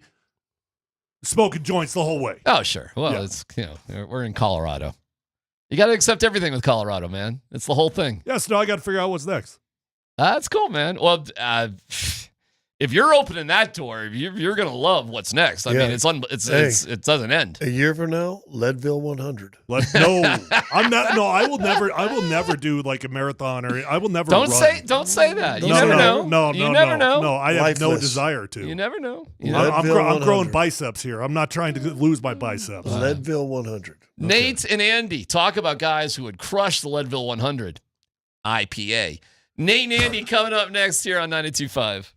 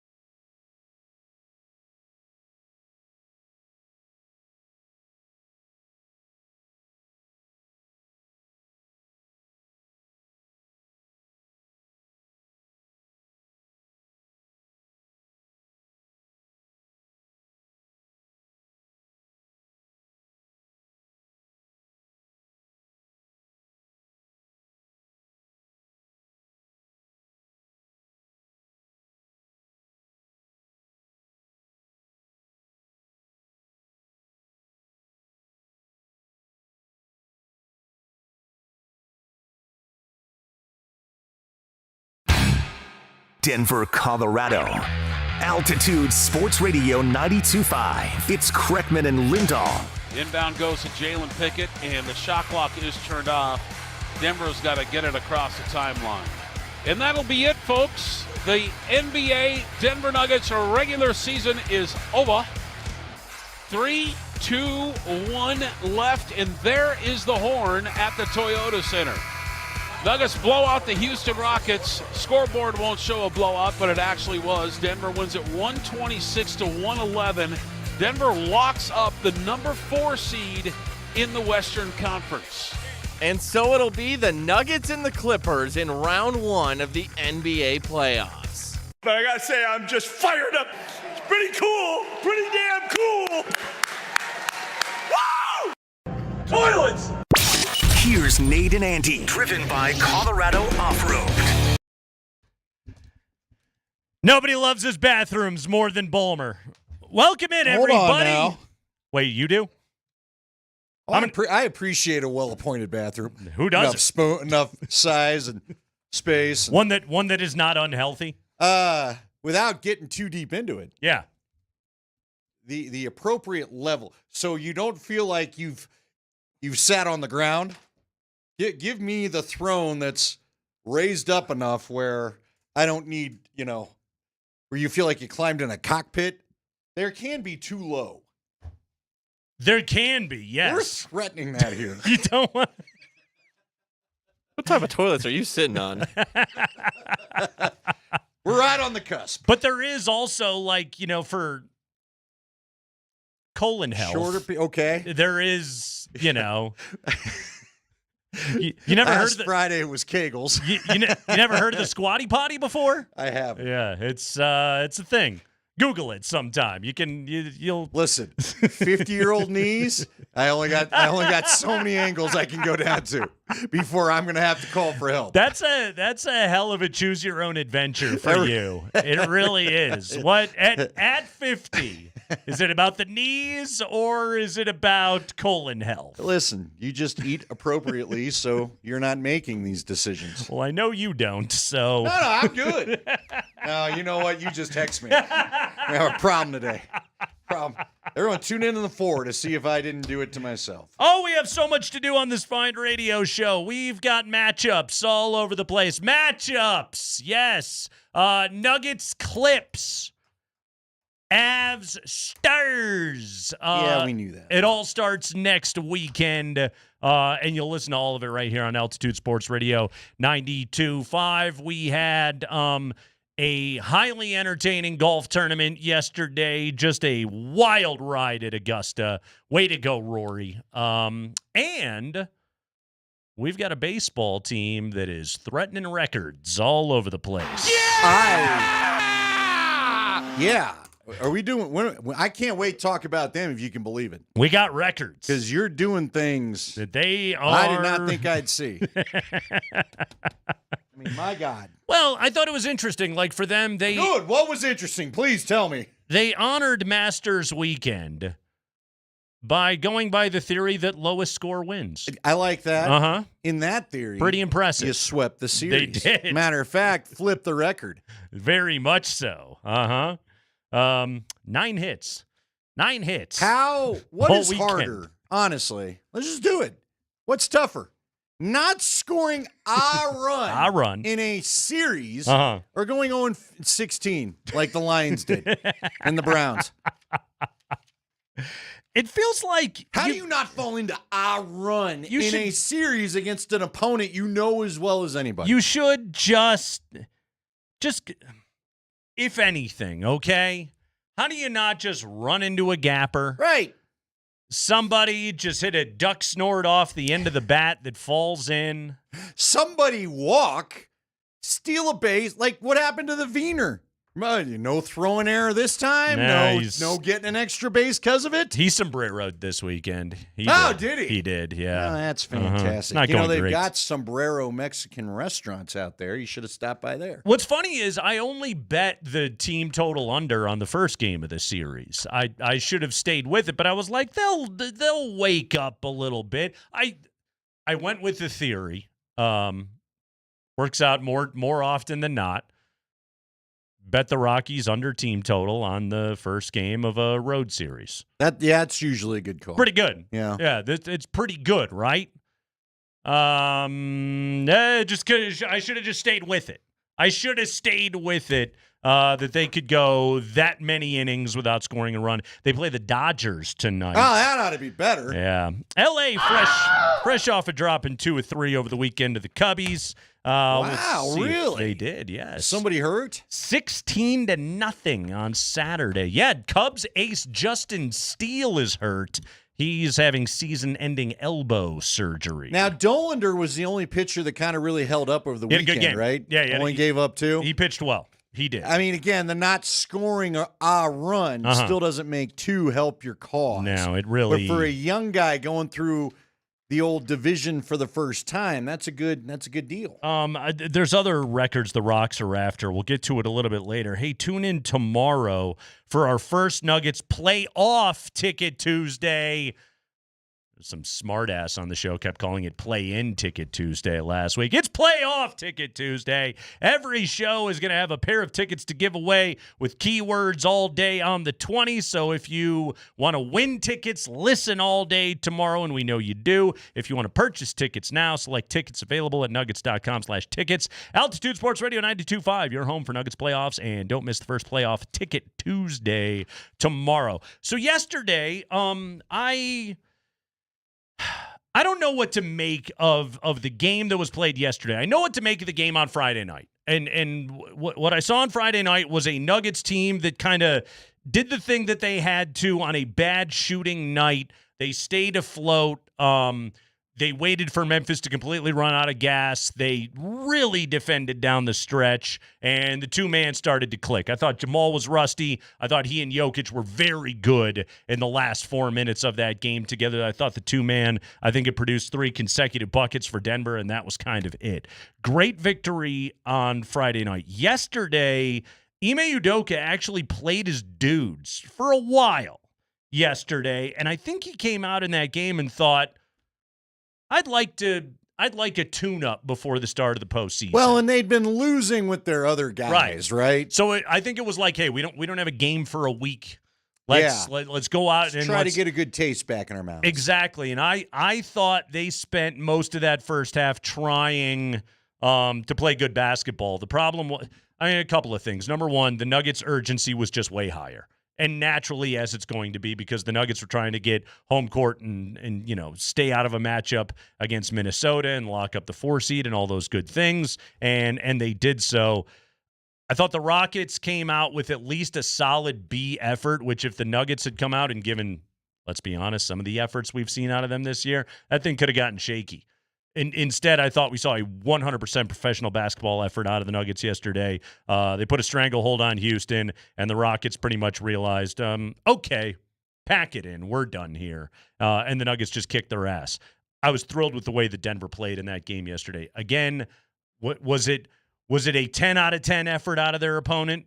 No, but I think it was an 8 out of 10 effort. And guess what? The Nuggets have lost plenty of those games this year, and they didn't yesterday. The urgency was there. Nice victory. 50 wins, Andy. I know it's one of those things, but don't sneeze at it.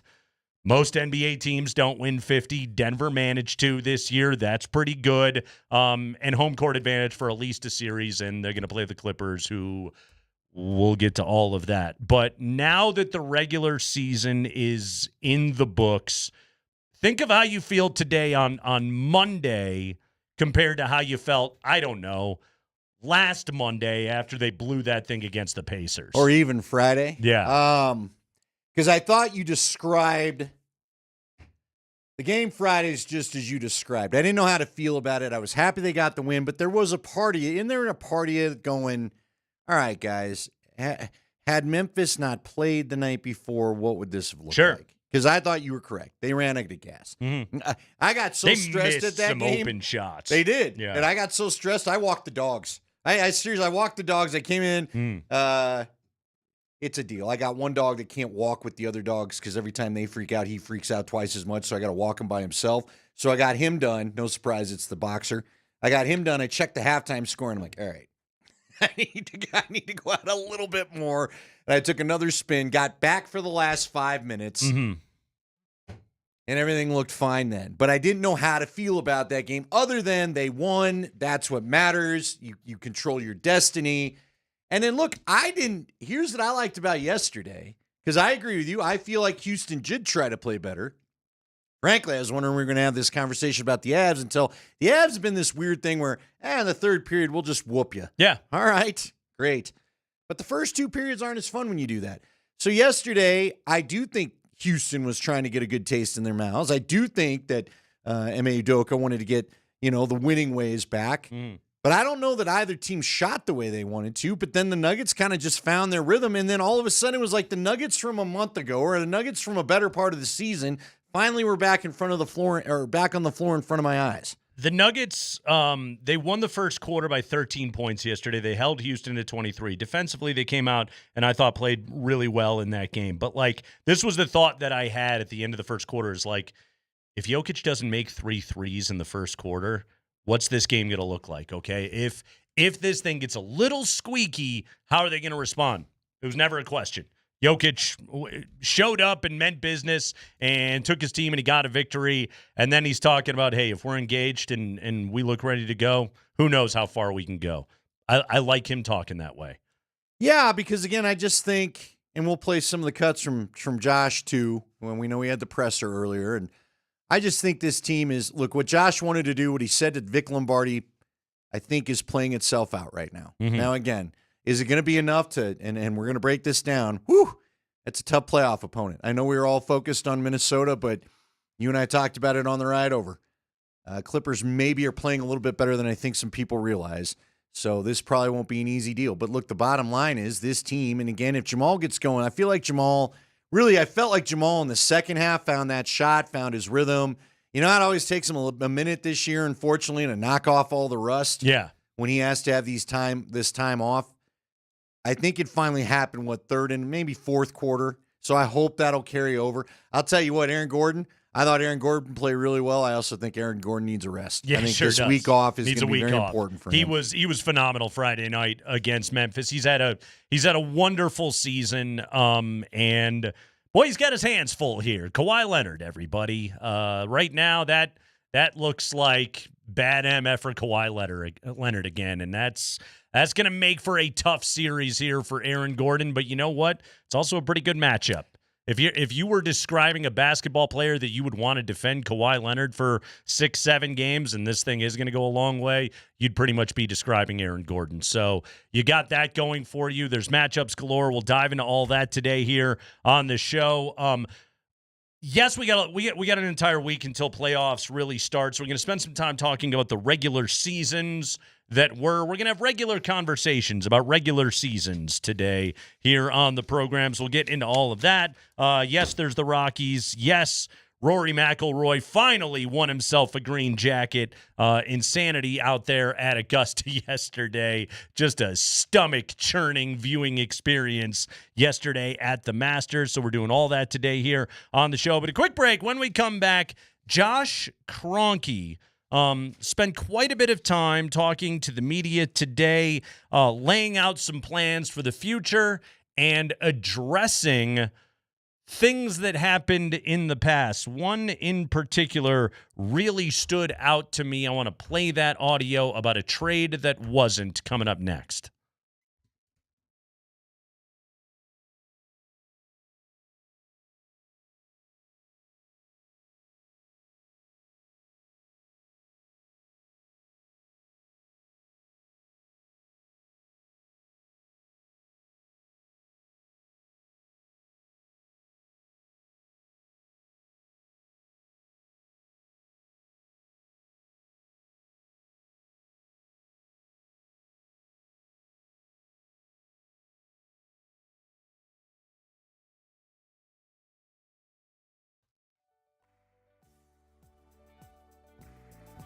Hey, it's Nate Kreckman, just waiting for the note to end. Here to tell you about my friends over at Apple Air.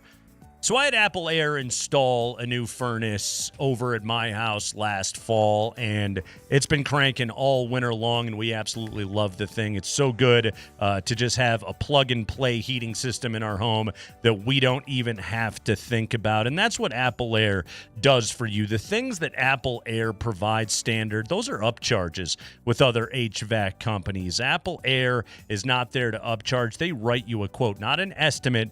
They write you a quote. This is one of the last family-owned and operated HVAC companies in Colorado, not owned by private equity. They want your business. So right now, for just $29.99, give them a call for $29.99. They'll do a heating system check at your home. They will do an air conditioning check. Either one of those services, $29.99. Go to appleair.com or give them a call, 303-733-2813. This is for first-time customers. They want your repeat business. So call them right now, 303-733-2813. That's 303-733-2813, or visit appleair.com.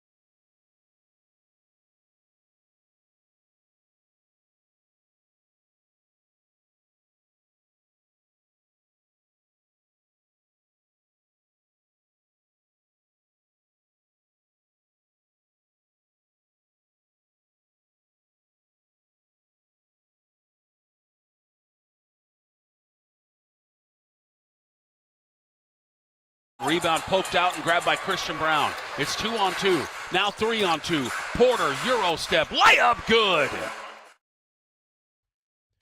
126-111 was the final. It was a way bigger blowout than that. It just turned into garbage time there in the fourth quarter. But the Nuggets work Houston yesterday to get win number 50, 3-0 in the Adelman era. D.A., strong start to his head coaching portion of his Nuggets career.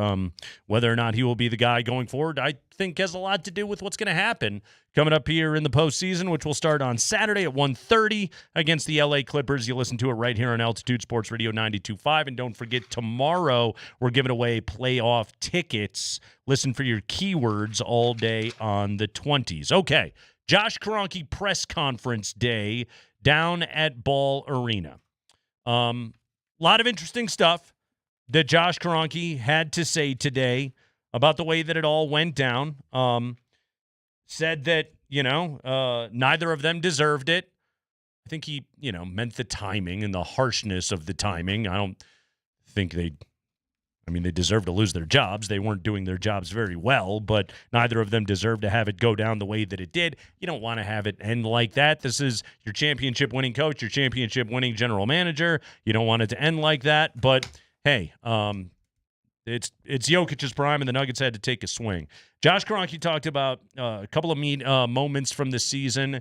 He talked about last fall, meetings that he had with Malone and with Booth, and thought that they were productive meetings. Unfortunately, when he went away, the sniping continued, and the same page was not found. He said he was contemplating something around the All-Star break, but team was playing too well, didn't want to make the move. But basically what he said was, hey, there's more in this locker room. He hesitated on the decision twice, and he didn't want to do it again. Wanted to give this team their best shot going into the postseason, which honestly, Andy, again, tough matchup against the Clips. But the vibes are better. Certainly the team played better. And a perfect example of it, to me, was the Friday night game. That looked like the kind of game the Nuggets were losing before, and instead they won that game on Friday night. That's a good sign. Well, and I think some adjustments were made at times. They switched up a couple of things that they were doing. I'm not sure they were doing that previously, whatever the reason would be. I think you even there was a point last night where I just remember Jokic getting frustrated, like he was left alone to guard everybody, and turned around and put his hands up and yelled at people like they're holding each other accountable. Yeah. Now I'm sure in Josh's world, he wishes that it wouldn't take a coaching change for them to do this, but you've done what you've done and it's had the effect that you've wanted. And if they can keep holding themselves accountable and everybody can actually be healthy, this is going to be, I think, a more interesting playoff run than maybe it felt like it would have been a week ago. Think about where we were a week ago. Yeah. Not knowing what tomorrow's anniversary would bring, if you will. Yeah. It's in the very least, I think that this team is in a better place going in. Bright lights of the playoffs might have made things better, but I don't know if they would have been starting in as good of a spot like they will be. So Josh Kronke talked about, and he was peppered with questions about all of the rumors that came out from the various tell-alls that were published last week. And one of those was addressing the rumors that Calvin Booth had assembled a potential Michael Porter trade and that the Kroenkes squashed it. He was asked particularly about that, and Josh Kronke, I thought, said something at the end of this answer that was really telling, and quite frankly, I was pretty happy to hear. Here we go. I did see that somewhere, and, if it wasn't such a serious accusation, I would probably laughed a little harder. But first of all, I'll say I'm incredibly proud of Michael. Let's talk about him on a human level and what he's been through. I mean, several back surgeries, being told that he was never going to play again, slipping in the NBA draft to a place where we were privileged enough to take a player that talented, then working through the setbacks that he's had, not only on the court with his back, but, off the court in his personal life as well. But I think that any kind of report saying that we're not open to trading everybody, possible to improve the team is a complete false. And the other thing that I'll say is, I don't know where that person got their sources from, but I'm surely not going to be greenlighting any trades around here when I don't see complete organizational cohesion and we're not maximizing the group we got. That's big right there. That's a mic drop moment there. Yeah, it really is. That is extremely telling because whatever the presentation of it was, and this is not to say that there's never dissenting voices within a professional sports organization. There should be, right? There should be a variety of different opinions and inputs given from various different perspectives on what a team may be looking to do via trade, via draft, via free agency, development, anything, okay? Like that sort of internal debate is healthy. But also, if you're talking about let's move one of the key pillars of our organization who we won a championship with, who's the best shooter on our team, we should really make sure we have some strong alignment right here. And I think, like, you could talk about let's move Michael Porter. We talked about it last fall. When the rumors came out, whether it was Zach LaVine or whatever rumor that was out there, it was Michael Porter is getting dangled, which, again, like, GMs are going to have conversations. That's what should be happening. But if you can't go to your owner and expressly say, this is the vision for what the team looks like after the trade, okay? Because if I'm an owner of a team, that's always going to be my question. Then what? Okay, then what does this look like? Tell me how these pieces fit together. Tell me who's saying yes to this trade. Lay it all out for me. And if you have multiple people that are standing there with big voices inside the room, like, the coach and the GM, and they can't tell you with any kind of alignment what they want it to look like or think it's going to look like, I, as an owner, am going to have a hard time being like, yeah, oh no, green light, let's go.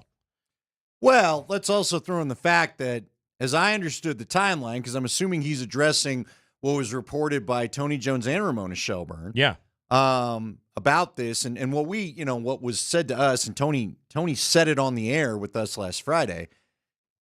The offers were cool anyway. We weren't even sure that it was a great offer to begin with. But if I'm Josh, I'm not. We now know he already had.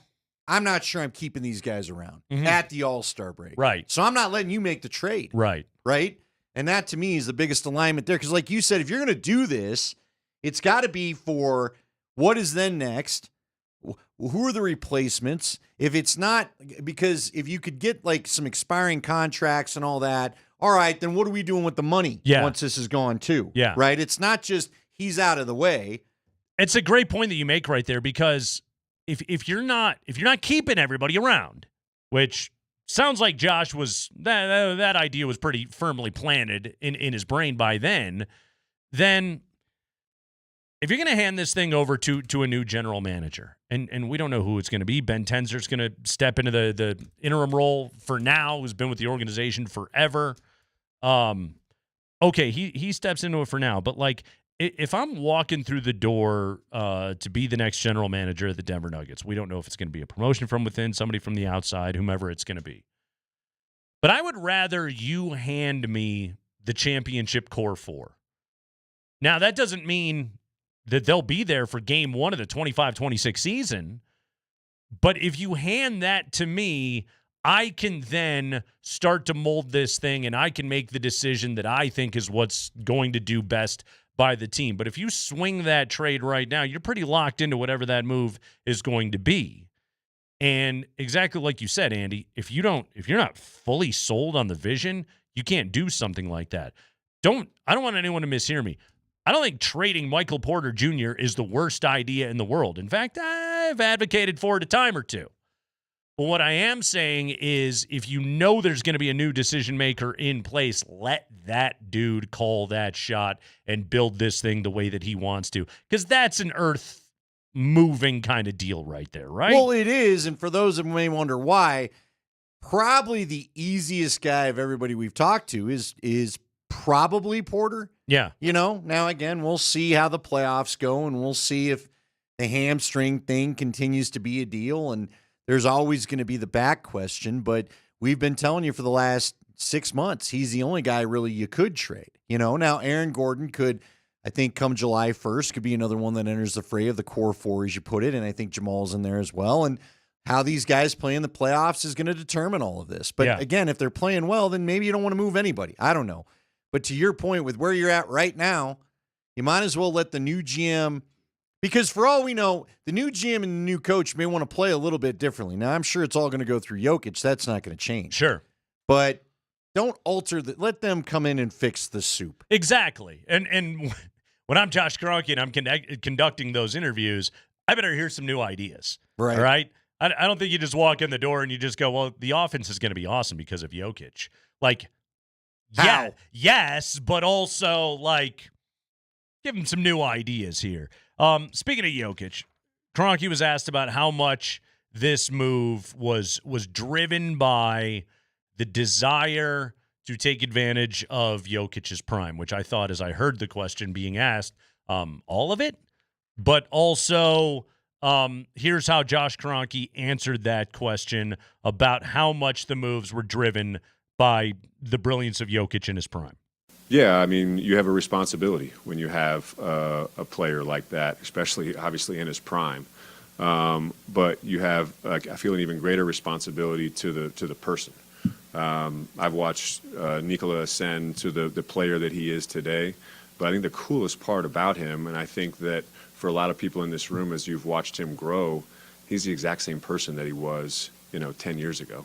And just honestly, maybe even a better version, because he understands the impact that he can have on people's lives now through the platform of basketball.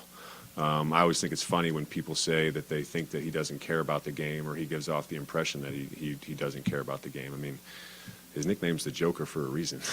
And it's not just because it rhymes with his last name. That's his personality. But it's hard to get a read on who he is, and he's very private.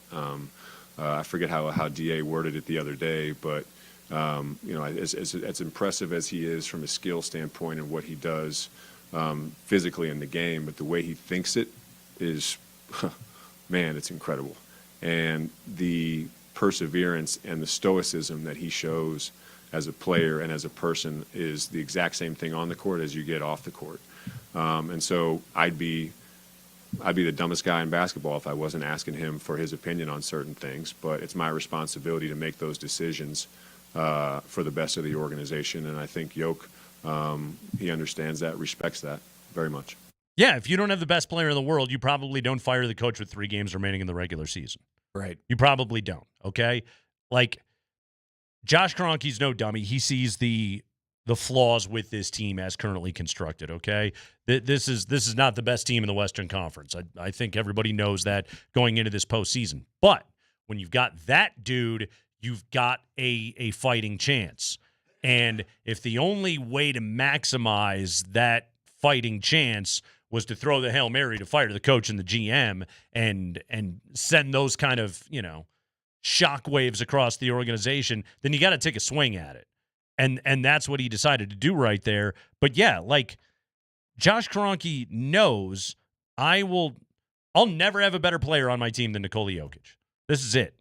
This is my shot right here, and he's 30 now. I don't know. What's he got? Another 4 or 5 years of prime left? Roughly? Yeah, you got to go. It's time to go right now. And I love that he talked about, like, hey, he talked about the person right there. He didn't talk about Nikola Jokic like he's a commodity. He talked about this guy like, I know the fire that burns inside of him, and so we need to put people around him that are as singularly focused on the main thing, which is winning basketball games. Which I think there was a hint of that going all the way back to the, late off season when they added Westbrook. Yeah. The main reason he's spicy that I think that, he talked about that today too. And we needed that spice. Not Russell Wilson spicy, but spicy. I just think that, you and I talked about it in the fall when it happened, and by the way, I think Westbrook's finally back to playing probably the proper amount of minutes, which has helped over the weekend too. But that's a guy that's a competitor. Now, it's also, as we've said, it can be a roller coaster of watching him play, but he's out there to win. I never question, is he trying as hard as he can? Yeah. Is he hustling on the court? He makes mistakes at 100 miles an hour. Now, sometimes they come in bunches, But he's not out there. He's not out there loafing it. He's not out there being lazy. What's the other thing, though, we've seen out of David Adelman over the last couple of games? He's reading the room, okay? Yep. Okay. Russ is playing clean basketball tonight. Boom, let's go. Like that comeback the other night against Memphis, like it started on a Westbrook steal. That was absolutely huge. He had the block on Edey at the rim, but it started on a steal and him playing some two-man with Jokic, and that's what got them going late in that game. That's on Adelman of just like, okay, it's a Russ night, it's a Jalen night, maybe he didn't close with either of them. That's also going to be a very big reality here of the postseason, is that there's just going to be lineups that he's not out there, but you need somebody who is coaching with a better feel for the game. One of the things, and Nuggets fans have griped about this forever, and I don't think it's completely out of bounds. I've griped about it too. Malone was not a great in-game adjuster. Right. Always. It's like he got stuck in what he was doing. Exactly. Now, he was an excellent game planner, and he trusted his game plans. But again, he didn't always adjust midstream.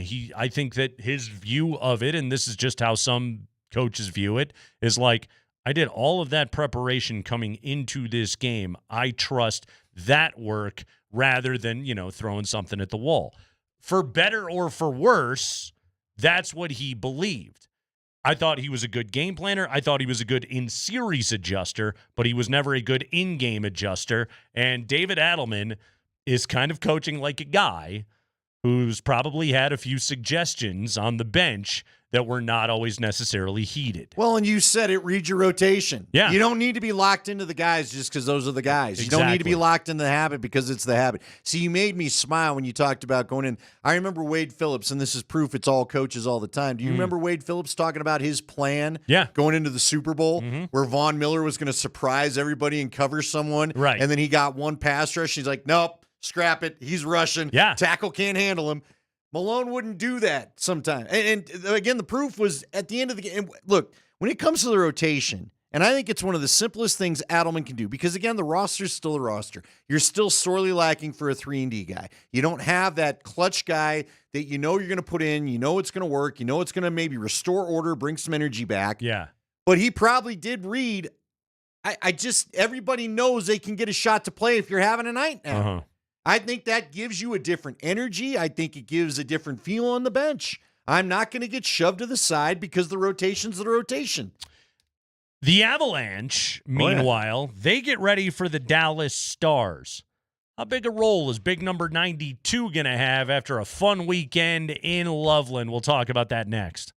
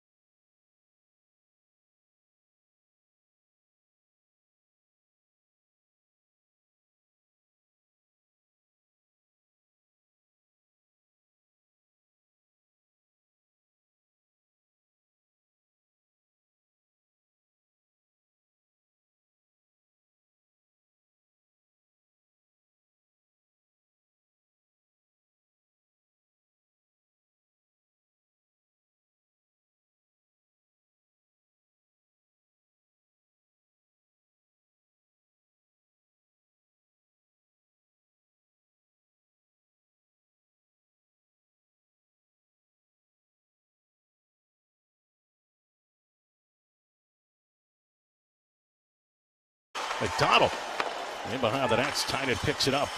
Left wing half wall to the blue line for Rosen.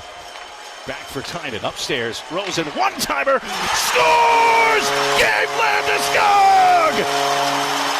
And there's your punctuation on a comeback weekend for the captain. We're tied at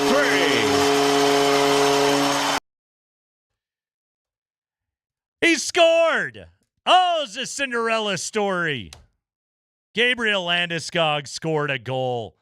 Gritty goal, too, Andy. Just getting his big tookus right in front of the net. Nice tipper in there from Gabe Landeskog, scoring on Saturday night against those damn Henderson Silver Knights. Big victory for the Eagles, and now it's on to the playoffs with whatever Landeskog's got in the tank and ready to go for the NHL postseason. He spoke after the game, talked about how it felt to get a goal, get an assist, get on the score sheet for the first time in 3 years. Feels great.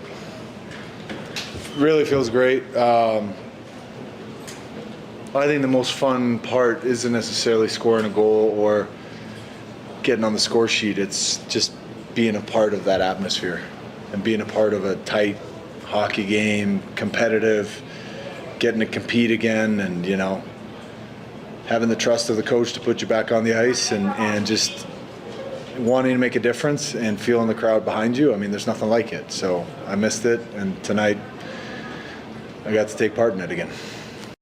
Yeah, dude probably feels like himself for the first time in a long time. Oh, I just get to go play hockey. That's a nice place to go and find himself. Oh, I can just go do the thing that I know how to do and I have done my entire life. And I'm sure the goal felt awesome and everything else like that, but more than anything, it was probably just like, oh, I remember what this feels like. Cool. I'm on the ice and I'm playing hockey again. Had to have been absolutely incredible, but now it's like, all right, Andy, this weekend was awesome.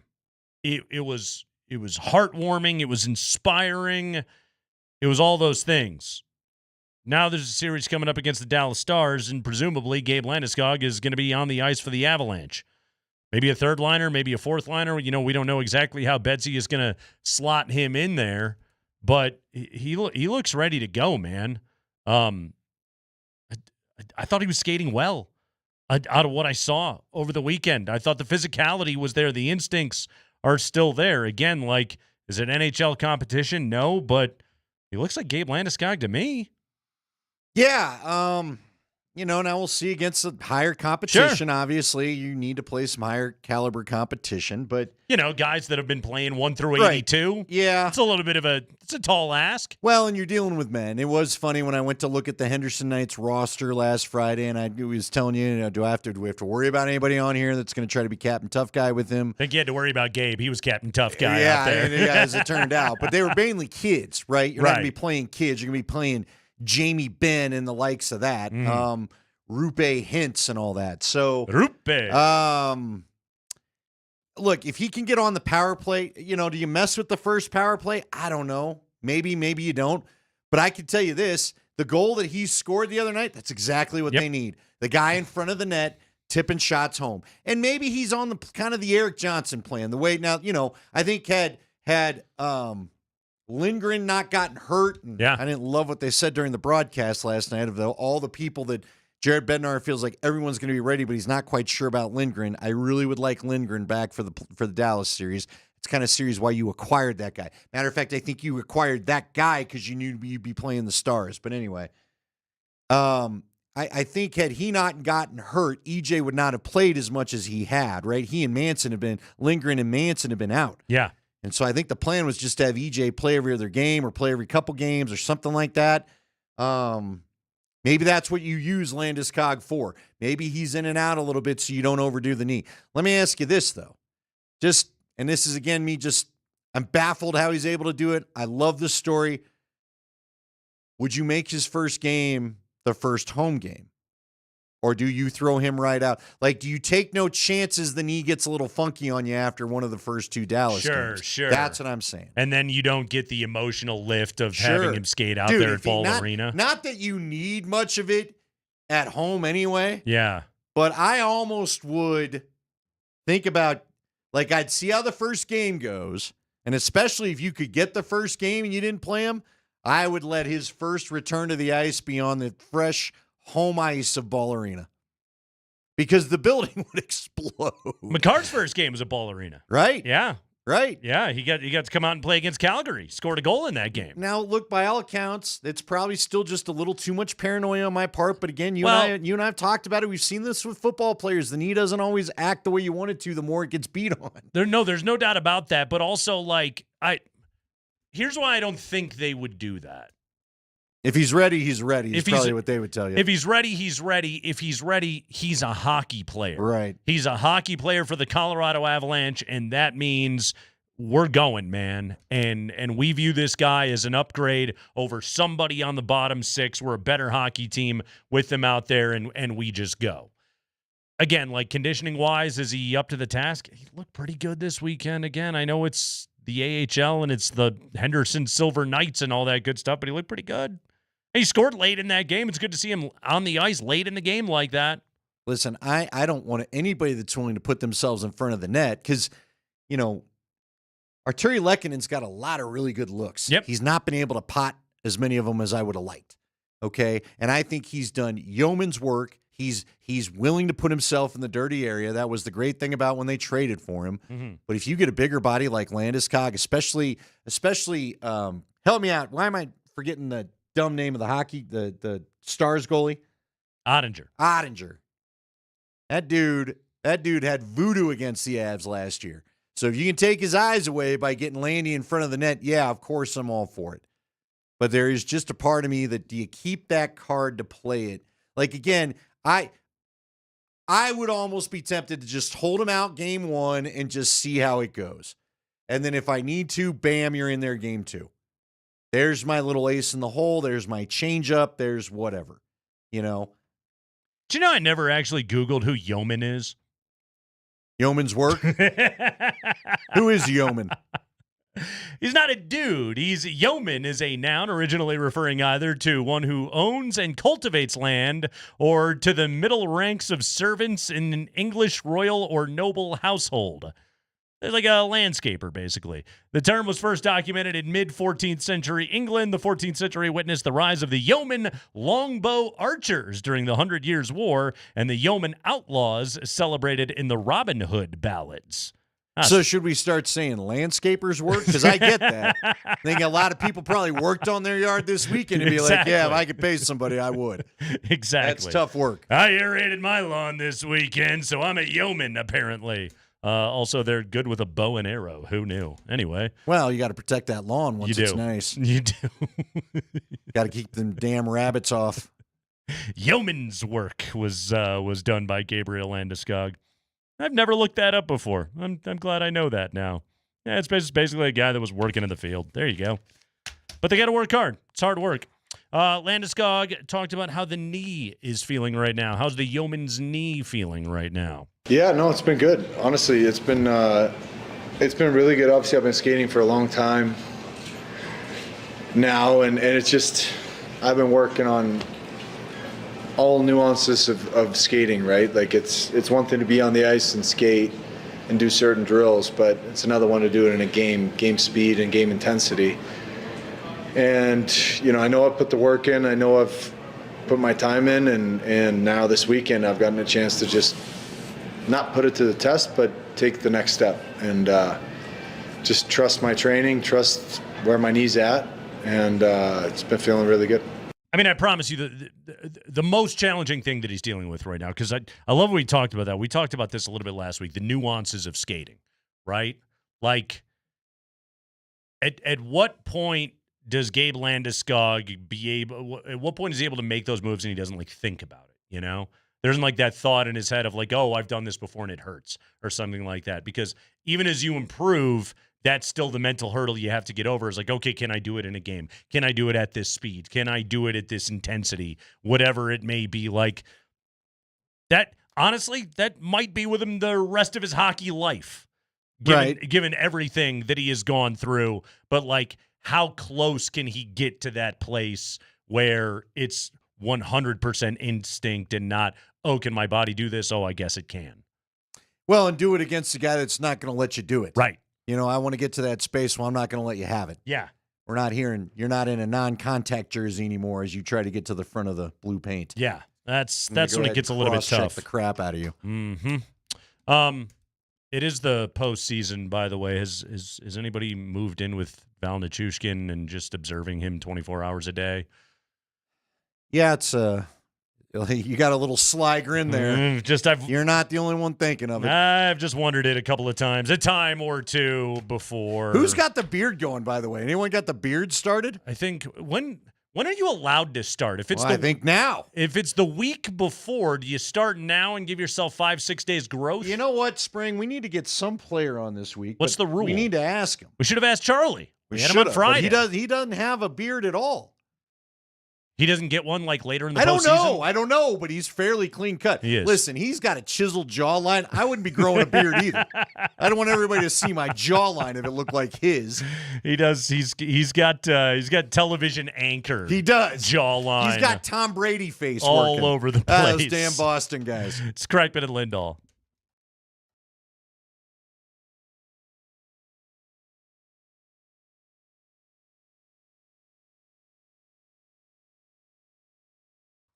Guys, Andy Lindahl here for the Rocky Mountain Men's Clinic. And if you're struggling with erectile dysfunction, probably don't want to talk to anybody about it. But, you should talk to somebody about it, frankly, the right somebody, and somebody that can do something about it. That somebody is the Rocky Mountain Men's Clinic.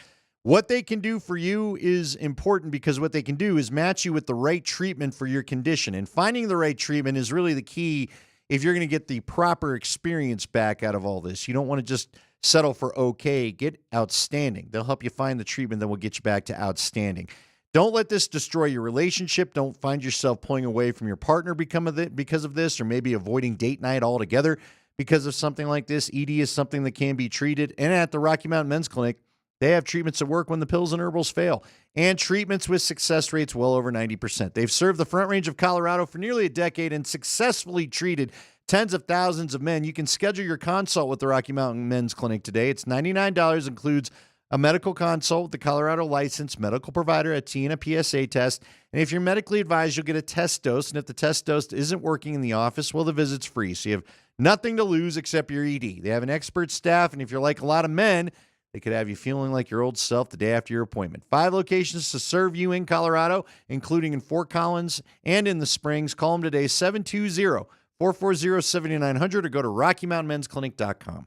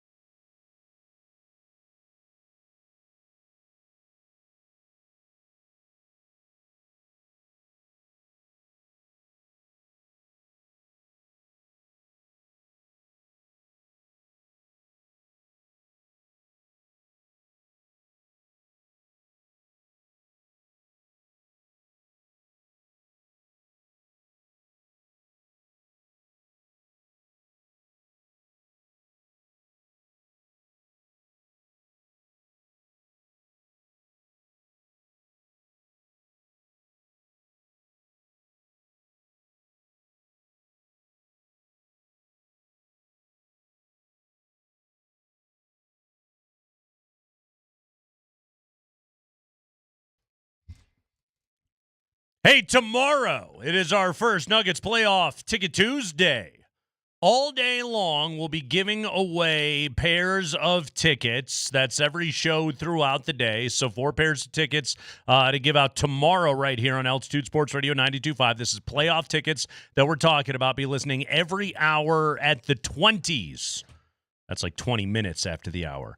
If you want to purchase tickets, select tickets available at nuggets.com/tickets. Altitude Sports Radio 92.5, your home for Nuggets playoffs. Don't miss the first playoff Ticket Tuesday tomorrow. So make sure you're listening at 20 minutes after the hour, and also listen at 21 and 22. Just listen.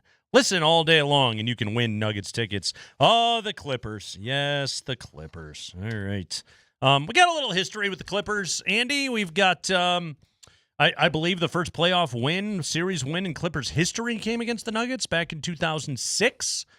That was the George Karl team. Kenyon Martin refusing to leave the bench. Oh, yeah. Ruben Patterson Nuggets. That was a Chris Kaman, Reggie Evans series. Okay. Who else was on the Clippers? Infamous first-round flame-out right there. Was that Blake Griffin and Chris Paul? Or No, is that too early? that was prior to Lob City. Let's. I want to make sure that I get this right. Let's remember some Clippers here for you, folks. Here we go. I'm trying to think. Your 05-06 Clips. That was leading scorer on that team was Elton Brand. Okay. Duke legend, former number 1 overall pick.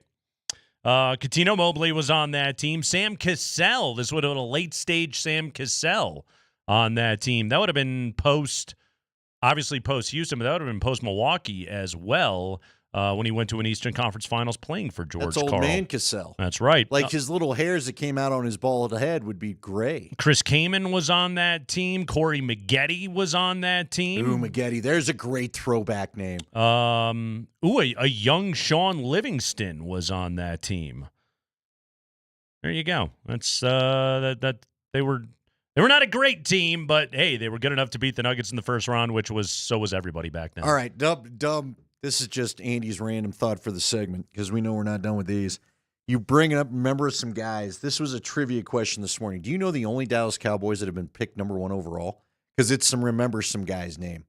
Number 1 overall pick. I'm sorry, Miami Hurricanes. One of them went to the Dallas Cowboys. There's your hint. Oh. The number 1 overall pick. And it's because of Cam Ward that he's likely going to go number 1. What was the name? I'm spacing on the name of the old lineman. Anyway, go ahead. Who was it? Oh, wasn't he? I think he was D lineman. It was I'm spacing it. I just had it. Think of a quarterback. Give me the quarterback first. Russell Maryland was the lineman. That's who it was. Okay, but Russell I Maryland is who I thought he was a D lineman. Okay, could have been. Sure. Who's the quarterback? Know your Miami quarterbacks. Ooh, you know what? He might have been before your time now I think about it. Not Gino Torretta. Yes! Was it really? Not Gino Torretta. I don't know. Another Italian name. You're so close. It's like Torretta. Vinny Testaverde. There it is. Wasn't he drafted by Tampa Bay? Yes. Okay. Didn't go well. All right. You know where he was best? Russell Maryland was a D tackle. You're right about that. With the Jets. But I was thinking, because I was thinking about Johnson, the receiver for the Texans. Former Miami receiver. Yes. What about Irvin? How high did Irvin go? Did you realize Irvin wasn't even top 5? They didn't really take receivers that high back then, though, right? No. But I'm thinking of all the Miami players. Ed Reed, I guess, was not Ed Reed. Sean, the other safety. Taylor. Sean Taylor was a top 5 pick. Mm-hmm. Edgerrin James was a top 5 pick. Yes. So I'm just surprised with all the. I mean, we watched the U. Willis McGahee ended up being a second rounder because his leg exploded. Second rounder, was that right? I remember Buffalo got him. Yeah. Mm-hmm. And he ended up being a pretty good Bronco. Yeah, but he went later because his knee exploded. Right. Random Miami Hurricanes there. We can end it there for a bit until we think of some more. How many Miami? Now, Casey Jones played for the Broncos. Not the guy from Ninja Turtles. Not the guy from the Grateful Dead? No. That's who you go with. Okay. Whenever I thought of Casey Jones, I thought of the dude from the Ninja Turtles. Yes. Yeah, but he was. I'm trying to remember what other Miami Hurricanes have the Broncos had? Oh, Clinton Portis. How could I forget him? Was a Miami Hurricane. Well done. I think that might be it. Did you realize today is Patrick Surtain's 25th birthday? Really? It is. Happy birthday, PS2, today. So he was 21 when drafted? 22, 21? Sure. I like Pat. I do. We all do. I like him as well. Right now, if we're power ranking Denver athletes right now, PS2 just came off a Defensive Player of the Year season. He's paid. He's the best player on the Broncos, right? Jokic won. McKinnon, McCarr, then Surtain. Is there anybody else you would put above him in terms of like greatness at their individual sport in Denver?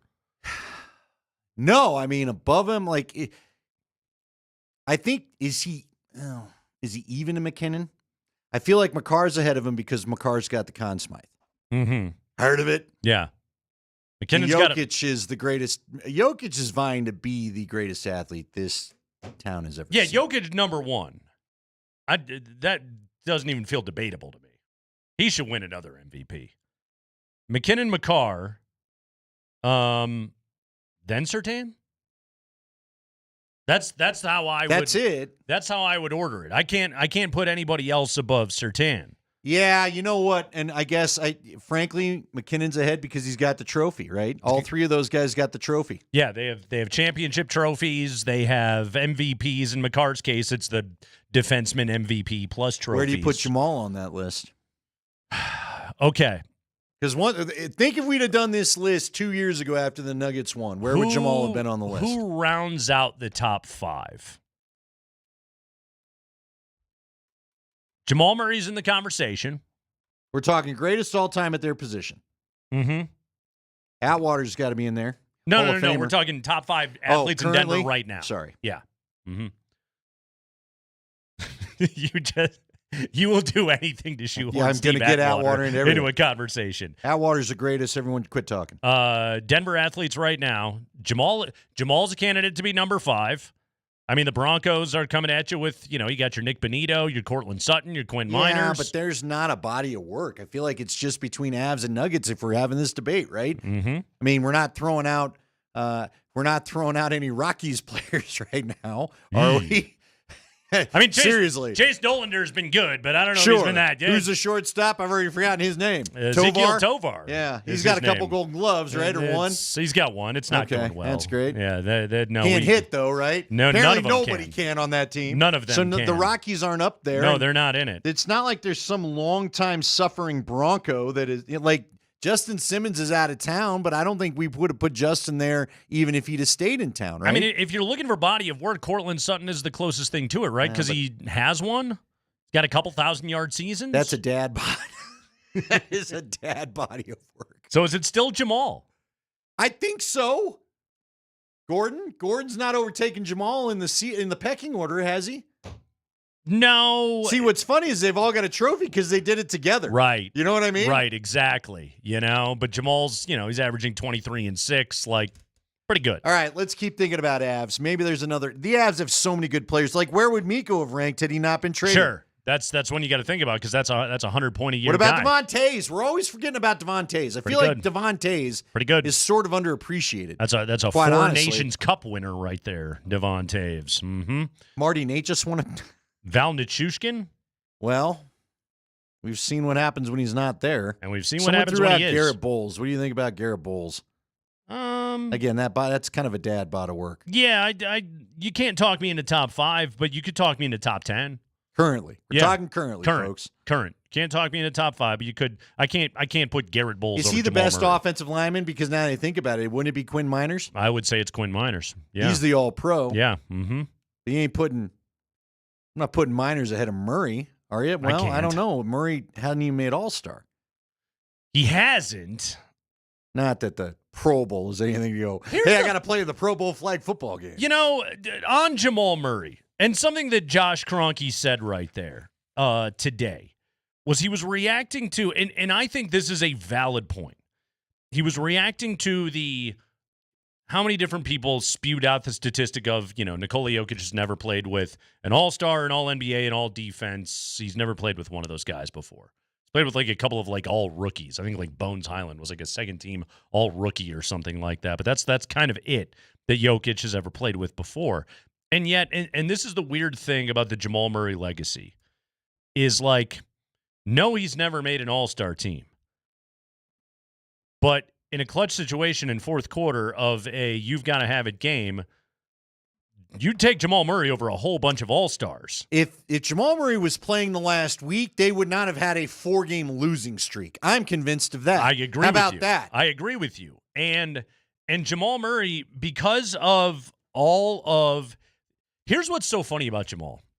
No, he's never made an all-star team, and he's never deserved to make an all-star team before because making an all-star team means you are one of the 12 best players in the Western Conference in the first half of the year, which he has never been. All right? And he's, quite frankly, I don't think he's ever had a season good enough to really warrant true all-NBA status. But how many athletes are there? And there's a trade-off in all of this where it's like, yeah, they achieved all of that stuff. And then the playoffs came along and bupkis, you know? Yeah. What was everyone's complaint about Nolan Arenado when he was here? And hitting the postseason. Not that it was a huge sample size, but at 4 games is a tough stretch. But he didn't do much. 5 games, whatever you know? it was. Like that's just it. He didn't do much right there. Jamal Murray's like the anti of that. Like, you don't really necessarily always know what you're going to get in the regular season. And he's going to be slow to get going, and he's going to deal with injuries and all that kind of stuff. But when the lights get the brightest, man, that's when the blue arrow shows up. All right, well, if we're going to throw in some playoff success, does he start to have beef with McKinnon? In what way? I just feel like, what is McKinnon's playoff numbers look like? They're good. Compared to Cale? Well, I mean, like, he's a forward, so he's always going to have a few more points than Cale Makar is going to have. But yes, he's generally been good in postseason action in his career, especially more and more as the career has gone along. The year that they won the Cup, let's see, in the Cup run, I believe. I think Mikko led the team in scoring that year. I think McKinnon was number 2, number 3. I haven't pulled it up in some time, but let's see. Makar had to be up there, though, to get the Conn Smythe, though, sure. right? Oh, yeah. And Makar steps terrific. up in the biggest moments. Yep. See, I guess. He was terrific. Look, we're talking about 4 great players when you talk about Jokic, Murray, McKinnon, and Makar. Yeah. I mean, you're very lucky to have these anchoring these franchises. Mm-hmm. But if we're going to start factoring in what you mean in the playoffs, I mean, listen, Jamal, even last year in a down playoff year, he hit a couple shots that won games for them. Did it in the Lakers series. Mm-hmm. Jamal made a shot. Didn't he get one in Minnesota too? I thought he had a second one after that, no? Probably. I thought he got one like to get one of the Minnesota games late, but I don't know. Feels like 5 years ago. He's pretty good. He's pretty damn good. I feel like Jamal's got to be top 5. Okay. Don't you? All right. I agree. I don't disagree. I honestly, as I wrote the list down, I was wondering, like, are we taking him out of it? But let's not do that. Because you know what? He's still a 23-6 guy. Well, not only that, if we're going to have, like, people have thrown out Nichushkin, you threw out Nichushkin. Well, unfortunately, he's been missing for 2 key series. So guess what? You got it. Yeah. You get knocked down a couple pegs for that. Like that. That's just it. Like, I think that there's, when you have this debate, if you're talking about purely what an athlete's ceiling is, we know how good Nichushkin's ceiling is. It's freaking elite. Could be the best power forward in the game. Yeah. Exactly. He might already be. What did he have? 8, 9 goals in the playoffs last year before, They're a different team with him than they are without him. I would say that we certainly saw what that looked like. But right now, Jokic, McKinnon, Makar, Surtan, Jamal. I'm comfortable with that list. Now, look, by this time next year, we could have a lot more Broncos in the conversation. Sure but could. it's been 1 year of making the playoffs. Yeah.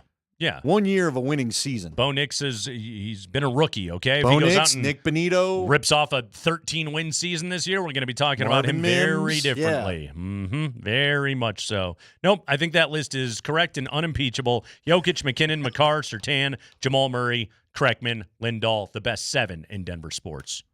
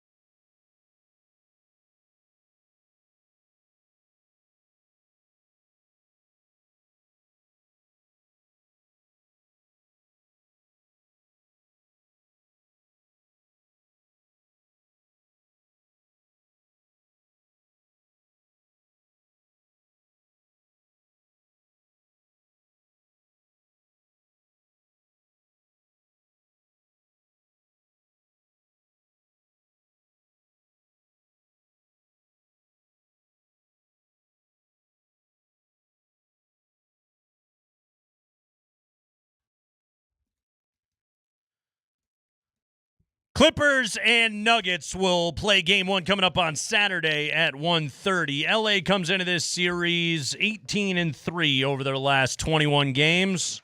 Pretty good team.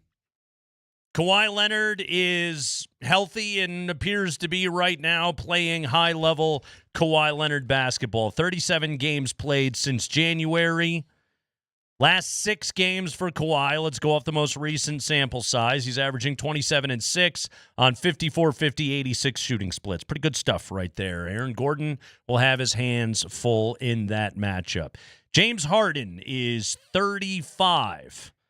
He is in the crafty vet stage of his basketball career, but he can still get to the free throw line. He can still get a tough bucket when he needs to. He's still strong as hell. He still can completely control the tempo for his basketball team out on the floor. Yeah, James Harden is going to be real annoying in this series. He also has the ability to get plenty of foul calls. Yep. And I just don't know if the Nuggets have this guy that's as proficient as he is. Christian Brown's going to get the Harden assignment. Okay. AG will get the Kawhi assignment. Obviously, we know that, Jokic is going to be matched up with Zubats. Who's going to guard Norman Powell in this series? Who is the matchup that Denver has there? Is that Jamal?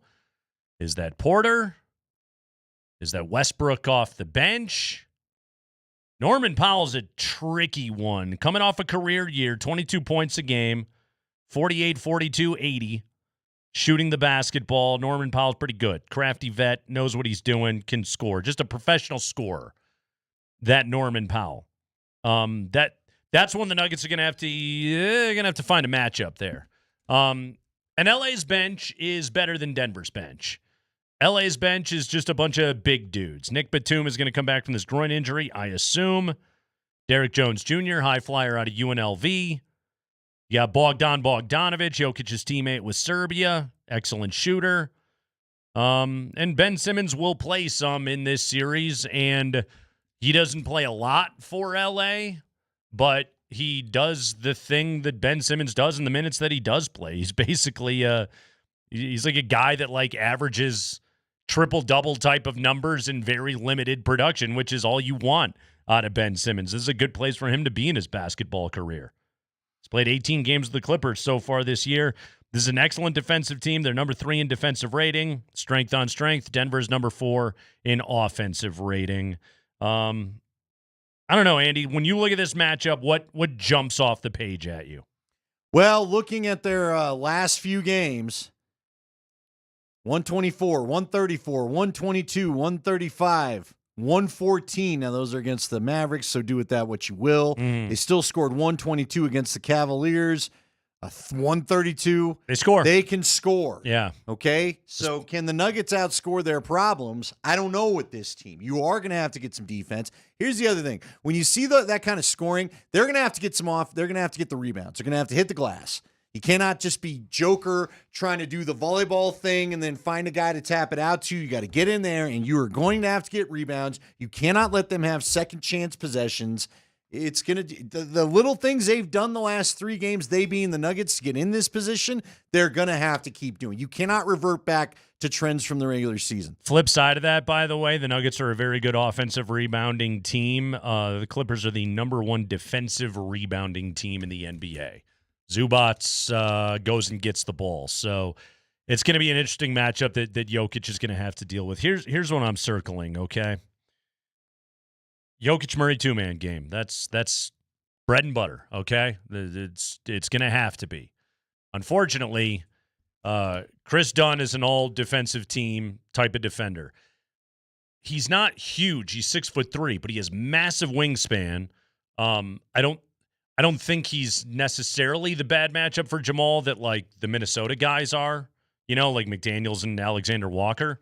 But I think he's still going to be a tough matchup, and he's a very good on-ball defender. And then Zubats is one of the people that can give Jokic some problems. And I saw this number earlier today. Zubats, Jokic's matchups with Zubats, his true shooting is at 52%. He's at 66% for the year. Zubats kind of drags him down. True shooting takes 2s and 3s and free throws into account, but Jokic has a little bit of a harder time against Zubats. He's 7 foot, he's 240, he's extremely strong. Yeah, he's a physical match for Jokic. He is, and he can defend without fouling. So that's now look, can Nikola Jokic, the best basketball player in the world, solve every problem? Of course he can. And I have no doubt when we look up at the end of this series, Nikola Jokic will have gotten the better of Ivica Zubats. Like that's what's going to happen. But Zubats' job is not to shut down Nikola Jokic. Zubats' job is to basically force Jokic into one more negative possession a quarter or a half. And can that be enough in tight basketball games to be the difference for the Clippers? Here's the deal. The supporting cast is going to have to come along. You notice Nikola Jokic hasn't gone off he's had some nice scoring games, but he wasn't doing the eye-popping scoring of the 4-game losing streak. It would help if Michael Porter Jr. can find his three-point shot. Matter of fact, Jamal's going to have to be more consistent with his three-point shot. You're going to have to hit some threes against this team because they can score. And, James Harden, if MPJ gets matched up on, Scotty's talked about it all year on the broadcast, that slap down extra foul. You got to get that out for this series. Yeah. Because Harden will get the call every single time, and MPJ will be in foul trouble. So even if he does get the three going, if he ends up on that matchup somehow, it doesn't matter who he's taking. You can't be slapping down on these guys and getting in foul trouble. No, it's a good point. It's one of the challenges that Aaron Gordon is going to have. You got to stay out of foul trouble against Kawhi Leonard. Kawhi's crafty, man. He is strong as hell. He will go into your body. He will force contact.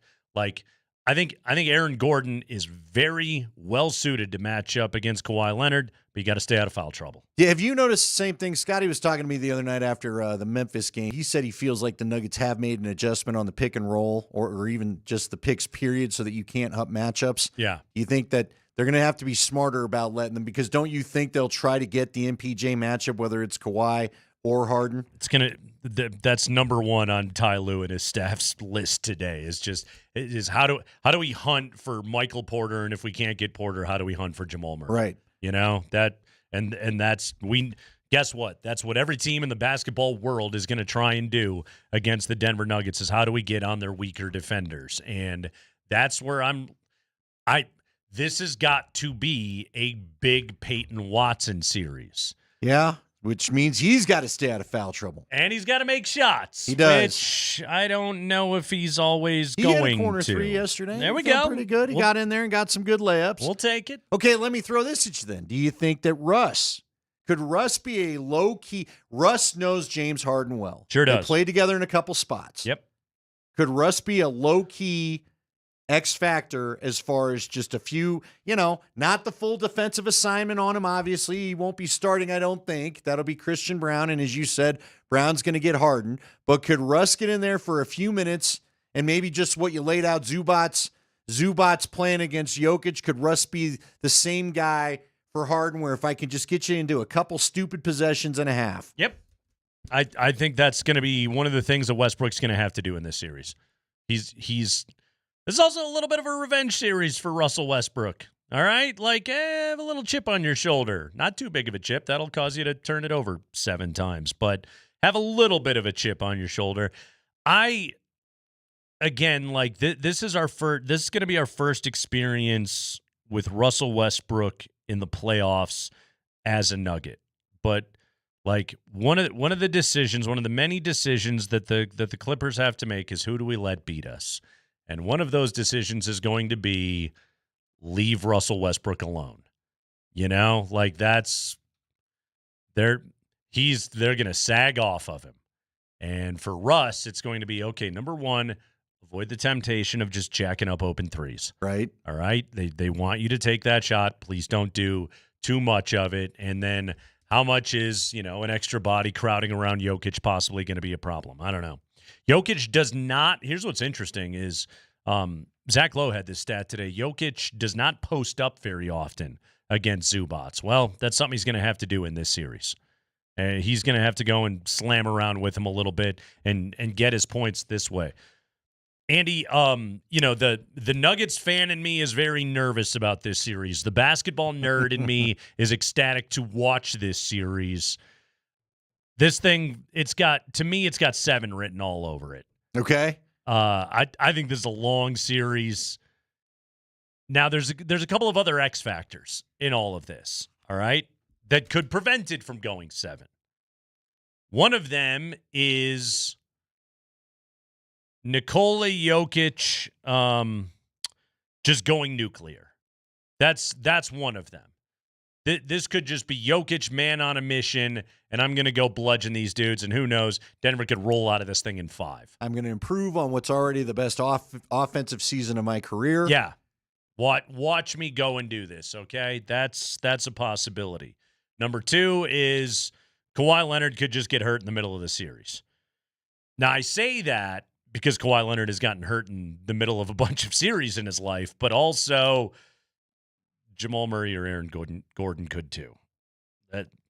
The Jamal Murray injury factor going into this, I don't think is to be downplayed. I agree with you, though. Don't count out Gordon. Same with AG. Can't have Gordon needing rest halfway through the series. Right, exactly. And then that rest becomes two games. Right. Mm-hmm. Now, again, we don't know how many of these rest breaks that he took would have been the same had it been in the middle of the playoffs. Right. But what you're basically bracing Nuggets fans for is something we haven't felt since 2020 in the bubble or 2019, and that's a 7-game first round. Yeah. This one's got just slobber knocker written all over it to me. Clippers are good. Nuggets are good, but not what they were 2 years ago when they won a title. They're not as deep. We know all of that, but they're loaded with veterans. Unfortunately, they're also playing a team that's loaded with veterans. Like, that's one of the things here is like they're kind of similar. The OKCs, the Houstons, those teams they're incredible and they're super athletic and they're huge and they run the floor and all those things. And it's like, yeah, when you get to the postseason and everybody just plays hard all the time, do you lose a little bit of that edge? It's one of the things that we used to see with the Nuggets, quite frankly. You know, the George Karl, the post-Melo George Karl Nuggets is like, yeah, they could rack up a bunch of wins in the regular season because they just played harder than everybody else. Then you got to the postseason where everybody plays hard and talent wins out. You know? I don't OKC, Houston, well, maybe I'll even put Memphis in that conversation a little bit right now. Does some of that edge run out for those teams in the postseason where, you know, veterans and smart play and good decisions and quality possessions win out, and teams like Denver and the Clippers and the Lakers, those teams close the gap on the teams with the athletic advantages? Well, yeah, because you got to win 7. You don't get to just go off for a night, you know. And we saw with the Nuggets after a great game by OKC on a Sunday, the Nuggets beat them pretty handily on a Monday. Yeah. You know, especially when it didn't feel like that's probably was the result that was coming. Do you think Denver did Denver, I don't know if luck's the right word. Do you like the fact that it's Minnesota, LA in the first round? Is it good for Denver to get one of those two out of the way? Yes. If they were to move on. I think the Lakers are going to kick the crap out of Minnesota. Okay. Yeah. See, I'm interested how Minnesota's size might affect it, but man, they don't play well when they're not playing the Nuggets, it feels like. Right. They don't have the same spice for everything. Yeah, Luka at the height of his powers, the way he appears to be. But do they have enough size? See, that's my question. Mm-hmm. A lot of size for Minnesota, and that size can shoot threes. They do. They got a ton of size. No, it's an excellent point right there. I think the Lakers are going to roll them. 5, maybe 6 is kind of what I'm looking at in that series right there. But yeah, I'm happy to live in a world where Minnesota gets eliminated. By the way, shout out to my buddy Chad Andrus who texted this to me. I didn't even think to do. I didn't look at the entire bracket. You could get the full Westbrook revenge tour. Clippers, Thunder, Lakers. That'd be awesome. Would it? Would that be the most just like poetic end to the Russell Westbrook experience, as him just rolling through all of his former teams in the postseason? I want it to work out that way. I would take it, yeah. Then I who do you play in the finals? I want it to work out that way. How do you keep the theme going in the finals? Well, the Wizards aren't going to make it, so I don't know. Yeah. you kind of run out of gas there at the very end, I suppose. But yes, the Westbrook Revenge Tour all the way through the postseason.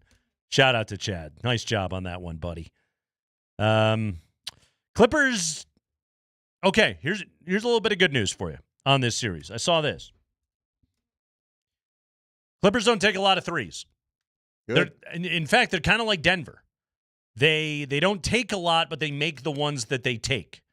25th in three-point rate, 7th in efficiency. Nuggets 30th in three-point rate, 5th in efficiency. So you don't have a math problem in this series. So that's a little bit of good news right there. It's not like when you're playing the Cavaliers or the Celtics or even the Chicago Bulls for that matter, and they just jack up like 52 threes, and then if they make 40% of them, they're going to beat you. You don't have to deal with that in this series. Could this be the most fun series of the first round then? If both teams get running, I really think they're going to the rack. I think it has a very good chance to be. I think this is going to be a long series, and I think it's going to be a physical series. What I like about this series is it's strength on strength. The Clippers are an excellent defensive team. The Nuggets are an excellent offensive team. What defensive version of the Nuggets shows up remains to be seen. Clippers are out for revenge. Nuggets knocked them out of the bubble. I don't think that Steve Ballmer and Kawhi Leonard have necessarily forgotten about all of that. Yeah, there's a lot of good storylines in this series. You know, who's going to be Denver's bench hero in this series? To me, that's a game-by-game proposition. Again, I like the Clippers' depth better than I like Denver's depth, but I like the top of Denver's roster better than I like the top of the Clippers' roster. I think this has got very good series written all over it. Tough series. Probably more than we want. It's, yeah. That's life in a 4-5, right? No, yeah. At some point, you knew you were going to get tougher playoff runs than what both teams dealt with. But this one, I do feel like the relief of not seeing Minnesota when I started looking at what the Clippers have done over the last couple of weeks, right. I was like, ooh, all right, maybe we shouldn't have wished for this. Yeah, they defend really well. They're a different kind of defensive team as Minnesota. They're not as gigantic as Minnesota is, but they're very sound. Here's the other part of it, man. Ty Lue's, he's a good freaking coach. He's a really, really good coach.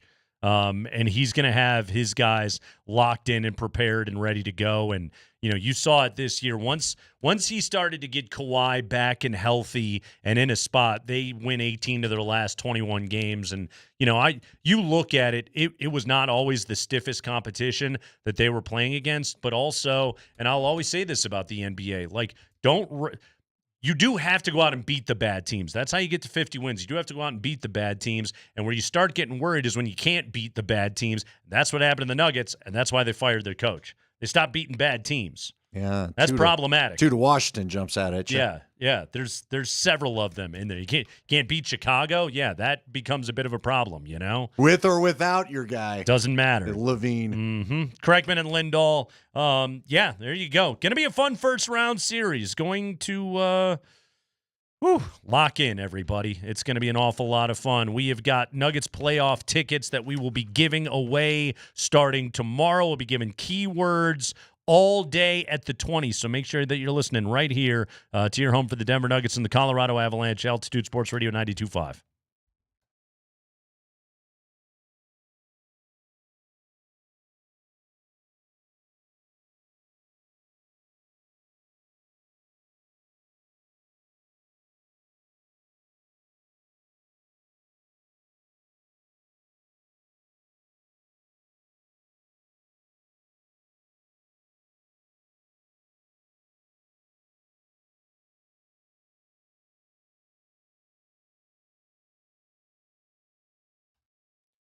Hey, it's Nate Kreckman for Roller Auction. Bidding is available right now at roller.bid. Jump on it right now. Check out this Northern Colorado Municipalities Vehicles and Equipment Auction. Some great stuff available to bid on right now at roller.bid. Fire trucks, transit buses, hell yeah, utility trucks, pickups, police interceptors, sedans, cargo vans, trailers, landscape equipment, attachments, and so much more. Some great items available to bid right now. I'm checking out a great deal on this Toro Reelmaster 5010H 4-wheel drive ride-on reel lawnmower.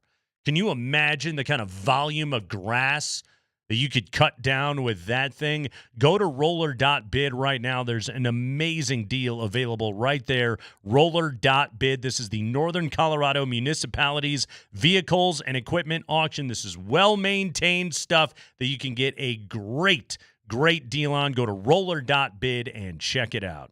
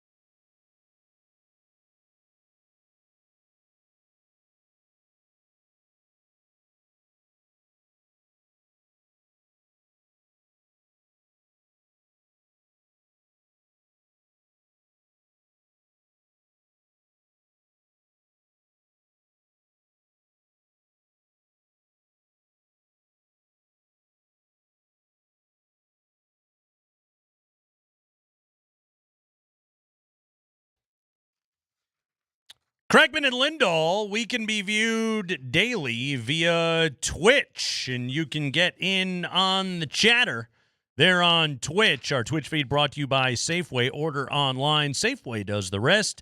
Get easy delivery or free pickup with the same great deals. Get started at Safeway.com or the Safeway app. Safeway, fresh foods, local flavors. I have breaking news, Mark Springer. Breaking news. Coming across just 3 minutes ago. This is from @RockiesClubInfo on Twitter. The Colorado Rockies announced the following moves today. They have selected the contract of catcher Braxton Fulford from AAA Albuquerque. Fulford. They transferred right-handed pitcher Jeff Criswell to the 60-day IL. And here you go, Andy. They have placed outfielder Chris Bryant on the 10-day IL retroactive to April 13th. He is going to the IL with lumbar degenerative disc disease. Oh! He's got a backache. Disease. He's getting old, and the old back hurts, and it's degenerating. It's a disease. We need a full season of KB. No, you don't. Wow. Lumbar degenerative disc disease. But what does this mean? Can't get out of the contract, so okay. When are you going to just DFA him? Yeah, just I mean, it's not helping. Just eat it. You're eating the money anyway. Yeah, he's not helping. Judging by the attendance from the first homestand, he's not packing the seats for you. Nah. No, just eat it. It wasn't even a good try by everybody. It was a cynical joke of a try by everybody, but still, just eat it. Have him go away. You don't need him on the club anymore. It's weird. It's weird having him on the team. He's overtaken the Russell Wilson move, has he not? Oh, that is the worst move in Denver sports history. Wilson at least played. Yeah, he tried. Chris Bryant doesn't play. He gave you an interesting 6 weeks there a couple years ago. I saw this, by the way. Let's do some quick math on this, all right? So, Andy, the Rockies, they lead the majors in strikeout rate. Okay, they're striking out 29% of their at-bats right now. They have struck out 160 times through their first 15 games of the campaign. That is a healthy average of 10.7 strikeouts per game times 162. Puts the Rockies on pace to strike out 1,728 times this season. The Minnesota Twins of 2 years ago hold the major league record for most strikeouts in a single season, 1,654. So the Rockies are on pace to obliterate that record by 74 strikeouts this season. Did you ever think you'd long for the days of Jay Cave? Who's giving you professional bats on this team right now? Seriously. I mean, they're all getting compensated, so technically all of them, but I know what you mean. Yes, nobody is. Nobody is. This is bad. This is bad. And look, here's the thing, even is, look at yesterday's lineup, all right? Tovar's in the lineup. Good. Tolia's in the lineup. Good. Zach Veen, Adele Amador, good. Those guys, they have to play. They have to play.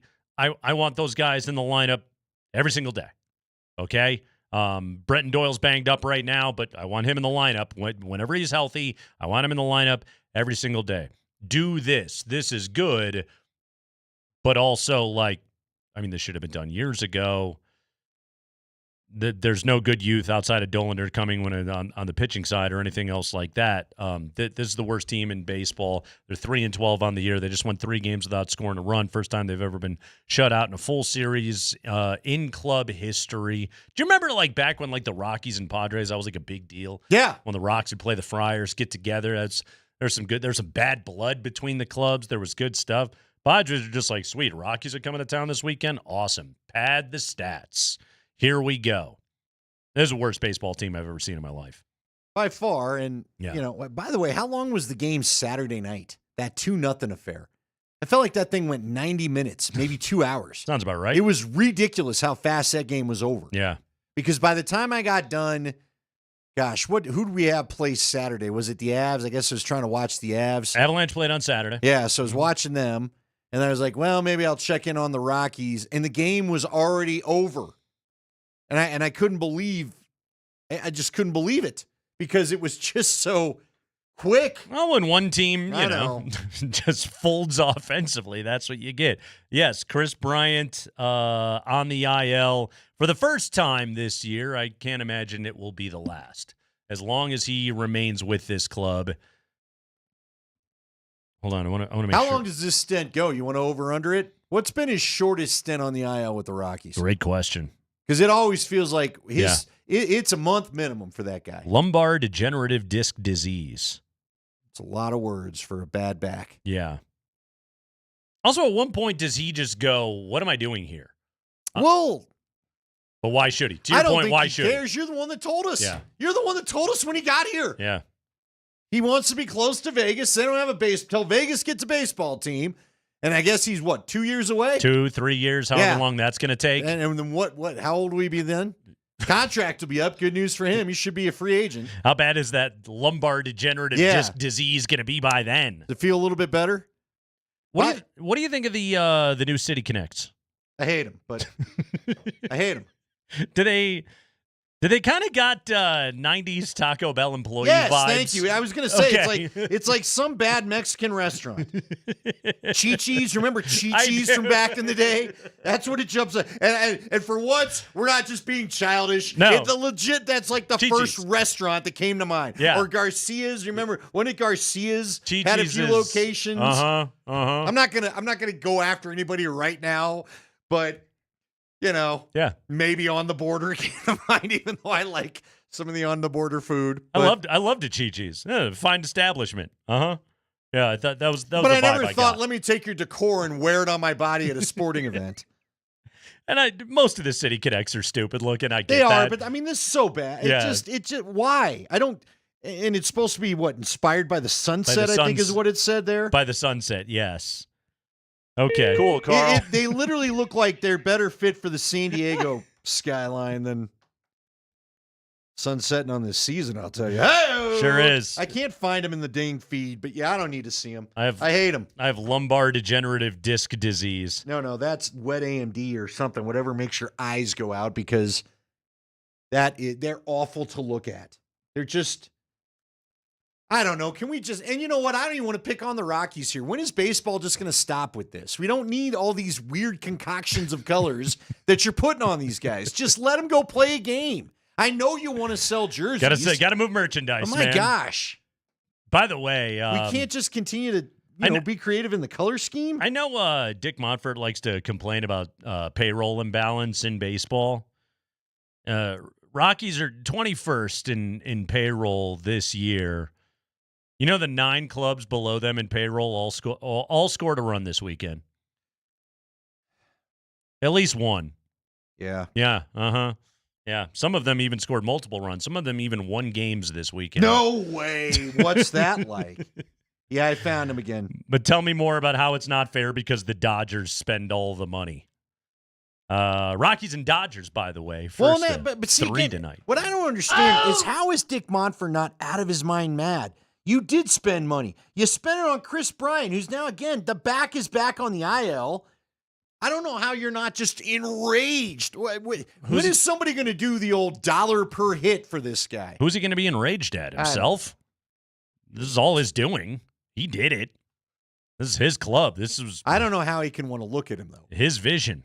I don't know how he could stand to watch the guy stroll through the clubhouse. I'd be so mad. He loved KB. He probably still does. Remember, he wanted Chris Bryant. I know. He thought he was going to get him because he thought the Cubs were going to take John Gray. So he thought he was going to get Chris Bryant in the draft. What was that, 2013, 14, whatever year that was. He thought he was going to get it them. He kept a man crush with him for years, waited until he was broken, and then paid him like double what anybody else on the market would. All while getting rid of Nolan Arenado. Hey, and then not even just getting rid of him, but giving a team $50 million to then have him. See, again, it's not that he doesn't spend money. Right. There's plenty of money going out the door. There sure is. Ugh. Yeah. Also, Chris Bryant can have a green Lamborghini. How's the lumbar supporting a green Lamborghini? Is that not the worst car for a bad back? You know me, I got that Mustang, and there's days where I told you I gotta roll myself out of that thing. Do you remember when Costanza? She's like, is that your lumbar support pillow right there? Orthopedic pillow? Maybe Chris Bryant has one. I don't know.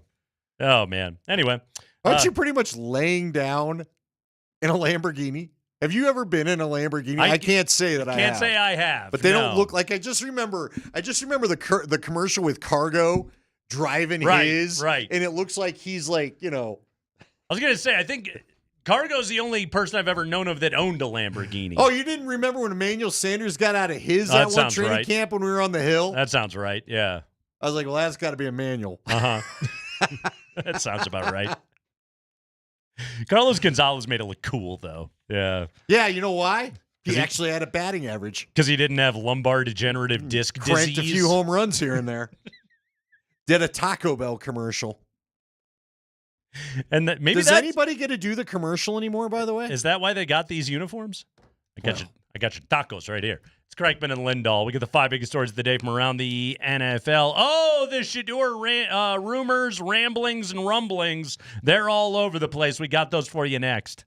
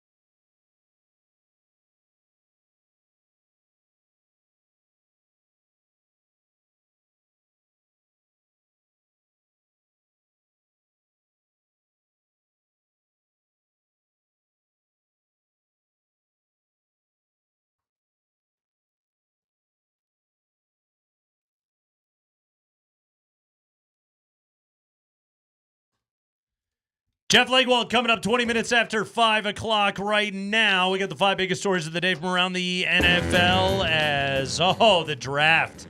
Inside 2 weeks to go. Let's do it, Spring. It's the High Five. It is brought to you by Bet365. Whatever the moment, it is never ordinary at Bet365. Broncos wide receiver Courtland Sutton is entering the final year of a 4-year deal that he signed in 2021. He talked with Parker Gabriel of the Denver Post on Saturday, and Sutton said, quote, "My team has had a really good conversation with the guys up there in the front office, and I think it's working in the right direction. Ultimately, you just want to know you're working in the right direction. I think they see and have seen what I've brought to the team. I'm open and optimistic about the fact that I'll be able to be here for the rest of my career." Yeah, Courtland Sutton, with the way that he played last year, he's your number one receiver going into the start of this season. Andy, 25 receivers will make more than Courtland Sutton in 2025, but he could get a deal north of $20 million per year. I don't think anyone's kidding themselves to think that Courtland Sutton is going to get Jamar Chase type of money, but it seems as though the Courtland Sutton, Sean Payton thing has really worked out well. He's got a good chemistry with Bo Nix. You've got a quarterback on his rookie deal. 3 more years of Courtland Sutton in a Broncos uniform, keep him through the end of his prime. That sounds good to me. Yeah, wake me up when the deal's done. I don't know what else to say about this. They did this stare down last year. He was good for Bo Nix.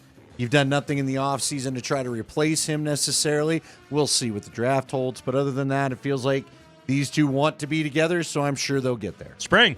High five. Broncos have a new tight end, Evan Engram, and he talked with Benny Fowler of DNVR, and Evan was asked how Sean Payton laid out his vision for him to be the Broncos tight end. It was just super cool because, one, Sean is that super cool, chill, laid back uncle that you could just go to and talk to about anything. With his Jordan on. With a J, bro had this full Jordan jumpsuit on, vibing. And it was really cool because it was really organic. I didn't walk in the office and we just got right to football, and that's what it was all about. We got to know each other, and we got had a really good conversation. He was very personable with my wife, and got to know her as well. And that meant a lot to me. And so, but when we did get the ball, everything that he's been looking for in that type of position that I play is me. Is what I work for, the things that I want to do within the offense, the skill set that I bring, and even some of the things that I maybe haven't done a lot in the past. I have that drive to learn what that is, what are the details, what are the ins and outs of that, and then I'm going to attack it. I'd say this. Players do seem to like Sean Payton. Yep. Didn't turn out into the poll they do in The Athletic every year when they rank their coach, but they like him. I think off the field, we'll see how Evans, the cool, laid-back, chill uncle, if that's still what you think he is on game day when a play has gone wrong. Cool Uncle Sean, that we've seen it every year. OTA Sean, he's riffing with the media. Yeah. He's, bebopping and scatting all over the place. And then training camp Sean shows up and suddenly he's Uncle Rico hitting you with the football. Not quite as you cool. Ride your bike. Yes, which I would hope Evan Engram is aware he won't always be cool Sean in the jumpsuit with the Jordans. No, he's going to crank it up when it becomes that time. But Sean Payton, this is, Andy, how do you make it as long as Sean Payton has in this business? How do you make it to a second job and get to be one of the highest paid coaches in all of football? Is you do have to be able to be all of those things to everybody, and I think Sean has that. I think he's good at connecting with his players. It's just, cool Uncle Sean doesn't last forever. And we know it. Yeah, no kidding. Go ahead, Spring. High five. All right, last Friday, news came down that Derek Carr has a shoulder injury that could require surgery. This could keep him out for the entire upcoming NFL season. I'd say the Saints got more of a lemon than a car. Am I right, folks? Thank nice. you.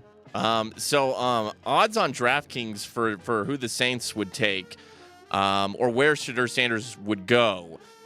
Before the Carr injury, the Saints were plus 300 to be the team that Shedeur would be drafted by. Since the Derek Carr news came down, the Saints are now the favorite to draft Shedeur at -110. Okay, I've got a question for you that I'm going to ask Jeff Legwald when we have him in a few minutes. Okay. Is it a good move for him to be there if they only want him now that they don't have a quarterback? When you're talking about a franchise guy, you know what I mean? Right. Like, again, I always go back to the Sean Payton thing. I'll admit I learned some from last year. If you're going to go all in the way Sean Payton went all in, that's what you need for these first-round guys. Yeah. Okay? Yeah, you have to believe. If all of a sudden he's your guy because, we don't have a dang quarterback and we Right. don't like the free agent, well, I don't know if that's the best situation. Because we don't for want you. Spencer Rattler. Right. Yeah. No, it's an excellent point right there. Like, do you like her because the bar is closing and it's 2 a.m. or do you actually like her? Right. You know, that's Were you interested when you walked in sober?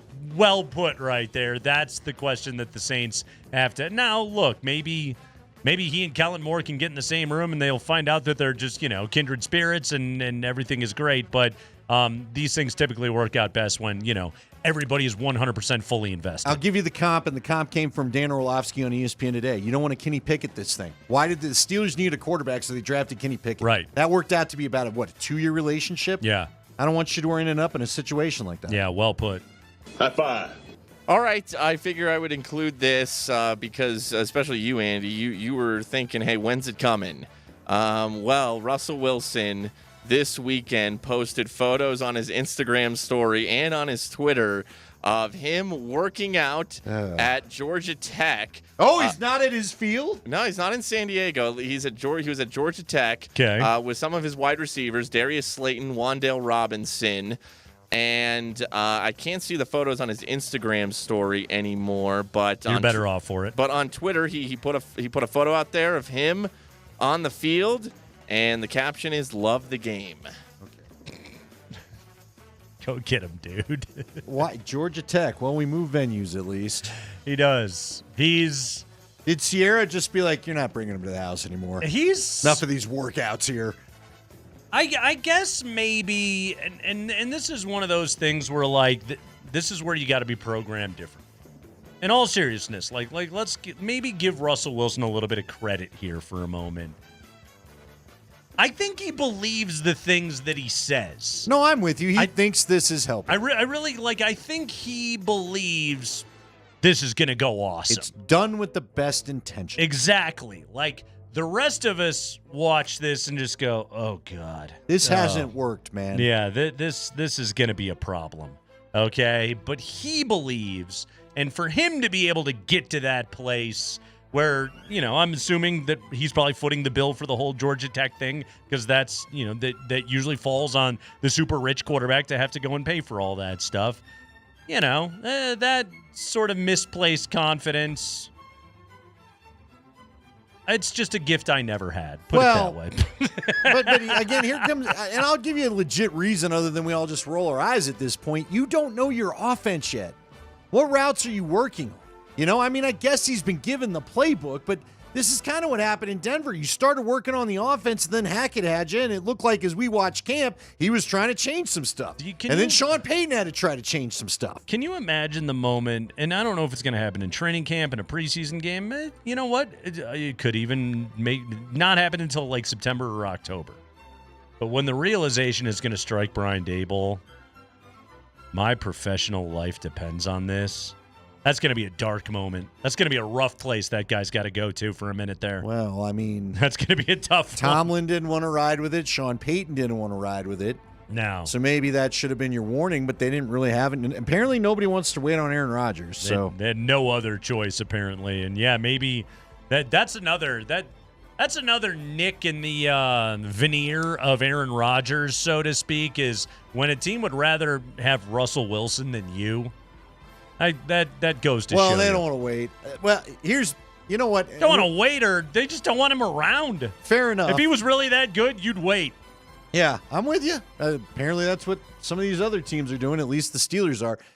I will always take this from Tyler Polumbus when it comes to these throwing camps anyway. Like, again, if Bo decided they wanted to have one, and I think they did refer that they're going to do it. Yeah. That's great. You're all in the offense now. You all know what routes you want to work on. There's you know what I'm saying? Something to be had. But to go do this before you even really know quite what the coach wants out of you, which is what's going to lead to proper film sessions or not.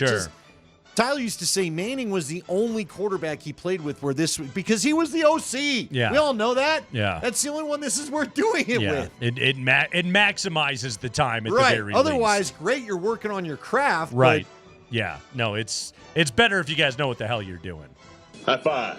And finally, Max Crosby, who signed a big old contract extension with the Raiders recently, has been named the assistant general manager at his alma mater, Eastern Michigan, for their football program. Crosby is the first active NFL player to hold such a position. He will help Eastern Michigan evaluate high school and portal prospects, manage its NIL budget, and also serve as special assistant to the fundraising, alumni relations, and student athlete support. He's the first NFL player to take an administrative job with an NCAA team, but he's not the only athlete. Steph Curry became the assistant GM at Davidson College last month. Yeah, he sure did. Is Crosby the assistant GM or the assistant to the GM? Dude, seriously, you're going to help with the budget? I don't think you are. No. And I'm not knocking your math skills. You may be great at budgeting, but you're going to be playing in the NFL next year. Yeah. These budget meetings better happen before August. I don't think it's necessarily a bad idea to Eastern Michigan football, okay? Max Crosby is your selling point, right? So, I'm sure it's not bad to, have him on retainer to be will you FaceTime the kid now and tell him that if he comes to East... Life is great. Take our money. Lie to him, and if you come to Eastern Michigan, you're going to end up making, 9 figures in the NFL like me, Max Crosby. Spoiler alert, you won't. But, at least lie to the kid, and maybe you can get him in the door. Maybe not necessarily a bad idea. But to your point, yeah, let's not pretend for 1 second that, Max Crosby is going to be, scrolling through spreadsheets of being what are we spending on travel here? This is unbelievable. How dare you go to Chi-Chi's. By the way, some people thought we made that up. Chi-Chi's is a real defunct Mexican restaurant chain. Yeah. It's defunct. There are no more Chi-Chi's. I looked. I was having a funny interaction with one of the texters. I did look on Wikipedia. Apparently, it's back up and running in a couple European locations. But I don't think there's any here. Yeah, according to Wikipedia, newly resurrected. Yeah. But not here, I don't think, right? Isn't it Austria or something? Continued in Europe only as a single restaurant after the North American owner declared bankruptcy and folded in 2004. Wow, I didn't realize that was that long ago. It's been a minute. Hey, I didn't know they made it to 2004, to be honest with you. Uh-huh. Yeah. By the way. But apparently we have European Chi-Chi's now. Well. By the way. Yes. Thanks to Brian. Uh-huh. He did our math for us. Okay. Actually, he threw it into Chat GPT. Okay. But he did double the homework. All right. Chris Bryant. Right now, cost per hit for Chris Bryant, $182 million divided by 148 equals $1.23 million per hit. I honestly would not have thought that he had over 100 hits in a Rockies uniform. 148? Now, here's the extra homework. Here's the extra credit. Okay. Compared to Nathan McKinnon? Yeah. At $234,000 per goal. Per goal. Yeah. Mm-hmm. What's Brian getting per home run? How many home runs does he have in a Rockies uniform? Are you kidding me? What's 182? How many? What's he got, 15 or something like let's that? Find, here, we have a calculator on our phone. Let's find out. I don't need...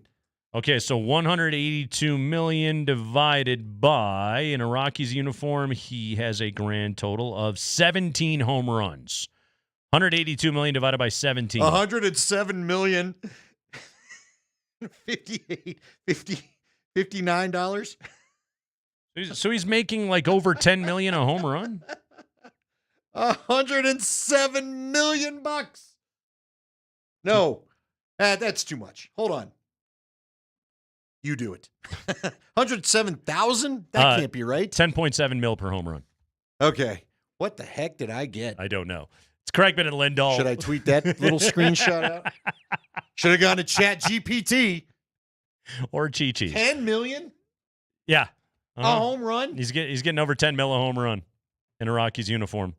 By the way, real quick, I saw this in the break and I wanted to revisit it. Troy Renk, shout out to Troy who covered the Rockies forever, but he tweeted this. It's beyond obvious his time in Colorado is over. The only reason not to cut him is if the club receives financial relief from an insurance policy after a certain number of days on the IL. Yeah. So could that be why we got the description of the IL trip that we got? He's got disease. Well, that doesn't sound like something you're getting rid of. No, it really doesn't. Not good. Jeff Legwold, NFL draft talk, and then back to some Nugget stuff. Why I love Denver in 7. That's next.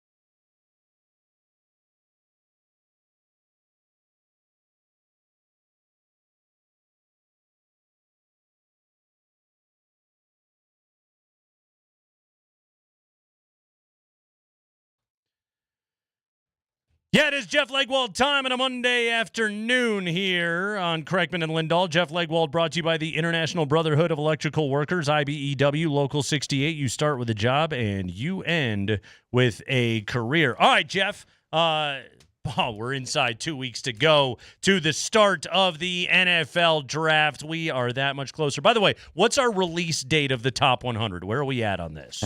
I believe it's the 20th. 20th. So. Okay, so we are 6 days away. So what are we talking there? Saturday, Sunday, Monday, somewhere. Sunday, week from yesterday. There we go. Math. That's not my strong suit right there. Okay, Jeff, you're taking a look at your top 100 right now. Running backs, okay? Obviously, everybody wants to connect Denver to a running back. George Paton has said we're going to draft a running back. We don't, as we've discussed on this show, at number 20, is that a good place to use a pick on a running back? Well, they also got 51 and 85. Who's your favorite running back in this draft for Sean Payton's offense that could be available in that neighborhood? You know, the guy I like better than a lot of people, and where you've seen him probably by most, is Travion Henderson. Mm-hmm. I think he's the best pass protector on the board at the position. He's a good receiver. I love him as a runner. I just he's one of my favorite players on this board, and we're still mashing through some of the numbers and everything to get it put together. But I will almost certainly have him a lot higher than a lot of people. I think he could be there for them at 51. And, you know, down the board for them, I like Trevor Etienne. And, you know, I just think, but again, at running back, you could pull a guy in day 3 even that will have a role for your team as a rookie in this class. This class is really something. And they have, between the Senior Bowl, the Combine, top 30 visits, and Zoom meetings, they've met with almost every gradable running back that can catch a football out of the backfield. 7 yards per carry on the ground in Travion Henderson.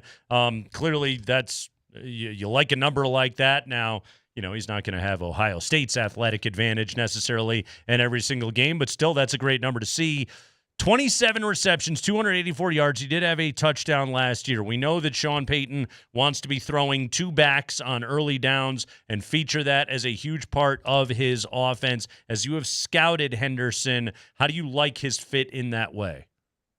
I think he's a great fit. I think he'd be a much better receiver as a pro and more active, I think, than he was in college. And again, in the biggest thing that keeps our rookie running back off the field on 3rd down and even 2nd and long is pass protection. And because most guys aren't asked to do it ever in college, and 2 of the best pass protectors at the position on the board are Henderson and Etienne. All right, let's get into the case of Shedeur Sanders. It's interesting, Jeff, because I wanted to ask you about him based on what I heard on Get Up this morning, which was a whole lot of debate as to who likes him, who doesn't. You know, Peter Schrager, new to your network now, he was saying, I've not talked to a lot of people in New Orleans or Pittsburgh that he sure is even in love with Shedeur just yet. Adam Schefter tweeting before you came on that now Shedeur is going to have one more final private workout in Boulder for the Giants. And a lot of people said this morning, Schrager among them, Graziano talking about it, that they don't think the Giants are real interested, other than maybe if he were to fall to them in the 2nd round, maybe they'd have some interest there. What do you think is going on, first off, with Shedeur's draft stock? I mean, you've told us that he's kind of been up and down for a few people. And I'll tell you what, answer that first, and I got to follow up about the Saints in particular. But what do you think is going on? Do you think the Giants are interested at 3, or do you think they're trying to get some action on a trade there? It could be everything, Andy, at this point. Now, it's pretty drastic to go do the whole make a guy go through a private workout and convince his agent it's worth his while to go through a private workout if you're not genuinely interested in him. You know, I think a lot of teams have him graded closer to the top of the 2nd, bottom of the 1st, as just a pure grade, but he's a quarterback, so anything can happen with him. I guess I am troubled as a 4-decade guy in the draft critiquing business that this notion that he's falling. I think he's just been graded differently by teams, and I think people should really remember that. He's not tumbling on the draft board or anything like that, no matter how people phrase it. He's like any player. Some guys are fired up for him and other guys are not. I mean, again, I can find you a scout who thinks every player on this board is not worth the pick they have. And it's just the nature of the business.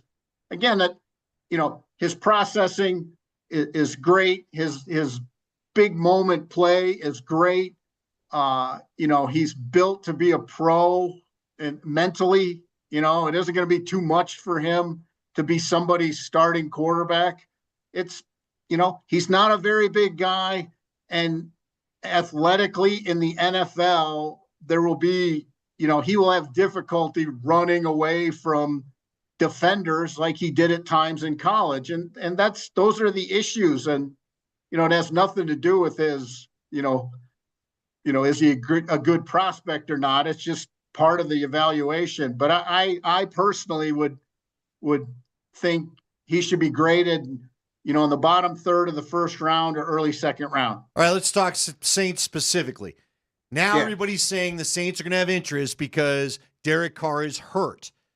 A, do you think that's actually true? And B, is that really a good situation for Shedeur? Like, shouldn't they have loved him before? Should Carr's status affect? Like, is it really a good situation if they're only drafting you because all of a sudden a guy got hurt? Yeah, and it would be hard for me to believe a team would just suddenly take a guy, from where he had been graded and move him drastically because they've had some injury news. You're not doing the draft right if you're doing that. But I think overall, there certainly have to be interested in another quarterback solution, since the one they had is probably not going to be available for the whole season. So yeah, they're in the quarterback business on draft day, and I think that makes them an intriguing team to watch. But for Shedeur or any other quarterback, I don't think it would be awesome to go there with their perennial cap difficulties and, yet another new coach. And, I think only difficulty up the road until they peel the salary cap issues all the way down to the bare bones and fix them. But they seem intent on never doing that. They're not, and this is one of the struggles you have as a perennially top 10 drafting team in the NFL. So that said, Jeff, if you're looking at the teams that you could connect Shedeur to, or quite frankly, any quarterback needy team in the NFL right now, what's a good landing spot? Like, is there one currently in the NFL amongst the quarterback needy teams? Like, is it maybe Pittsburgh? What is it right now?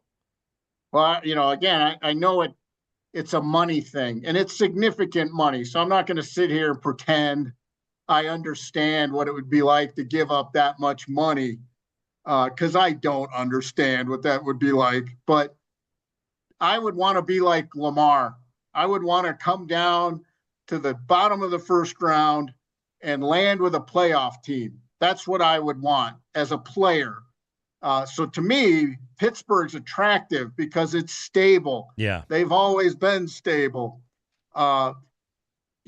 History says if some reason they want to find another coach after Mike Tomlin, it will probably be another 10-year guy, because they always hire 10, 15-year guys as their head coach. So it costs you significant money in your first contract. So I don't downgrade that, but any rookie quarterback, I would want to come down the board a smidge, and you end up with a much better team around you, with much better infrastructure, with most likely coaches who have been in place. Yeah. And there isn't this turnover and, yet another rebuild or anything like that. But, again, I know it's a big money thing, and there's a little ego involved of, you were taken whenever in the draft. All right, Top 100 coming Sunday. Jeff Legwold, everybody, ESPN.com. Leggy, get back in the lab, man. I don't think you're done quite yet, but I'm sure you're getting close. Keep up the good work, dude. Take care, fellas. We'll see you. All right, Jeff Legwold with us right there. Again, this is just this is the battle that you deal with as a young quarterback getting drafted. It's like, yeah, you're probably going to get drafted by a lousy team. Yeah, man, like I said, if the Saints are only going to draft you because all of a sudden you're the only option, you know what it reminds me of is when everybody was saying Denver ought to force something after trading Cutler. Yeah. And at least Josh was smart enough to just ride with Orton, who he got, and, they never really found a quarterback, but... Yeah, I don't know about smart enough, but yeah, I know what you mean. Right, well, I think Sanchez was the only one of that class, too. But see, this class is starting to feel more like the Daniel Jones, Drew Lock... who was the kid that went to Washington that's no longer with us, the old Ohio State quarterback? Why am I spacing his name? But yeah. You know what I mean. It feels like that class where I'm not sure anyone's totally in love with anybody. Mm-hmm. So maybe it's better you fall. I don't know. This Giants thing is interesting. I know we want to switch to Nuggets. I want to ask you real quick. Do you think there's any chance Travis and Shedeur could end up on the same team?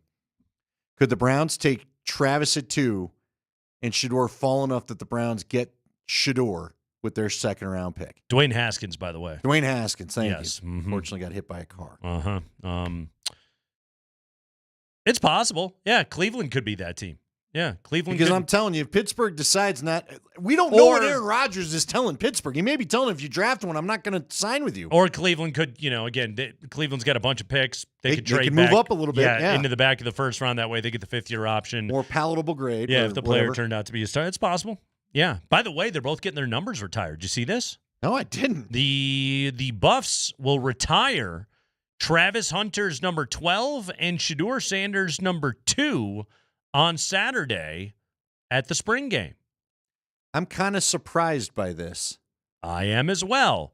They are the 5th and 6th players in the 135 years of Colorado football to have their numbers retired. Number 24, worn by Byron Whizzer White back in the 30s. Number 67, worn by Joe Romig back in the late 50s and early 60s. Number 11, worn by Bobby Anderson, 67 to 69. And number 19, worn by Rashawn Salam from 93 to 94. So number 5 and number 6 will be Travis Hunter and Shedeur Sanders. Here's why I'm surprised by this. You know the business of college football and players coming to your program, whether they can wear the number or not? You know that's like a big deal. It was some Gary Barnett was talking about, and we could ask our buddy Coach Mike Sanford, too. Yeah. These guys, some players weigh heavily into the decision, can I have my number or not? Sure. And you don't think a few people want to wear 12 now that Travis Hunter's had it? Also, well, there's also, Michael Westbrook, Alfred Williams, Rashawn Salam, Deion Figures. I mean, Rashawn's already on there, but yeah. There's, college football Hall of Famers and the 135-year proud history of Colorado football, Darian Hagan, guys who, What would be your... And I know Shedeur's got a bunch of passing records. What would be your... This feels a little... What would be your bar? Feels a little cutting to the front of the line, if you know what I'm saying. Would a conference title be on there? Because, again, this is a school that has won national championship. Yep. Mm-hmm. So it's not like we can just default to national championship. Heisman Trophy's a pretty good bar, right? Travis Hunter, I got no problem with you retiring Travis Hunter's number. And you know what? I bet you Shedeur Sanders' number is going to stay near the top. His numbers will stay near the top for quite some time in Colorado football lore. What do you win, 13 games? 13 games? We're retiring that number? None of the individual hardware to go with it? Yeah. I got a feeling there's a lot of guys that played for a long time at the University of Colorado that probably looking at that with a bit of a side eye right now. Huh. Okay. How do you think your friend Joel Klatt would view this? No I'm idea. Trying to think of tell you. Key alumni. Couldn't tell you. I have no idea. If you're a guy that played quarterback at the University of Colorado, if you're Darian Hagan, if you're Bobby Pesavento, if you're Joel Klatt, if you're guys that won, conference championships or national championships. Hoy Detmer. Mm-hmm. Hoy Detmer had a pretty good run there. Certainly did. Yeah, you probably might look at that and go, really? already? Hey, man, it's the University of Deion Sanders. And so there you go. Shedeur gets his number retired. Interesting. Is there a way to look up how popular the number 2 is, too? There probably isn't. I would be curious, though. Gosh, maybe that's a Chat GPT thing. There you go. But I'd love to know if there's any way to figure out how many folks in football wear number 2 and how popular. Because I'm telling you, I was blown away by it. But these kids, if I can't have my number, that's why you get these guys. That's why you get several on the team wearing it that then have to pull a jersey over if they go out and go out and cover a kick or something. Right. Because it's all, I'm not coming if I can't have my number kind of thing. That's why you kind of got to be careful how many of these numbers you take off the market. I'm telling you, there's a business aspect. I think to that's this. a consideration as well. Feels, but I'm not arguing with everything you laid out. You know what I'm gonna call this? Premature. little quick, a little early for that. Again, you want to give it to the Heisman Trophy winner? By all means. By all means. Okay, there's 2 in the history of the program. Celebrate away. Should there be a cooling off period is what you're suggesting? The players go through 10 minutes of cooling off before the media's let in? Should we have a couple years to just cool off? Rather than hand it to the coach's kid the year after he's done? Yeah. Winning 13 games? It's pretty quick. It's Kreckman and Lindahl. We'll take a break. When we come back, Nikola Jokic is primed. How far can he carry the Nuggets this postseason? We'll discuss that next.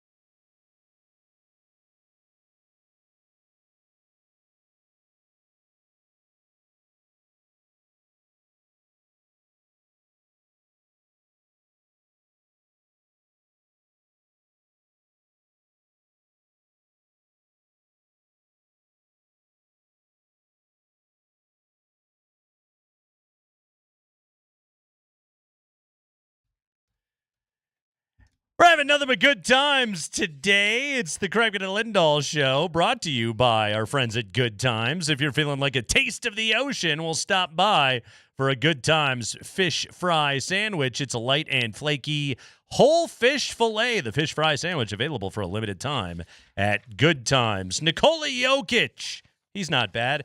He averaged a triple-double this season. Finished the year with the by-player efficiency rating, the fourth greatest season in the history of the NBA. He was not able to catch himself from the 21-22 campaign, but this was the fourth best season by player efficiency in NBA history for Nikola Jokic, and he's probably not going to win the MVP. In a world where Nikola Jokic just put up the single greatest statistical season we'll probably ever see in our lifetime. Third player to ever average a triple-double. Over 29 points per game this year, on his way to averaging a triple-double. 29.6 points, 12.7 rebounds, 10.2 assists.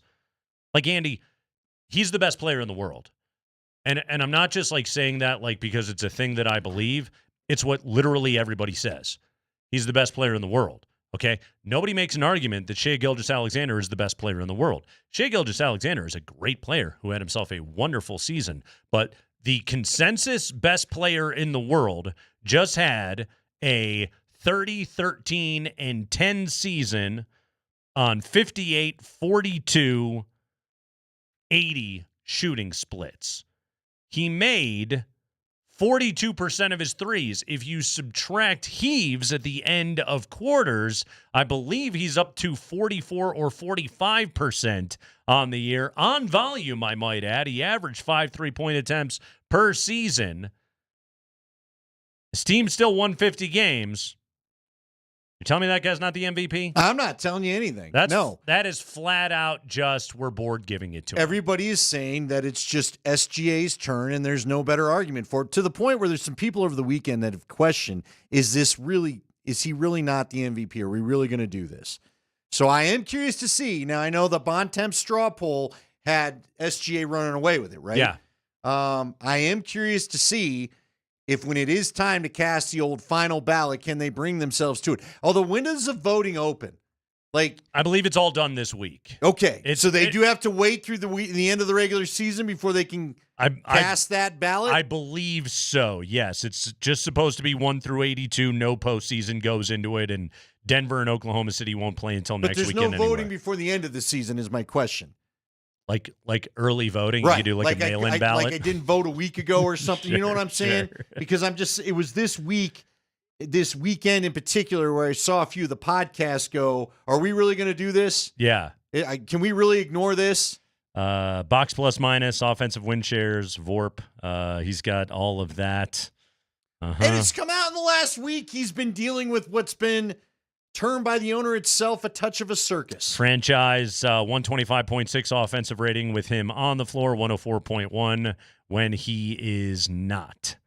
You want to tell me that guy's not the MVP? Nobody should. I think SGA has had a wonderful season, and he's had the best year that anybody has had during Jokic's prime. That includes the year that Joel Embiid won the MVP. We all know what a load of crap that was, but Joker's the MVP. His season is unbelievable. It's unbelievable. Here's what we're going to do. We're going to ride the vibes, because Josh Kronke, I guess I shouldn't say circus, but he talked about the bad vibes. Mm-hmm. We're going to ride the vibes that the last time this happened, you went to a championship. So I'm just hoping that history repeats itself that way. By the way, Jokic is a center and Gilgeous-Alexander is a guard. Assists per game. The center was second. The guard was 14th. They have this exact same steal rate, 2.4%. Again, one of them's a guard and one of them's a center. But tell me you shouldn't win MVP. Well, here's why I can promise you he's going to end up losing. Mm-hmm. ESPN did the most ESPN thing ever, and they hired Marcus Morris. He's on all their shows now, too. Okay. Do you think he has a positive take about any of the things that are going on? I wouldn't think so. No, he does not. Yeah, I wouldn't think so. To the point where even Stephen A. Smith told him he was out of his mind. Yeah. Anytime you tell me about what's happening on ESPN's NBA talk shows, it reinforces my decision to not watch those shows. Yeah, I know. I get it.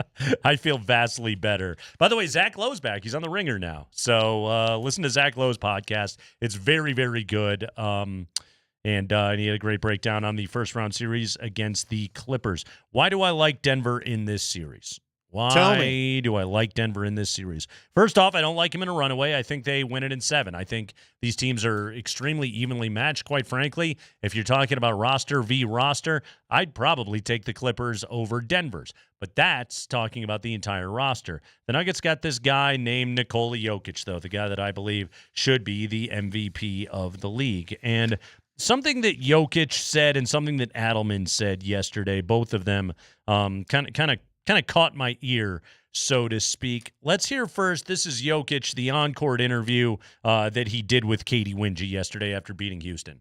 I mean, now this is it. This is what we are. I think if we play like this, we can go long in the playoffs. If we play like this, we can go long in the playoffs. I don't disagree with him. I don't disagree with him either. And I like that he's talking about it this way. If we play like this, Nikola Jokic will do every last thing in his power to make sure that his team plays good basketball. And the biggest piece of evidence that I have is that this is yet another post-game interview where he has completely lost his voice. I caught it, too. When he first started playing the cut, I'm like, is that Dikembe Mutombo? Where are we pulling this from? He sounds like John Fox. Yeah, he's completely out of voice, which tells you he's goes back to holding each other accountable. Yeah. And that's what they're doing. And yesterday was another day where they just showed in timeouts, and he's just like demonstrably coaching the basketball team right now. He's not going to let anybody fall short in this series. David Adelman, after the game yesterday, was asked about Nikola Jokic. By the way, Joker did work out after the game yesterday, and Adelman was just asked if he has seen a player as special as Joker. I'll say this. I've been around special players. I've never seen any player like him. With the work he puts in away from it, people don't see him when he works out player development on his own. Just how systematic he is, professional, no wasted steps, no wasted seconds. He is absolutely the most impressive basketball player I've ever seen. And I mean that in the sense of all things. And because I get the chance to see him on off days, and like you said, what he's doing right now with his body, he's such a great example for young basketball players coming up, not just how he plays the game, but just his intensity to stay at that level. And I think we all know in life, no matter what you're good at, it's hard to stay there for anybody, like whatever your traits are. And he happens to have a skill set that's, unworldly. And he's kept it there for all these years. So don't get tired of it, because it's going to go away someday. And it's pretty impressive, man, to watch. David Adelman is a KNLP1 right there with that take. I appreciated hearing that from him. Andy, I don't think they're going to win the NBA championship this year. I don't think they're going to do that. But I'm also not for 1 second going to say it's impossible to think they could win an NBA championship this year, or they could make a run to an NBA Finals this year. And the reason why is that dude. And they have got that dude. And he, as the kids would say, he's got that dog in him.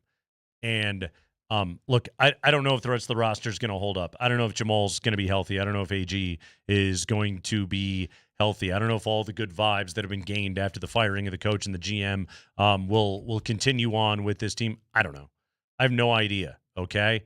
But I do know that should you get that health, that dude is not going to let this team flame out the way that they did a year ago. Okay. If this team loses, it's going to be because they got beat by a better team, not because they ran out of gas or whatever junk led to their ouster a year ago. I'm telling you, man, that guy is never going to let that happen again. No, I would agree with you. That I do think this is all pretty much dependent on Jamal. Yeah. Because we know what Jokic will give you. It's, does Jamal feel right? Does Jamal get his shot back? And if he's old Jamal, anything's possible. Yeah. But if he's up and down Jamal that unfortunately has occupied too much of this season, then I'm not so sure. Yeah, if it's the version that we saw from, basically post first Wizards loss until the injury, till All-Star break,